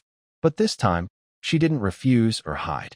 She closed her eyes, thinking Lucius was about to do something embarrassing again. Anyway, she had already called out, so what was there to hold back? However, Lucius didn't make any further move. Instead, he held her gently and whispered in her ear, "Why do I feel? After you called out, you seem more relaxed?" Su Tingyu was stunned for a moment. She opened her eyes and looked into Lucius's clear, bright eyes. She hesitated for a moment before finally speaking her mind. Maybe. Seeing your crazy fast progress in training makes me feel like you really can help me. Maybe. I can really get revenge. At that moment, I felt I didn't have to carry everything alone anymore. Hee. I thought you had completely given up on me and awakened some strange new trait. Lucius chuckled, breaking the mood. Umph. Are you satisfied now? Su Tingyu pinched him hard, her eyes slightly red, but with a relieved smile. From now on, you're my man. Like for life? Okay? I even start to think I might lose that bet about selling books. Of course, just look at who I am, Lucius said confidently, lifting his chin. Since you've given up, I'll fulfill my 2 promises now. The first is, you're not allowed to secretly seek revenge or leave without saying goodbye. From now on, every detail of your revenge must be told to me, and I will be in charge. Su Tingyu's heart warmed, and tears almost fell. Thank you, Lucius, she sniffed, her voice soft and gentle. And what about the second? The second? Lucius's face showed that familiar, mischievous smile as he leaned in and blew air into her ear. The second is, tonight, whatever I tell you to do, you have to do it. Even those positions you think are too much. Suddenly, Su Tingyu's feelings of being touched disappeared, replaced by embarrassment and laughter. You scoundrel, can't you let me feel a little more touched? Your mind is always full of these dirty things. I thought you'd ask for something even more extreme. You're mine now, so what's too much or not doesn't matter, Lucius said boldly, rubbing her nose. And from now on, when no one's around, remember to call me Baba. Okay, Su Tingyu rolled her eyes at him and pouted. Got it. You pervert. Fine, I'll rely on you to get my revenge. Baba, are you happy now? Since you said that, I'll do something to you next, Lucius said with a mischievous smile. Before Su Tingyu could react, he suddenly lifted her into his arms. Su Tingyu's body suddenly stiffened, then seemed to accept her fate and relaxed, being gently laid on the soft big bed. Her eyelashes fluttered slightly, and she tightly grasped the bed sheet with her hands. She silently closed her eyes, appearing to be waiting for the coming storm. However, the expected action did not happen. Instead, a faint clicking sound came from the air, as if someone was operating an invisible device. Su Tingyu quietly opened one eye and saw Lucius staring into the void, with an expression that shifted between excitement and confusion, as if he was looking at a rare treasure. At this moment, her detailed profile appeared on Lucius's retina, named Su Tingyu, level 3rd stage of condensation, 60-100/40,000. Favorability 100 out of 100 locked. Available points. 4. Talents exceptional talent, golden, comma. Maximum daily cultivation experience is 300% of a normal person's. Wood spirit, blue, comma. Sensitivity to wood element perception is 120% of normal. Sigh. Lucius took a deep breath. No wonder she claims to be a genius girl from Qingzhou sect. Her profile is so luxurious, with golden attributes. But that red attribute still seems locked? What conditions are needed to unlock it? Could it be the legendary Child of Fortune? Lucius scratched his head in confusion, then noticed a bright spot. Wait, why does he have no elemental affinity? Why does Sutingyu have this with spirit? Not understanding, Lucius reached out and poked the girl lying on the bed pretending to be dead. Tingyu, what is this with spirit? Do you know? Sutingyu suddenly opened her eyes, looking at Lucius with disbelief. Her pants were almost off, and he was still talking about this? Even I can read books now? I actually know this term. Sutingyu rolled her eyes at him irritably and sat up to straighten her collar. I haven't told you yet. The so-called wood spirit generally refers to a cultivator's affinity with the wood element. Having this talent allows faster cultivation in the forest, makes combat stronger in woodland environments, and makes it easier to harness the power of the wood element from heaven and earth during battles. The green bamboo technique you are practicing is actually a wood-type skill. It should also show this trait after refining the golden core. Huh, why don't I have it now? Lucifer asked curiously. Nonsense. You are just starting to build your foundation, so of course you don't have it yet. Usually, it only appears after reaching the golden core stage when your spiritual root is stable, Sutingyu explained. Is it better to have one spiritual root or multiple? Lucifer asked again, because he was holding a point allocation item, which was very important for his future. Although Sutingyu felt the atmosphere was strange, she still explained seriously out of her sense of duty. A single spiritual root is more stable, but having multiple roots can theoretically reach higher limits and offer more options. But that's just a theory. If the properties of the roots clash, it can cause problems and side effects. For example, wind and wood correspond to the Sun trigram and the 8 trigrams, and their attributes are very compatible. Wind helps fire, which is good. If you have a metal spiritual root, including the Qian trigram, pairing it with the fire element from the Li trigram or the thunder element from the Jun trigram is good for attack and combat. But if the wood spiritual root is paired with the earth element from the Kuan trigram or with conflicting metal or dark spiritual roots, it can cause trouble. The spiritual energy inside the body might clash. At this point, Sutingyu waved her hand impatiently. Anything else you want to ask? If not, I'm leaving, this is too much. Don't be in such a hurry. Lucifer held her back, feeling nervous inside. Ugh, this is like opening a mystery box. I thought just drawing a random trait would strengthen me, but now I realize it's not always the case. What if I draw a conflicting attribute and ruin my master?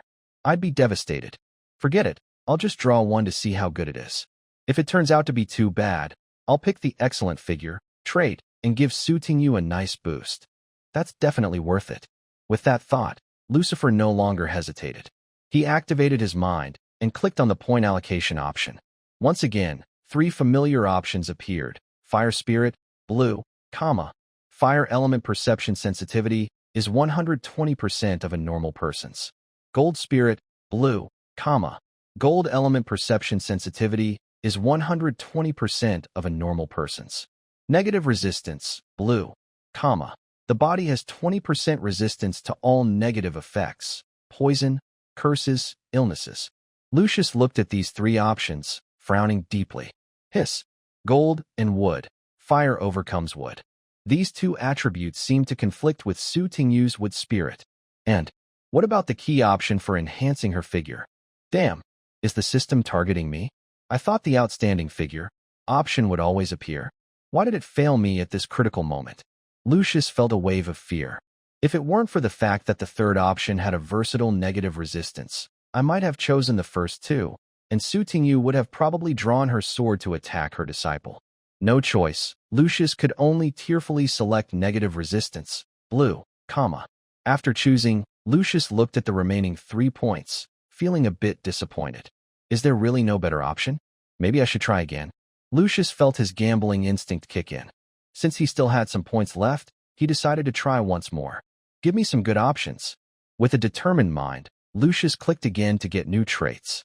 A flash of light appeared before him, and 3 new options popped up. Wine Spirit, Blue, Wind Element Perception Sensitivity is 120% of a normal person's. Water Spirit, Blue, Water Element Perception Sensitivity is 120% of a normal person's.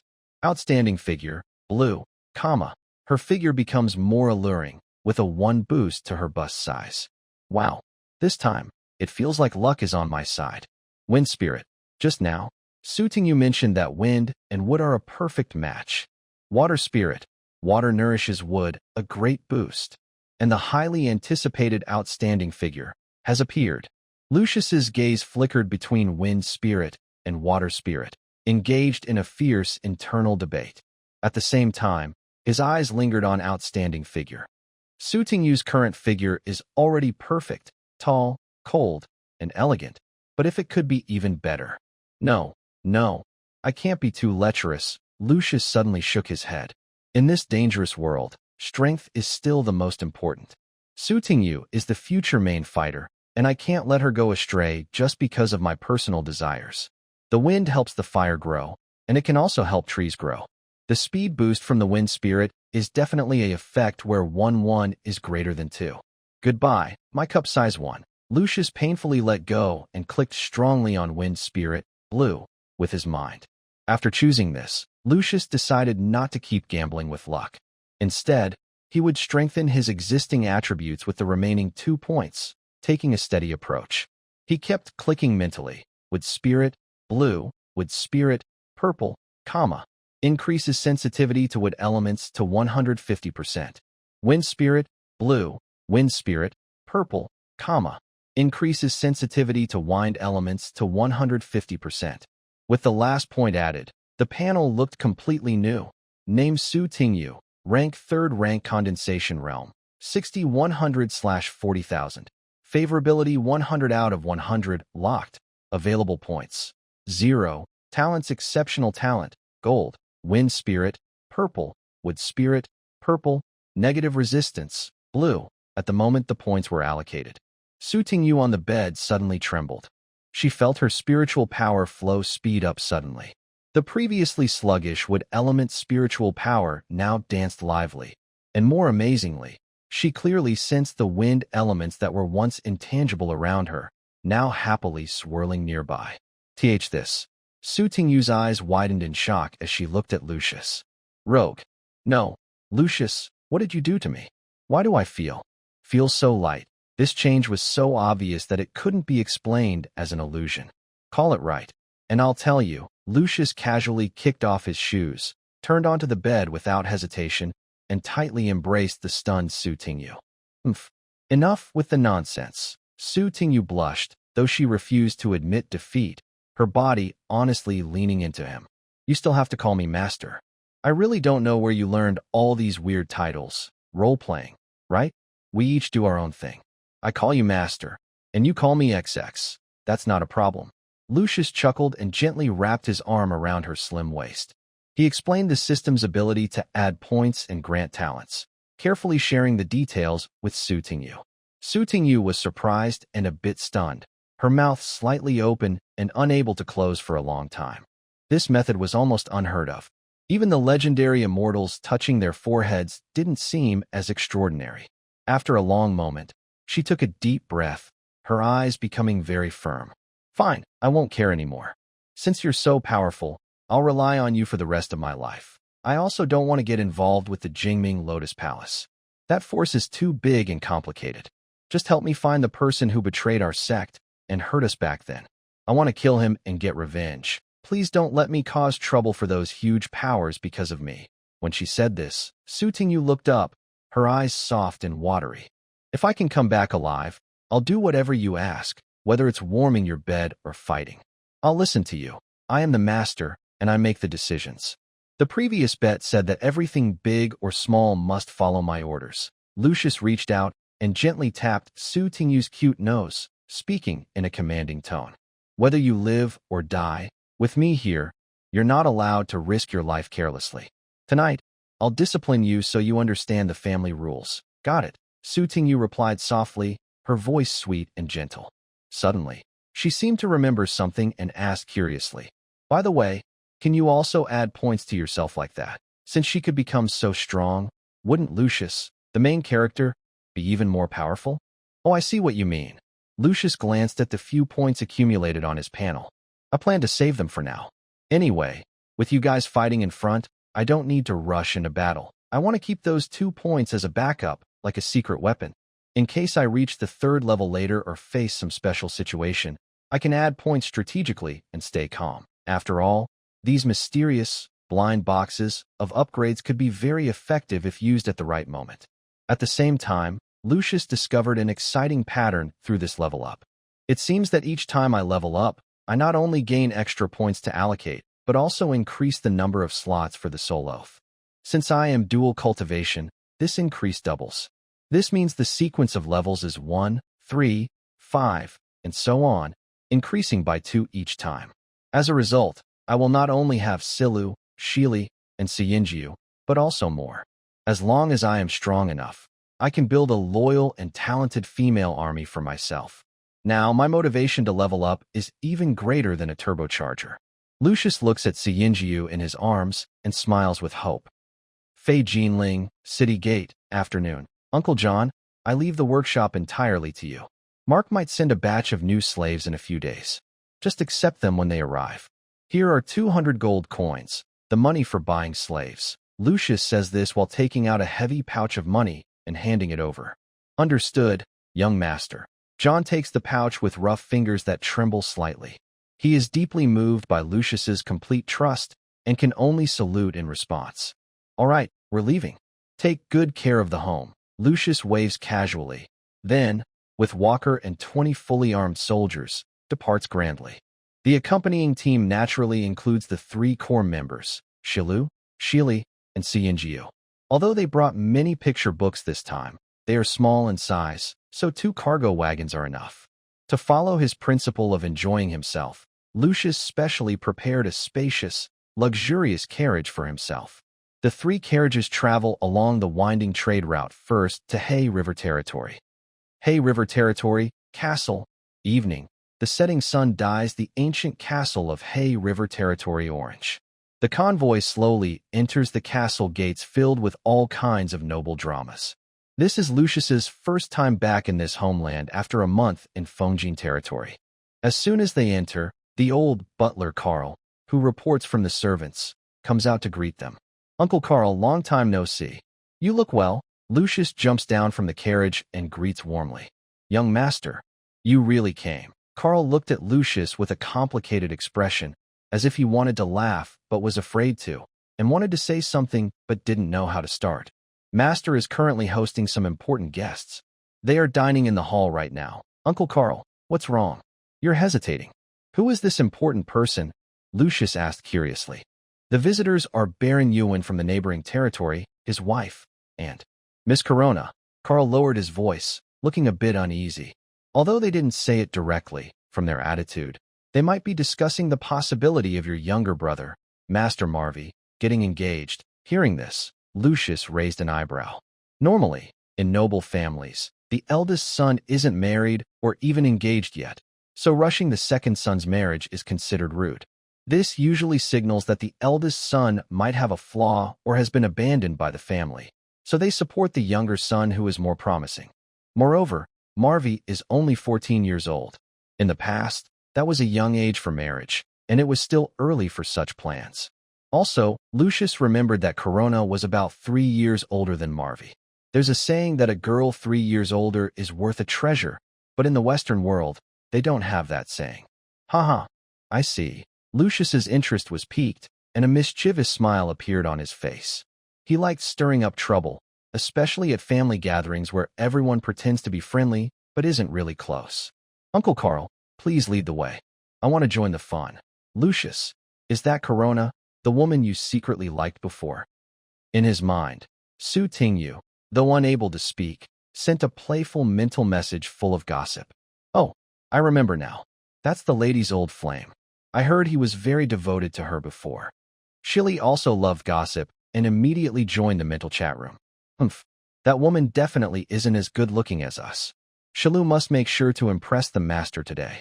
Shilu was full of fighting spirit, like a protective hen guarding her food. Let that bad woman know how excellent the master is now. Make her regret it. All right, everyone be quiet. It's nothing serious. We're just here to simply tease my dear Udu and that dramatic stepmother. Lucius comforted the 3 women silently in his mind. It seemed these 2 had been quiet for a month, but now that they thought he wasn't completely gone, they started causing trouble again. Black River Territory, Lord's Hall, evening. The hall was brightly lit, with a long table full of delicious food. Viscount Vile Moby sat at the main seat, holding a wine glass, chatting casually with Baron Ewan. Meanwhile, stepmother Tiffany was happily talking with Baron Ewan's wife, Teeny, occasionally laughing politely. As for Marvy, today he was acting like a perfect student, sitting straight and well-behaved. Opposite him was Miss Corona. Moby's opinion of Marvy and Tiffany was already complicated, especially after the last incident, which had shaken his trust in the mother and son. So he wasn't very interested in this clearly strategic marriage. Lucius strode forward, scanning the room with his eyes, finally settling on the so-called beloved Corona. Honestly, Corona was quite pretty, with well-defined features. But this aesthetic, should it be blamed on the original owner's lack of maternal love, or on Lucius's unique taste? Anyway, she wasn't really Lucius's type now. Does the master like this style? Maybe Shilu should dress up tomorrow, Shilu chuckled in his mind, teasing with a sarcastic tone. Shilly was also imagining something inappropriate, suddenly thinking of an unmentionable plot. I think this scoundrel might actually be into that. Look at the trashy books he prints in his workshop, like Gorgeous Annie and similar titles. All that style, suiting you also fully relaxed, seizing the chance to criticize. Lucius's mind was now like a lively marketplace, especially since these three had opened up and were no longer afraid of him. The women argued loudly, giving Lucius a headache. Everyone be quiet. If anyone speaks again, you'll face punishment at home. Humph. Come on, master, I'm waiting for you. Silly was completely unbothered. Small-time master, I'm not afraid. I can just call dad if needed, Shirley challenged even more. I am here to serve the young master and hope for his favor. Let's see if you have what it takes. Suiting you also started to act mischievously, speaking sarcastically. Lucius shook his head helplessly, forcibly blocking out the noise in his mind, and stepped forward with Carl. Before Carl could speak to announce himself, Lucius spread his arms wide and loudly broke the peaceful atmosphere of the hall. Oh, my dear father, my dear mother, and my most beloved little brother. Long time no see. I missed you all so much. Lucius spoke in an exaggerated, somewhat theatrical tone, as if performing in a play. Mobius, sitting at the main seat, trembled slightly when he heard this voice, feeling a sharper headache coming on. Oh, long time no see, Miss Corona. Lucius turned to look at the somewhat surprised girl, unabashedly, sizing her up from top to bottom. You've become more mature and charming. I mean, you look stunning. And Lord Baron Ewan and Lady Teeny, it's been a while for you too. The room fell silent for a moment. Oh, my son. Long time no see. Before Mobius could speak, Tiffany suddenly stood up, as if spring-loaded. Lucius secretly marveled. His stepmother's acting and tricks have really improved again. Cough, cough. Something came up suddenly, just a little surprise for the family. By the way, you were invited to visit Black Soil territory before, but you declined. When will you come visit us? Baron Ewan Gade casually asked, holding his wine glass, but his eyes showed some suspicion. Next time, definitely next time, Lucius replied with a polite smile, though inwardly he sneered at the thought of going to that remote place. What a waste of time. Lucius, how long has it been since you last wrote to me? Have you forgotten about me? Corona said softly nearby, with a hint of blame and curiosity in her tone. Her heavy eye makeup and flirtatious glance added to her teasing attitude. Lucius completely ignored the greasy, flirtatious look, stepped forward, and pretended to be a respectful brother, affectionately putting his arm around Marvy's shoulder. However, the strength of his grip subtly increased the moment he made contact. Thanks to the strong and healthy skill boost and having just advanced to the second level of physical strength, this hug was like a steel clamp. Marvy's face, which was trying to maintain a noble appearance, instantly stiffened. The sharp pain on his shoulder almost made him cry out loud. But he looked at the goddess Corona across from him and forcibly swallowed the scream that was about to escape. His face turned a dark purple, and the veins on his forehead twitched twice. Marvy was furious inside. When did this useless brother develop such strength? Did he grow up eating raw meat? Brother, you're joking. Marvy gritted his teeth and forced out a smile that looked worse than crying. Oh, little brother, you look so excited. Your face is so red. Lucius pretended to be surprised and loosened his grip, then playfully patted his almost shattered shoulder twice. I heard you're talking about marriage? TSK, TSK. Miss Corona is famous for being beautiful in our area. Little brother, you're really lucky. Unlike me, I don't have that kind of luck, so I can only go to the countryside to beg. That's not true. I think Lucius has become much better recently. Are you planning to attend the ball at Blacksoil Manor someday? Corona waved her hand and looked at Lucius's handsome face for a few seconds. I'm just a country bumpkin, not fit to attend such fancy places, Lucius said as he walked to the long table. Recently, I've been inspecting the territory every day, exposed to sun and wind. Not only do I have to outsmart stubborn civilians, but I also worry about the workshop's output. Sigh, life is hard. He said life was hard, but then he stood up straight. In the next second, Shilu and Su Tingyu, who had been standing behind him, naturally stepped forward. Shilu politely pulled out his chair and kindly brushed off the non-existent dust. Su Tingyu gently supported his arm and helped him sit down with smooth, flowing movements, as if he were an elderly person with limited mobility. Moby sat in the main seat, his face darkening. What countryside? What sun and wind? I heard Titus report that you spend every day in the castle, never leaving the gate, always hanging out with the pretty maids. But he hesitated to scold you, afraid that if he did, you'd just ask for money since your father cares for you. Malwei finally had a chance to see Shilu and Su Tingyu up close. Although they had appeared before, Lucius kept them hidden and rarely showed them in public. Even when they met, it was from afar, so he couldn't see them clearly. This time, Lucius sat right next to Malwei. The gentle scent of milk from Shilu mixed with the cool fragrance of Su Tingyu, filling Malwei's nose. Plus, being so close, he saw two very different beauties. One cute with animal ears, and the other elegant and cold. Malwei was stunned, forgetting to put down his fork, staring blankly like a country bumpkin who had never seen anything. Corona noticed Malwei's dazed look and felt a flicker of dislike and annoyance. But since this man was her marriage partner, she could only pretend nothing was wrong and quickly change the subject. Would you like to introduce them? Oh, the one on the right is my distant cousin Shilu. She's visiting us recently to help with household chores, Lucius said casually. As for the one on the left, Miss Corona, hello? I am Lucius's lover, Su Tingyu, currently at level 3. Before Lucius could introduce her, Su Tingyu spoke confidently. She slightly bowed, perfectly polite, with a proper smile on her face. Of course, don't misunderstand.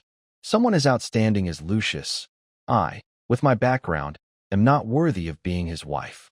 It's already an honor to serve him. The room fell silent for 3 seconds. The news that Lucius had a level 3 expert nearby was no secret in the Black River territory, especially since Creek was killed on the street. But many people hadn't seen her face before.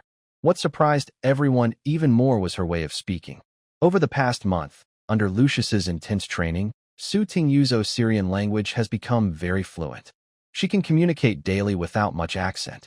To match her cold and distant aura, Lucius even taught her some noble ancient speech, making her sound especially elegant and refined. Lucius raised an eyebrow, feeling a bit surprised. He didn't expect Su Tingyu to open up so completely and be so bold. Her move to support him was brilliant, really boosting his confidence and making him look good. In a medieval setting, it was common for nobles to have secret lovers, and sometimes the quality of these lovers was a sign of status and charm. By saying this, Su Tingyu not only showed her identity, but also cleverly avoided any issues about her East Asian features as a potential wife, which could cause questions about her bloodline. After all, she was just a lover, similar to a concubine, so it was normal, and no one would make a fuss about it. But she was a third-level expert, a young, beautiful, and powerful third-level expert willingly being a secret lover of a useless man, even admitting she thought she wasn't good enough for him. This was like slapping everyone present in the face. Mobius paused with his glass in midair, his expression complicated. He couldn't believe this woman was so loyal to his eldest son. It's a pity she couldn't be his son's official wife. If she were, with her young age and strength, the Weiler family might have a brighter future. Malvi's eyes flashed with jealousy. He clenched his fists on the armrest, his knuckles turning white. Why? In just a month, this useless brother, banished to the countryside, had already attracted so many top-tier women. Not only were they beautiful, but they were also incredibly strong, and they obeyed him completely. As a minor noble of the royal family, though somewhat marginal, he was still a legitimate young nobleman. Yet, he could only strengthen his position through marriage alliances. Corona didn't expect that the rumored third-level bodyguard was actually this woman. And she was so beautiful, with such good manners, yet she seemed to listen to Lucius obediently, even lowering herself. He was just a first-level novice, and compared to her, he felt like trash. What kind of magic did Lucius have? Could it be his skills in bed? Did he really conquer this Eastern woman just by being good at living? Corona's look at Lucius suddenly became strange, even showing a hint of curiosity and an inexplicable excitement. Seeing the atmosphere grow more and more awkward, if Lucius kept pretending, the meal would become unbearable. Ahem, please take your seats, Lucius, Moby said loudly, coughing to interrupt Lucius's boastful speech. Because of Lucius's interference and the stunning women present, the originally fake but somewhat pleasant atmosphere was completely ruined. Everyone had their own secrets.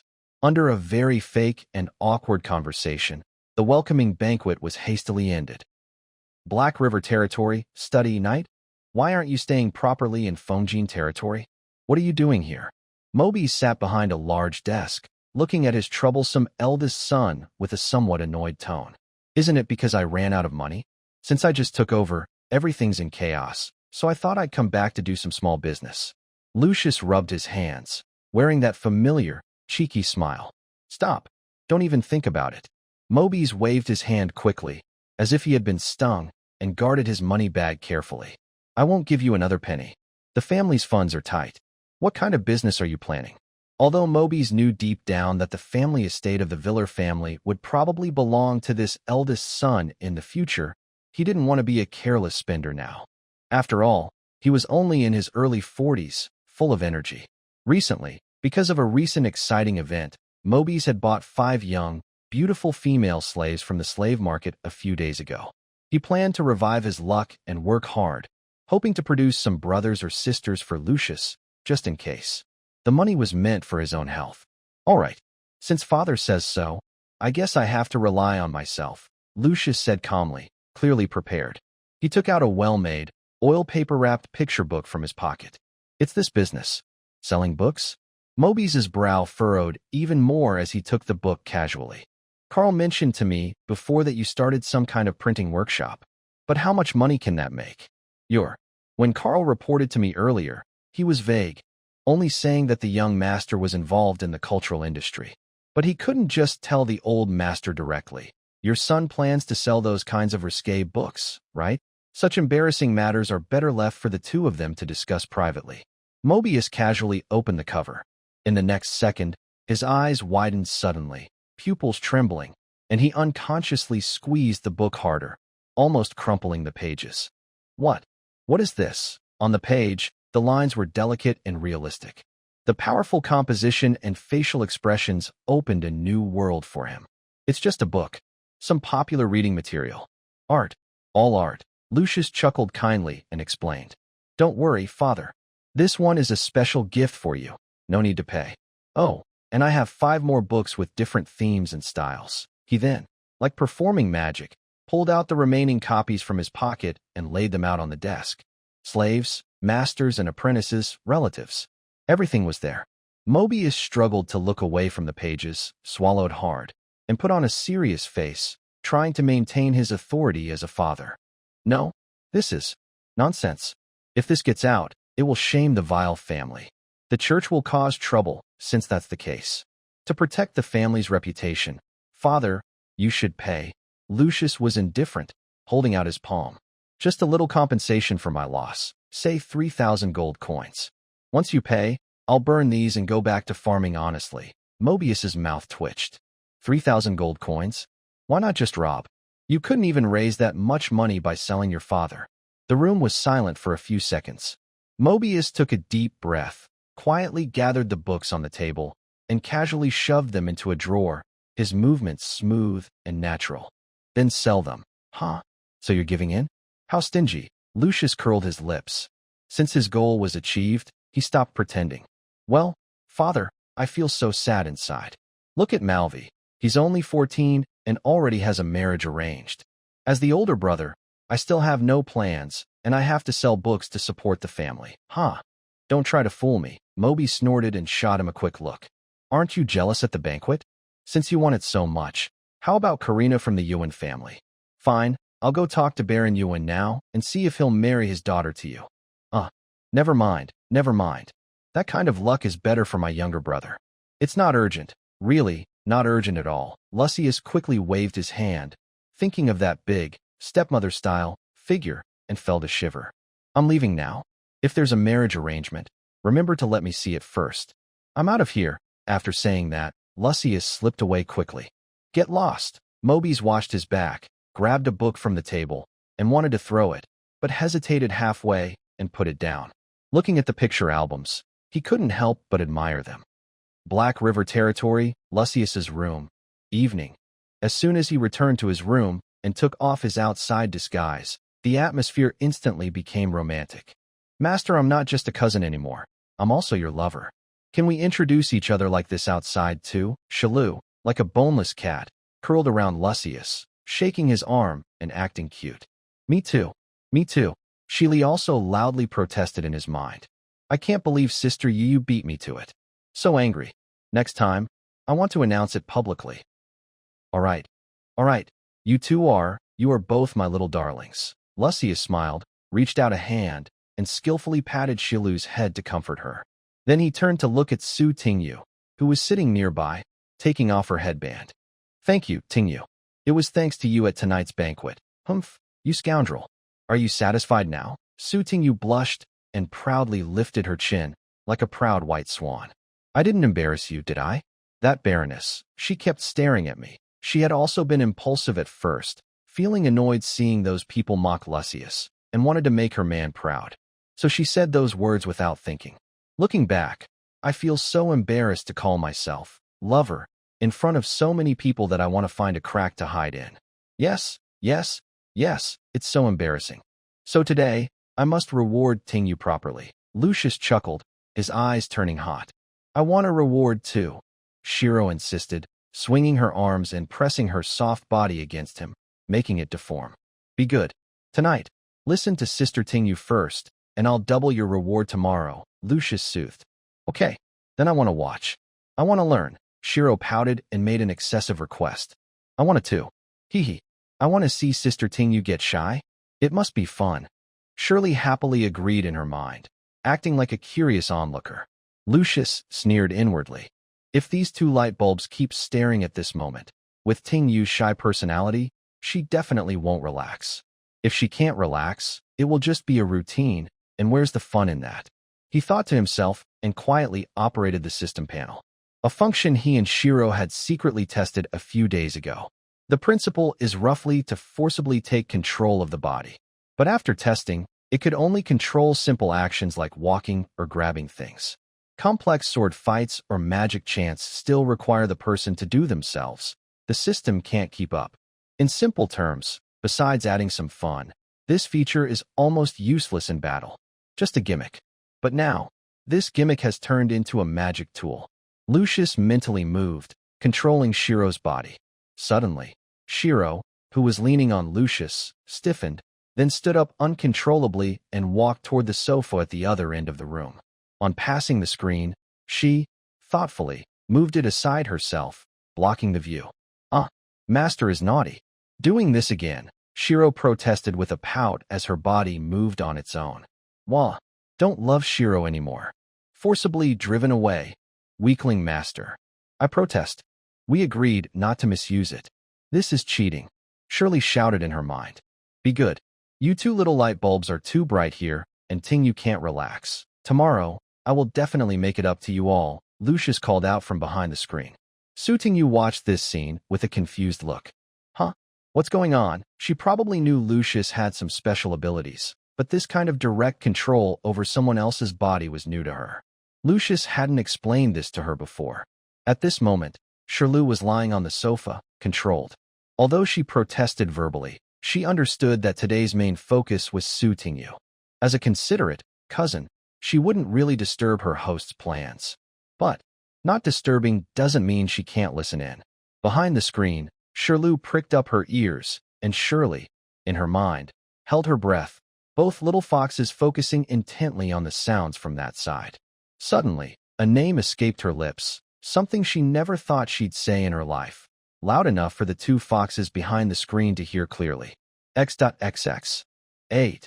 As soon as she said it, Su Tingyu's pupils trembled, and she froze completely. Oh my, what am I saying? Shiru and Shirley are still there. Hee, do you understand now? My good XX, Lucius said with a sly smile, looking at Su Tingyu's blushing, embarrassed face. He moved closer. You and Shiru, neither of you can escape my grasp. Since you asked for it yourself, I won't hold back now. Wait, I didn't. XX, love you. Su Tingyu wanted to firmly refuse, or at least act a little reserved. But her mouth completely lost control, and she softly blurted out this confession that made her blush with shame. Lucius didn't give her a chance to change her mind. Before the last word, you, even finished, he quickly wrapped her around the waist and gently tossed her aside. At first, Su Tingyu tried to use her eyes to protest or struggle a little to show innocence. But every time she moved, Lucius would give a mischievous smile and stop her. So, she could only watch helplessly as her face showed a no expression, while her body obediently took the posture of submission.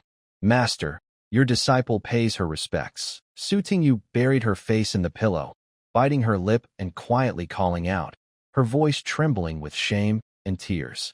Once upon a time, as the pride of the Green Bamboo sect, Su Tingyu often imagined her own scene of accepting disciples.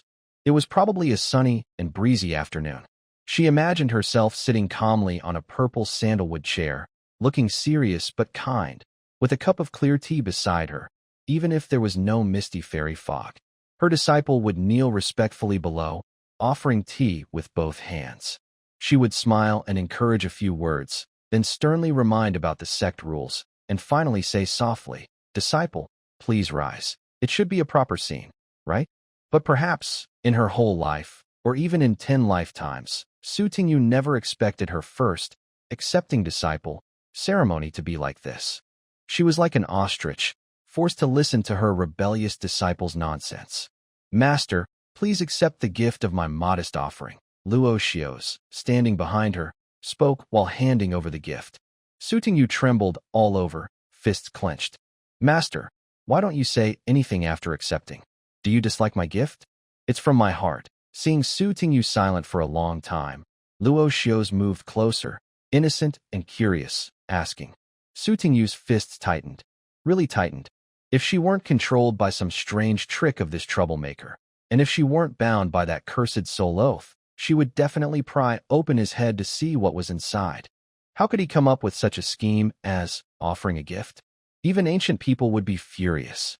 But thinking that if she didn't reply or gave a bad answer, this guy might control her to say something more embarrassing or do something stranger, Su Tingyu could only grit her teeth and spit out words. Thank you, disciple. Before she finished, her tone changed.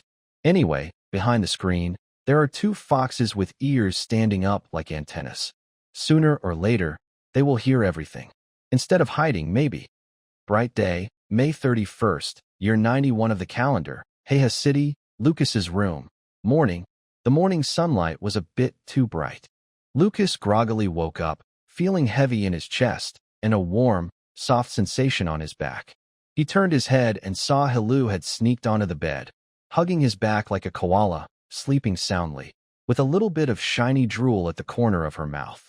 Looking down, he saw Su Tingyu with her eyes closed, breathing steady. But her slightly rising and falling chest and trembling eyelashes betrayed her. Be good, my dear master. The sun is shining on your butt. It's time to get up.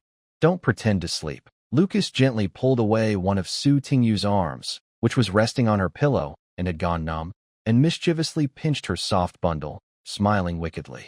Actually, Su Tingyu had already woken up, but when she opened her eyes, she saw Hilu still on the bed. The wild scenes from last night flooded her mind like a tide. Things like, I love you, and a gift of gratitude.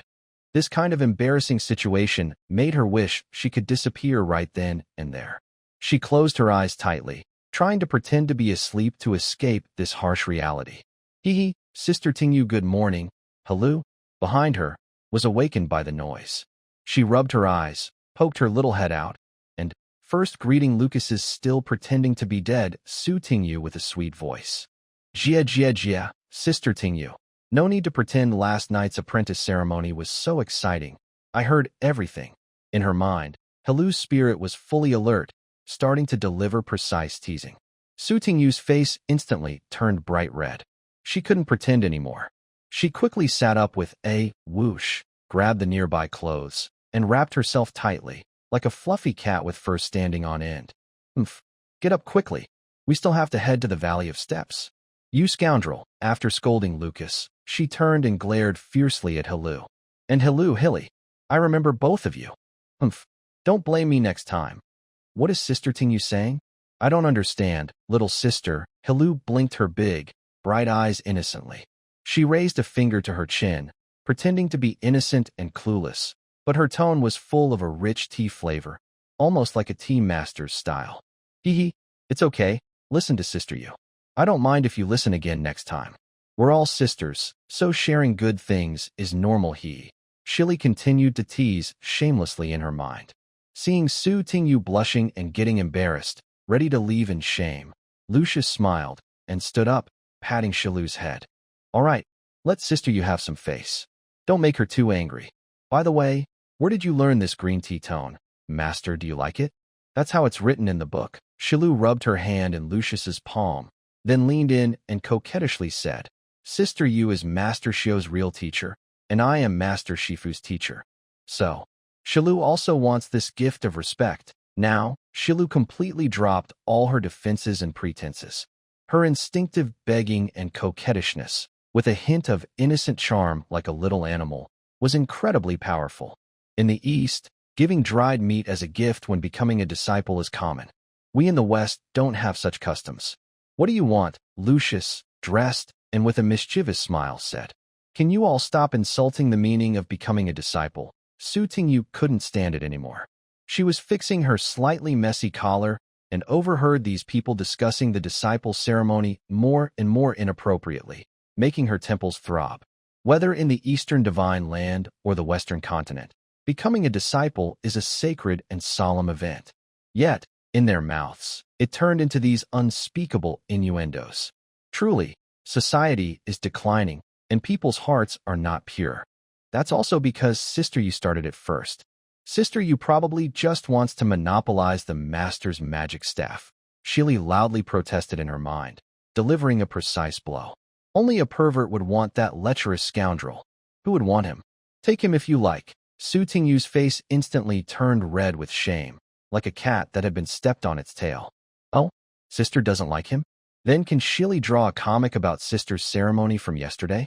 I've already thought of the title, The Cold Respectful Master's Corrupt Teaching. Shili let out a devilish laugh. If you dare to draw, Su Tingyu stomped in anger. All right, say less. We need to leave for the Sequential Valley, or we'll be late for dinner. Lucius smiled and interrupted the family's usual petty quarrel. This kind of healthy competition is good. It helps keep the family harmonious and promotes internal unity. The convoy slowly left the Black River territory, heading toward the legendary Chaotic Land. Sequential Valley, also called Worry-Free Valley, is less a city and more a large, oddly shaped gathering place.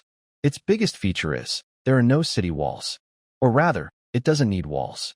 Because it is recognized across the continent as a place outside of war, a free port for money and desire.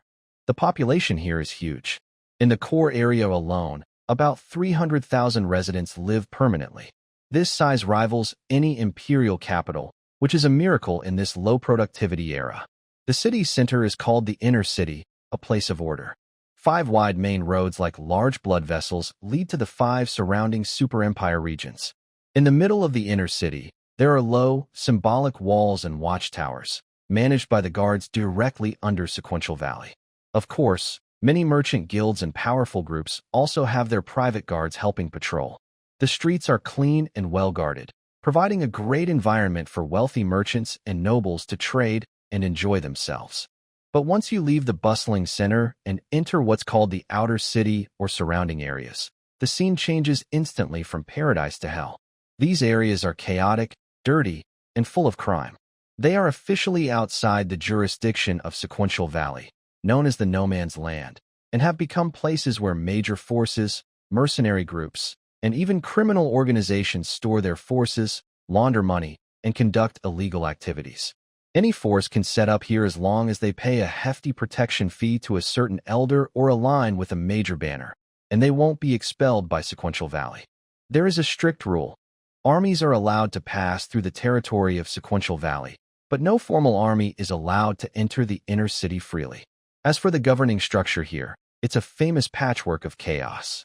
The top level is controlled by 5 major human powers: the Finrar Empire, the Holy Griffin Empire, the Mohan Empire, the Vermilion Bird Empire, and the Black Tortoise Empire. Each empire sends a respected royal family member to serve as a permanent elder, forming what is called the 5 Elder Stars meeting.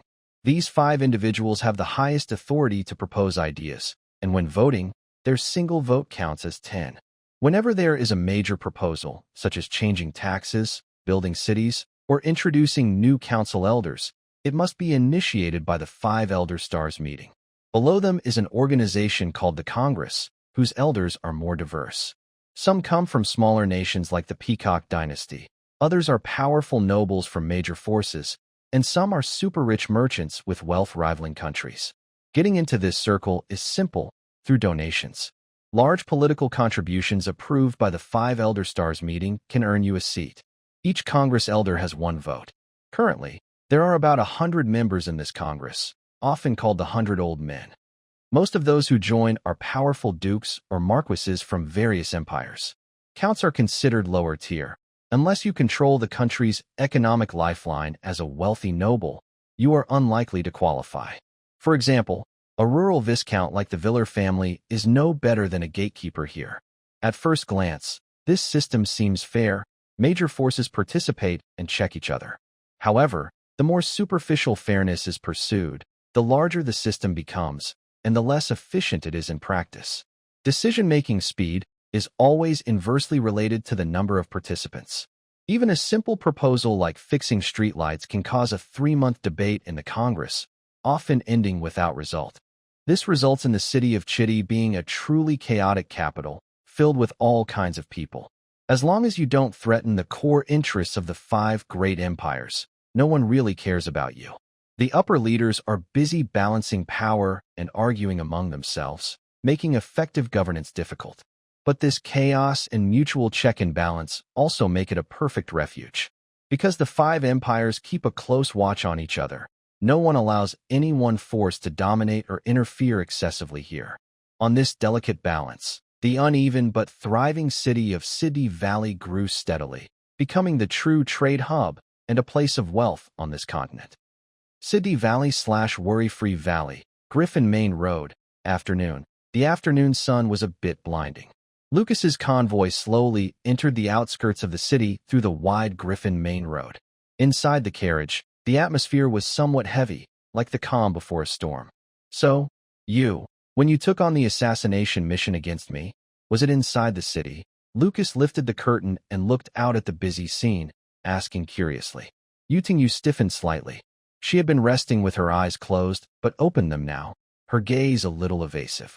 Sorry, Lucas, thinking back to when she was an assassin sent to kill him, even though it ended up costing her dearly, she still felt guilty. Why bring that up? Lucas waved dismissively, a mischievous smile on his face. If it weren't for you, that silly rabbit, throwing yourself into danger, how would I have found such a cute cup? Master, humph. That was just carelessness. And who is the cup?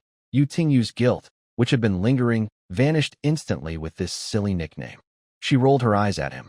I'm just being polite. It couldn't have been inside the city. The city looks orderly on the surface. The real dark jobs, like those secret assassinations, are definitely done in the chaotic outer North City. She looked at Lucas suspiciously. Are you planning to send a mission to assassinate your brother? No way. We're not in a rush for that now. Lucas stroked his chin, showing a shrewd, calculating look. I was just thinking, when you failed your assassination and that fool Creek died, what about the bounty that was supposed to be on me? Well, if the person who issued the mission was still alive, they might have canceled part of it. But since they're all dead, the money naturally belongs to that organization. Yutingyu looked at him as if he were an idiot. They're very well informed, and once the meat is eaten, there's no point in spitting it out. You wouldn't still want to claim that money, would you? What a shame. That was 1,000 gold coins. Lucius angrily patted his thigh, as if he had lost the money himself. That was my life savings, and it was just being pocketed by a middleman. Greedy, Yutingyu pouted and muttered. But seeing Lucius's greedy look, two blurry figures suddenly appeared in her mind. They were two shabby drunks who, before she took her mission, mysteriously said something about good things happening in the southwest.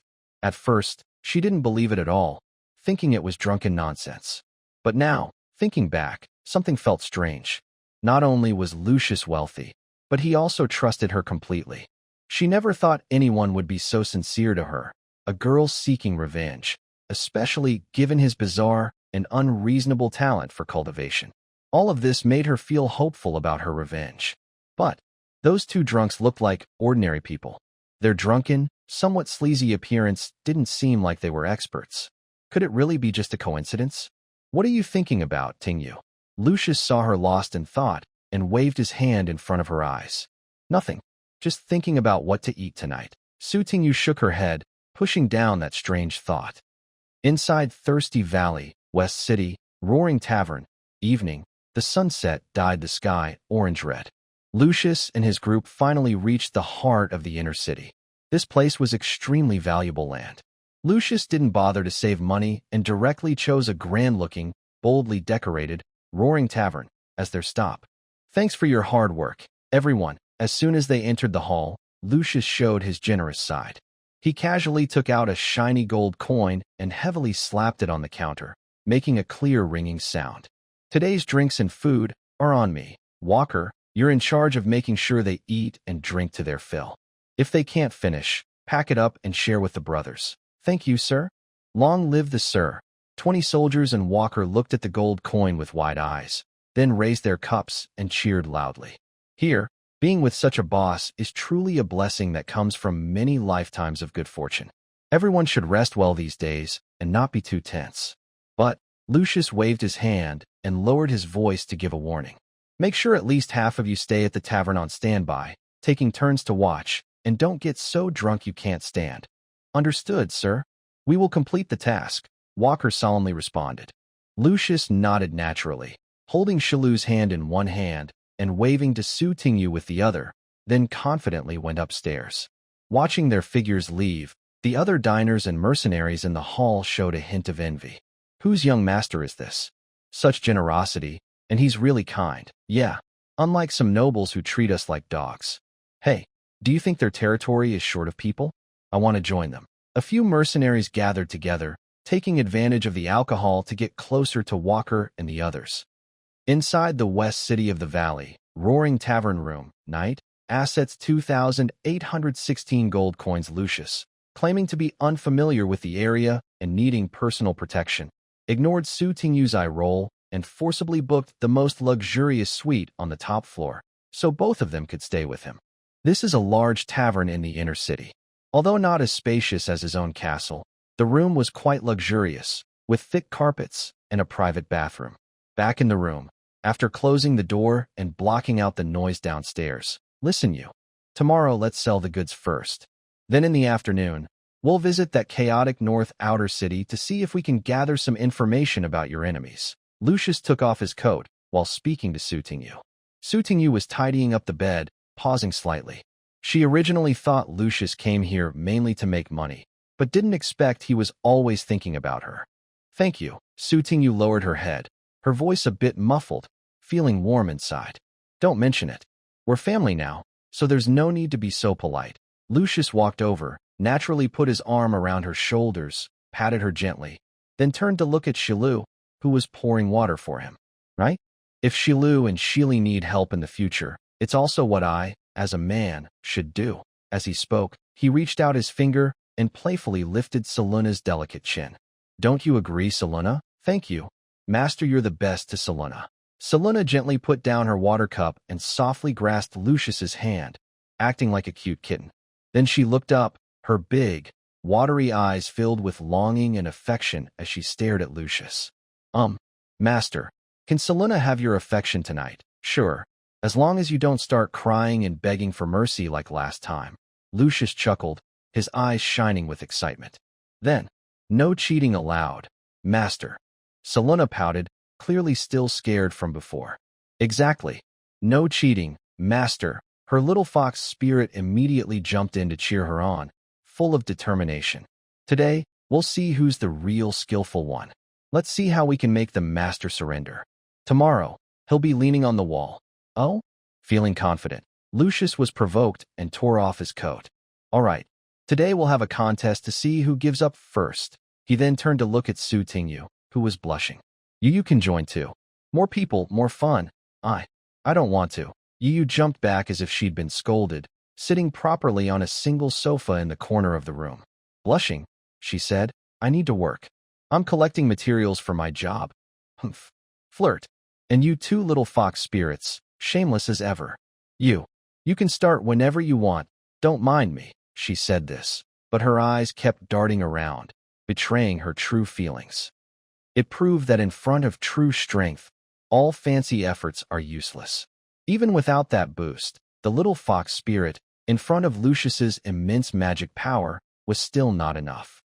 June 1st, year 91 of the bright calendar, in the west city of the Second Valley, Roaring Tavern, morning, assets, 2,816 gold coins. Sunlight seeped through the gaps in the curtains, casting mottled light on the somewhat messy large bed. Happy June 1st. Today, Lucius woke up unusually early and refreshed, leaning comfortably against the bedpost. Next to him, two figures, Shili and Su Tingyu, were still recovering from yesterday's intense training. They were sleeping more soundly than Lucius. Lucius felt very proud of this. It seemed his stamina had improved enough to face and defeat a third-level expert. If others found out, it would make him famous among the nobles. Hearing the noise, Su Tingyu and Shili slowly opened their eyes. Shili rubbed her sleepy eyes, her little hair sticking up, and asked confusedly, what is Children's Day, Master? Oh, I've decided that every June 1st, we will celebrate and give gifts. Today, all three of you will get something. Lucius patted his chest and spoke seriously, joking around. I'm not. I mean, oh no, Shili muttered, then suddenly had a bright idea. She looked at Lucius's half-smile and quickly understood. Is that so? Then. Happy XX Day XX, I want a gift too. In her mind, Shilu, who had just woken up, quickly caught on and happily called out. Very clever. Lucius gently touched her trembling, pink-orange fox ears, feeling their soft texture. Then he turned his head and looked sharply at Su Tingyu, his eyes full of crazy hints about their previous bet. Su Tingyu didn't expect Lucius to be so energetic early in the morning, doing all this again. Is this person a donkey? How can he be so tireless? But since she had lost the bet and they had already gone through so much last night, she bit her lip, buried her face in the blanket, and whispered softly, like a mosquito, XX. Inside the city of Tsidi, Commercial Street, morning, Lucius didn't bring the rough guards. The city's security was decent, and it would be awkward to walk around with a bunch of big men. He only brought two top-quality maids. Today, Su Tingyu's hair was loose, flowing naturally, with a delicate white lace headband. She still wore her modified maid outfit, but her legs were now covered in high-quality black stockings, making her already long legs look even more perfect. Silly has a similar style, with long pink-orange hair styled into two cute twin ponytails resting on her chest. Between her fluffy fox ears, she wears adorable hair accessories. Her black and white maid outfit reveals pure white stockings, and her large pink-orange tail sways happily with her mood, making her look like a walking charm magnet. As for Lucius, today he is dressed in a typical wealthy young man style, walking ahead with a look that says, foolish but rich. Today, XX is buying things for you. Take whatever you like. Don't worry about saving money for me. Thank you. XX, Silly is quite bold, or perhaps her personality makes her so. She cheerfully shouts this in the street, attracting the attention of passers-by, who look at her with envy and admiration for her confidence. Thank you. X. Su Tingyu, standing behind, blushes and mumbles shyly, wishing she could find a hole to hide in. Next, Lucius begins a shopping spree, rushing to buy everything he sees. The three of them walk around, stopping here and there, until they arrive in front of a very luxurious clothing store. Inside the city of Cid Valley, high-end clothing store, morning. Hello, sir. Welcome. How can I help you? A beautiful female store manager, dressed in elegant clothes and with a delicate makeup, eyes sharp and observant, immediately notices Lucius's entourage and the quality of the maid outfits. She realizes they are wealthy clients. Though she looks East Asian, she wears a Western-style maid outfit. She greets warmly while speaking fluent Osseria language, but her eyes keep flicking to Su Tingyu. What special items do you have? Feel free to show us, Lucius says casually, acting like he has plenty of money. Hearing this, the store manager's eyes light up. She steps closer and lowers her voice to recommend. Sir, you've come to the right place. We have everything. Latest court styles from Osseria, silk long dresses from Shinjo, elven vine-light fabrics. She gives Lucius a knowing look, as if she understands his taste. And we also have some special styles imported from the distant Cherry Blossom Kingdom and Peacock Empire. You know about the women from the Peacock Dynasty, right? They have very flexible bodies, like snakes, and practice a special kind of yoga. Their clothing designs are quite elaborate and playful. The Cherry Blossom Kingdom is even more impressive. I heard their nobles enjoy trying out all sorts of unusual activities. Yes, I understand. They have good taste. Let's take a look at everything. Don't hide it. Lucius was instantly excited. This was great. This wasn't just shopping. It was cultural exchange. That's exactly what he wanted. The shop owner clapped happily and quickly directed some female staff members to bring over several clothing racks filled with dresses. Sir, please take a look. Lucius, with his hands behind his back, admired the exotic clothes slowly, as if appreciating art. He quietly thought about the cultural differences between this world and his original one. Seems like beings like LSP are similar across all universes. Meanwhile, Su Tingyu and Hilly were excitedly starting to pick out clothes. Especially Su Tingyu. Coming from the divine state, she was used to maid outfits here, but seeing the familiar cloud patterns and traditional buttons, she still preferred the long dresses from her homeland. They looked more comfortable and less revealing. Hilly, curious, picked up a dress from the Cherry Blossom Kingdom and looked at it from all sides. This beautiful lady from another race, your taste is really good. The shop owner quickly stepped forward warmly to introduce. This is a popular item from the Cherry Blossom Kingdom. It's inspired by the A race and designed to be more fun.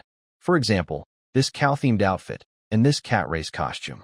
Oh, and this one was specially designed for someone like you, a fox race. What is that? It's fluffy, and does it go around the waist? Su Tingyu also leaned in curiously, pointing at a strange accessory with a furry tail on the shelf. It looked like a tail. Ahem, miss, that is worn around the waist. The shop owner coughed awkwardly, but maintained professionalism, leaning in to explain softly. What? Su Tingyu's face suddenly turned bright red, as if struck by lightning, and her cheeks blushed all the way to her neck. How can there be such shameless, vulgar, and shameless things? She had heard of the Sakura Kingdom and knew that the people there were a bit strange, but she had never encountered something so explosive. Then she looked at Lucius with a very suspicious and contemptuous gaze. This flirt, who usually only thinks about naughty things, probably has some connection to that perverted country, right? Lucius was admiring a ninja outfit made of very little fabric when he suddenly felt a chill on his back. He turned his head and saw Su Tingyu giving him a trashy look, which made him panic instantly. Forget about other things. How can she suspect that I have a good life with the contestants? That's a matter of principle. Hey, don't stare randomly. It's your own curiosity that asked. Don't slander me, Lucius argued confidently. People from that place treat me like a plush toy, and I have to consider whether they're clean or not. I'm just examining art with a critical eye. Do you understand art, young master? You misunderstood. I just think. You look very handsome when you defend yourself. Su Tingyu still gave Lucius some face outside, even though she didn't believe him. She politely found a way to back him up. As long as you don't dislike it. Then these outfits. Like this cow one. Just go ahead and try them all. Lucius waved his hand grandly. Although he disliked the other side, he had to admit that their skills in some art fields were worth learning from. And that. Cough, cough. That one too. Wrap it up and study the structure when we go back. Su Tingyu's eyes widened instantly. Why was this guy acting so cheeky again? Meanwhile, Shirley was holding that tail, giving her a malicious look with a devilish smile on her face. That's right. This little girl had this plan from the start. She bought that thing, and Shirley, being a subhuman, didn't need it. Wouldn't that mean using it on herself? Su Tingyu imagined the scene, wearing that thing, walking around the room. No way. Absolutely not. This is non-negotiable. If he dares to mess around, I'll fight him. But seeing the store manager's eager look, she couldn't openly embarrass Lucius in front of everyone. Su Tingyu took a deep breath, turning her embarrassment into a desire to shop. She walked over to the most expensive silk dresses from Shenzhou, pointing at the most outrageous prices. These, and that one. I want all of them. Humph, since you're so shameless, I'll make you pay? Serves you right. In the end, Su Tingyu angrily picked a bunch of traditional Shenzhou-style skirts and robes. Meanwhile, Shirley also chose a few outfits from different countries. Lucius, not caring much, waved his hand to show what it means to be an adult. He combined their choices with his favorites: white stockings, black stockings, fishnet, shiny silk, maid outfits, nun costumes, elf dresses, and more, making a simple, bold collection. The idea was fairness. Everyone gets a share. Even the sparrows, Lulu, and Kafka, who stayed far away in Fongjin. He thoughtfully picked 2 sets of clothes for each, based on their sizes. This shopping spree resulted in so many clothes that they had to buy an extra carriage just to carry all the loot. Seeing the mountain of clothes, Su Tingyu covered her chest, feeling heartbroken. Although she didn't spend her own money, watching the gold coins flow out like water still made her sad. You're wearing them. I like watching, so it's worth it. No big deal. Lucius chuckled, showing no regret at all. But this was definitely a costly shopping trip. In this world, such intricately crafted stockings usually cost about 5 silver coins per pair. 2 pairs could cover a month's salary for an ordinary commoner. Those elaborately designed clothes with fine fabrics also weren't meant for regular people. Even a simple set starts at 30 silver coins. In the end, Lucius bought 10 sets of clothes for Su Tingyu and Shirley each, along with a bunch of stockings and outfits for the other 3 maids. With the new carriage, he spent a total of 10 gold coins. That's a huge amount of money. Spendthrift, Su Tingyu muttered angrily, turning her head away, showing her strong disapproval of such extravagant waste. Shirley, surprisingly obedient, hugged Lucius's arm and coquettishly showed her affection, clearly loving all these new clothes. Good girl, so obedient. Lucius gently patted Lily's head, feeling very happy. Assets, 2,806 gold coins. Inside the city of Cid, on the road, approaching noon. After finishing shopping, Su Tingyu took the wheel and drove the carriage. The group headed to the most famous Chinese-style restaurant in the city. This was Lucius's strong request. After traveling for so long, he finally had the chance to taste the flavors of his hometown. Although he was now trying to improve some recipes, letting the chubby chef girl from Fingjinling do the cooking. But can you expect a Western aunt who has cooked butter steaks and stewed beans her whole life to quickly learn stir-frying and red braising? That's as unlikely as expecting a group of Indians by the Ganges to get excited over lizards. The dishes made by the current chef only look similar, but the taste is uncertain. Only heaven knows. Halfway through the carriage ride, they happened to pass by a small but well-known casino called Fenrir People. Bang! Bang! 2 loud thuds. The casino's big doors suddenly swung open, and 2 dark figures were thrown out like trash, falling heavily onto the hard stone street. Several burly casino guards stood at the door, spitting angrily. I told you, I won't lend you any more. 2 poor fools. Get lost, or I'll break your legs if you cause trouble again. The 2 figures on the ground struggled to get up, brushing dust off themselves. One of them, an old gambler with white hair and a dirty mage robe, angrily stomped and pointed at the guards, shouting, "Why? You must be cheating. My luck can't be that bad." Next to him, an old pervert wearing tattered robes and a messy chicken coop hairstyle was even more furious, but he didn't argue with the owner. Instead, he turned and punched the old mage. "You still talk. I told you to buy big, but you insisted on buying small. I trusted your nonsense again. You don't know what you're talking about. That's probability. Do you understand probability?" The 2 immediately started fighting, showing no sign of skill, just low tricks and dirty moves. Kick him in the balls. Grab his hair. Onlookers by the roadside seemed used to scenes like this and cheered. Seeing that the two men had no money and were fighting among themselves, the casino guards sneered and turned away. Suing sat on the carriage, watching the two people rolling on the ground. Her eyes suddenly sharpened, and she looked lost in thought. She hesitated for a moment, about to drive away, when she noticed that the curtain behind her had been lifted without her knowing. Lucius also peeked out, staring more blankly than her, as if he had been frozen in place. Confused, Suing asked, "What's wrong? Do you know them? Are you leaving?" Lucius didn't answer. He was already stunned. He even rubbed his eyes hard twice, suspecting that maybe he had looked at stockings too long, causing his retina to detach, or that the system had a serious bug. As he focused his gaze, two bright data panels appeared above the heads of the two troublemakers fighting on the ground. Name Li Qiuzhen, rank 9th stage of Tribulation Mirror, favorability 0/100, status green. Name Robert Newton, rank 9th stage Grand Mage, favorability 0/100, status green. Lucius felt his head buzzing. 9th stage? Is this really 9th stage? These two guys, who had no money for gambling and were thrown out by the casino guards like trash, then fought in the street over small bets, pulling hair and kicking groins. Are they actually at the top of this world's power hierarchy, 9th stage experts?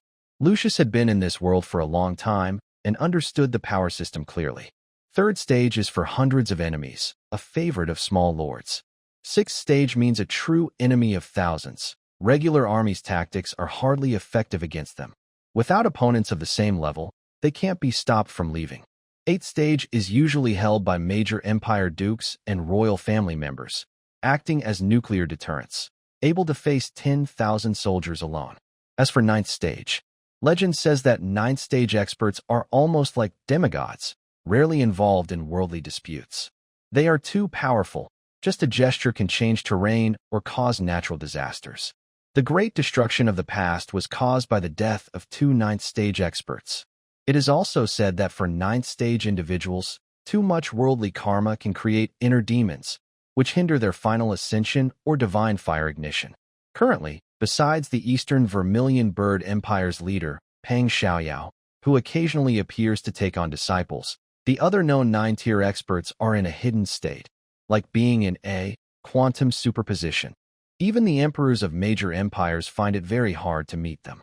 Now, you tell me that the legendary cultivator Li Qiuzhen and the Western magic master Robert Newton, who are supposed to be like gods overlooking everyone from above, are now fighting over chips at a casino entrance like common troublemakers? And logically, although the East and West are outwardly peaceful now, there are undercurrents beneath the surface. These two top figures from their respective worlds gathering together and acting like this. Does that make sense? It doesn't make sense at all.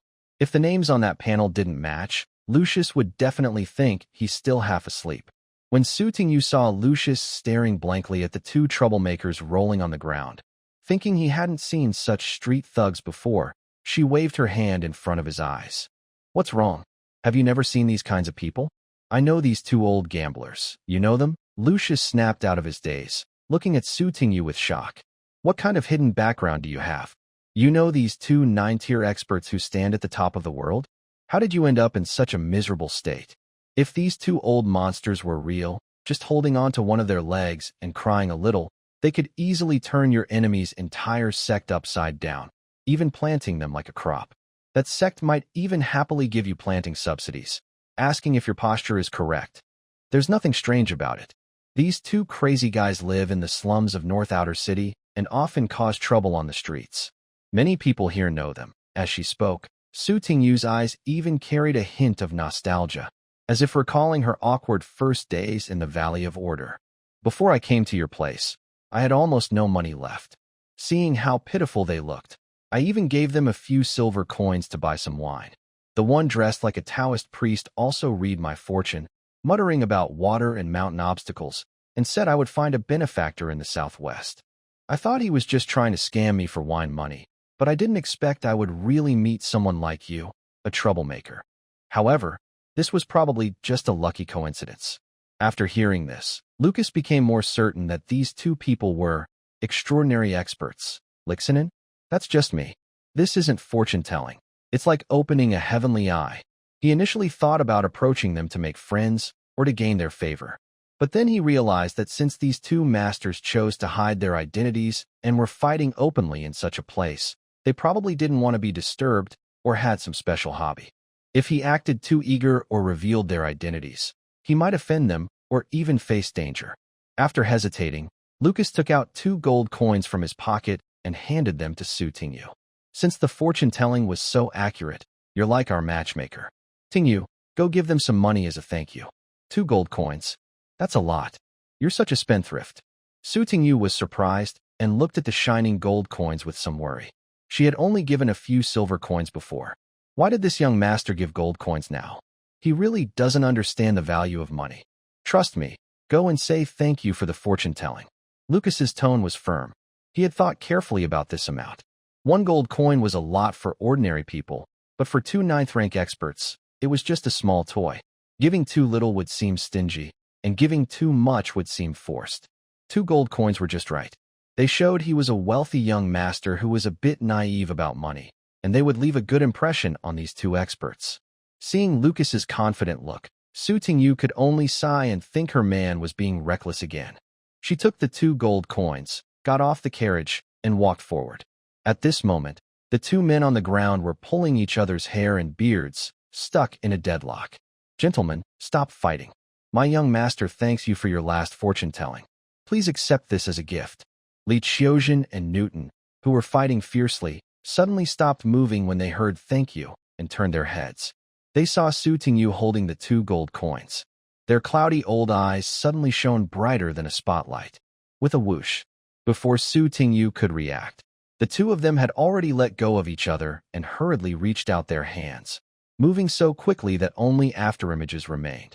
One of them managed to grab a coin. Old gambler, what are you grabbing? The girl was thanking the poor fortune-teller.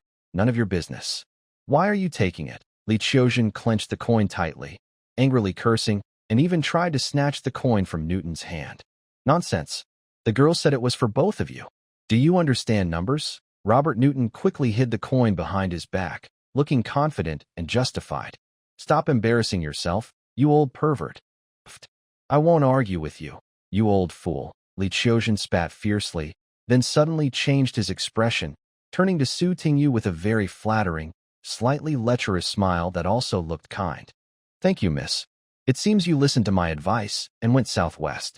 Things are really turning around for you. Such good luck, great luck. No need to thank me. It was my young master's idea. Su Tingyu pointed at the carriage behind her. Oh, who is your young master? Such generosity. I must visit in person and see the noble aura. Hearing there was a benefactor, Li Qiuzhen immediately became interested. He tidied up his tattered robe. Su Tingyu led them toward Lucius. Li Qiuzhen and Newton exchanged a glance, then very naturally crawled and rolled over to the carriage, acting as if they had just met their own father. When they reached the carriage, they bowed and saluted in unison. Surely this handsome, elegant gentleman is the young master of the beautiful young lady? I am honored to meet you. Li Qiuzhen spoke fluent, perfect Osrian without a trace of an accent, sounding like a native. This noble sir looks like the young master of a big family, full of promise, well-rounded, impressive aura. You will surely become someone great in the future. Robert Newton was not willing to be outdone. He quickly started flattering. Even though he was a mage, he used Eastern face-reading terms, blending East and West. Lucius sat in the carriage, watching these 2 legendary 9th-rank experts bowing and nodding to him like 2 lapdogs. The absurdity in his heart was almost beyond words. But on the surface, he still pretended to be calm, even showing a hint of noble arrogance and reserve. Not at all. I am just a humble son of a rural baron in the Holy Griffin Empire. Nothing special. Lucius casually waved his hand and looked at the 2 men through his nostrils. Giving money is not for any other reason, mainly to thank you both for your honest judgment earlier. My marriage with my maid was also thanks to your matchmaking. Today, I happened to meet you, feeling good, so I want to reward you with some wine. I have urgent matters to attend to, so I'll leave now. Farewell. If fate allows, see you again. After saying that, Lucius stylishly lowered the curtain. Take care, take care. Lord, safe travels. Wishing you a smooth journey and early happiness. Li Qiuzhen and Newton both kept a flattering expression, nodding and bowing until the carriage disappeared into the distance. They still stood there waving goodbye. Su Tingyu didn't say much, just thought that although these two old men were greedy, they were quite interesting. She nodded at them, then whipped the horse and continued driving forward, until Lucius's convoy completely disappeared at the end of the street. The previously flattering Li Qiuzhen and Robert Newton's smug expressions instantly vanished. Like thieves, they quickly and secretly stuffed the gold coins into the deepest pocket of their clothes, then patted to confirm they were safe. Their appearance was like two bottom-tier gamblers afraid of revealing their wealth. After making sure no one was watching, they shoulder-to-shoulder slipped into a dark, deserted alley. "Hey, old Nyo, this is so strange." Li Qiuzhen's mischievous look faded a little, and his brow furrowed slightly as he counted in his sleeve.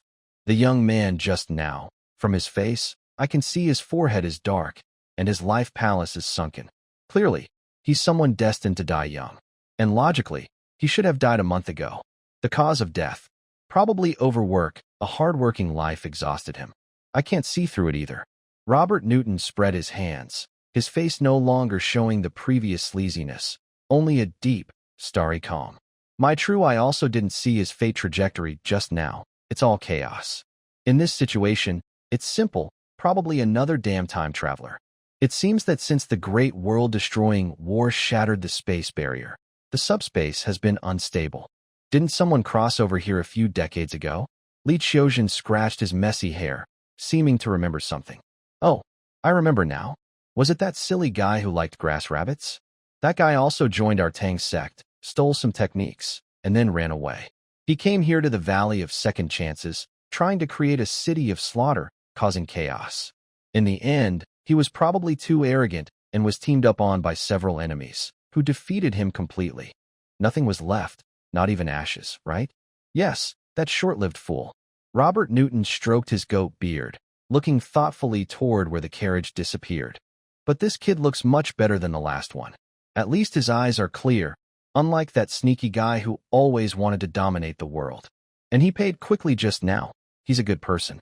Who cares? Let him do what he wants. Li Qiuzhen waved dismissively, then his eyes lit up again. All right, enough of these depressing talks. I have money now, and I'm going to the Drunken Immortal Tower to relax and have fun. This time, I definitely won't gamble with you, you scoundrel. Don't ask me for money.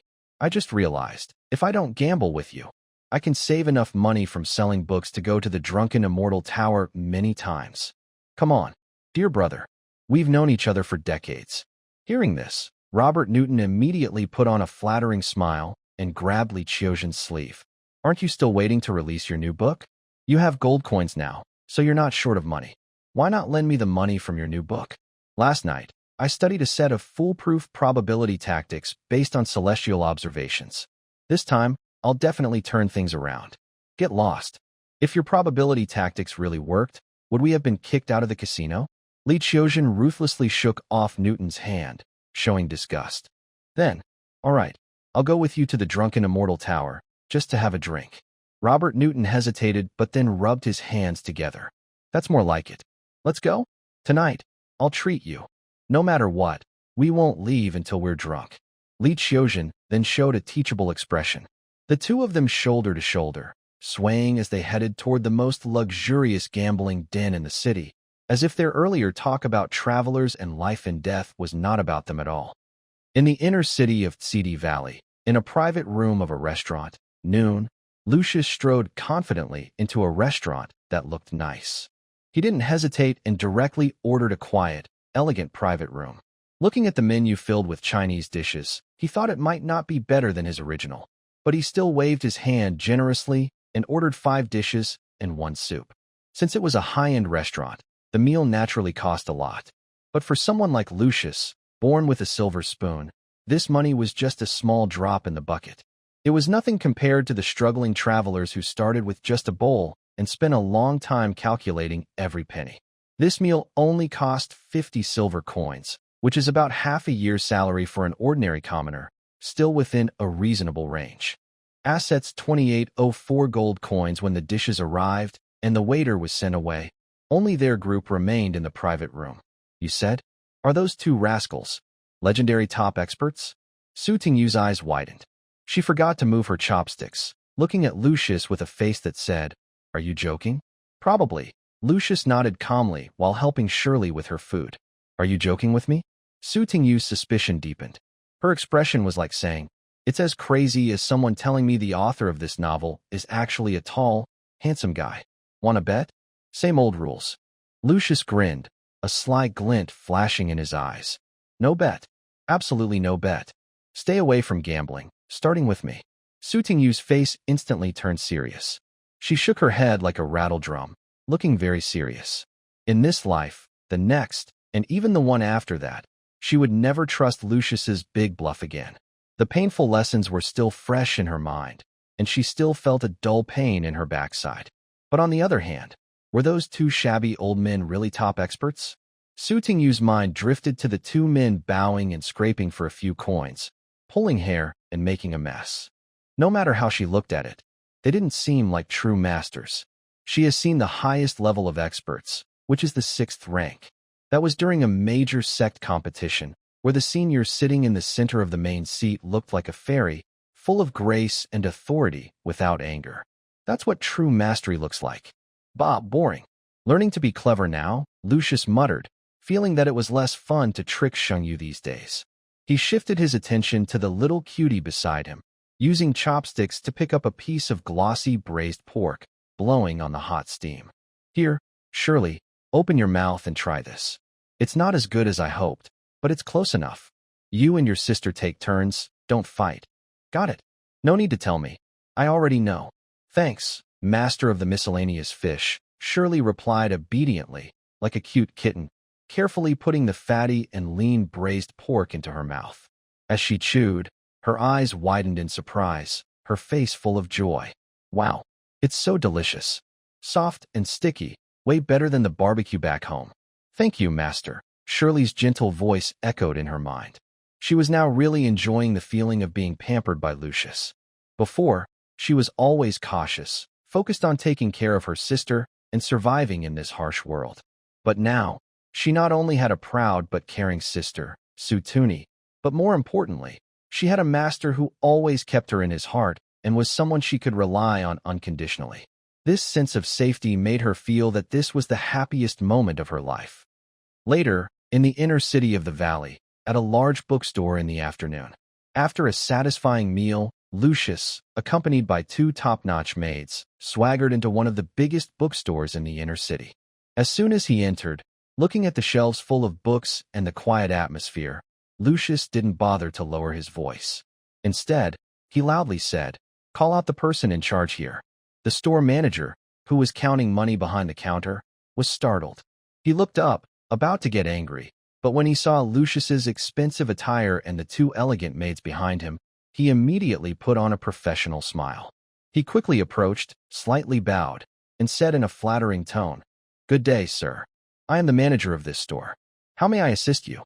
"Do you have enough authority?" Lucius looked at him from above with a slightly indifferent expression. "Your bookstore chain in the Valley of Steps. There should be more than just this one shop, right?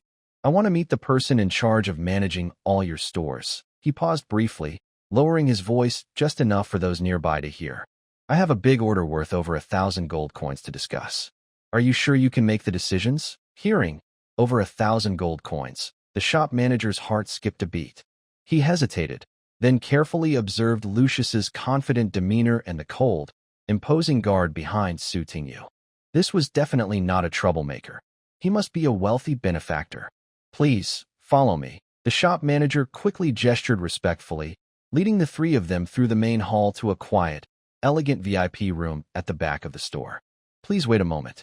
The best tea will be served shortly." He bowed politely, then instructed the staff to prepare tea and snacks swiftly before rushing to the backyard to summon someone. Lucius sat comfortably on a leather sofa, crossing his legs and casually sipping tea, looking calm and relaxed. About 15 minutes later, the door curtain was pulled aside. The previous shop manager returned, accompanied by a middle-aged man with a plump figure, oily face, and curly brown hair. Though overweight, the man's eyes were sharp. He wore a fine silk robe and had two large gemstone rings on his fingers. The shop manager respectfully introduced him. This is our chief manager, Lord Deco. For any big business, you can discuss it with him. Lucius put down his teacup, nodded slightly, and quietly opened his system panel. Name Deco Florence. Rank 3rd Order Enchanter. Favorability 5 out of 100. Status green. Seeing this information, Lucius felt more confident.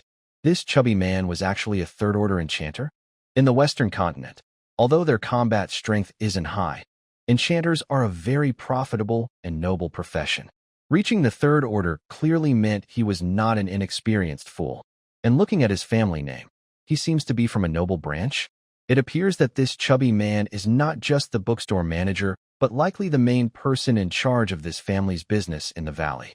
Hello, esteemed guest. Deco wore a friendly smile typical of a businessman, slightly bowed, showing good manners, but also a bit reserved. I am Deco Florence, from the Holy Griffin Empire, the Campania province, of the Florence noble family. When introducing himself, he emphasized the words, noble family, clearly trying to learn more about Lucius.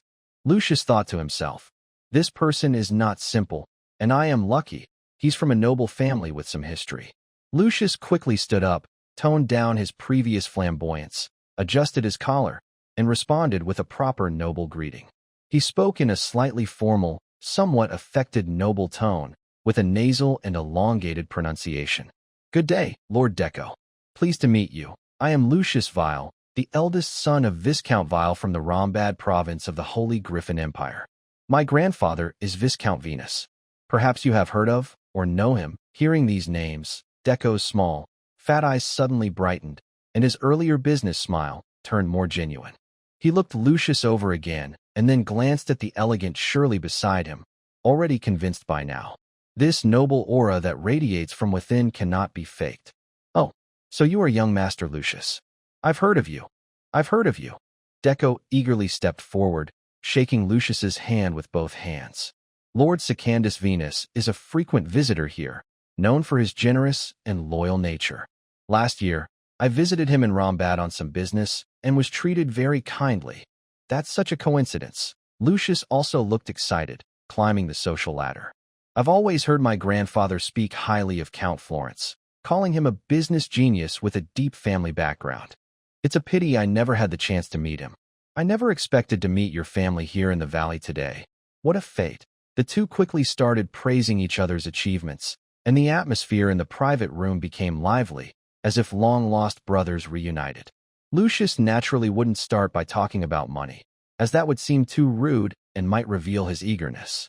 So he patiently sipped his tea, chatting with Deco about the customs of the Holy Griffin Empire, then about the grape harvest in the Lombardy province, and finally about gossip in noble circles and the tax policies of the Valley of the Next. By the time they had finished a pot of tea, Deco could no longer hold back and took the lead to get to the main point. May I ask, Lord Lucius, what brings you here today? Deco's tone was not just humble. After their careful conversation, he was sure that although Lucius hadn't officially inherited the title yet, he was very likely to become the next Viscount. Deco himself, though from an earl's family, was only a younger brother of the current earl, managing the family's outside business. This hidden difference in status made him keep a respectful attitude. Actually, Lord Deco, Lucius said, putting down his tea and straightening up slightly, I have a collection of books, or rather artworks, that I want to sell in the Valley of the Next. I wonder if you might be interested in working together? What kind of books? Deco was a bit confused. His bookstore did sell books, but usually to merchants. Did noble young masters come to discuss such things in person? Lucius smiled slightly, but didn't answer directly. Instead, he took out a prepared sample from his pocket and gently pushed it toward Deco. This booklet wasn't the full version, but included exciting snippets from each of the 6 series, a kind of preview. Because there was no monopoly on technology, Lucius knew well that copyright protection in this world was mostly a joke. Although he couldn't avoid large-scale piracy later, he could use information gaps and technological barriers to ensure he made a good first profit, which was enough. Deco took the booklet with some curiosity.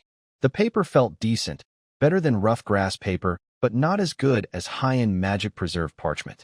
Thinking about what could be so valuable that this young master was so serious, Deco casually flipped to the first page. Suddenly, his pupils shrank sharply, and he froze in place. This is too Too amazing. Although there is a kind of underground literature in this era, commonly called little yellow books, most of it lacks organization. They are either poorly written love poems by drunken poets, or random stories hurriedly created by struggling scholars trying to make quick money, sometimes without illustrations, leaving readers to imagine everything themselves. Even in the culturally rich East, the concept of novels was not fully developed yet. Most stories remained in the realm of poetry and song, and theatrical performances were still unorganized. The kind of visual impact that touches the soul was not yet possible. Deco initially looked down on it, thinking it was not serious work. But when his eyes focused on the delicate lines, exaggerated yet ergonomically correct compositions, and the characters' flirtatious expressions, the wow effect instantly kicked in. It was like someone still using dial-up internet suddenly connecting to fiber optic broadband. The high-definition clarity made him breathe faster with excitement. Eagerly, Deco kept flipping pages, as the story seemed to hook his soul tightly. However, just as he was getting absorbed and feeling blood rushing downward, it was gone. He turned the page, and the style suddenly changed, jumping straight to the start of the next story. This feeling was like preparing to take off with your chosen material, already in the sprint phase, but then the network suddenly cuts out. That frustrating feeling of being so close, yet getting cut off, almost made Deco lose his mind. He skeptically flipped back through the pages and found that every story was the same, just reaching the climax, then abruptly stopping, with broken endings that felt maddening. Deco took a deep breath, forced down his impatience, closed the booklet, and looked at Lucius with a complicated expression. Ahem, Lord Lucius. This booklet, why does it seem incomplete? It's really hard to enjoy this way. Well, I call it a preview version, Lucius replied softly, with an innocent look. It mainly shows the story outline and art style, to test if people are interested. If they like it, they'll naturally want to buy the full version. Lord Deco, you're an expert. Do you think this business can succeed? Absolutely. It will succeed, Deco nodded heavily. If it couldn't succeed, then all the bookstores in the world would have to close. I just don't know how much the adults plan to set the price. At this moment, Deco's sharp business sense took over. He tentatively asked, are you planning to sell me the drafts of these stories? If so, I can offer a flat price, 30 gold coins for all of them. In this era, there was no concept of copyright sharing. Selling just 6 story drafts for 30 gold coins was already a huge sum for ordinary people. Honestly, Deco thought this price was very generous, mainly because he was dealing with a noble and wanted to make a personal favor. 30 gold coins? Lucius smiled and shook his head, waving a finger. Lord Deco, you misunderstood. I am not here to sell stories. I am here to sell books. I currently have 6 series of finished books, each with 1,000 copies, totaling 6,000 copies. I want to sell all of these as an exclusive first batch through you. 30 gold coins? That's like giving away to a beggar. He couldn't explain IP management or royalty sharing to this native. He could only work in the simplest, most straightforward way. Later, how you print more copies is your business. But I have one condition. Any content you copy or reprint in the future, 20% of the profit must go to me. Seeing Deco want to speak, Lucius raised his hand to stop him. I can't check the exact amount. It depends on your sincerity. But as long as it's not too unreasonable, I think it doesn't matter. Let's just consider it a friendship. At the same time, I can guarantee that every 10 days, I will produce new stock, and this capacity will increase in the future. The 6 new stories are already in production, and I can prioritize supplying you. Lucius leaned forward, staring into Deco's eyes, and said clearly, you should understand the principle. Once these things hit the market, it's impossible to prevent others from copying. What we can do is use our first mover advantage, before others react or carve the blocks, to take the biggest slice of the market. Therefore, I hold the production rights to the first batch of gold, and you will have the exclusive distribution rights. Your speed and channels for copying will definitely be much faster than those small workshops. When they start selling cheap, poorly made copies, your genuine products will already be sold out. To produce copies with this level of detail on a large scale, it would take at least half a month to a month. By then, your current stock will probably be completely gone, right? Lord Deco. Deco was stunned. He didn't expect this young nobleman to understand market logic so clearly. It made sense. Selling just a rough draft of a yellow story isn't very profitable for a Viscount's heir. Although, under the cooperation model with Lucius, earning less than full rights to print through a bookstore, the costs of buying the materials are involved. But as Lucius said, with his unique artwork and priority rights, the first wave of quick money would definitely be very profitable. And if he refused to work with Lucius, and instead went to other bookstores, the thought alone made Deco feel pain in his heart. Not only would he lose money, but he might also offend the Viller family and give rivals more ammunition. Deco quickly calculated in his mind, hesitated, but still stubbornly spoke up.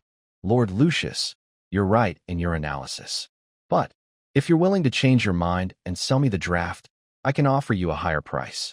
Deco gritted his teeth and held up 5 fingers. 100 gold coins. I think it's best if I handle the production myself.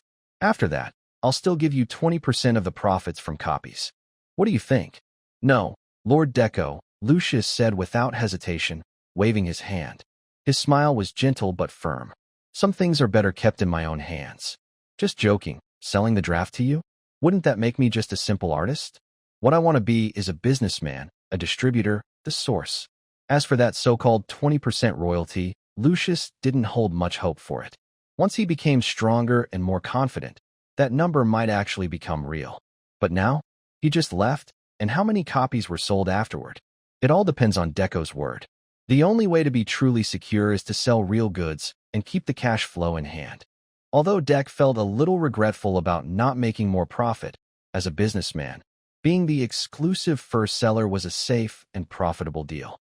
He nodded in agreement. All right. Though I feel a bit disappointed, Lord Lucius, what price do you plan to sell this booklet to us for? Lucius didn't hesitate. He stretched out 3 long fingers and waved them in front of Dec. I'll sell it to you at a wholesale price of 3 silver coins per booklet. Each booklet has about 40 pages, with detailed and refined drawings. As for how much you sell it to others, I don't concern myself with that. But as a partner, I suggest a retail price of 5 silver coins, so you can make a good profit. 3 silver coins? Dec wiped the fine sweat from his forehead, feeling a bit hesitant. Isn't that a bit too expensive? You should know, the similar. Ahem, colorful books circulating in the market before usually only cost 1 silver coin. Lord Dec, you're mistaken. Lucius shook his finger, looking disappointed. Think about it. Those old, cheap booklets, what kind of paper did they use? Hard enough to wipe your behind. What stories did they tell? Stick figures fighting? The stories were simple and boring, just enough to fool unworldly common folk and rough men. But this booklet, I call it a comic. Lucius picked up a sample and gently tapped the cover. Feel the quality, look at the lines, and taste the story. Can it be compared to that trash? Who are our target customers? Nobles who are bored and have money to spend, and wealthy merchants seeking excitement. What do nobles care about most? Face, status. Would they be willing to buy the same cheap stuff as commoners? Of course not. Remember, we're not selling to the poor. The poor only have a few coins in their pockets. If we want to make money, we should target the wealthy. Dec listened, surprised and a bit confused. Although he felt something was off, the reasoning sounded convincing, and most of his worries eased. But, even if we sell at a high price, others might copy and produce pirated versions at a much lower price. What if inferior copies drive out the good ones? That's where brand building comes in. Lucius pointed to a unique logo on the cover, which was a strange symbol with wings. Look at this cover. It has a special publisher mark called Forbidden Manga Paradise. Oh, and there's a pen name for the author, JM. Also, every genuine book has a unique anti-counterfeit code printed on the first page. Lucius spoke enthusiastically, like a salesman. Here, I have a booklet that records all the production codes. You could run a promotion. Customers who buy this booklet and then purchase the next book with that unique number can get a discount. This helps keep customers loyal. Plus, I remember that enchanters can cast a simple light shadow magic. It can add a faint watermark on the cover that's only visible from certain angles. Our workshop can do this magic, but I thought it would be better if you handled this final anti-counterfeit step. It would show your authority. While it can't completely stop piracy, think about it. Noble lords are not short of money. Would they buy a fake with blurry printing, rough paper, and no numbering just for a few silver coins? Or would they prefer to buy a genuine copy to show off their taste? Deco listened, and his doubt disappeared, replaced by deep admiration. Indeed, for wealthy nobles, the difference between 1 silver coin and 5 is like a billionaire not caring whether he lost $1 or $5 today. What they care about is uniqueness, the feeling of, I have it, and you don't. I understand. Your idea is brilliant. Deco stood up excitedly, looking at Lucius as if he were looking at a moving treasure chest. You are a natural business genius. If you weren't a lord, you'd be the top merchant on the continent. I'll take this order, 6,000 copies. As you said, 180 gold coins. Deco waved his hand confidently. And to show my sincerity and celebrate our first successful cooperation, I'll make it an even 200 gold coins. The extra 20 coins are for your team money. Lucius stood up happily and shook hands with Deco. It's been a pleasure working with you, Lord Deco. Tomorrow morning, I will have someone bring the books to your warehouse. My father always taught me that us old noble families should cooperate more and share resources. That's how we stay strong and prosperous. Deco didn't expect Lucius to suddenly mention his family, and he felt pleased. He nodded repeatedly. You're absolutely right, Lord Lucius. With a successor like you, the Viller family has a bright future. The two talked happily, as if they had been close friends for years. Meanwhile, Su Tingyu, who had been standing in the background, was completely stunned. They actually sold it? And for 200 gold coins? Just a few books with silly drawings? Is everyone in this world crazy? Or is the demand really that high? Then a terrible thought suddenly occurred to him. Oh no, the books sold well, very well. That means he's definitely lost the bet? That troublemaker. Su Tingyu's eyes instinctively looked at the pile of treasures, especially the toy with a fluffy tail that Lucius had bought back on purpose. Could he really be planning to ask for that unreasonable condition? Oh my gosh, what should he do? If he refuses, will he seem untrustworthy? But if he agrees, that's definitely not good. No, Lucius already set 2 conditions. Can he get out of one of them by pretending to be sick? Wait, why is he actually feeling relieved about these embarrassing conditions now? It's hopeless. Actually, Su Tingyu greatly underestimated the power of the Valley of the Next. As the biggest money-making place on the continent, a free port where chaos and order coexist, it gathers nobles, rich merchants, and top mercenaries from all over. The purchasing power here is many times stronger than in remote rural towns. Here, happiness is the top productivity. As long as they're satisfied, money is no issue. By the way, Lord Deco, Lucius suddenly remembered something as he finished the deposit contract and seemed to recall a detail. Since you are the chief steward here, do you have better equipment? I'm talking about around level 3 from both the east and west, including magic tools and secret manuals. Since I've earned some money, I naturally want to turn it into fighting strength. This is Lucas's strategy of training through battle. Equipment? Deku was surprised, then smiled confidently. You've asked the right person. Although our main business is a bookstore, the Florence family's ventures cover many industries. We have enchanted weapons, magic books, and various combat manuals in stock, all level 4 or below. That's great. Lucas's eyes lit up. Can you pick out a level 3 quality longsword, a level 3 dagger, and 2 level 3 magic staffs? And if there are some level 3 magic tools from the east, just as long as they are good quality, I'd like one of those too. Deku thought for a moment, looking a bit hesitant. Those are no problem, sir. But as for the magic tools from the east, we might not be able to use them. Buying them would just be for display, unless for collection. You don't need to worry about that, Lucas said with a slight smile, turning to the still-dazed Su Tingyu behind him. Let me introduce her. This is my woman, a level 3 nascent soul expert from the Eastern Divine Land. She can handle it. Deku was surprised to hear this. He had been secretly observing from the start. That adorable fox girl maid, he guessed, was probably a level 2 awakened from investment by Viscount Venus's grandson. Why was he so sure? Because his own nephew had a similar one. But he didn't expect that this quiet, cold-spirited woman from the East was actually so important. A level 3 nascent soul expert. That's a real master.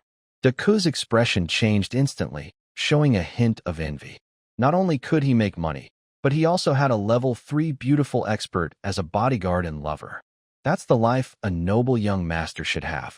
Lord Lucas truly has talented people around him. I was blind to overlook that. Deku quickly stood up, quietly giving some instructions to his attendant at the door to fetch the goods from the warehouse, then politely sat back down. Taking advantage of the waiting time, Lucius picked up his teacup and casually asked, "By the way, Lord Deco, since the Florence family business is so big, do your trade caravans go to the Divine Land?" "Of course," Deco replied.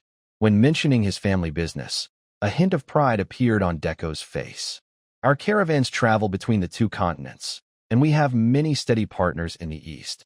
To be honest, our count, 2 years ago, used the family's wealth to successfully join the theater industry. It seems the Florence family has strong financial power among the nobility.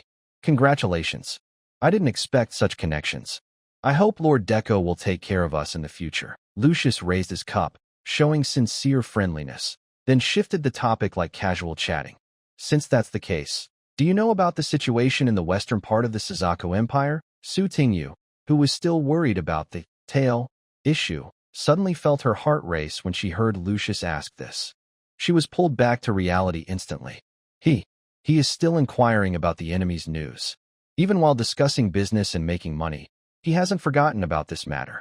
Su Tingyu looked at Lucius's profile, a warm feeling rising in her heart, and her eyes slightly moistened. But, though touched, she knew she couldn't let this show.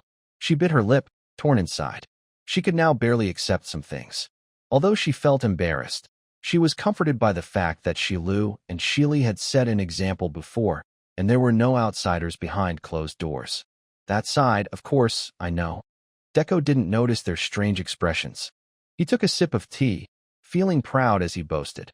"We have a very deep partnership with one of the largest sects in the Western region, the Xianyuan sect.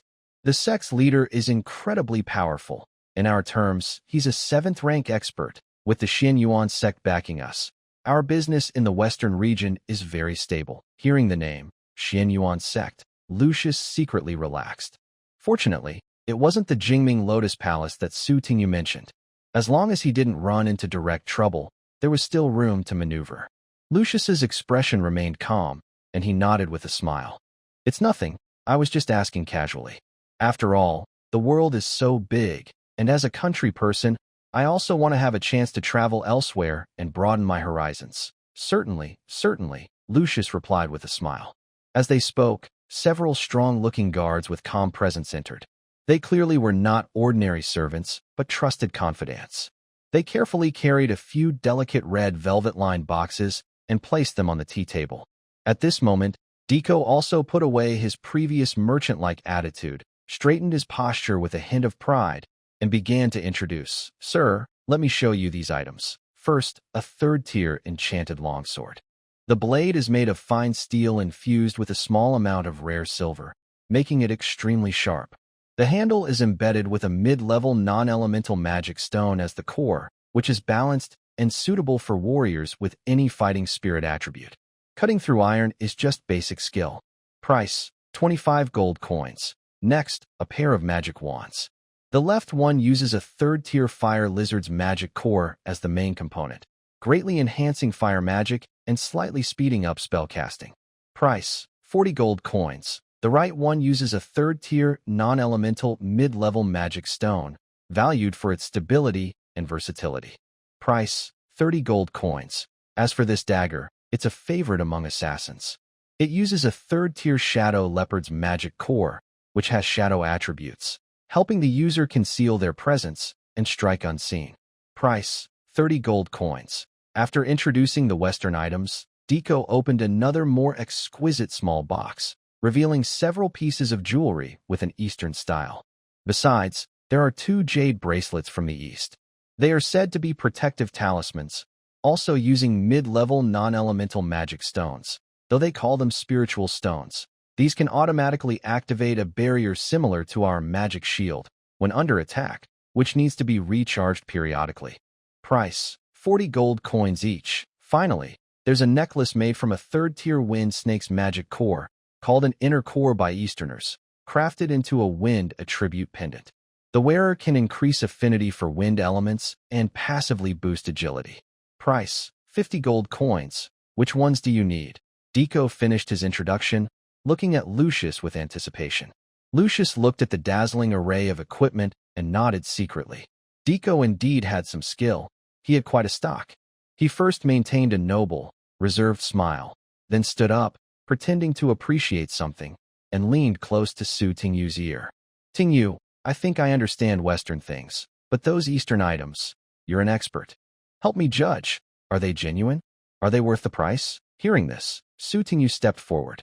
Her innate sense as a cultivator instantly put her in the right state. She extended her slender fingers, gently touched the two jade bangles and the necklace, feeling the flow of spiritual energy within them. After a moment, she stepped back to Lucas's side, her lips moving slightly, her voice as soft as a whisper. The items are quite good. The craftsmanship is a bit rough, but the materials are solid third rank. You should buy a bangle for self-defense. The rest is too expensive. Lucas looked at her with a confident expression, as if saying, you can trust me to handle this. Then he turned around, waved his large hand. All right, since Tingyu says they're good, I'll take them all. Su Tingyu's eyes widened suddenly, almost breaking her character. Deco also looked surprised, nearly dropping his ledger. Sir, are you sure? That's quite a sum. Absolutely. I can afford it, Lucas said calmly, as if he was buying vegetables at a market, not magical equipment. We agreed earlier, the books are 200 gold coins, right? These items total 255 gold coins. I'll add 55 gold coins to settle everything. Pack the items for me. When I have someone deliver the books tomorrow, they can pick these up too. Is that okay? As he spoke, Lucas counted out 55 gold coins from his purse and placed them on the table. No problem. No problem at all. You can take everything, Deco said happily, accepting the coins with a big smile. Not only was the deal completed, but he also sold a large stock extra, an outstanding achievement. Deco couldn't help but give a sincere thumbs up. Sir, it's truly a blessing to serve you. Spending 130 gold coins just for this beautiful young lady. Honestly, if I were a woman, I'd fall in love with you too. In his view, those two bracelets and the necklace were probably bought for Su Tingyu because they suited Eastern tastes. If you were a woman, you'd be very beautiful. Lucius looked at Deco's round figure and shiny face, couldn't help but laugh, and made a joke. Don't say that. Although I look like this, my daughter is very beautiful, just like her mother, and she's about your age this year. Next time, I will definitely introduce her to you. Deco also laughed along, half joking and half serious. He didn't have many thoughts about marriage. He was just a distant relative of a count, so his status was a bit lower. Lucius was a proper Viscount heir, so even if he couldn't marry the eldest daughter of the count, there was still a chance with the second daughter. However, if his daughter could meet this young, wealthy young master, even as a lover, it would be very good.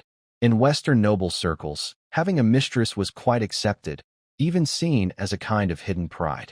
For men, having a strong, beautiful mistress, like Su Tingyu, a third-level expert, was a symbol of charm and status, making them look impressive. For women, being a mistress to a powerful, wealthy man was not shameful. Future husbands wouldn't mind much, because it showed their attractiveness was recognized by a strong person. Of course, if someone was involved with a dirty commoner or a slave, that would be a different matter. That was considered a disgrace among nobles and would lead to severe punishment. After all, Lucius was generous with women, but Deco knew he couldn't do the same. He handled hundreds or thousands of gold coins in business, but his monthly salary was only about 10 coins. This money was used to maintain the estate, support private soldiers, and keep up noble social appearances. There was no spare money to spend hundreds of gold coins on jewelry for women. I really want to see your noble daughter's face, Lucius said politely with a smile. Next time you visit, I will definitely have her come over to serve wine. Inner City of the Valley, Roaring Tavern, evening, assets, 2,804 gold coins. 55 gold coins equals 2,749 gold coins inside the room. The lights were bright. You are spending too much, Lucius. Ha ha. I told you to just buy a bracelet for self-defense. Why did you buy so many? Su Tingyu was holding a clear, beautiful spirit stone bracelet and a necklace that seemed to carry a gentle breeze. She looked a bit confused and her palms felt hot. Next to her, Shiru and Shiri, who now controlled their bodies, each had a third-level non-elemental magic staff and a sharp third-level dagger. They were happily playing with their new weapons. The rest of the items were happily accepted by Lucius himself. You're still too polite. Money is meant to be spent. Saving it won't help you have children. Lucius sat on the bed, cleaning his new sword, and said casually, "Besides, these are the gifts I promised for Children's Day. When I say I'll do something, I do it. Right, Shiru, Shiri? Thank you, Baba. Baba is the best." Shiru and Shiri answered sweetly, one with her mouth and the other in her mind. Their voices so soft they seemed to melt. "That's right. In a few days, we might go to Shenzhou. That place is dangerous, so it's good to buy more good gear for protection." Lucius waved his hand grandly, looking like a wealthy newcomer. "Remember, if you hang out with the young master, don't be too embarrassed. Your safety is more important than gold coins." "Thank you, Baba," Su Tingyu said shyly, her face slightly red as she looked at her treasures. Although she said she was wasteful, she loved being pampered so much it was addictive. Su Tingyu's original sect was Qingzhou sect. Her master was also a strong fighter, similar in strength to Lucius's father, Maids. Even stronger than Maids, who was a noble raised in a wealthy family, but she was still just a wild fox who left the central zone of Zhongzhou. She had enough resources, but not as much as Lucius, who could casually spend hundreds of gold coins like a rich man. Just saying thank you isn't enough. "How should I thank you?" Lucius put down his sword, stepped forward, and gently lifted Su Tingyu's smooth chin with his finger, his eyes turning playful. Baba said, "Whatever Shiyu wants to do to thank me, she can do." Su Tingyu's eyelashes fluttered, her voice trembling as she spoke, secretly praying, "Please don't be that strange outfit with the tail. And not that embarrassing accessory." Lucius watched her frightened expression and chuckled silently inside. Teasing Xiao Tingyu requires patience and gradual progress. If you push too hard, it can ruin the fun. As for those embarrassing costumes and props, let's hold off for now. Once I help her get revenge and resolve her inner issues, then I can play the villain who helps her in return. Wouldn't that be more interesting? "Don't worry, I won't make you wear those strange clothes today." Lucius chuckled softly and leaned close to her ear. "Today, let's reenact the scene from a month ago, when you were captured as an assassin by me. The current setting is, you are a failed infiltrator caught by me on the spot, with your powers sealed, and you are helpless. Hee great. I am the accomplice of the master, that ruthless and cruel prison guard." Hee. Hearing Lucius talk about role-playing, Shiri instantly got excited and naturally stepped into her role, showing a mischievous little expression. So Tingyu, upon hearing this, surprisingly let out a long breath of relief. As long as she doesn't have to wear that tail, being a female assassin isn't so bad. Just acting naturally. But then she felt a bit speechless. What kind of situation is this?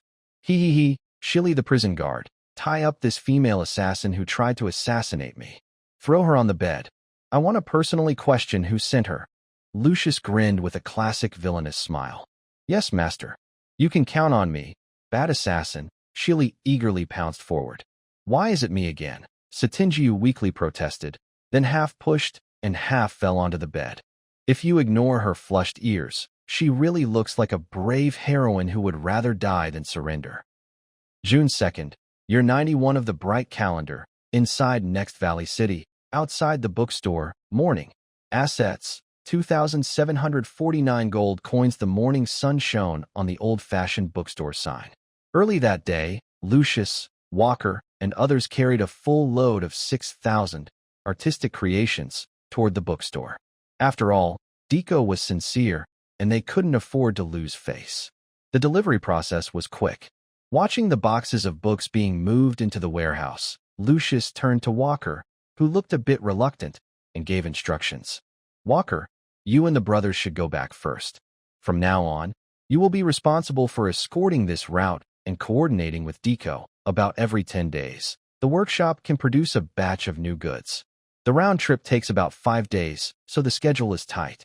I trust you to handle this. As for me, since I rarely get out, I plan to travel around, and will probably be back in about 2 weeks to a month, then." "What about your safety, sir?" Walker frowned, full of worry. He thought that although the young master was a bit tougher now, he was still a fragile noble, and not having a guard with him made him uneasy. "It's fine, Walker. Why worry so much? I have 2 personal guards with me," Lucius said with a smile, pointing to the 2 behind him, showing a knowing look. Walker looked over and saw the two seemingly delicate maids. He suddenly realized, that's right, these two are not just pretty faces.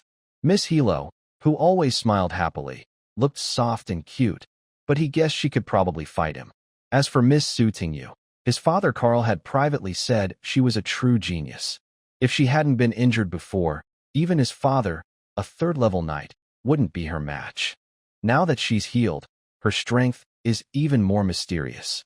With these two experts protecting him, the 20 soldiers he brought along would be useless and just a burden, wasting supplies without any benefit. Having understood this, Walker straightened his back immediately. I understand, young master.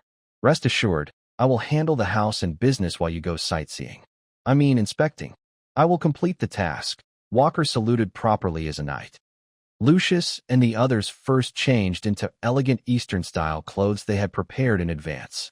Then they asked Walker and the others to take the carriage back with their luggage. When they left the room again, their style was completely different. Lucius was dressed in a green robe, holding a folding fan, with his long hair tied up, looking like a refined young noble from the East. Su Tingyu changed back into her simple, familiar dress, paired with the bracelet Lucius had just given her, and her cold, elegant aura became even more noticeable. Only Hilo, although she changed into a short jacket and long skirt, her pair of pink-orange fox ears and large tail behind her still couldn't be properly placed. Is there anything I should watch out for when going to Shenzhou? Lucius adjusted his sleeve and turned to ask Su Tingyu, the female assassin from yesterday. Are you really going? Actually, it's quite dangerous. Su Tingyu looked at Lucius's completely Eastern-looking face, her eyes a bit dazed, but she couldn't help but advise him with concern. It's been over 3 months since everything happened. That sect should have relaxed its guard by now, Lucius said casually, opening a folding fan and shaking it. No worries, just be careful. Trust me, the safest place is often the most dangerous. All right. Thank you. Su Tingyu sighed, feeling a bit touched. She knew that Lucius was doing this largely to help her find a safe way. There's no problem with you and me. I really don't understand why you, a native of Osvaya. Su Tingyu looked up and down at Lucius. Wearing this outfit, you look exactly like a person from Shenzhou. Even your aura fits perfectly.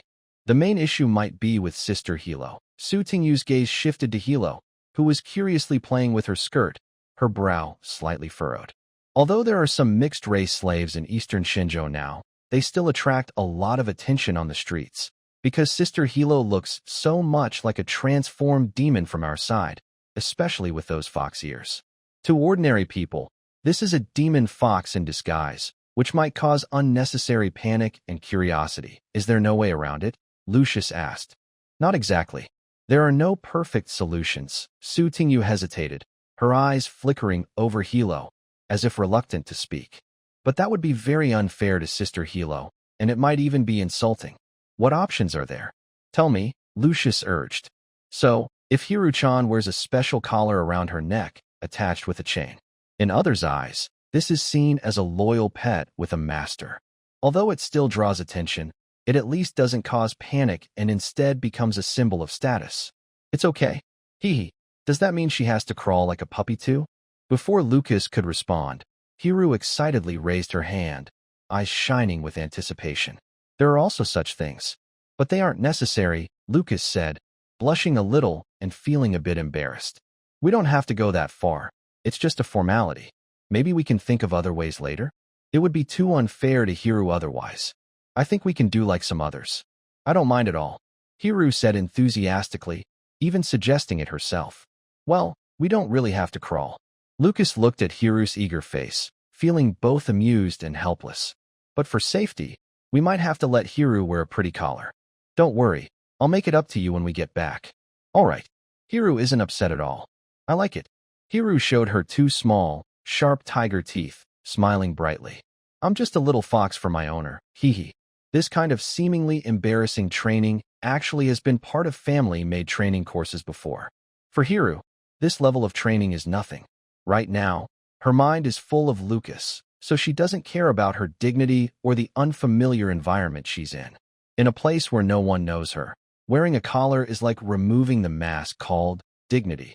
Growing up with obedience training, Shiru is naturally curious and a little excited about this. After years of influence, although she usually acts like a normal person, deep inside, she still has some traits of BDSM. If the Hyeri in her mind is like a mischievous husky that causes trouble and attracts attention by tearing things apart, then the current Shiru is more like a well-behaved, sensible golden retriever that seeks affection by cuddling and rubbing against her owner's legs. As for Sutenjiu, Lucas glanced at her conflicted master. This person seems more like a cool and aloof Hakimi. All right, since you have no objections, let's take our little Shilu to get a special piece of equipment and maybe look around a bit, Lucius said decisively with a wave of his hand. The three of them walked through the busy main street, winding through alleys until they reached a corner of the slave market that sold special items. Lucius finally spent 5 gold coins to buy a finely crafted collar. Assets, 2,744 gold coins. This item actually originates from your side. It works on people of level 2 and below, based on a simple oath, enchantment, Shilu explained professionally as she picked up the collar. If the person wearing the collar breaks the oath, a magic circle inside will activate and cause a small explosion. For level 0 and level 1 people, it can cause serious injury or death. For stronger people at level 2, it can still cause some harm. After explaining, Shilu looked at Lucius with bright eyes, holding out her neck. So, Master, what oath do you want to set for Shilu? Whatever it is, Shilu will listen. What does Shilu want?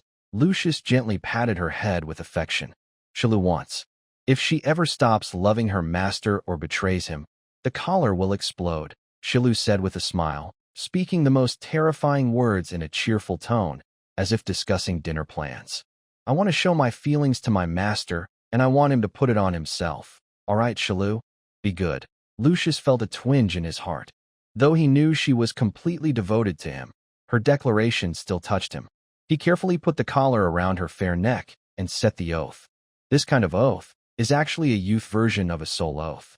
Since it doesn't touch the soul level, its power is limited, and it doesn't have the strict one-to-one binding restrictions. The conditions can be more varied.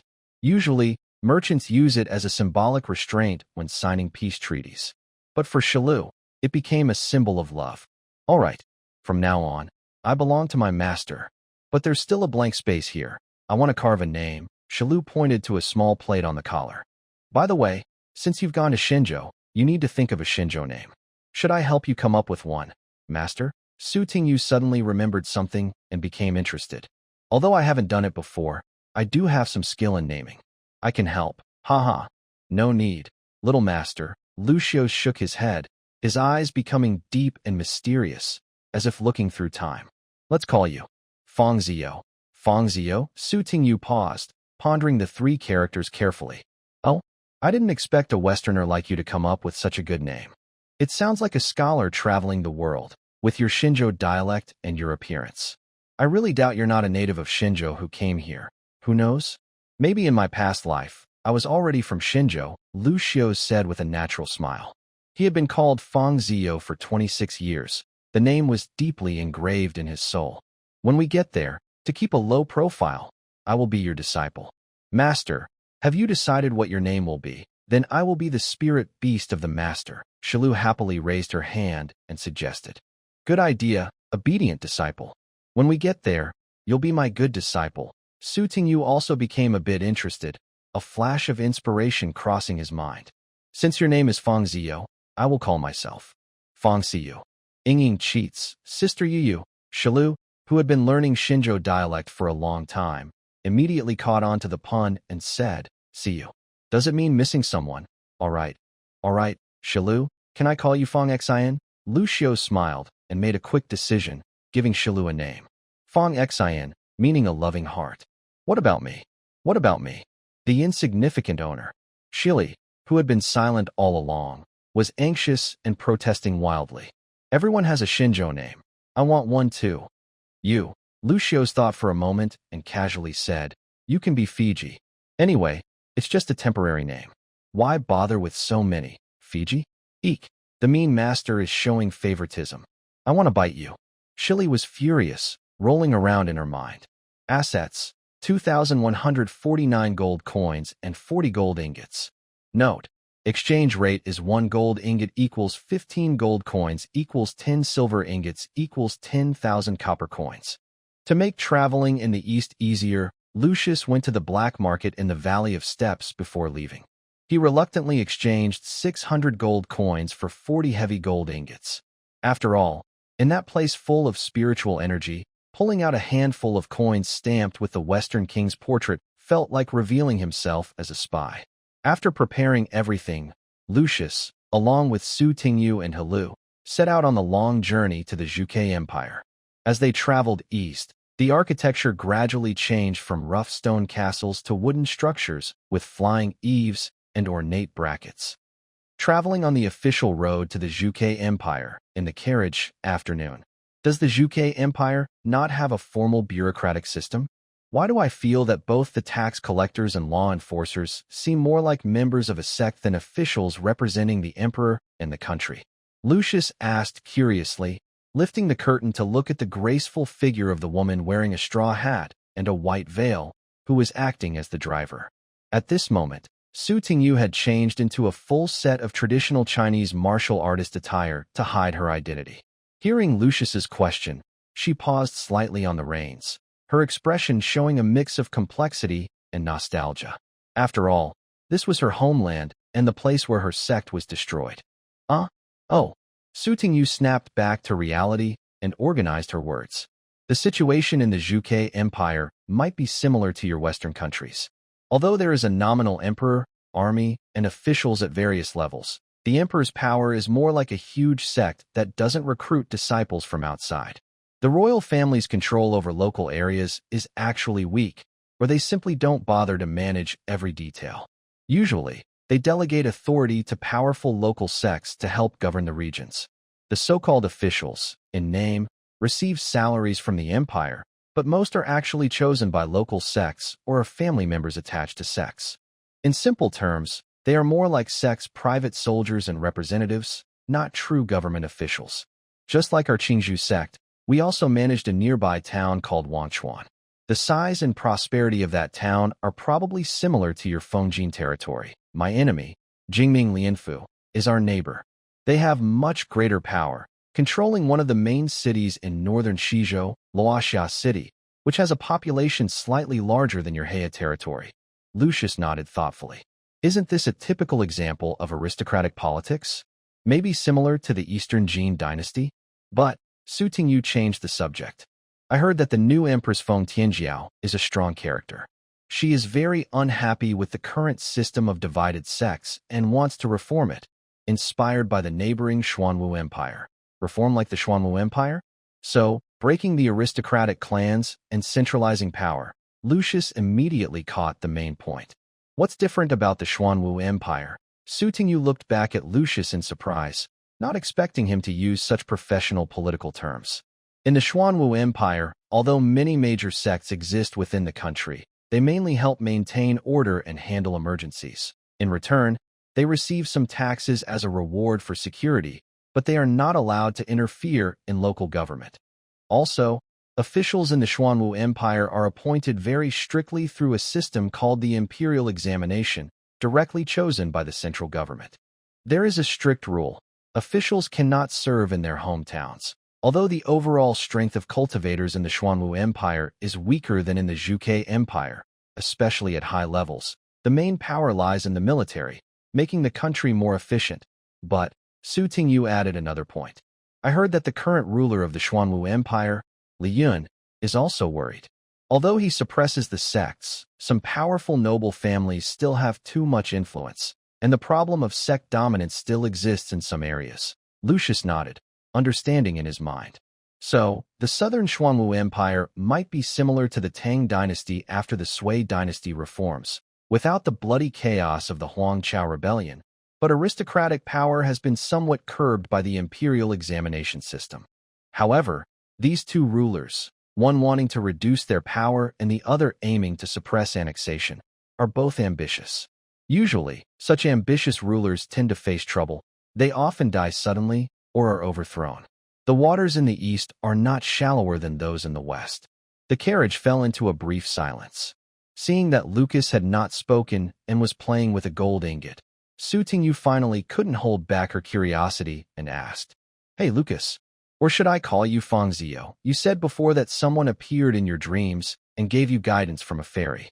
But even if it was a dream, wouldn't it be a god or ancestor from your Aswia land who appeared? How do you know so much about our culture, politics, and even some secret customs here in Zhonghua? And your appearance?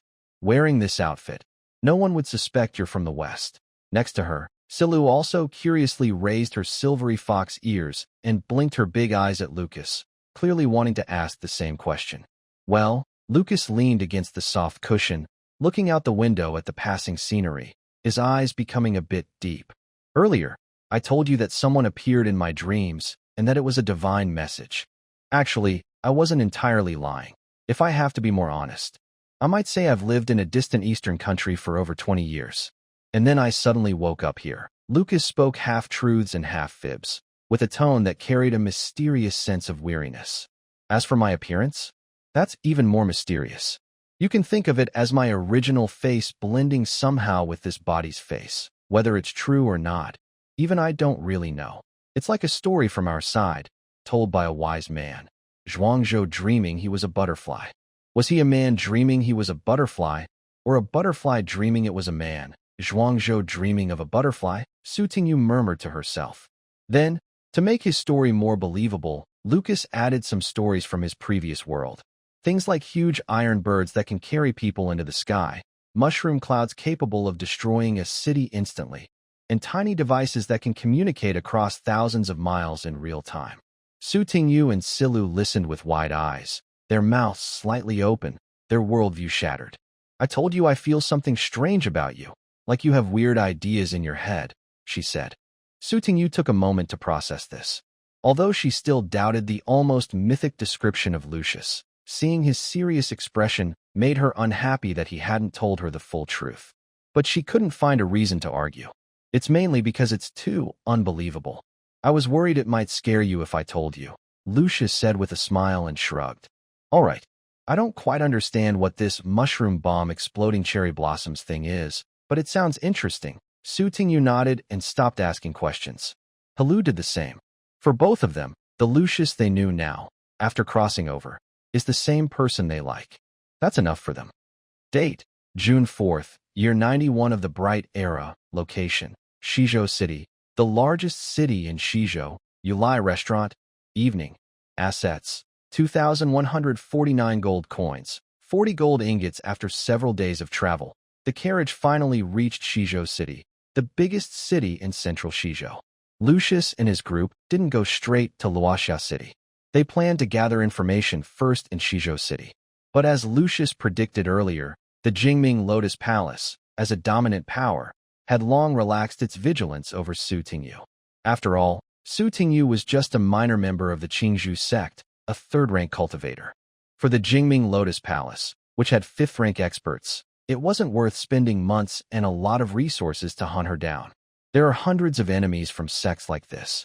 If they constantly worried about revenge, life would be miserable. Moreover, the higher-ups of Jingming Lotus Palace believed Su Tingyu was either dead outside or had long been scared into hiding. Even if she dared to show herself, she'd probably only manage to kill a few outer disciples to vent her anger. Such low-level cannon fodder wouldn't even make the palace lift a finger if one or two were lost. So, as long as Su Tingyu isn't reckless and openly runs to her sect's entrance or exposes herself as a Qingzhou sect member, no one would bother to check her identity. At this moment, the three of them sat on the second floor of Yulai Restaurant, the biggest in Shizhou City, looking out at the busy street outside, and finally relaxed a little.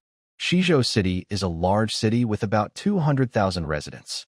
Although smaller than the overly prosperous Second Valley, it is more orderly, with no frequent fights or chaos.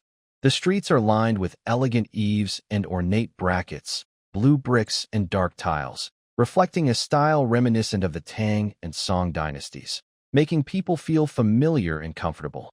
As night deepens, inside an inn, "Master, if we can't openly use the Qingzhou sect's sword techniques, and I can't use my Western magic here, what should we do if we have to fight?" Feng Zio, or rather Lucas, casually asked.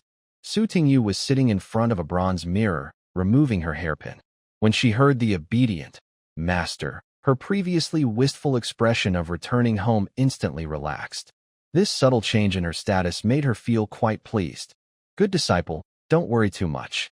As long as there are no experts of the same or higher level around, ordinary people can't easily see through our tricks. Sutinyu looked at the man behind her through the bronze mirror, a slight smile on her lips. However, to be safe, we can visit the treasure pavilion in Shijo City tomorrow. It's a place where mixed crowds gather, and they often sell some sword techniques from wandering cultivators at high prices. Sounds good. I'll follow the master's arrangements. Feng Zio patted his pillow, a meaningful smile appearing on his face. Master, why not rest early? We can plan for tomorrow then. All right, I'll go back to my room to rest. Disciple, remember to drink hot water and rest well. Don't think about unnecessary things, Sutinyu said with a light laugh, getting up to walk into the inner room, clearly aware of someone's little scheme. Hey, wait, Master. Feng Zio clutched his chest, grimacing in pain as he called out to her. Master, I think I've misdirected my energy. I feel a hot flow moving down my abdomen, and my vital energy is descending. I'm afraid I might go astray and get possessed. Please help me unblock my meridians, he said. Get lost with your vital energy. I think your brain is the one flowing away. Sutinyu blushed and spat. If you're feeling unwell, let Feng Xin come and take a look, she said, then slammed the door shut behind her. Yes, Feng Xin is here to help the master. If the master feels uncomfortable, Feng Xin will help massage. Shilu, who had been waiting for a long time, quickly seized the opportunity. Like a small cat, she softly hugged Feng Zio's arm and nuzzled against it. Date: June 5th, year 91 of the bright calendar. Location: West State City, Main Street. Morning: I think the quality of life in West State City is quite good. At least the sanitation is better than in Heiha, where people pour dirty water everywhere. There's no strange smell in the air here. Walking on the street, Feng Zio followed Sutinyu closely, like a servant, keeping step behind her. Shilu, as a personal maid, wore a delicate collar around her neck and obediently stayed at the back. Of course, the land here is much richer than in Osiria, and there are plenty of resources, Sutinyu nodded. Although her face was covered by a veil, her eyes scanned the familiar street, showing a hint of mixed feelings about returning home. She didn't want to talk about this topic anymore. She pointed to a tall, impressive building ahead. Don't look around. Let's go. The biggest trading hall in West State City is right in front, Wanbao Pavilion. Location: West State City, Wanbao Pavilion. First floor, main hall. Inside Wanbao Pavilion, there weren't many people at this time. A few cultivators dressed differently wandered around the counters. Most of them were down-and-out adventurers, holding some scavenged items or herbs from the wild, trying to exchange them for cultivation supplies. Feng Zio followed Sutinyu straight to the cultivation technique area, hoping to find some good items. Shilu obediently stood aside, acting as a perfect background. Turtle Fist? Mad Dog Fist? What are these? The names are so random, and they want a gold ingot for them? Are they trying to cheat us? Lucius casually flipped through some secret manuals on the shelves and couldn't help but complain. The names of the techniques here were all ridiculous, and the content was even worse, with drawings that looked like stick figures or small people. Suddenly, his eyes were caught by a dusty book. Hey master, look at this. Iron Leg Shadowless Kick. Sounds pretty cool, right? The name sounds powerful. Feng Zio picked up the book and blew off the dust. That book. Sutinyu glanced at it, a hint of helplessness flashing in her eyes. That book can barely be called a basic level technique. It truly stands out in this realm. However, it is very hard to practice. According to the instructions, you must first break both legs 7 times, then recover to complete the first level. There are 7 levels in total, meaning you have to break your legs 49 times. It is said that after mastering it, your legs will be as strong as steel, which is quite good even for this level. But very few people in the world can practice this. No one wants to hurt themselves like that. If the bones don't heal properly, you could be a cripple for life, and your legs would be useless. Feng Zio listened with a twitching mouth. Breaking legs 49 times? This isn't training. It's like hacking the game to boost medical skills. Basic level? Why didn't you tell me before? Master, what level are we actually training? Lucius caught the new term and eagerly asked for more details. You wouldn't have encountered these systems before in the West, so there's no need to explain in detail. Su Tingyu patiently explained. Since she was now the master, she had to act like one. At first, I gave you the 3 talents technique, which is a common, basic method, classified as a yellow level. The core inheritance of our Qingzhu sect, including what you're practicing now, is considered top tier within the basic level. Techniques are usually divided into 4 levels: heaven, earth, mystery, and yellow. Higher-level mental methods often allow faster progress and higher limits. Higher-level techniques tend to be more powerful and have special effects. Of course, there are cases where low-level mental methods produce experts. It is said that a powerful figure who passed away 100 years ago started with a broken yellow-level mental method and carved out his own path. But those are very rare, for someone like you. A freak, the level of mental methods doesn't seem to limit you much. Our main goal now is to find a few less obvious techniques to keep a low profile. Lucius nodded thoughtfully. He roughly understood. In other words, a good mental method is like a better CPU, processing faster. A good technique is like advanced software, with stronger functions.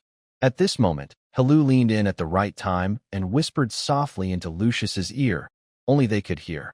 Master, although we don't have this particular training method, when you change to a 3rd-tier class, the better professions do have higher limits.